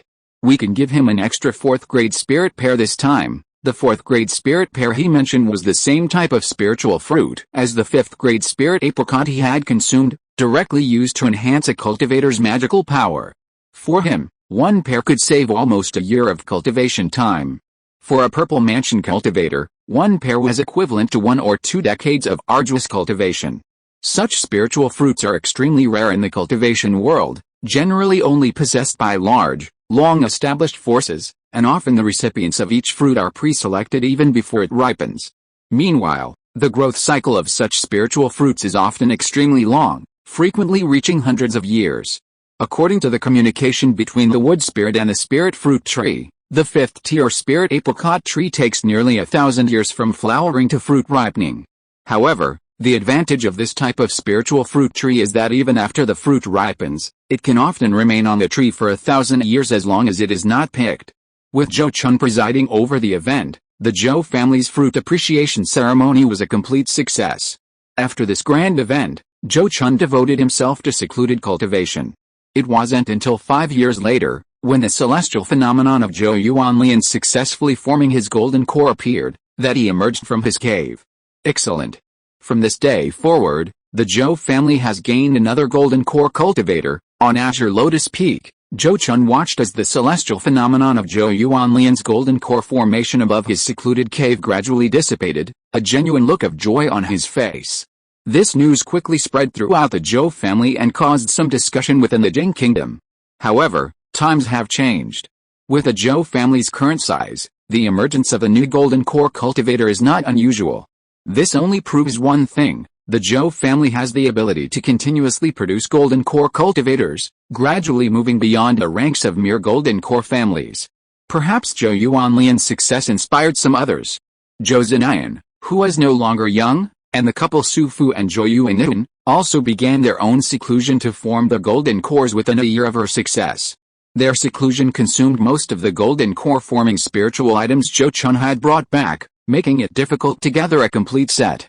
Fortunately, currently, only a few members of the Zhou family need golden core forming spiritual items to break through to the golden core stage, so Zhou Chun doesn't need to rush to find more. Meanwhile, In the third year after Zhou Yuanli formed her golden core, after Zhou Chun consumed and refined the last, true refinement pill, he finally touched the barrier of the late golden core stage, reaching the peak of the mid-golden core stage. He had also tried to break through the barrier of the late golden core stage, but found that his own accumulation was far from enough to shake that barrier. Without the help of other spiritual objects, he might be stuck at this barrier for hundreds of years, or even a lifetime. After all, his own aptitude was not particularly outstanding. Fortunately, he had already prepared himself for this. After realizing that he could not break through the barrier in a short time on his own, he immediately went to the Great Zhou Kingdom to find Luo Qingni to refine the Four Spirits Barrier Breaking Pill. Chapter 647 Late Stage of Golden Core. Xianyuan Immortal City. Upon entering the city, Zhou Chun went straight to Zhou Daoyi's cave. He hadn't been there for many years. The pills he had entrusted Luo Qingni to refine were now stored there. Upon meeting Zhou Daoyi, Zhou Chun first spoke of the good news of Zhou Yuanli's successful core formation. Wonderful. Now, besides Yinger, my Zhou family has gained another heroine. Zhou Daoyi clapped his hands in delight upon hearing the news of Zhou Yuanli's success. Later, upon learning that Su Fu and his wife, and Zhou Zinayan, were also in seclusion to form their cores, he sighed softly. With 3 people in seclusion forming their cores at the same time, I'm afraid their fortune will be divided considerably. I hope they all succeed. The concept of fortune, while not entirely ethereal, is invisible to humans. People often find an excuse for failure. Failing due to bad luck is always better than admitting incompetence. Both Zhou Daoyi and Zhou Chun knew that with 3 people in seclusion forming their cores at the same time, it was virtually impossible for all of them to succeed. Success for even one person is already a good outcome. If 2 succeed, it's a stroke of incredible luck. Conversely, if no one succeeds, it's simply bad luck. This topic was rather heavy, so Zhou Chun and Zhou Daoyi didn't discuss it further. Anyway, nothing could be changed now, they could only wait for the results. Zhou Daoyi quickly changed the subject, saying, Zheng Chun, you've come here to collect those spirit pills, right? Fellow Taoist Luo successfully refined her last batch of spirit pills last month and sent them to me. He then took out 8 pill bottles and handed them to Zhou Chun. These 8 bottles contained the pills that Luo Qingni had refined over the past few years. They were divided into 5 types, each useful to golden core cultivators. 3 of them were used to enhance the magical power of golden core cultivators, including the 100 Herbs Ginseng King pill, which could be taken by both immortals and demonic beasts. Another type, called the 6 Harmonies Soul Nourishing Pill, was a rare soul nourishing pill, extremely useful to Zhou Chun.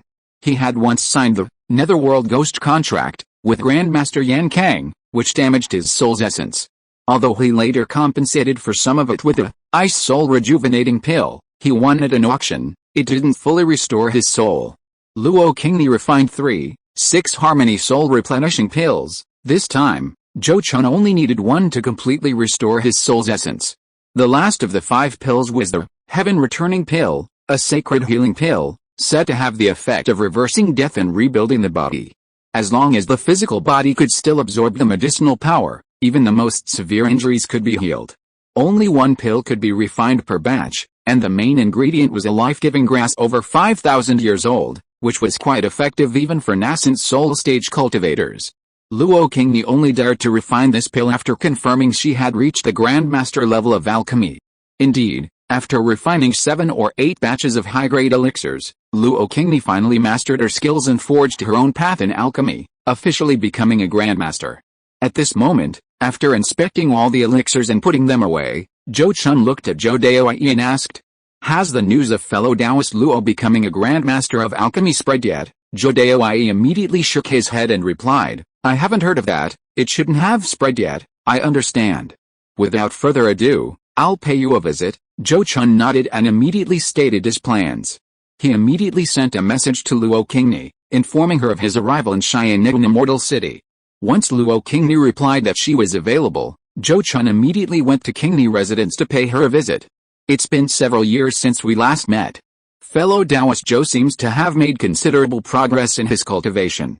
Could it be that you've already reached the barrier of the late golden core stage?" Inside the cave, after receiving Zhou Chun's visit, Luo Qingni quickly noticed the change in his cultivation aura and couldn't help but ask in a low voice. Zhou Chun, of course, had no need to hide it and quickly nodded frankly, saying, "Fellow Taoist Luo has sharp eyes. I am indeed preparing to break through to the late golden core stage, then Qingni must congratulate fellow Taoist Zhou.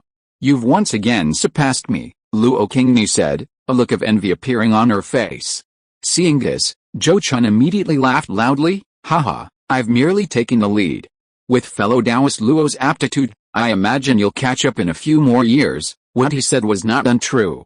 Luo Qingni had only advanced in a mid-golden core stage a few decades later than him. However, because he was often traveling and his own aptitude was not as good as Luo Qingni's, his cultivation progress was actually not faster than Luo Qingni's. Although he later used the true rejuvenation pill to overtake others, Luo Qingni also refined a wooden heart core during this time, saving her decades of arduous cultivation. Now, with the 2 5th-tier spirit apricots he gifted her, as well as several spirit pills that can improve her magical power cultivation, Luo Qingni only needs to cultivate for another 30 to 50 years to reach the late golden core stage. Luo Qingni herself understood this, so when Zhou Chun said this, she smiled, tacitly agreeing. "By the way, I haven't yet congratulated fellow Taoist Luo on achieving her wish and finally becoming a sect master," Zhou Chun said, bowing respectfully to Luo Qingni to express his congratulations. Seeing this, Luo Qingni looked at him with deep emotion and sighed, "This is all thanks to fellow Taoist Zhou's help. Without fellow Taoist Zhou's assistance, I don't know if I would ever have had the chance to witness the Grandmaster realm in this lifetime." After speaking, she bowed deeply to him and said, "Fellow Taoist Zhou's kindness in achieving the Dao is beyond my ability to repay. Please accept my bow, fellow Taoist Luo." "What are you doing? Please rise quickly. I am unworthy to accept such a great bow from you." Zhou Chun's expression changed slightly, and he hurriedly stepped forward to help her up. The two touched hands briefly before separating, Zhou Chun being very discreet in this regard, not wanting the other to misunderstand. He looked at Luo Qingni with a serious expression and said, "Fellow Taoist Luo's achievement of becoming a Grandmaster of Alchemy is the result of her own talent and hard work. I, Zhou, at most played a small role in helping her, and I dare not take credit for such a great achievement. Furthermore, fellow Taoist Luo becoming a Grandmaster of Alchemy will also greatly benefit me. At least in the future, when I want to refine certain rare pills, I won't need to seek out other Grandmasters of Alchemy." His words seemed to have a hidden meaning, and Luo Qingni seemed to understand. Upon hearing this, she immediately replied, "Fellow Taoist Zhou, rest assured, as long as you trust me, I will do my best to serve you in the art of alchemy." "Ha ha ha." With fellow Taoist Luo's words, "All my previous efforts have been worthwhile." Zhou Chun laughed loudly, very satisfied with Luo Qingni's statement. He then patted his storage bag at his waist and took out many jade boxes containing spiritual herbs. Then, turning to Luo Qingni, he said, "Since fellow Taoist Luo has already become a Grandmaster of Alchemy, refining the 4 spirits barrier breaking pill should be a piece of cake for you. I entrust these spiritual herbs to you. I hope you can start refining the pill as soon as possible. Qingni will certainly live up to fellow Taoist's trust and expectations." Luo Qingni glanced at the jade boxes containing the spiritual herbs and solemnly agreed. After entrusting this important matter, Zhou Chun did not disturb her alchemy any longer and quickly took his leave. Upon returning to Zhou Daoi's cave, Zhou Chun asked for a quiet room and took a 6 Harmonies soul replenishing pill. Sure enough, under the nourishment of this 6 Harmonies soul replenishing pill, Zhou Chun's previously depleted spiritual essence was completely replenished. In fact, the remaining medicinal power even slightly strengthened the divided soul within his purple mansion, which was an unexpected surprise. Thinking about it carefully, true man Zhuanfeng had specially planted the spiritual herbs needed to refine the 6 Harmonies soul replenishing pill, probably as a precaution for his successor. In case his successor's divided soul was destroyed one day, breaking the Tai 2-part divine technique, and damaging the soul's origin, this elixir could restore it, preventing it from affecting his future path. It can only be said that a late-stage nascent soul cultivator is indeed thoughtful and capable of making various plans for future generations. After completely repairing the soul's origin, Zhou Chun began to consider how to use the remaining elixirs. The 100 Herbs Ginseng King pill was easy to handle. 3 batches were refined, the most of any pill. Luo Qingni took 1 batch, leaving 2 batches, totaling 15 pills. This pill's effect on mid-stage golden core cultivators was not as strong as the true rejuvenation pill, probably only half as effective. Its effect on mid-grade 4th-tier demonic beasts was uncertain. Zhou Chun planned to prioritize supplying it to the Flame Hellfire Phoenix and Thunder Flood Dragon Bye-Bye, allowing them to advance to high-grade 4th-tier demonic beasts more quickly. He naturally kept the remaining, returning heaven pill, for himself, just in case.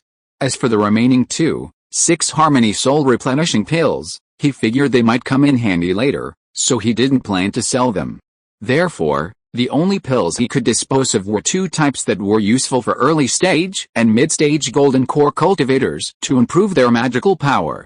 He considered these pills and decided to leave half to Zhou Xiang, who was still traveling, and use the other half to exchange for core formation materials and other main ingredients for refining certain precious pills. Actually, pills that improve magical power didn't have a wide target audience, they were mainly concentrated among elite cultivators from powerful forces. Only those elite cultivators from powerful forces aspiring to core formation and nascent soul formation wouldn't be willing to spend more time meditating and accumulating magical power. On the other hand, most ordinary golden core cultivators, knowing how difficult it was to break through the realm barrier and how slim the hope of core formation and nascent soul formation was, while not entirely uninterested in such pills, were absolutely unwilling to exchange them for scarce resources. Fortunately, the Great Zhou Kingdom had no shortage of elite cultivators from powerful forces aspiring to core formation and nascent soul formation.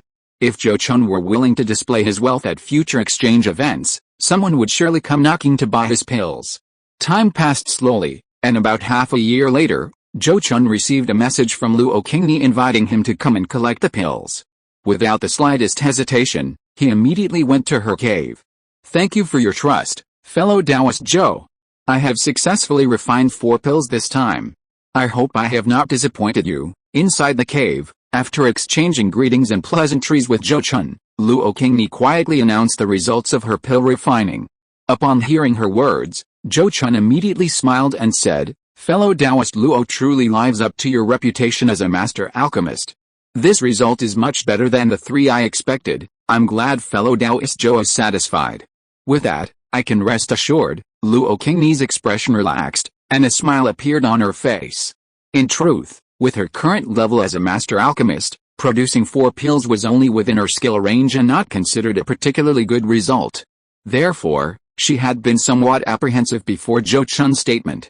Then she patted her storage pouch at her waist and took out 4 bottles containing spirit pills, handing them to Zhou Chun and saying, "The pills are all here.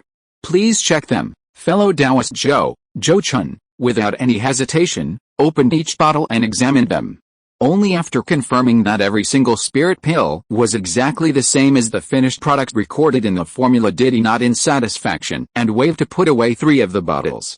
He said, "As agreed, after the pills are completed, 1 belongs to fellow Taoist Luo, and the rest belong to me.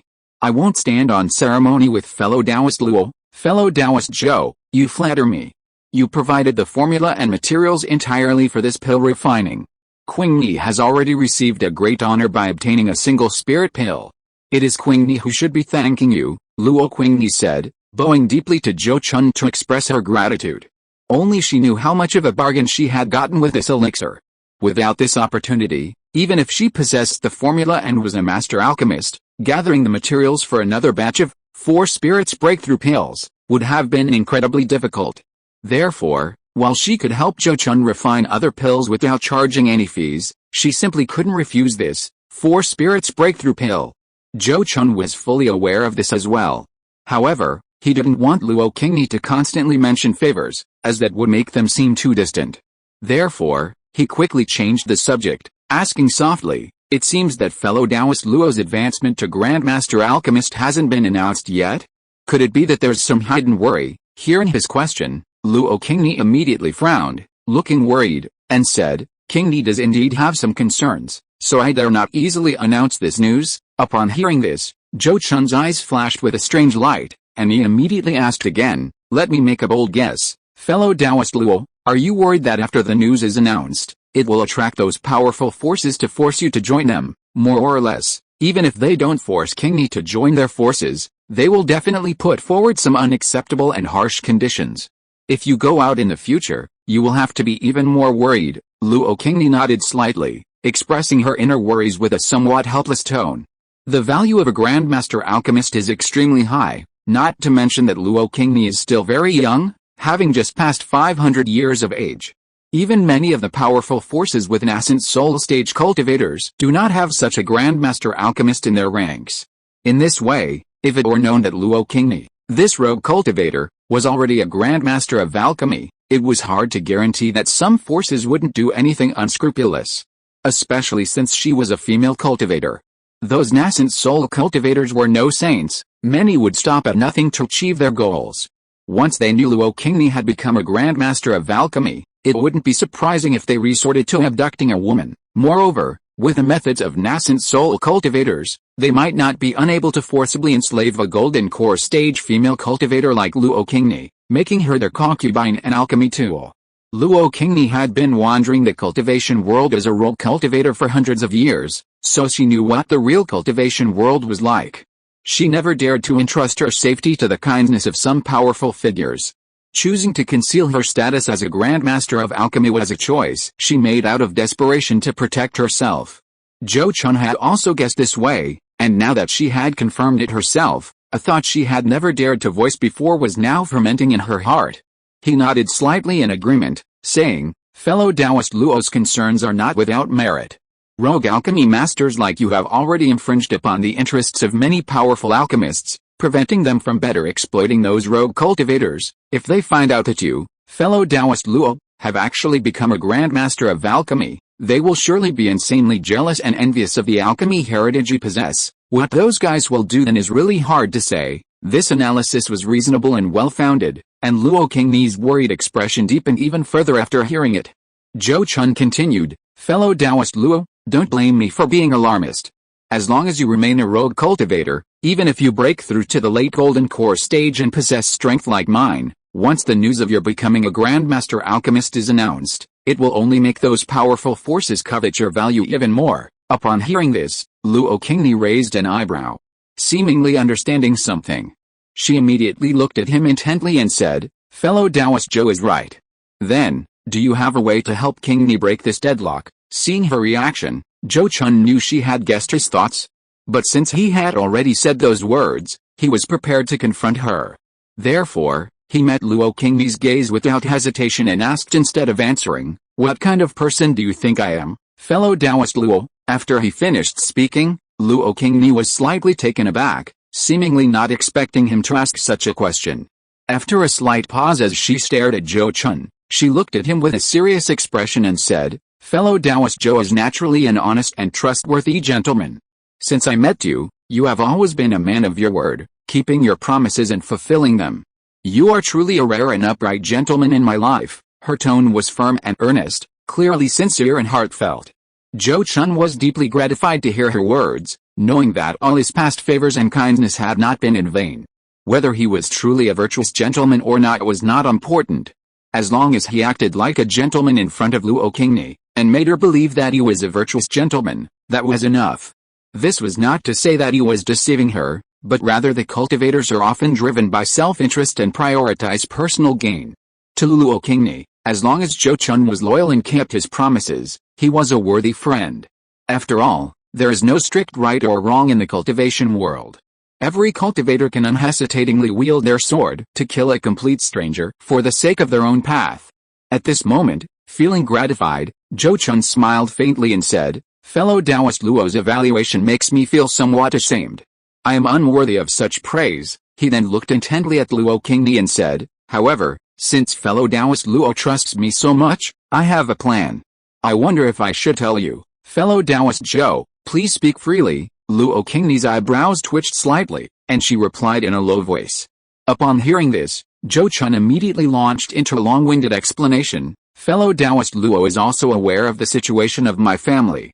Now, my family has taken control of the Azure Lotus Mountain Range, backed by a nascent soul stage cultivator, making us arguably the third most powerful force in the Jing Kingdom. If fellow Taoist Luo is willing to condescend to serve as a guest elder in my Zhou family, then you will no longer be considered a rogue cultivator without a background. Moreover, Fellow Taoist Luo need not worry about being bothered by worldly affairs after joining the Zhou family. Although the Zhou family doesn't have any outstanding talents in alchemy, refining pills for low to mid-level cultivators is not a problem.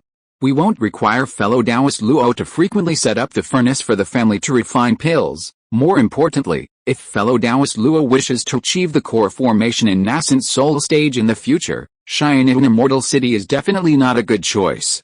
However, the Azure Lotus Mountain Range, which my Zhou family currently occupies, can fully supply the spiritual energy needed for fellow Taoist Luo to achieve the core formation in nascent soul stage. After he finished speaking, Luo Qingni's face revealed an expression of as expected, clearly indicating that she had already guessed his so-called scheme.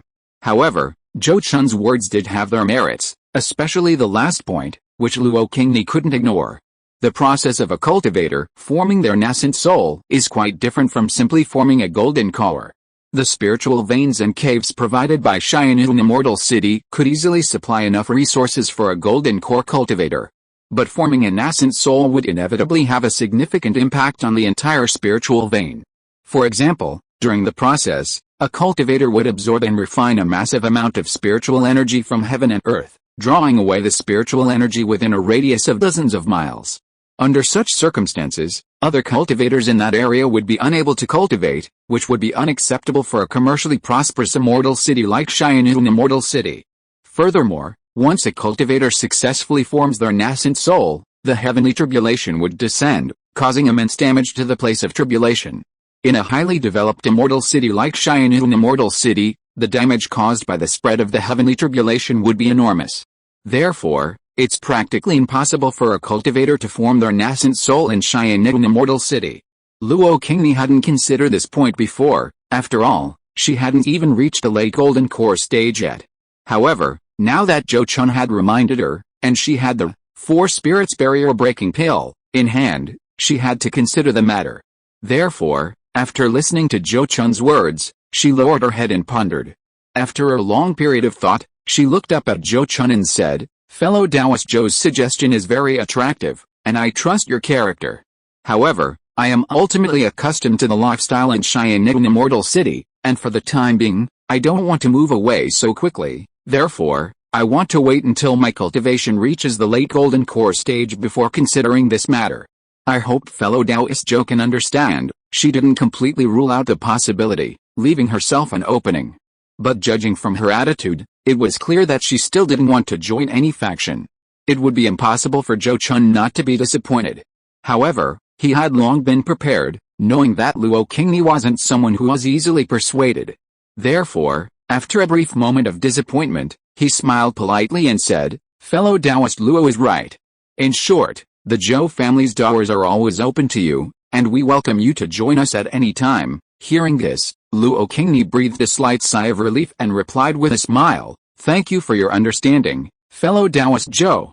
If I were to consider joining any force in the future, I would definitely give priority to the Zhou family." After giving Zhou Chun this promise and comforting him, Luo Qingni and Zhou Chun didn't discuss the topic further. Instead, they talked about how to take the 4 spirits breakthrough pill to break through the late-stage golden core barrier.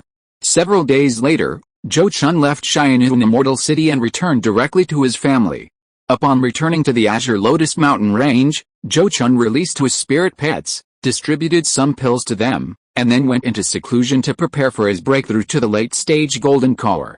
The 4 spirits breakthrough pill, as a pill specifically designed to assist in breaking through realm barriers, can increase the success rate of a breakthrough by more than 50%. Zhou Chun now possessed 3 spirit pills. Unless his luck was exceptionally bad, breaking through to the late golden core stage was practically guaranteed. Therefore, instead of patiently wearing down the barrier for decades before taking the pills, he took them directly. Sitting cross-legged on a tree stump beside the Spirit Eye Spring, Zhou Chun took out a 4 spirits barrier breaking pill, and swallowed it. A surge of powerful spiritual energy erupted within him, which he refined and guided to attack the barrier blocking his path.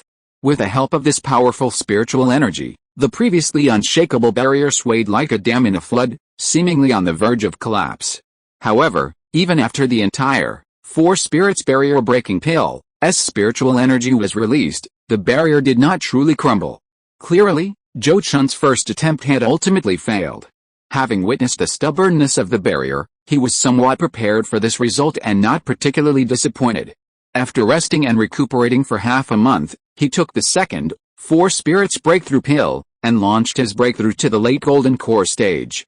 Compared to the difficulty of the first time, this time it was smooth sailing. Perhaps the barrier to his realm had already become extremely loose under the effects of the first, 4 spirits breakthrough pill. After taking the second pill, Zhou Chun quickly broke through the barrier with the help of his immense spiritual power, forcibly breaking through to the late golden core stage. In fact, because the breakthrough was so easy, the immense spiritual power had nowhere to go. To avoid wasting it, he could only desperately circulate his cultivation technique to absorb and refine that spiritual power, transforming it into his own magical power.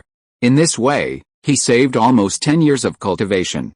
It really wasn't easy. I finally reached the late golden core stage. In his secluded cultivation room, Zhou Chun felt a powerful and profound magical power within his body, his expression a mixture of joy and emotion. This journey had truly been fraught with difficulties and hardships. Outsiders only saw his rapid progress in cultivation, comparable to those with top-grade spiritual roots. Only he himself knew how much effort and sweat he had expended to get to this point. For an ordinary person to catch up with a genius, they needed several times, even 10 times, the effort, along with the opportunities the genius lacked. Zhou Chun, with only a mid-grade spiritual root aptitude, had surpassed many cultivators with high-grade spiritual roots and cultivation speed. The effort he had put in was undoubtedly far greater. However, having reached the late golden core stage, he had finally made it through. Because once the core formation and nascent soul stage were successfully formed, the gap between spiritual root aptitudes would narrow considerably. A nascent soul cultivator with a top-grade spiritual root aptitude would only be slightly faster than a nascent soul cultivator with a low-grade spiritual root aptitude. At that point, as long as his strength was sufficient, Zhou Chun could catch up to, and even surpass, that slight difference through various means.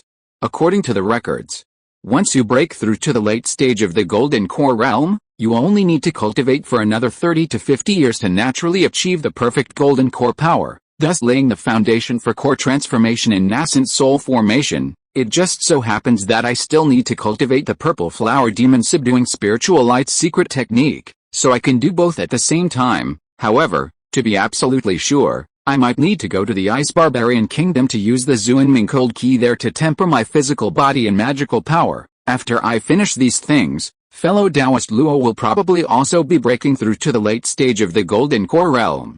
Once she succeeds, I can ask her to start refining the nascent soul formation pill. There's one more thing I almost forgot. After breaking through to the late stage of the golden core realm, I still need to deliver a message for that Chongsuan Demon King. This matter is a bit troublesome, but I can't avoid doing it. Zhou Chun's eyes gleamed, and he gradually formed a clear plan for his upcoming core transformation and nascent soul formation.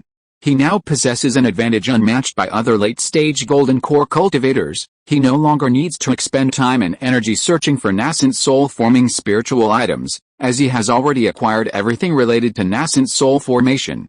He only needs to systematically cultivate his magical power to the peak of the golden core stage, master the purple flower demon subduing spiritual light secret technique to deal with the heart demon tribulation, and then have someone refine the nascent soul pill to directly form his nascent soul. This is extremely rare in the entire cultivation world. Perhaps due to the considerable commotion caused by his breakthrough to the late-stage golden core, Zhou Chun received a message from True Person Shinjing shortly after his successful breakthrough, summoning him to an audience. As the Zhou family's current greatest backer, Zhou Chun dared not be negligent and hurriedly left seclusion to pay his respects upon receiving the message. 8,000 words updated today, and I've broken through to the late-stage golden core stage again. Asking for monthly votes isn't too much to ask, is it? If you are listening to this novel on a channel other than Fanfic World, it means it was downloaded and re-uploaded without effort. We warmly invite you to visit our channel, Fanfic World. There you will find the original version of this story and many other novels of various genres. We look forward to seeing you dive into a world of incredible novels. Chapter 648 Fire Phoenix Advancement. The Azure Lotus Mountains. When Zhou Chun saw Master Shinjing again after many years, perhaps because his cultivation had now broken through to the late golden core stage, he no longer felt the trepidation he once had. Although he knew that even if his increased magical power allowed him to unleash more of the power of his spiritual treasures, he still wouldn't be a match for a nascent soul cultivator. However, his mindset was completely different from before. The reason for this was probably that he now truly had a chance to reach the nascent soul stage, and he was filled with confidence in his future as well. Of course, confidence was not arrogance. Even though Zhou Chun no longer felt the same awe towards Master Xinjing, he wouldn't show any disrespect in front of him, nor would he lack any manners. After a brief glance at the other man, he immediately bowed and said, "Junior greets Senior Xinjing, young friend Zhou, no need to be so polite, please take a seat." Master Xinjing waved his hand, gesturing for Zhou Chun to sit down. "Thank you for the seat, Senior." Zhou Chun thanked him and sat down, waiting for the other man to speak next. After examining him closely, Master Xinjing said, "I observe that your magical power is restless and your aura is surging.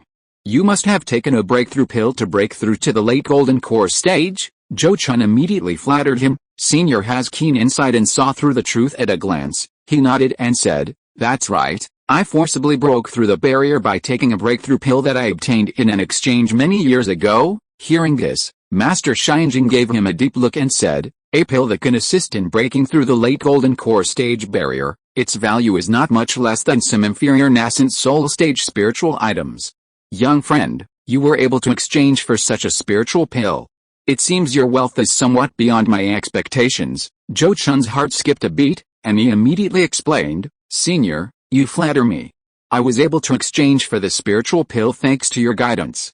If I hadn't made a fortune from those remnants of the Green Lotus Temple, I wouldn't have been able to come up with the treasures to exchange for such a spiritual pill." "I see. Young friend Zhou is indeed very generous." True person Xinjing nodded slightly, seemingly believing his explanation. Then, he changed the subject and suddenly said, "Now that young friend Zhou has broken through to the late golden core stage, what are your thoughts on the matter of nascent soul formation?" He had asked Zhou Chun this question before. However, Zhou Chun could use the excuse that his cultivation level was insufficient to get away with it then. Now, he couldn't use the same excuse again. Therefore, after pondering for a while, Zhou Chun replied with a mix of truth and falsehood, "Senior knows the background of my Zhou family. No one in our family has ever produced a late-stage golden core cultivator. I know very little about the process of core formation and nascent soul formation, so I really don't know where to begin with my specific thoughts. Therefore, my current idea is to take advantage of my youth to travel more, seek opportunities, and gather more information about core formation and nascent soul formation. I'll take it one step at a time." This answer was also a prelude to his later journey to find a place to cultivate the purple flower demon subduing spiritual light secret technique. After all, if he were to disappear for decades without showing his face, it would definitely arouse much speculation. Now that he had been given a clear answer by true person Xinjing, the Moonwheel Sect and the Flame Sun Sect would know if they were interested. After hearing his answer, Master Xinjing quickly replied, "Traveling abroad in search of an opportunity to form a nascent soul is indeed something most late-stage golden core cultivators do. However, such opportunities are extremely rare. Most people will never encounter one in their entire lives. What Senior says makes sense, but the great Dao is right before my eyes. I finally reached this point. I can't just give up so easily." Zhou Chun nodded, letting out a helpless sigh. Seeing this, Master Xinjing shook his head and said, "No one can help you with the spiritual objects needed for forming a nascent soul, but I can give you some insights into it." "Ah, is what Senior says true?" Zhou Chun looked up at Master Xinjing with delight, his eyes filled with joy. This performance seemed to please Master Xinjing, who sighed softly, "Of course I have no reason to lie to you. After all, I hope more than anyone else that you can successfully form your nascent soul." Hearing his seemingly pointed words, Zhou Chun quickly replied, "Senior, rest assured, if I can truly form my nascent soul, I will absolutely not go back on my promise to you." After speaking, he stood up and bowed to him, saying, "Senior's selfless teachings have deeply moved me. Please accept my bow, young friend. There's no need for such formality. Since we share common interests, I will naturally help you in any way I can." Master Xinjing waved his hand, and a jade slip containing insights into forming a nascent soul was immediately tossed to Zhou Chun. Then he continued, "Although I cannot help you, young friend Zhou, with the matter of the core formation treasure, before I formed my nascent soul, I traveled far and wide seeking such an opportunity and discovered a treasure land that might contain it. With your strength and abilities, young friend Zhou, perhaps you could go and explore." Zhou Chun was extremely surprised to hear this, not expecting him to pull such a stunt. He hesitated and said, "Please forgive my rudeness, senior. Since you believe that place might contain the opportunity for nascent soul formation, why didn't you take advantage of it?" The opportunity for nascent soul formation is no ordinary opportunity. Even nascent soul cultivators would strive to seize it. After all, most nascent soul cultivators have disciples, and even those lone cultivators without disciples can exchange the core formation treasure with nascent soul cultivators from various sects. Therefore, to say that true person Shinjing didn't take advantage of the opportunity because he no longer needed it after forming his nascent soul is simply unbelievable. Fortunately, Master Shinjing wasn't angered by Zhou Chun's questioning. He simply nodded and explained, "It's understandable that you have this concern. However, the place I'm referring to is very special. It's not within the territory of our human race. Before I reached the nascent soul stage, I didn't have the ability to obtain a nascent soul formation opportunity from that place. After forming my nascent soul, although I gained strength, I dared not risk venturing into such alien territory again." He then explained in detail the nascent soul formation opportunity he mentioned. According to Master Shinjing, the nascent soul formation opportunity he spoke of was located in a strange land where demons and other races coexisted. That strange land was very far from Jing Kingdom, and the location of the nascent soul formation opportunity was also deep within that strange land. More importantly, Master Shinjing only guessed, based on some discoveries, that place might harbor a nascent soul formation opportunity suitable for cultivators like him and Zhou Chun using metal attribute techniques. He couldn't be completely certain. Under these circumstances, having already formed his nascent soul, he naturally didn't want to risk going to such a place for something uncertain. However, for Zhou Chun, who now desperately needed to seek the opportunity to form his nascent soul, even the most dangerous place was worth risking everything for that sliver of chance. That's why he was willing to give Zhou Chun this so-called opportunity to form his nascent soul for free. After understanding the situation, Zhou Chun accepted it. Regardless of whether he needed it or not, he simply expressed his gratitude. He quickly showed a look of realization and said, "So that's how it is. I misunderstood you, senior. Your kindness and generosity are beyond my ability to repay. Please accept my bow." He then bowed deeply to express his gratitude. Master Shinjing accepted the bow without hesitation, then looked at him meaningfully and said, "There's one more thing I need to remind fellow Taoist Zhou. Regardless of whether you find the opportunity to form your nascent soul in the future, if you truly intend to undergo nascent soul formation, it's best not to do so in the Azure Lotus Mountains. Otherwise, the consequences could be dire." Upon hearing this, Zhou Chun's heart tightened, and he immediately replied in a low voice, "This junior understands. Thank you for your advice, senior." He already knew this much without Master Shinjing's reminder. Since forming a nascent soul is not as easy to conceal as forming a core, and the Zhou family has been bribed countless times, if you were to undergo nascent soul formation in the Azure Lotus Mountains, the information would quickly reach the other two major powers of the Jing Kingdom. What those two powers would think then was hard to say. After all, Zhou Chun was different from Master Shinjing at that time. The Jing Kingdom was then a three-way power struggle, and Master Shinjing was a rogue cultivator who had set up the mysterious array to conceal it. By the time the Azure Lotus Temple, which was most concerned about his nascent soul formation, discovered this fact, it would be too late to take effective measures. If Zhou Chun were discovered attempting to form his nascent soul, it's hard to say whether the Moon Wheel Sect and the Flame Sun Sect, now weakened, wouldn't have some reservations about him. Besides himself, he also possesses several powerful fourth-tier demonic beasts. The consequences of allowing him to freely form his nascent soul are unknown. For Zhou Chun, the best course of action might be to create a time lag. He could take advantage of the outside world's ignorance of his breakthrough to the late Golden Core stage and his acquisition of the necessary nascent soul materials. Quietly achieving his nascent soul formation outside, and then return as a powerful nascent soul cultivator. By then, the deed would be done, and even if the Moon Wheel Sect and the Flame Sun Sect had other ideas, they wouldn't risk offending this newly promoted nascent soul cultivator until Zhou Chun openly challenged their dominance.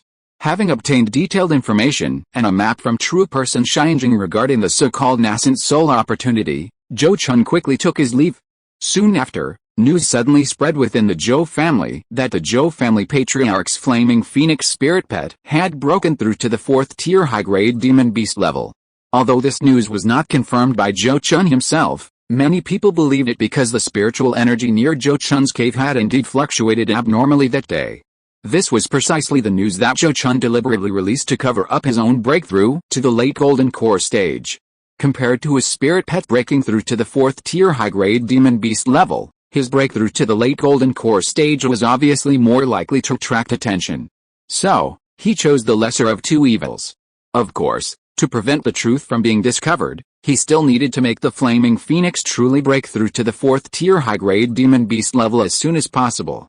Fortunately, this was not a difficult task, as the flaming phoenix itself was indeed very close to breaking through to the 4th tier high-grade demon beast level.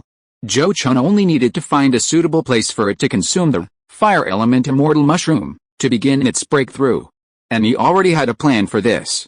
While the Zhou family was buzzing with discussions, Zhou Chun was also in his cave, experiencing the changes brought about by his late-stage golden core cultivation.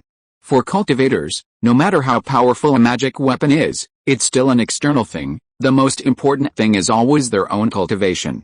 Compared to his pre-breakthrough self, Zhou Chun, now in the late-stage golden core realm, experienced another surge in both his magical power and divine sense.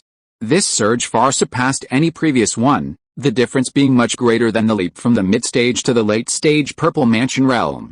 This is a special situation that arises after reaching the golden core stage. At the nascent soul stage, the difference between the late-stage and mid-stage nascent soul realms is even greater. Zhou Chun's current total magical power is equivalent to 3 times his previous self, and his divine senses coverage has leaped to 120 li. Now, if you were to activate the Heavenly Gang Thunder-Slaying Sword, to transform into a lightning sword dragon, it should be enough to sustain it for half a quarter of an hour. At the same time, the power of the Moon-Toad Pearl should also be able to be unleashed at 1/3 of its potential. And naturally, the various secret techniques and divine abilities he cultivated did not increase significantly due to the surge in his cultivation and magical power. Like the Golden Escape technique, he had already grasped some of its key points with the help of the Heavenly Star Purple Hair Spiritual Tea. Now, he naturally broke through the 100-mile range, able to escape for 150 or 60 miles at a time. Furthermore, with his breakthrough in cultivation, his natal magic weapon, the Myriad Transformations Golden Cauldron, showed signs of advancing to high-grade magic weapon. Presumably, after a few more years of nurturing, it would naturally advance to high-grade magic weapon. In short, the breakthrough in his cultivation realm greatly enhanced Zhou Chun's personal strength. Next, Zhou Chun didn't linger in the family. After only a year of seclusion, he decided to leave. After giving instructions to Zhou Ming and Zhou Yuanlian after their seclusion, he quietly left the Azure Lotus Mountains. This time, after leaving home, Zhou Chun headed straight for the Lion Kingdom, intending to settle the matter of the Chongsun Demon King before he could form his core and nascent soul. Lion Kingdom, Mixon Ridge. Zhou Chun's mindset was completely different this time. He was here to help the Demon King Chongsun, so he wasn't worried about his safety at all. Once inside, he even released a golden armored mountain-carrying turtle stone to attract the Demon King's attention. Then, just like the previous 2 times, he and his spirit pet were quickly taken to the underground palace by the Demon King Chongsun's great supernatural powers. Are all human cultivators this fast these days? Only a few years have passed, and you've already broken through to the late golden core stage? Inside the underground palace, the rock giant that the Demon King Chongsun had transformed into expressed its surprise in a muffled voice after Zhou Chun finished bowing. 100 years was just a matter of taking a nap for it. But it hadn't expected that after just one nap, Zhou Chun would have broken through again. Although it knew that human cultivators cultivated much faster than demons of the same level, this speed was simply too fast. Faced with the Chongsun Demon King's surprise, Zhou Chun replied humbly, "Perhaps I'm just lucky, having encountered some opportunities to improve my cultivation. Then your opportunities are truly remarkable. I see this little tortoise's cultivation has improved considerably. It must have consumed quite a few demon cores." The Chongsun Demon King glanced at him and said casually. In truth, he was quite surprised. Back then, When Zhou Chun said that the golden armored mountain carrying tortoise stone would be no worse off than cultivating in the misty immortal ridge, he had thought Zhou Chun was just boasting. But now, judging from the golden armored mountain carrying tortoise stone's rapid improvement, it seemed Zhou Chun hadn't been exaggerating. Even if it, the Changsun Demon King, were to nurture the golden armored mountain carrying tortoise stone, achieving this level of progress in 100 years would be extremely difficult. However, the Changsun Demon King also had its pride and naturally wouldn't admit to Zhou Chun's face that it was inferior. He quickly continued, "Alright, enough talk. Junior, have you come here to fulfill your promise to me? How do you plan to complete the task I assigned you? Senior, you are wise." "I have indeed come to fulfill my promise," Zhou Chun nodded, readily admitting it. He then explained his plan. Zhou Chun knew he wouldn't go to Dragon Abyss to complete the task himself, nor would he conveniently have his spirit pet do it. Therefore, he planned to have the Changsun Demon King's token delivered to the Golden Horned Dragon King through a 5th-tier Demon King in Yuntao. To ensure that the 5th-tier Demon King would believe him and be willing to hand over the token, the Changsun Demon King would need to put in considerable effort with the token. After hearing his plan, the Demon King Changsun nodded and said, Your idea is not bad. Let me consider how to make the token you mentioned." Seeing this, Zhou Chun immediately said, "Senior, you can take your time to think about it. I have 2 small matters that I hope you can grant me." "What small matters? Tell me first." The Demon King Changsun glanced at him but did not refuse directly. This made Zhou Chun happy, and he quickly said, "Senior is wise. I am lacking an earth attribute spiritual object for cultivating a secret technique. I would like to ask you to bestow some earth essence. In addition, I have a spiritual pet that needs a place to break through to the 4th-tier high-grade demon beast. I would like to use your treasure land to break through. Please allow me to do so." Upon hearing this, the Demon King Changsun was slightly surprised and said, "Oh, you have such a powerful spiritual pet? Release it and let me see it." "Yes, I obey," Zhou Chun replied and immediately released the fiery phoenix. "So it's a fire phoenix demon beast." The Demon King Changsun's gaze swept over the fiery phoenix, his Demon King aura causing the fiery phoenix's feathers to tense and its head to tuck into its wings.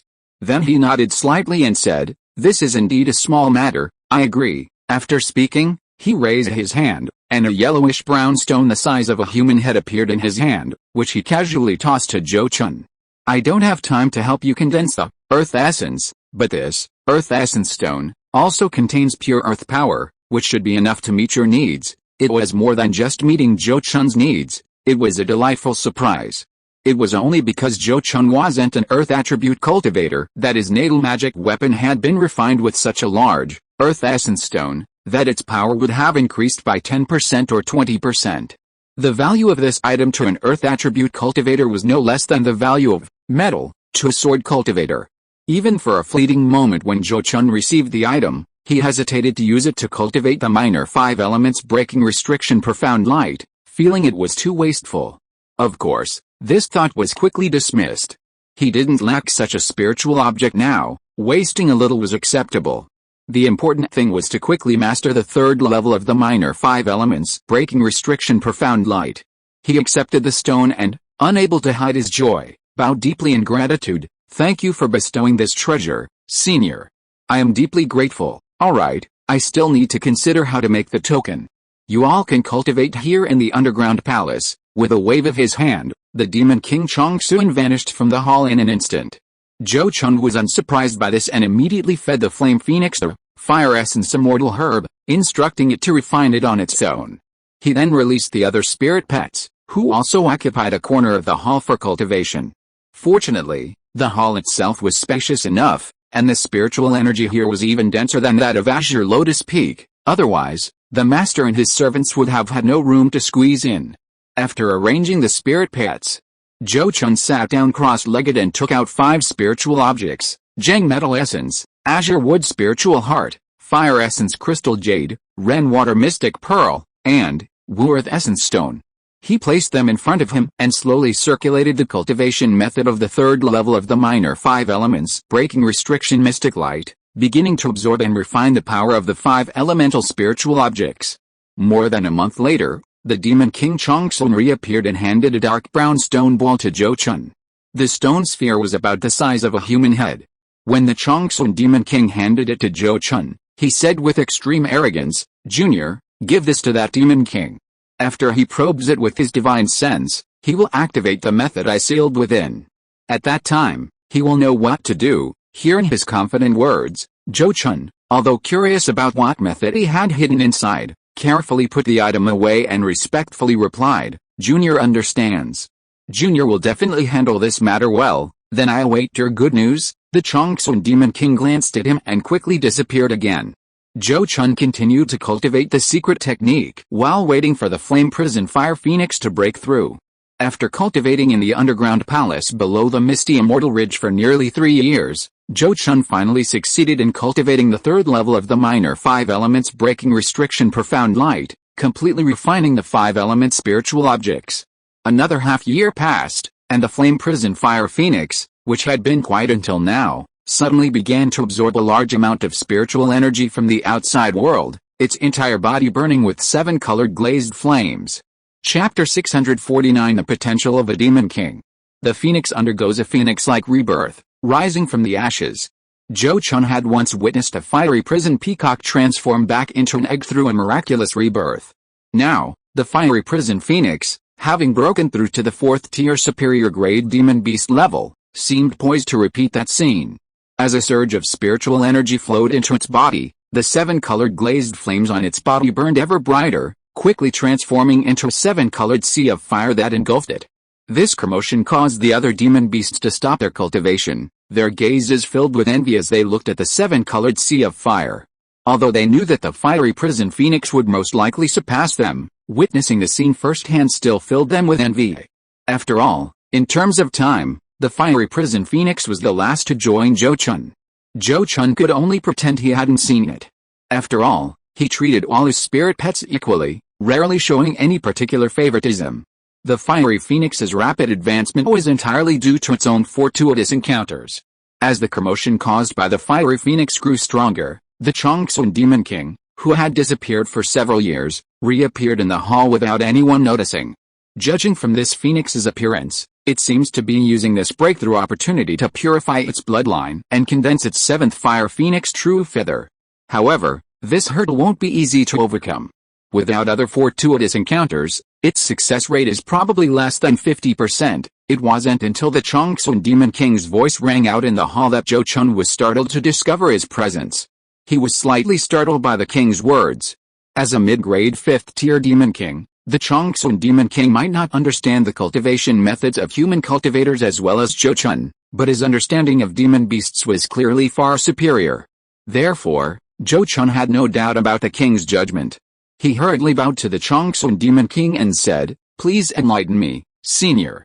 How can I help it successfully condense its 7th fire phoenix true feather? If you can provide a spiritual object that stimulates the evolution of its fire phoenix bloodline, that would be best.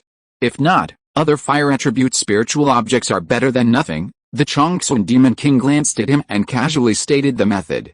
However, this time it only stated the method and did not intend to offer any assistance. After hearing its words, Zhou Chun's expression changed, and he quickly thought of the 2 treasures on his body.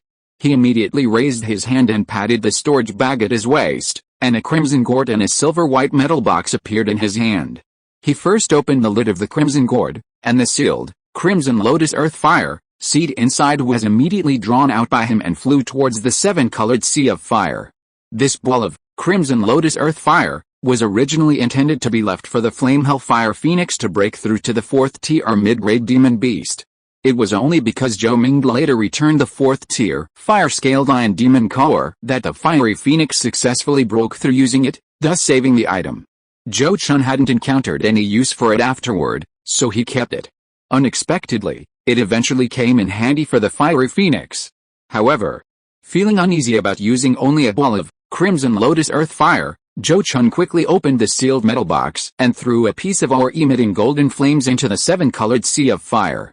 That was an extremely precious magical material, golden flamestone, obtained from Queen Lingzi's storage bag. Zhou Chun had originally kept it to see if he could exchange it for other useful treasures in the future.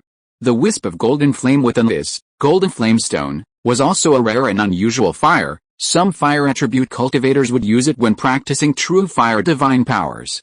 At this moment, As Zhou Chun threw the 2 spiritual items into the 7-colored sea of fire, the fiery phoenix's aura indeed increased again.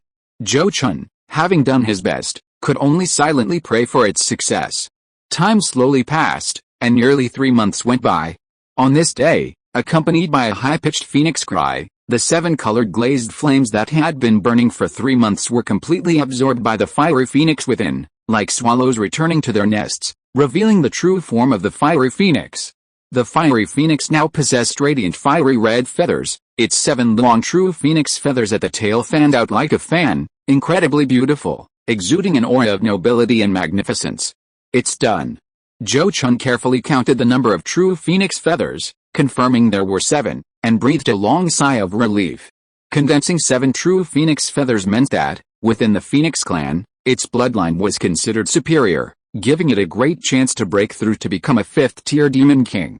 With the current cultivation level of the fiery phoenix as a 4th-tier high-grade demon beast, even without other opportunities, it could directly trigger the heavenly tribulation to break through to the 5th-tier demon king realm after 100 or 200 years of arduous cultivation. Zhou Chun's concern now is how to help it overcome the heavenly tribulation. It's important to understand that the power of the heavenly tribulation is not static, it varies depending on the cultivator's accumulated foundation. In this respect, the difference in heavenly tribulation power among human cultivators is not significant, as most cultivators capable of forming a core and nascent soul have similar foundations. However, the difference is enormous among demon beasts. Some demon beasts with relatively weak bodies might be able to overcome heavenly tribulation power even with Zhou Chun's current strength. But for powerful demon beasts like the Flood Dragon and the Fire Phoenix, the heavenly tribulation power is several times, even dozens of times, stronger.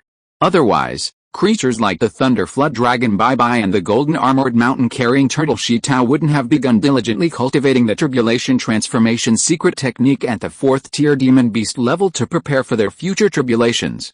As their master, Zhou Chun would definitely have to help them with their tribulations in the future, at least in terms of the magic weapons they needed for the tribulation.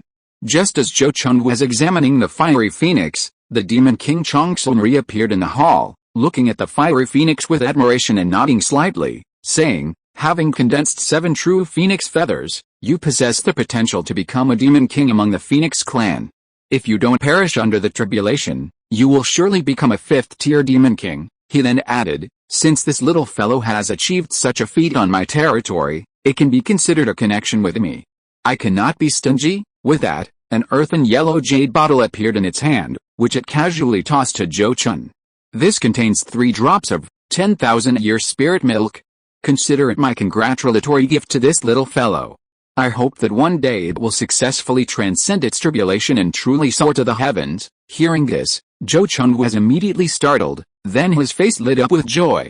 He knew that the 10,000-year spiritual milk was an extremely rare spiritual object in the cultivation world. It was said that it could only condense and form near certain spiritual eyes sealed underground for 10,000 years. Its most well-known use was restoring mana. Just a drop of 10,000-year spiritual milk could restore a nascent soul cultivator's full mana in no more than 100 breaths. This value alone made it a treasure that even nascent soul cultivators would fight over, capable of saving lives and turning the tide of battle in crucial moments. However, because its formation was so difficult, over countless years, its quantity in the cultivation world had become extremely scarce, so rare that many nascent soul cultivators would rarely see it more than a few times in their lifetime, let alone possess it. Even those cultivators or forces that possessed it treated it as a trump card, a treasured heirloom, and would only use it as a last resort. The demon king Changsun had just given away 3 drops of 10,000-year spirit milk in one go. If the nascent soul cultivators knew about this, they would probably be so envious they'd want to devour Zhou Chun. Therefore, Zhou Chun sincerely gripped the jade bottle and repeatedly thanked the demon king Changsun. "Thank you for your generous gift, senior. If the fire phoenix and the mountain-bearing turtle are destined to advance to demon king level in the future, I will definitely bring them back to thank you again. Alright, now that the fire phoenix has broken through, you should go and do what I've instructed. I don't keep idle people here." The demon king Changsun glanced at Zhou Chun, waved his hand, and quickly moved Zhou Chun and his servants out of the underground palace. "This time you really hit the jackpot. You all must work hard to cultivate from now on. There are only 3 drops of 10,000-year spirit milk, and only the first 3 to transcend tribulation can enjoy it. In the misty immortal ridge, Zhou Chun shook the jade bottle in his hand, painting a rosy picture for his spirit pets. Although it was a rosy picture, it was still true. The 10,000-year spirit milk, a spiritual item that restores mana, greatly assists demonic beasts in undergoing the heavenly tribulation. With this item in hand, demonic beasts undergoing tribulation don't need to worry about conserving mana. They can simply unleash their full power and charge straight through. Looking at the big pancake in Zhou Chun's hand, the several spirit pets indeed seemed eager to try it, their eyes filled with longing. Seeing that the effect was achieved, Zhou Chun chuckled, immediately putting away the jade bottle and the spirit pets before leaving the misty immortal ridge. On his way back to his clan, Zhou Chun also communicated with a fiery hellfire phoenix to learn about its gains after breaking through to the 4th tier high-grade demonic beast. Just as Zhou Chun had expected, after condensing its 7th fire phoenix true feather, the fiery hellfire phoenix, like the thunder flood dragon bye-bye before it, awakened its bloodline inheritance. Furthermore, like the golden armored mountain carrying turtle stone, it also awakened the undying body, divine power. In fact, the undying body, divine ability does have a high probability of appearing among the Fire Phoenix clan. Most of the 5th tier Fire Phoenix demon kings possess this divine ability. This is because this divine ability itself has some connection with their clan's nirvana divine ability. The advanced form of the undying body is rebirth from a drop of blood. In addition to the undying body, divine ability, the fiery hellfire phoenix obtained a cultivation technique called the Scripture of Rebirth in Fire from its bloodline inheritance, as well as 2 secret divine abilities. The first secret divine ability is called Fire Spirit Avatar. The fiery hellfire phoenix can use this secret method to refine a fallen fire phoenix true feather into an avatar. Because this avatar possesses the original bloodline aura, it can act as a substitute for tribulation, even temporarily deceiving the heavenly tribulation. The second secret divine ability is called Fire Spirit's Wrath. The fiery hellfire phoenix can use this secret method to burn its own essence and lifespan, greatly increasing its magical power and the power of related fire attribute divine abilities. It is a last-ditch effort. This shows that when these top-tier demon beast bloodline inheritances appear in demon beasts below the 5th rank, they are basically to help these outstanding descendants cope with the heavenly tribulation. This is the foundation. Because of this foundation, the number of 5th rank demon kings with the bloodlines of top-tier demon beasts such as the Fire Phoenix and the Flood Dragon far exceeds that of other single races. Although there is no confirmation, Zhou Chun is certain that if the Flood Dragons of Longyuans can become 4th rank high-grade demon beasts, even if they do not awaken their own bloodline inheritance, they will definitely be able to learn these tribulation-crossing secret techniques from the previous demon kings of the Flood Dragon clan, thereby increasing their success rate in crossing the tribulation. Otherwise, it is difficult to explain why there are so many 5th rank Flood Dragons in Longyuans. In fact, for the Flame Hellfire Phoenix, this bloodline inheritance has indeed come at a very opportune time. What it needs to do next is to completely master these 2 secret techniques before it can trigger the heavenly tribulation, especially the first one, the Fire Spirit Avatar technique. This tribulation substitute avatar technique can not only save lives when dealing with a heavenly tribulation, but can also be used to save lives in certain critical moments. It's important to know that once the Fire Spirit Avatar manifests, it can unleash 80% of its true power, essentially providing an additional 4th tier high-grade demonic beast as an ally. Understanding the changes after the Fiery Phoenix's advancement, Zhou Chun breathed a sigh of relief. This meant that the heavenly tribulation of the golden armored mountain-bearing turtle stone, the thunder flood dragon white, and the fiery phoenix would be much easier. With their own strength and the help of their tribulation-crossing secret techniques, and with him lending them a top-grade magic weapon, while he couldn't guarantee a 100% success rate, at least an 80-90% success rate was assured.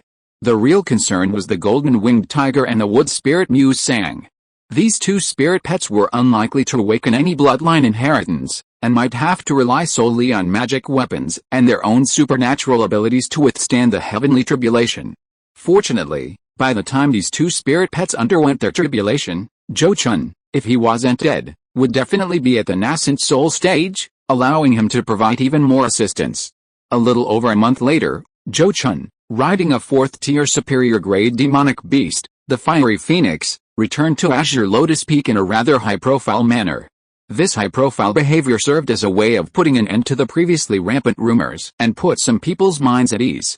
After returning to his family, Zhou Chun quickly went to pay his respects to true person Xianjing. Young friend Zhou, it seems you've had quite a haul this time. If I'm not mistaken, your fiery phoenix has not only advanced to a 4th-tier superior grade demonic beast, but it has also condensed its 7th true phoenix feather. Inside the cave, true person Xianjing looked at Zhou Chun, who had come to visit him uninvited, and expressed his surprise at his discovery.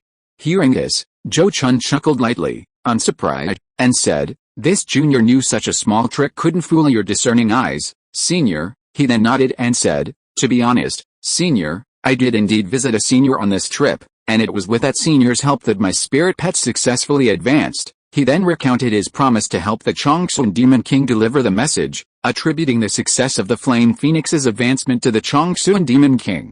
As he expected, the Heavenly Mirror true person, who was hearing of the Changsun Demon King's existence for the first time, was also taken aback. After he finished speaking, the Heavenly Mirror true person stared at him for a long time before sighing softly. "I never expected that you, young friend Zhou, would have such an encounter. You even managed to get in touch with a mid-grade 5th-tier Demon King. If I had a choice, I would rather not have met the Changsun Demon King. After all, I was purely forced into this situation by him. I had no choice," Zhou Chun replied with a wry smile, half-jokingly. Upon hearing this, Master Xianjing said in a deep voice, "To be able to survive a 5th-tier Demon King and even gain benefits from him, young friend Zhou's ability to adapt to changing circumstances is truly astonishing." He wasn't praising Zhou Chun, but stating a fact. After all, humans and demons are irreconcilable enemies. Human golden core cultivators who fall into the hands of a 5th-tier Demon King usually become his prey, with very few escaping. However, although it was a fact, Zhou Chun didn't want to elaborate on this, lest he reveal the true identity of the golden armored mountain-carrying turtle stone. Therefore, he quickly looked at Master Xianjing with a pleading expression and said, "Senior, please understand. I swore an oath before the Changsun Demon King to complete this mission. Otherwise I will surely die in the Heart Demon Tribulation. However, given my hostile relationship with the Longyuan's demon clan, if I go to Yunzhao alone to deliver the message, it will be like throwing a meat bun to a dog. I will never return. Therefore, I implore you, senior, to come out of seclusion and protect me so that I can safely complete this mission." After hearing his words, Master Xianjing said calmly, "It's no problem for young friend Zhou to ask for my help, but you should also know that this matter is not within the scope of our original agreement.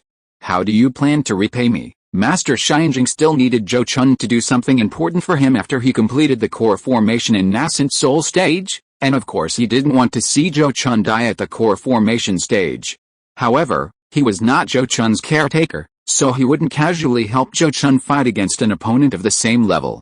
Back when Master Kuang Lei came knocking, he only helped Zhou Chun after Zhou Chun agreed to hand over the inheritance of the ghost cultivation technique.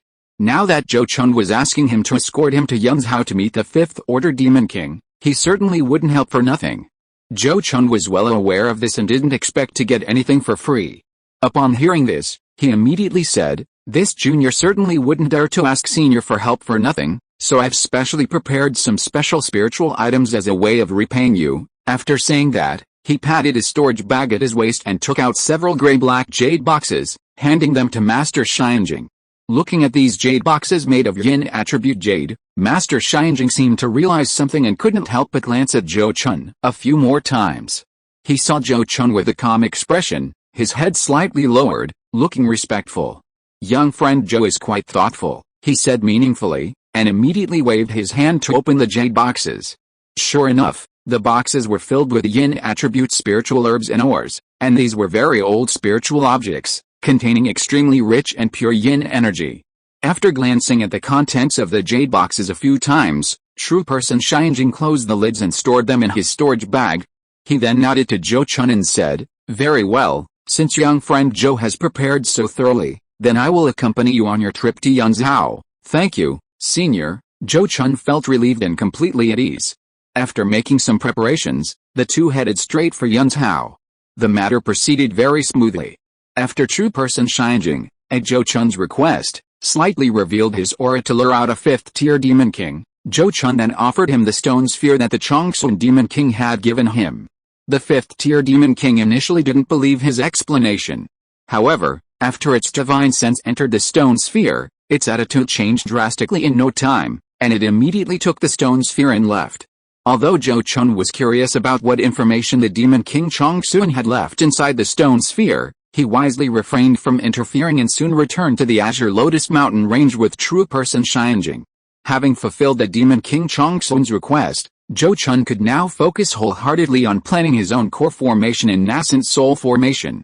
However, before that, he still needed to make proper arrangements at the Zhou family level and wait for the results from his 3 juniors who were currently forming their cores. A year later, Zhou Ziyang, who had been traveling for many years, temporarily returned to the Zhou family.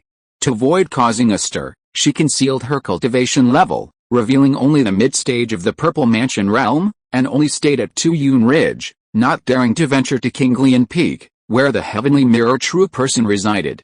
Upon learning the news, Zhou Chun personally went to Tuyun Ridge to meet his disciple. After a long chat with his disciple, learning about her travels, Zhou Chun nodded slightly and said, "Yinger, you've returned at just the right time. Your parents are currently in seclusion, forming their cores. If they succeed, you can congratulate them immediately." Hearing this, Zhou Ziyang showed no joy. Instead, she frowned and asked, "Master, do you think my parents will succeed?" "Why do you ask? Don't you want them to succeed?" Zhou Chun was slightly taken aback, looking at his disciple with some surprise.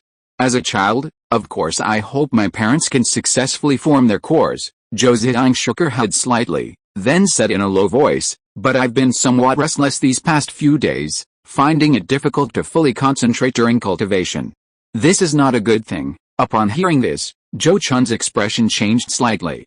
The higher a cultivator's cultivation level, the stronger the perception of certain things becomes. Especially between children, because of the close blood ties, sometimes when one is in trouble, the other may experience certain premonitions. Zhou Ziyang is currently a golden core cultivator, so her current condition can basically be ruled out as a lack of self-control or mental fortitude. Therefore, after a brief silence, Zhou Chun decisively looked at his disciple and said, "Come back to the Azure Lotus Mountain range with me. If the worst happens, at least you should be able to see each other one last time." Chapter 652 Thirds, Going Out for Secluded Cultivation. Kinglian Peak. After returning to her family, Zhou Ziyang discreetly checked into Zhou Chun's cave. Reminded by her, Zhou Chun, along with Zhou Ming, focused their attention on the core formation progress of Su Fu and his wife, preparing to break the protective barriers and rescue them should any unexpected situation arise. The secluded chambers where Zhou family cultivators cultivate their core formation are protected by a complete set of individual protective spells, ensuring they remain unaffected even if the mountain protecting array is attacked. Within the entire Zhou family, only Zhou Ming and Zhou Chun possess the method to forcibly activate these spells. Thus, on the 3rd day after Zhou Ziyang's return to Kinglian Peak, an unusual fluctuation of spiritual energy suddenly appeared in Zhou Yuan's secluded chamber, yet the signs of core formation failed to materialize. Seeing this, Zhou Chun, after consulting with Zhou Ziyang, immediately and without hesitation forcibly broke the protective spells, opening the chamber door from the outside. Upon opening the door, they found Zhou Yuan collapsed on the ground, coughing up blood, barely breathing, her consciousness nearly fading. Mother, after all, she was her birth mother, her blood relative. Even though her relationship with her mother hadn't been particularly close before, seeing her mother on the verge of death, Zhou Ziyang couldn't help but burst into tears and rushed forward to embrace her. It seemed that her cry awakened a deep-seated longing within her. Zhou Yuan, whose consciousness had nearly faded, twitched her eyelids slightly, showing signs of waking up. Noticing this, Zhou Chun quickly released the wood spirit, Mu Sang, to treat Zhou Yuan. In Zhou Yuan's current state, truly reviving her was impossible. However, allowing her a brief moment of lucidity before death was possible. Under Mu Sang's treatment, some of the rapidly draining life essence in her body was immediately halted, and her consciousness quickly returned. When she opened her eyes, she saw her daughter, who was holding her in her arms, weeping uncontrollably. Seeing her daughter, the pride of her life, the disappointment and despair of failing to reach the core formation stage seemed to dissipate almost entirely. She gently stroked her daughter's pretty face, murmuring, "Yinger, you're back. Having you by my side before I die makes me feel at peace. It's my fault for being unfilial.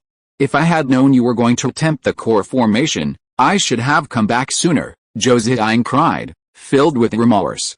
Silly child, it's not your fault. It's just that I lacked the ability and opportunity, and ultimately failed the clan leader's trust and expectations, Zhou Chun said, casting an apologetic glance at Zhou Chun standing beside her. Seeing this, Zhou Chun sighed softly. Chun, you don't need to think like that. It's come to this. You two should have a good talk. I won't disturb you any longer. With that, she shook her head and turned to leave the secret chamber. After waiting outside for about half an hour, a heart-wrenching cry from Zhou Chun rang out from inside. Zhou Chun and Zhou Ming, who had rushed over, exchanged a glance and shook their heads repeatedly.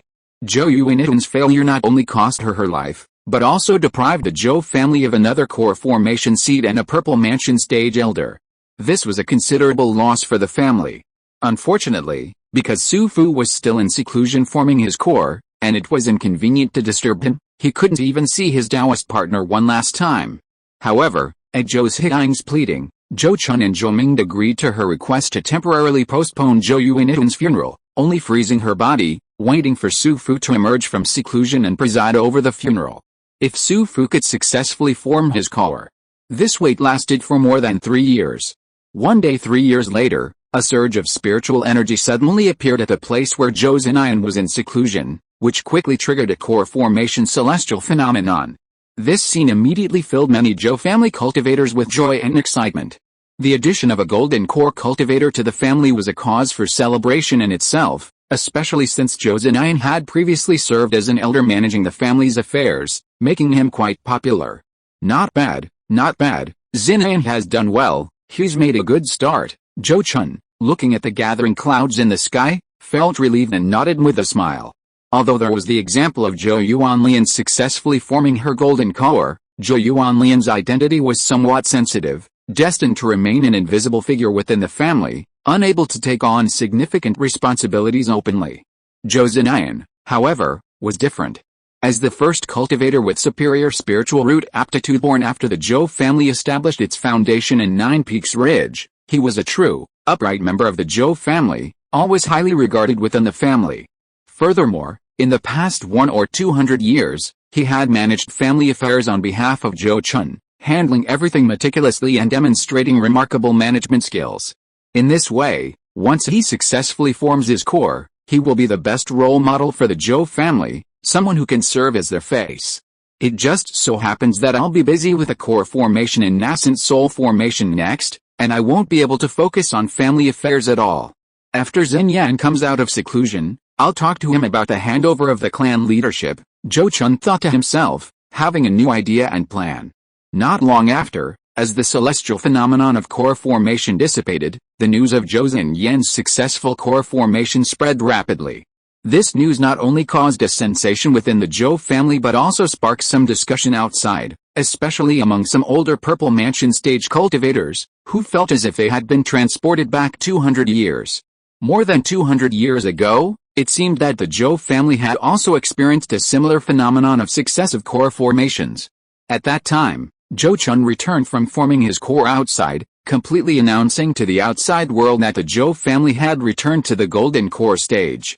Then, Zhou Ming, at the age of over 400, successfully formed his core, causing a sensation in the cultivation world of Jing Kingdom. Now, the Zhou family has seen Zhou Yuanlian successfully form his core, and now Zhou Chun has emerged. The situation is strikingly similar to that time. Only back then, the Zhou family was merely a newly risen golden core clan, but now they have become the third largest power in the Jing Kingdom, possessing a nascent soul cultivator as a backer, and openly boasting 5 golden core cultivators.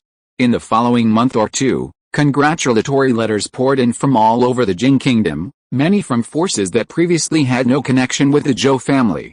Clearly, with the continuous emergence of new golden core cultivators in the Zhou family, the term nouveau riche no longer applies to them. If a few geniuses emerge in a particular generation and lead a family to prosperity, one could still describe that family as nouveau riche, but hundreds of years later, with this family still consistently producing golden core cultivators, no one can still use nouveau riche to describe them. Therefore, Facing the Zhou family's current dominant position, many forces, even those with little connection to the Zhou family due to distance, are willing to extend goodwill and befriend them, adhering to the principle of having more friends and more paths. On the other hand, the Moonwheel Sect and the Flaming Sun Sect seem unconcerned about the Zhou family's successive core formation achievements, merely sending a Purple Mansion stage cultivator as a formality to deliver a congratulatory letter. Zhou Chun, however, is happy with this. He isn't afraid of the two sects underestimating the Zhou family, he's afraid they'll overestimate it. Of course, there are reasons why the two sects are unconcerned. In recent years, both sects have also had successive core formation achievements, largely due to the significant benefits they received during the previous beast tide. With such a wealth of talent within their own ranks, the higher-ups of both sects have no reason to worry about the Zhou family posing a threat. As long as the Zhou family doesn't produce a nascent soul stage cultivator, the more golden core stage cultivators appear, the better it is for the higher-ups of both sects. This would at least alleviate the pressure on their two factions of cultivators facing the demon race of Yunzhao, allowing the Zhou family to also arrange for golden core cultivators to participate in the rotation. Time passed slowly, and more than a year quickly went by. The discussions about Zhou Zhenyi's successful golden core formation had long since ceased, and even within the Zhou family, no one talked about it anymore. It was under these circumstances that a sudden disturbance of spiritual energy appeared where Su Fu was in seclusion, followed by a visible golden core formation phenomenon. Another member of the Zhou family had successfully formed their golden core. Many Zhou family cultivators were stunned by the golden core formation phenomenon appearing in the sky. Even the heavenly mirror true person, cultivating in whose cave, couldn't help but glance at the location of the golden core formation phenomenon. Could it be that the Zhou family has truly received divine favor? Such a series of successful golden core formations cannot be explained away with just good luck, he muttered to himself, deeply astonished. Zhou Chun, upon seeing the golden core formation phenomenon, also breathed a slight sigh of relief. He couldn't help but say to Zhou Zhenyi beside him, Yinger, you saw it too, your father succeeded. Now you can rest assured. Hearing this, Zhou Zhenyi was both happy and sad, and couldn't help but sigh softly. It's just a pity that my mother didn't get to see this day. The family might be a bit lively next. You should stay away for now. After your father comes out of seclusion, I'll have him go to Nine Peaks Ridge to hold your mother's funeral with you. Zhou Chun glanced at his dejected disciple and whispered his arrangements. Yes, disciple understands, Zhou Zhenyi replied softly, without any objection. And just as Zhou Chun said, when the news spread that someone from the Zhou family had successfully formed their golden core again after more than a year, the entire cultivation world of Jing Kingdom was in an uproar. Not only in the cultivation world of Jing Kingdom, but throughout the entire cultivation world, the golden core stage was the highest pursuit of most cultivators in their lifetime. Nascent soul stage cultivators are extremely rare. Some small countries might only see one in 1,000 years. Without top-tier spiritual roots and an immense background, no one would even dare dream of achieving the feat of forming a nascent soul. Therefore, the fact that 3 members of the Zhou family have successfully formed their nascent souls in less than 30 years is truly astonishing. Even for a major sect like the Moonwheel Sect, with its thousands of years of history, such occurrences are extremely rare. Consequently, many people suspect that the Zhou family possesses some special nascent soul-forming artifact, such as the 5-element spiritual fruit tree, or some heaven-defying secret technique that can significantly increase the success rate of nascent soul formation. These suspicions quickly spread throughout the cultivation world of Jing Kingdom. Even within the Moonwheel Sect and the Flame Sun Sect, many cultivators discussed this, including some golden core stage elders who harbored doubts. Under these circumstances, both sects investigated the individuals who had recently formed their nascent souls, while simultaneously sending golden core elders to the Zhou family to offer their congratulations. Ostensibly, it was a gesture of congratulations, but in reality, it was also a test of the Zhou family's abilities. However, Zhou Chun was completely innocent this time and had nothing to fear from investigation or testing. The fact that the 3 Zhou family cultivators had successfully formed their cores was entirely due to their own luck and strength, and had nothing to do with him. Apart from Zhou Yuanlin using a golden dragon fruit, the other 2 used normal spiritual items for core formation, so they weren't afraid of investigation. Even the golden dragon fruit was a spoil of war he had obtained on the immortal demon battlefield, and could withstand scrutiny. Therefore, Zhou Chun dealt with the golden core cultivators from the two major sects with complete confidence and ease. After a period of this commotion, the two major sects, finding nothing amiss, could only attribute it to the Zhou family's good fortune. Several months later, Zhou Zinayan, who had successfully formed his core first, finally emerged from seclusion after 2 years of consolidation and cultivation. Congratulations on your great success in forming your golden core, my nephew. Longevity is within your reach. On Kinglian Peak, Zhou Chun smiled and offered his congratulations upon seeing Zhou Zinayan emerge from seclusion. Thank you for your congratulations, Uncle 13, Zhou Zinayan replied happily, then bowed deeply to Zhou Chun with grateful eyes, saying, thanks to Uncle 13 for bestowing upon me the golden core formation artifact, I was able to successfully form my golden core. I will never forget your kindness, Uncle 13. Zhou Chun was also quite gratified, but said, there's no need to be so polite.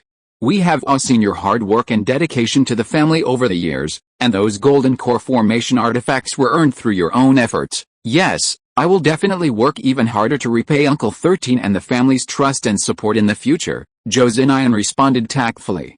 Then the uncle and nephew discussed the golden core celebration in a relaxed manner. At the same time, Zhou Chun also hinted at his intention to step down and hand over the position to a more capable person. However, perhaps because his mindset had changed after forming his golden core, Zhou Zinayan didn't seem very interested in taking over as clan leader and had no intention of accepting the position. Zhou Chun was somewhat helpless about this. He couldn't force Zhou Zinayan to agree if he didn't want to. After all, Zhou Zinayan was now a golden core cultivator, and he deserved respect. So Zhou Chun could only ask him to continue managing family affairs, at least to cultivate a qualified representative before letting go. His authority as the clan leader still held sway, and Zhou Zinayan dared not refuse his request, agreeing on the spot. A year later, Zhou Zinayan's golden core celebration was held in a high-profile manner on Kinglian Peak, with as many as 15 golden core cultivators in attendance, including golden core elders from the Moon Wheel Sect and the Flame Sun Sect. In terms of scale, it paled in comparison to Zhou Chun's golden core celebration that year. After this golden core celebration, Zhou Zinayan officially became the supreme elder of the Zhou family. 2 more years passed, and Su Fu quietly emerged from seclusion. He had already learned of his Taoist partner Zhou Yuanitun's failed attempt to achieve her core after he had already formed his own. After emerging from seclusion, he only briefly met with Zhou Chun before heading to Nine Peaks Ridge to reunite with his deceased wife and daughter. Several days later, the funeral for Zhou Yuanitun, an elder of the Zhou family, was officially held at Nine Peaks Ridge. Zhou Chun, Zhou Ming, and other high-ranking family members all attended to mourn. Only after the funeral was over did Zhou Chun have the opportunity to speak privately with Su Fu. In the quiet room, Zhou Chun looked directly at Su Fu and asked, Elder Su, what are your thoughts on your future path? Upon hearing this question, Su Fu immediately shook his head and said, this junior has no particular thoughts. I am willing to obey any arrangements made by the family. This answer seemed somewhat unexpected to Zhou Chun, causing him to pause for a moment. After scrutinizing the other man for a few moments, he smiled slightly and said, Elder Su, there's no need to hold back. Now that you've successfully formed your golden core, you're a core member of the family. Feel free to speak your mind. Upon hearing this, Su Fu shook his head repeatedly, saying, Clan leader, please don't misunderstand. I truly have no ideas at the moment. Seeing this, Zhou Chun could only nod and say, alright, it seems I was overthinking things. Elder Su, you should focus on your cultivation within the family and familiarize yourself with the power of the golden core stage. When you have more ideas, you can then raise them with the family. Yes, I obey, Su Fu respectfully replied. And the two ended their conversation. Although this conversation didn't achieve the expected result, Zhou Chun's plans remained unchanged. Under his arrangement, Zhou Yuanlian, under the guise of traveling, secretly went to the Kiu mountain stronghold to oversee operations. As for Su Fu, regardless of his future plans, he would no longer be allowed to oversee operations there. At this point, a golden core cultivator from an outsider family was not a significant threat to the Zhou family. He couldn't possibly cause any major upheaval. However, preventing the maternal relatives from seizing excessive power remains a necessary task. Su Fu, now at the golden core stage, will no longer be subject to many restrictions within the Zhou family and can do as he pleases. However, correspondingly, he will lose some real power and can no longer rule independently. This is the rule Zhou Chun has set for the golden core cultivators among the family's maternal relatives. With the arrangements for Su Fu temporarily concluded, Zhou Chun's own journey to achieve the golden core and nascent soul stage was quickly put on the agenda. He had already delayed matters concerning these younger generations for several years, and now he could no longer postpone it. Many current problems and hidden dangers would cease to be problems after he truly achieved the golden core and nascent soul stage. Therefore, after a long talk with Zhou Ming, and giving instructions to his disciple Zhou Ziyang, and spending several months with his Taoist partner Su Yuzhen at the Su family's mountain gate, Zhou Chun left the Azure Lotus Mountains with his 5 spirit pets. The official explanation was that he was going out to seek an opportunity to break through the late golden core barrier. Only a handful of people truly knew the inside story. More than half a year later, Zhou Chun appeared outside the Golden Cloud Mountains, a notoriously dangerous place in the cultivation world of the Far West. The Golden Cloud Mountains are located within the Jiang Kingdom of the Far West cultivation world, and are renowned as a perilous place even by neighboring countries. The mountain range isn't very large, but it's extremely treacherous. Several rich spirit gold veins exist within it, including a large refined gold vein. However, due to a massive colony of gold-eating ants inhabiting the mountains, the major powers of the Jiang Kingdom can only watch with envy, unable to truly invest in its development. It's not that they are truly helpless against the gold-eating ants. In fact, if a nascent soul cultivator were willing to stay and continuously clear the ant colony, it would surely be wiped out within decades. But what nascent soul cultivator would be so foolish as to waste decades here? While the mineral veins here are valuable, they hold little appeal for nascent soul cultivators. Therefore, even today, the Golden Cloud Mountain Range remains a forbidden area for cultivators. Apart from some low-level cultivators who are not afraid of death and venture into the outer perimeter of the mountain range to capture and hunt gold-eating ants, high-level cultivators will not come here to cause trouble. For Zhou Chun, the Golden Cloud Mountains were clearly an ideal place for secluded cultivation. He could cultivate there without his cultivation level declining. And he wouldn't have to worry about being disturbed by other high-level cultivators while practicing the purple flower demon subduing spiritual light. As for the gold-eating ants, a race that even late-stage golden core cultivators feared, Zhou Chun happened to possess methods to subdue them. After a brief stop at the outer edge of the mountains, he transformed into a golden streak of light and flew directly into the depths of the mountains. Having ventured less than 200 miles into the mountains, a vast cloud of golden insects appeared in the sky ahead of Zhou Chun. This cloud stretched for over 10 miles, filled with tiny, pale golden flying ants the size of fingernails. The gold-eating ants weren't particularly strange insects, but they possessed extremely sharp teeth and were born to feed on metal ores. Cultivators' magical artifacts and treasures easily became prey for them. Moreover, these demonic insects had bodies as hard as iron, comparable to magical artifacts of the same level, making them very difficult to kill with spells and supernatural powers. More importantly, when they swarm together, they possess a group damage transfer talent, allowing countless demonic insects to share the damage from large-scale magical attacks. Thanks to this special ability and their massive population, most golden core cultivators encountering them have no choice but to flee. Fortunately, these demonic insects can only inhabit areas near large spirit gold mines. Once a mine is devoured and depleted, they can migrate to other mines in time, but if they fail to do so, they will starve to death because they cannot eat spirit gold ore. Therefore, apart from being extremely destructive to spirit gold mines, these demonic insects do not pose a significant threat to the cultivation world.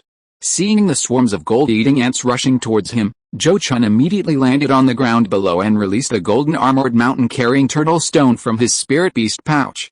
At this moment, the gold-eating ants were unaware of the gravity of the situation and did not take the massive golden armored mountain-carrying turtle seriously, directly swarming down towards the ground with the force of the mountain crashing down. As a hazy, gray aura spread from the golden armored mountain-bearing turtle stone, the gold-devouring ants began to rain down on the ground, tens of thousands dying before even touching it. Although these demonic insects were of low intelligence and knew nothing of death, their instinct for survival temporarily halted their swooping attack. The golden armored mountain-bearing turtle stone, under Zhou Chun's command, remained motionless, simply surrounding itself with primal magnetic divine light. After a brief stalemate, the ant swarm in the sky seemed to receive a signal and launched another desperate charge. The result was nothing more than leaving behind tens of thousands more flying ant corpses. They couldn't even touch the hazy, gray aura. This time, the ant swarm seemed utterly terrified and quickly left the area. Seeing this, Zhou Chun happily collected the flying ant corpses from the ground. These gold-devouring ant corpses had an extremely high gold content. After being melted down with true fire, they could yield a special kind of ant gold. This ant gold possesses a special effect. It acts as a harmonizing agent to blend other spiritual metals of different attributes, allowing them to fuse and unleash their individual properties. Refiners highly value this substance. Next, Zhou Chun rode the tortoise, and wherever he passed, swarms of ants retreated. The Golden Cloud Mountains, considered extremely dangerous by the cultivators of the Zheng Kingdom, were like his own backyard, which he could stroll through at will.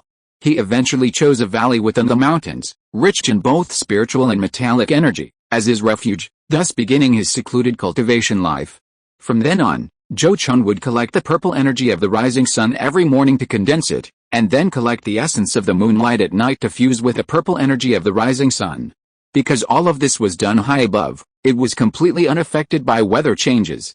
Even the fierce winds from the sky were shielded by his spirit pets and shifts, ensuring he wouldn't disturb his collection of the essence of the sun and moon. The gold-devouring ants seemed to tacitly accept Zhou Chun's dominance over the area near the valley, rarely daring to venture into the region covered by the aura of the stone from the golden armored mountain tortoise. End of this chapter. Thank you so much for reading until the end. Don't forget to give it a like. Looking for more exclusive content and immediate access? Subscribe to our Patreon. Remember, every like, subscription or donation encourages us to continue. Thank you all. See you in the next video.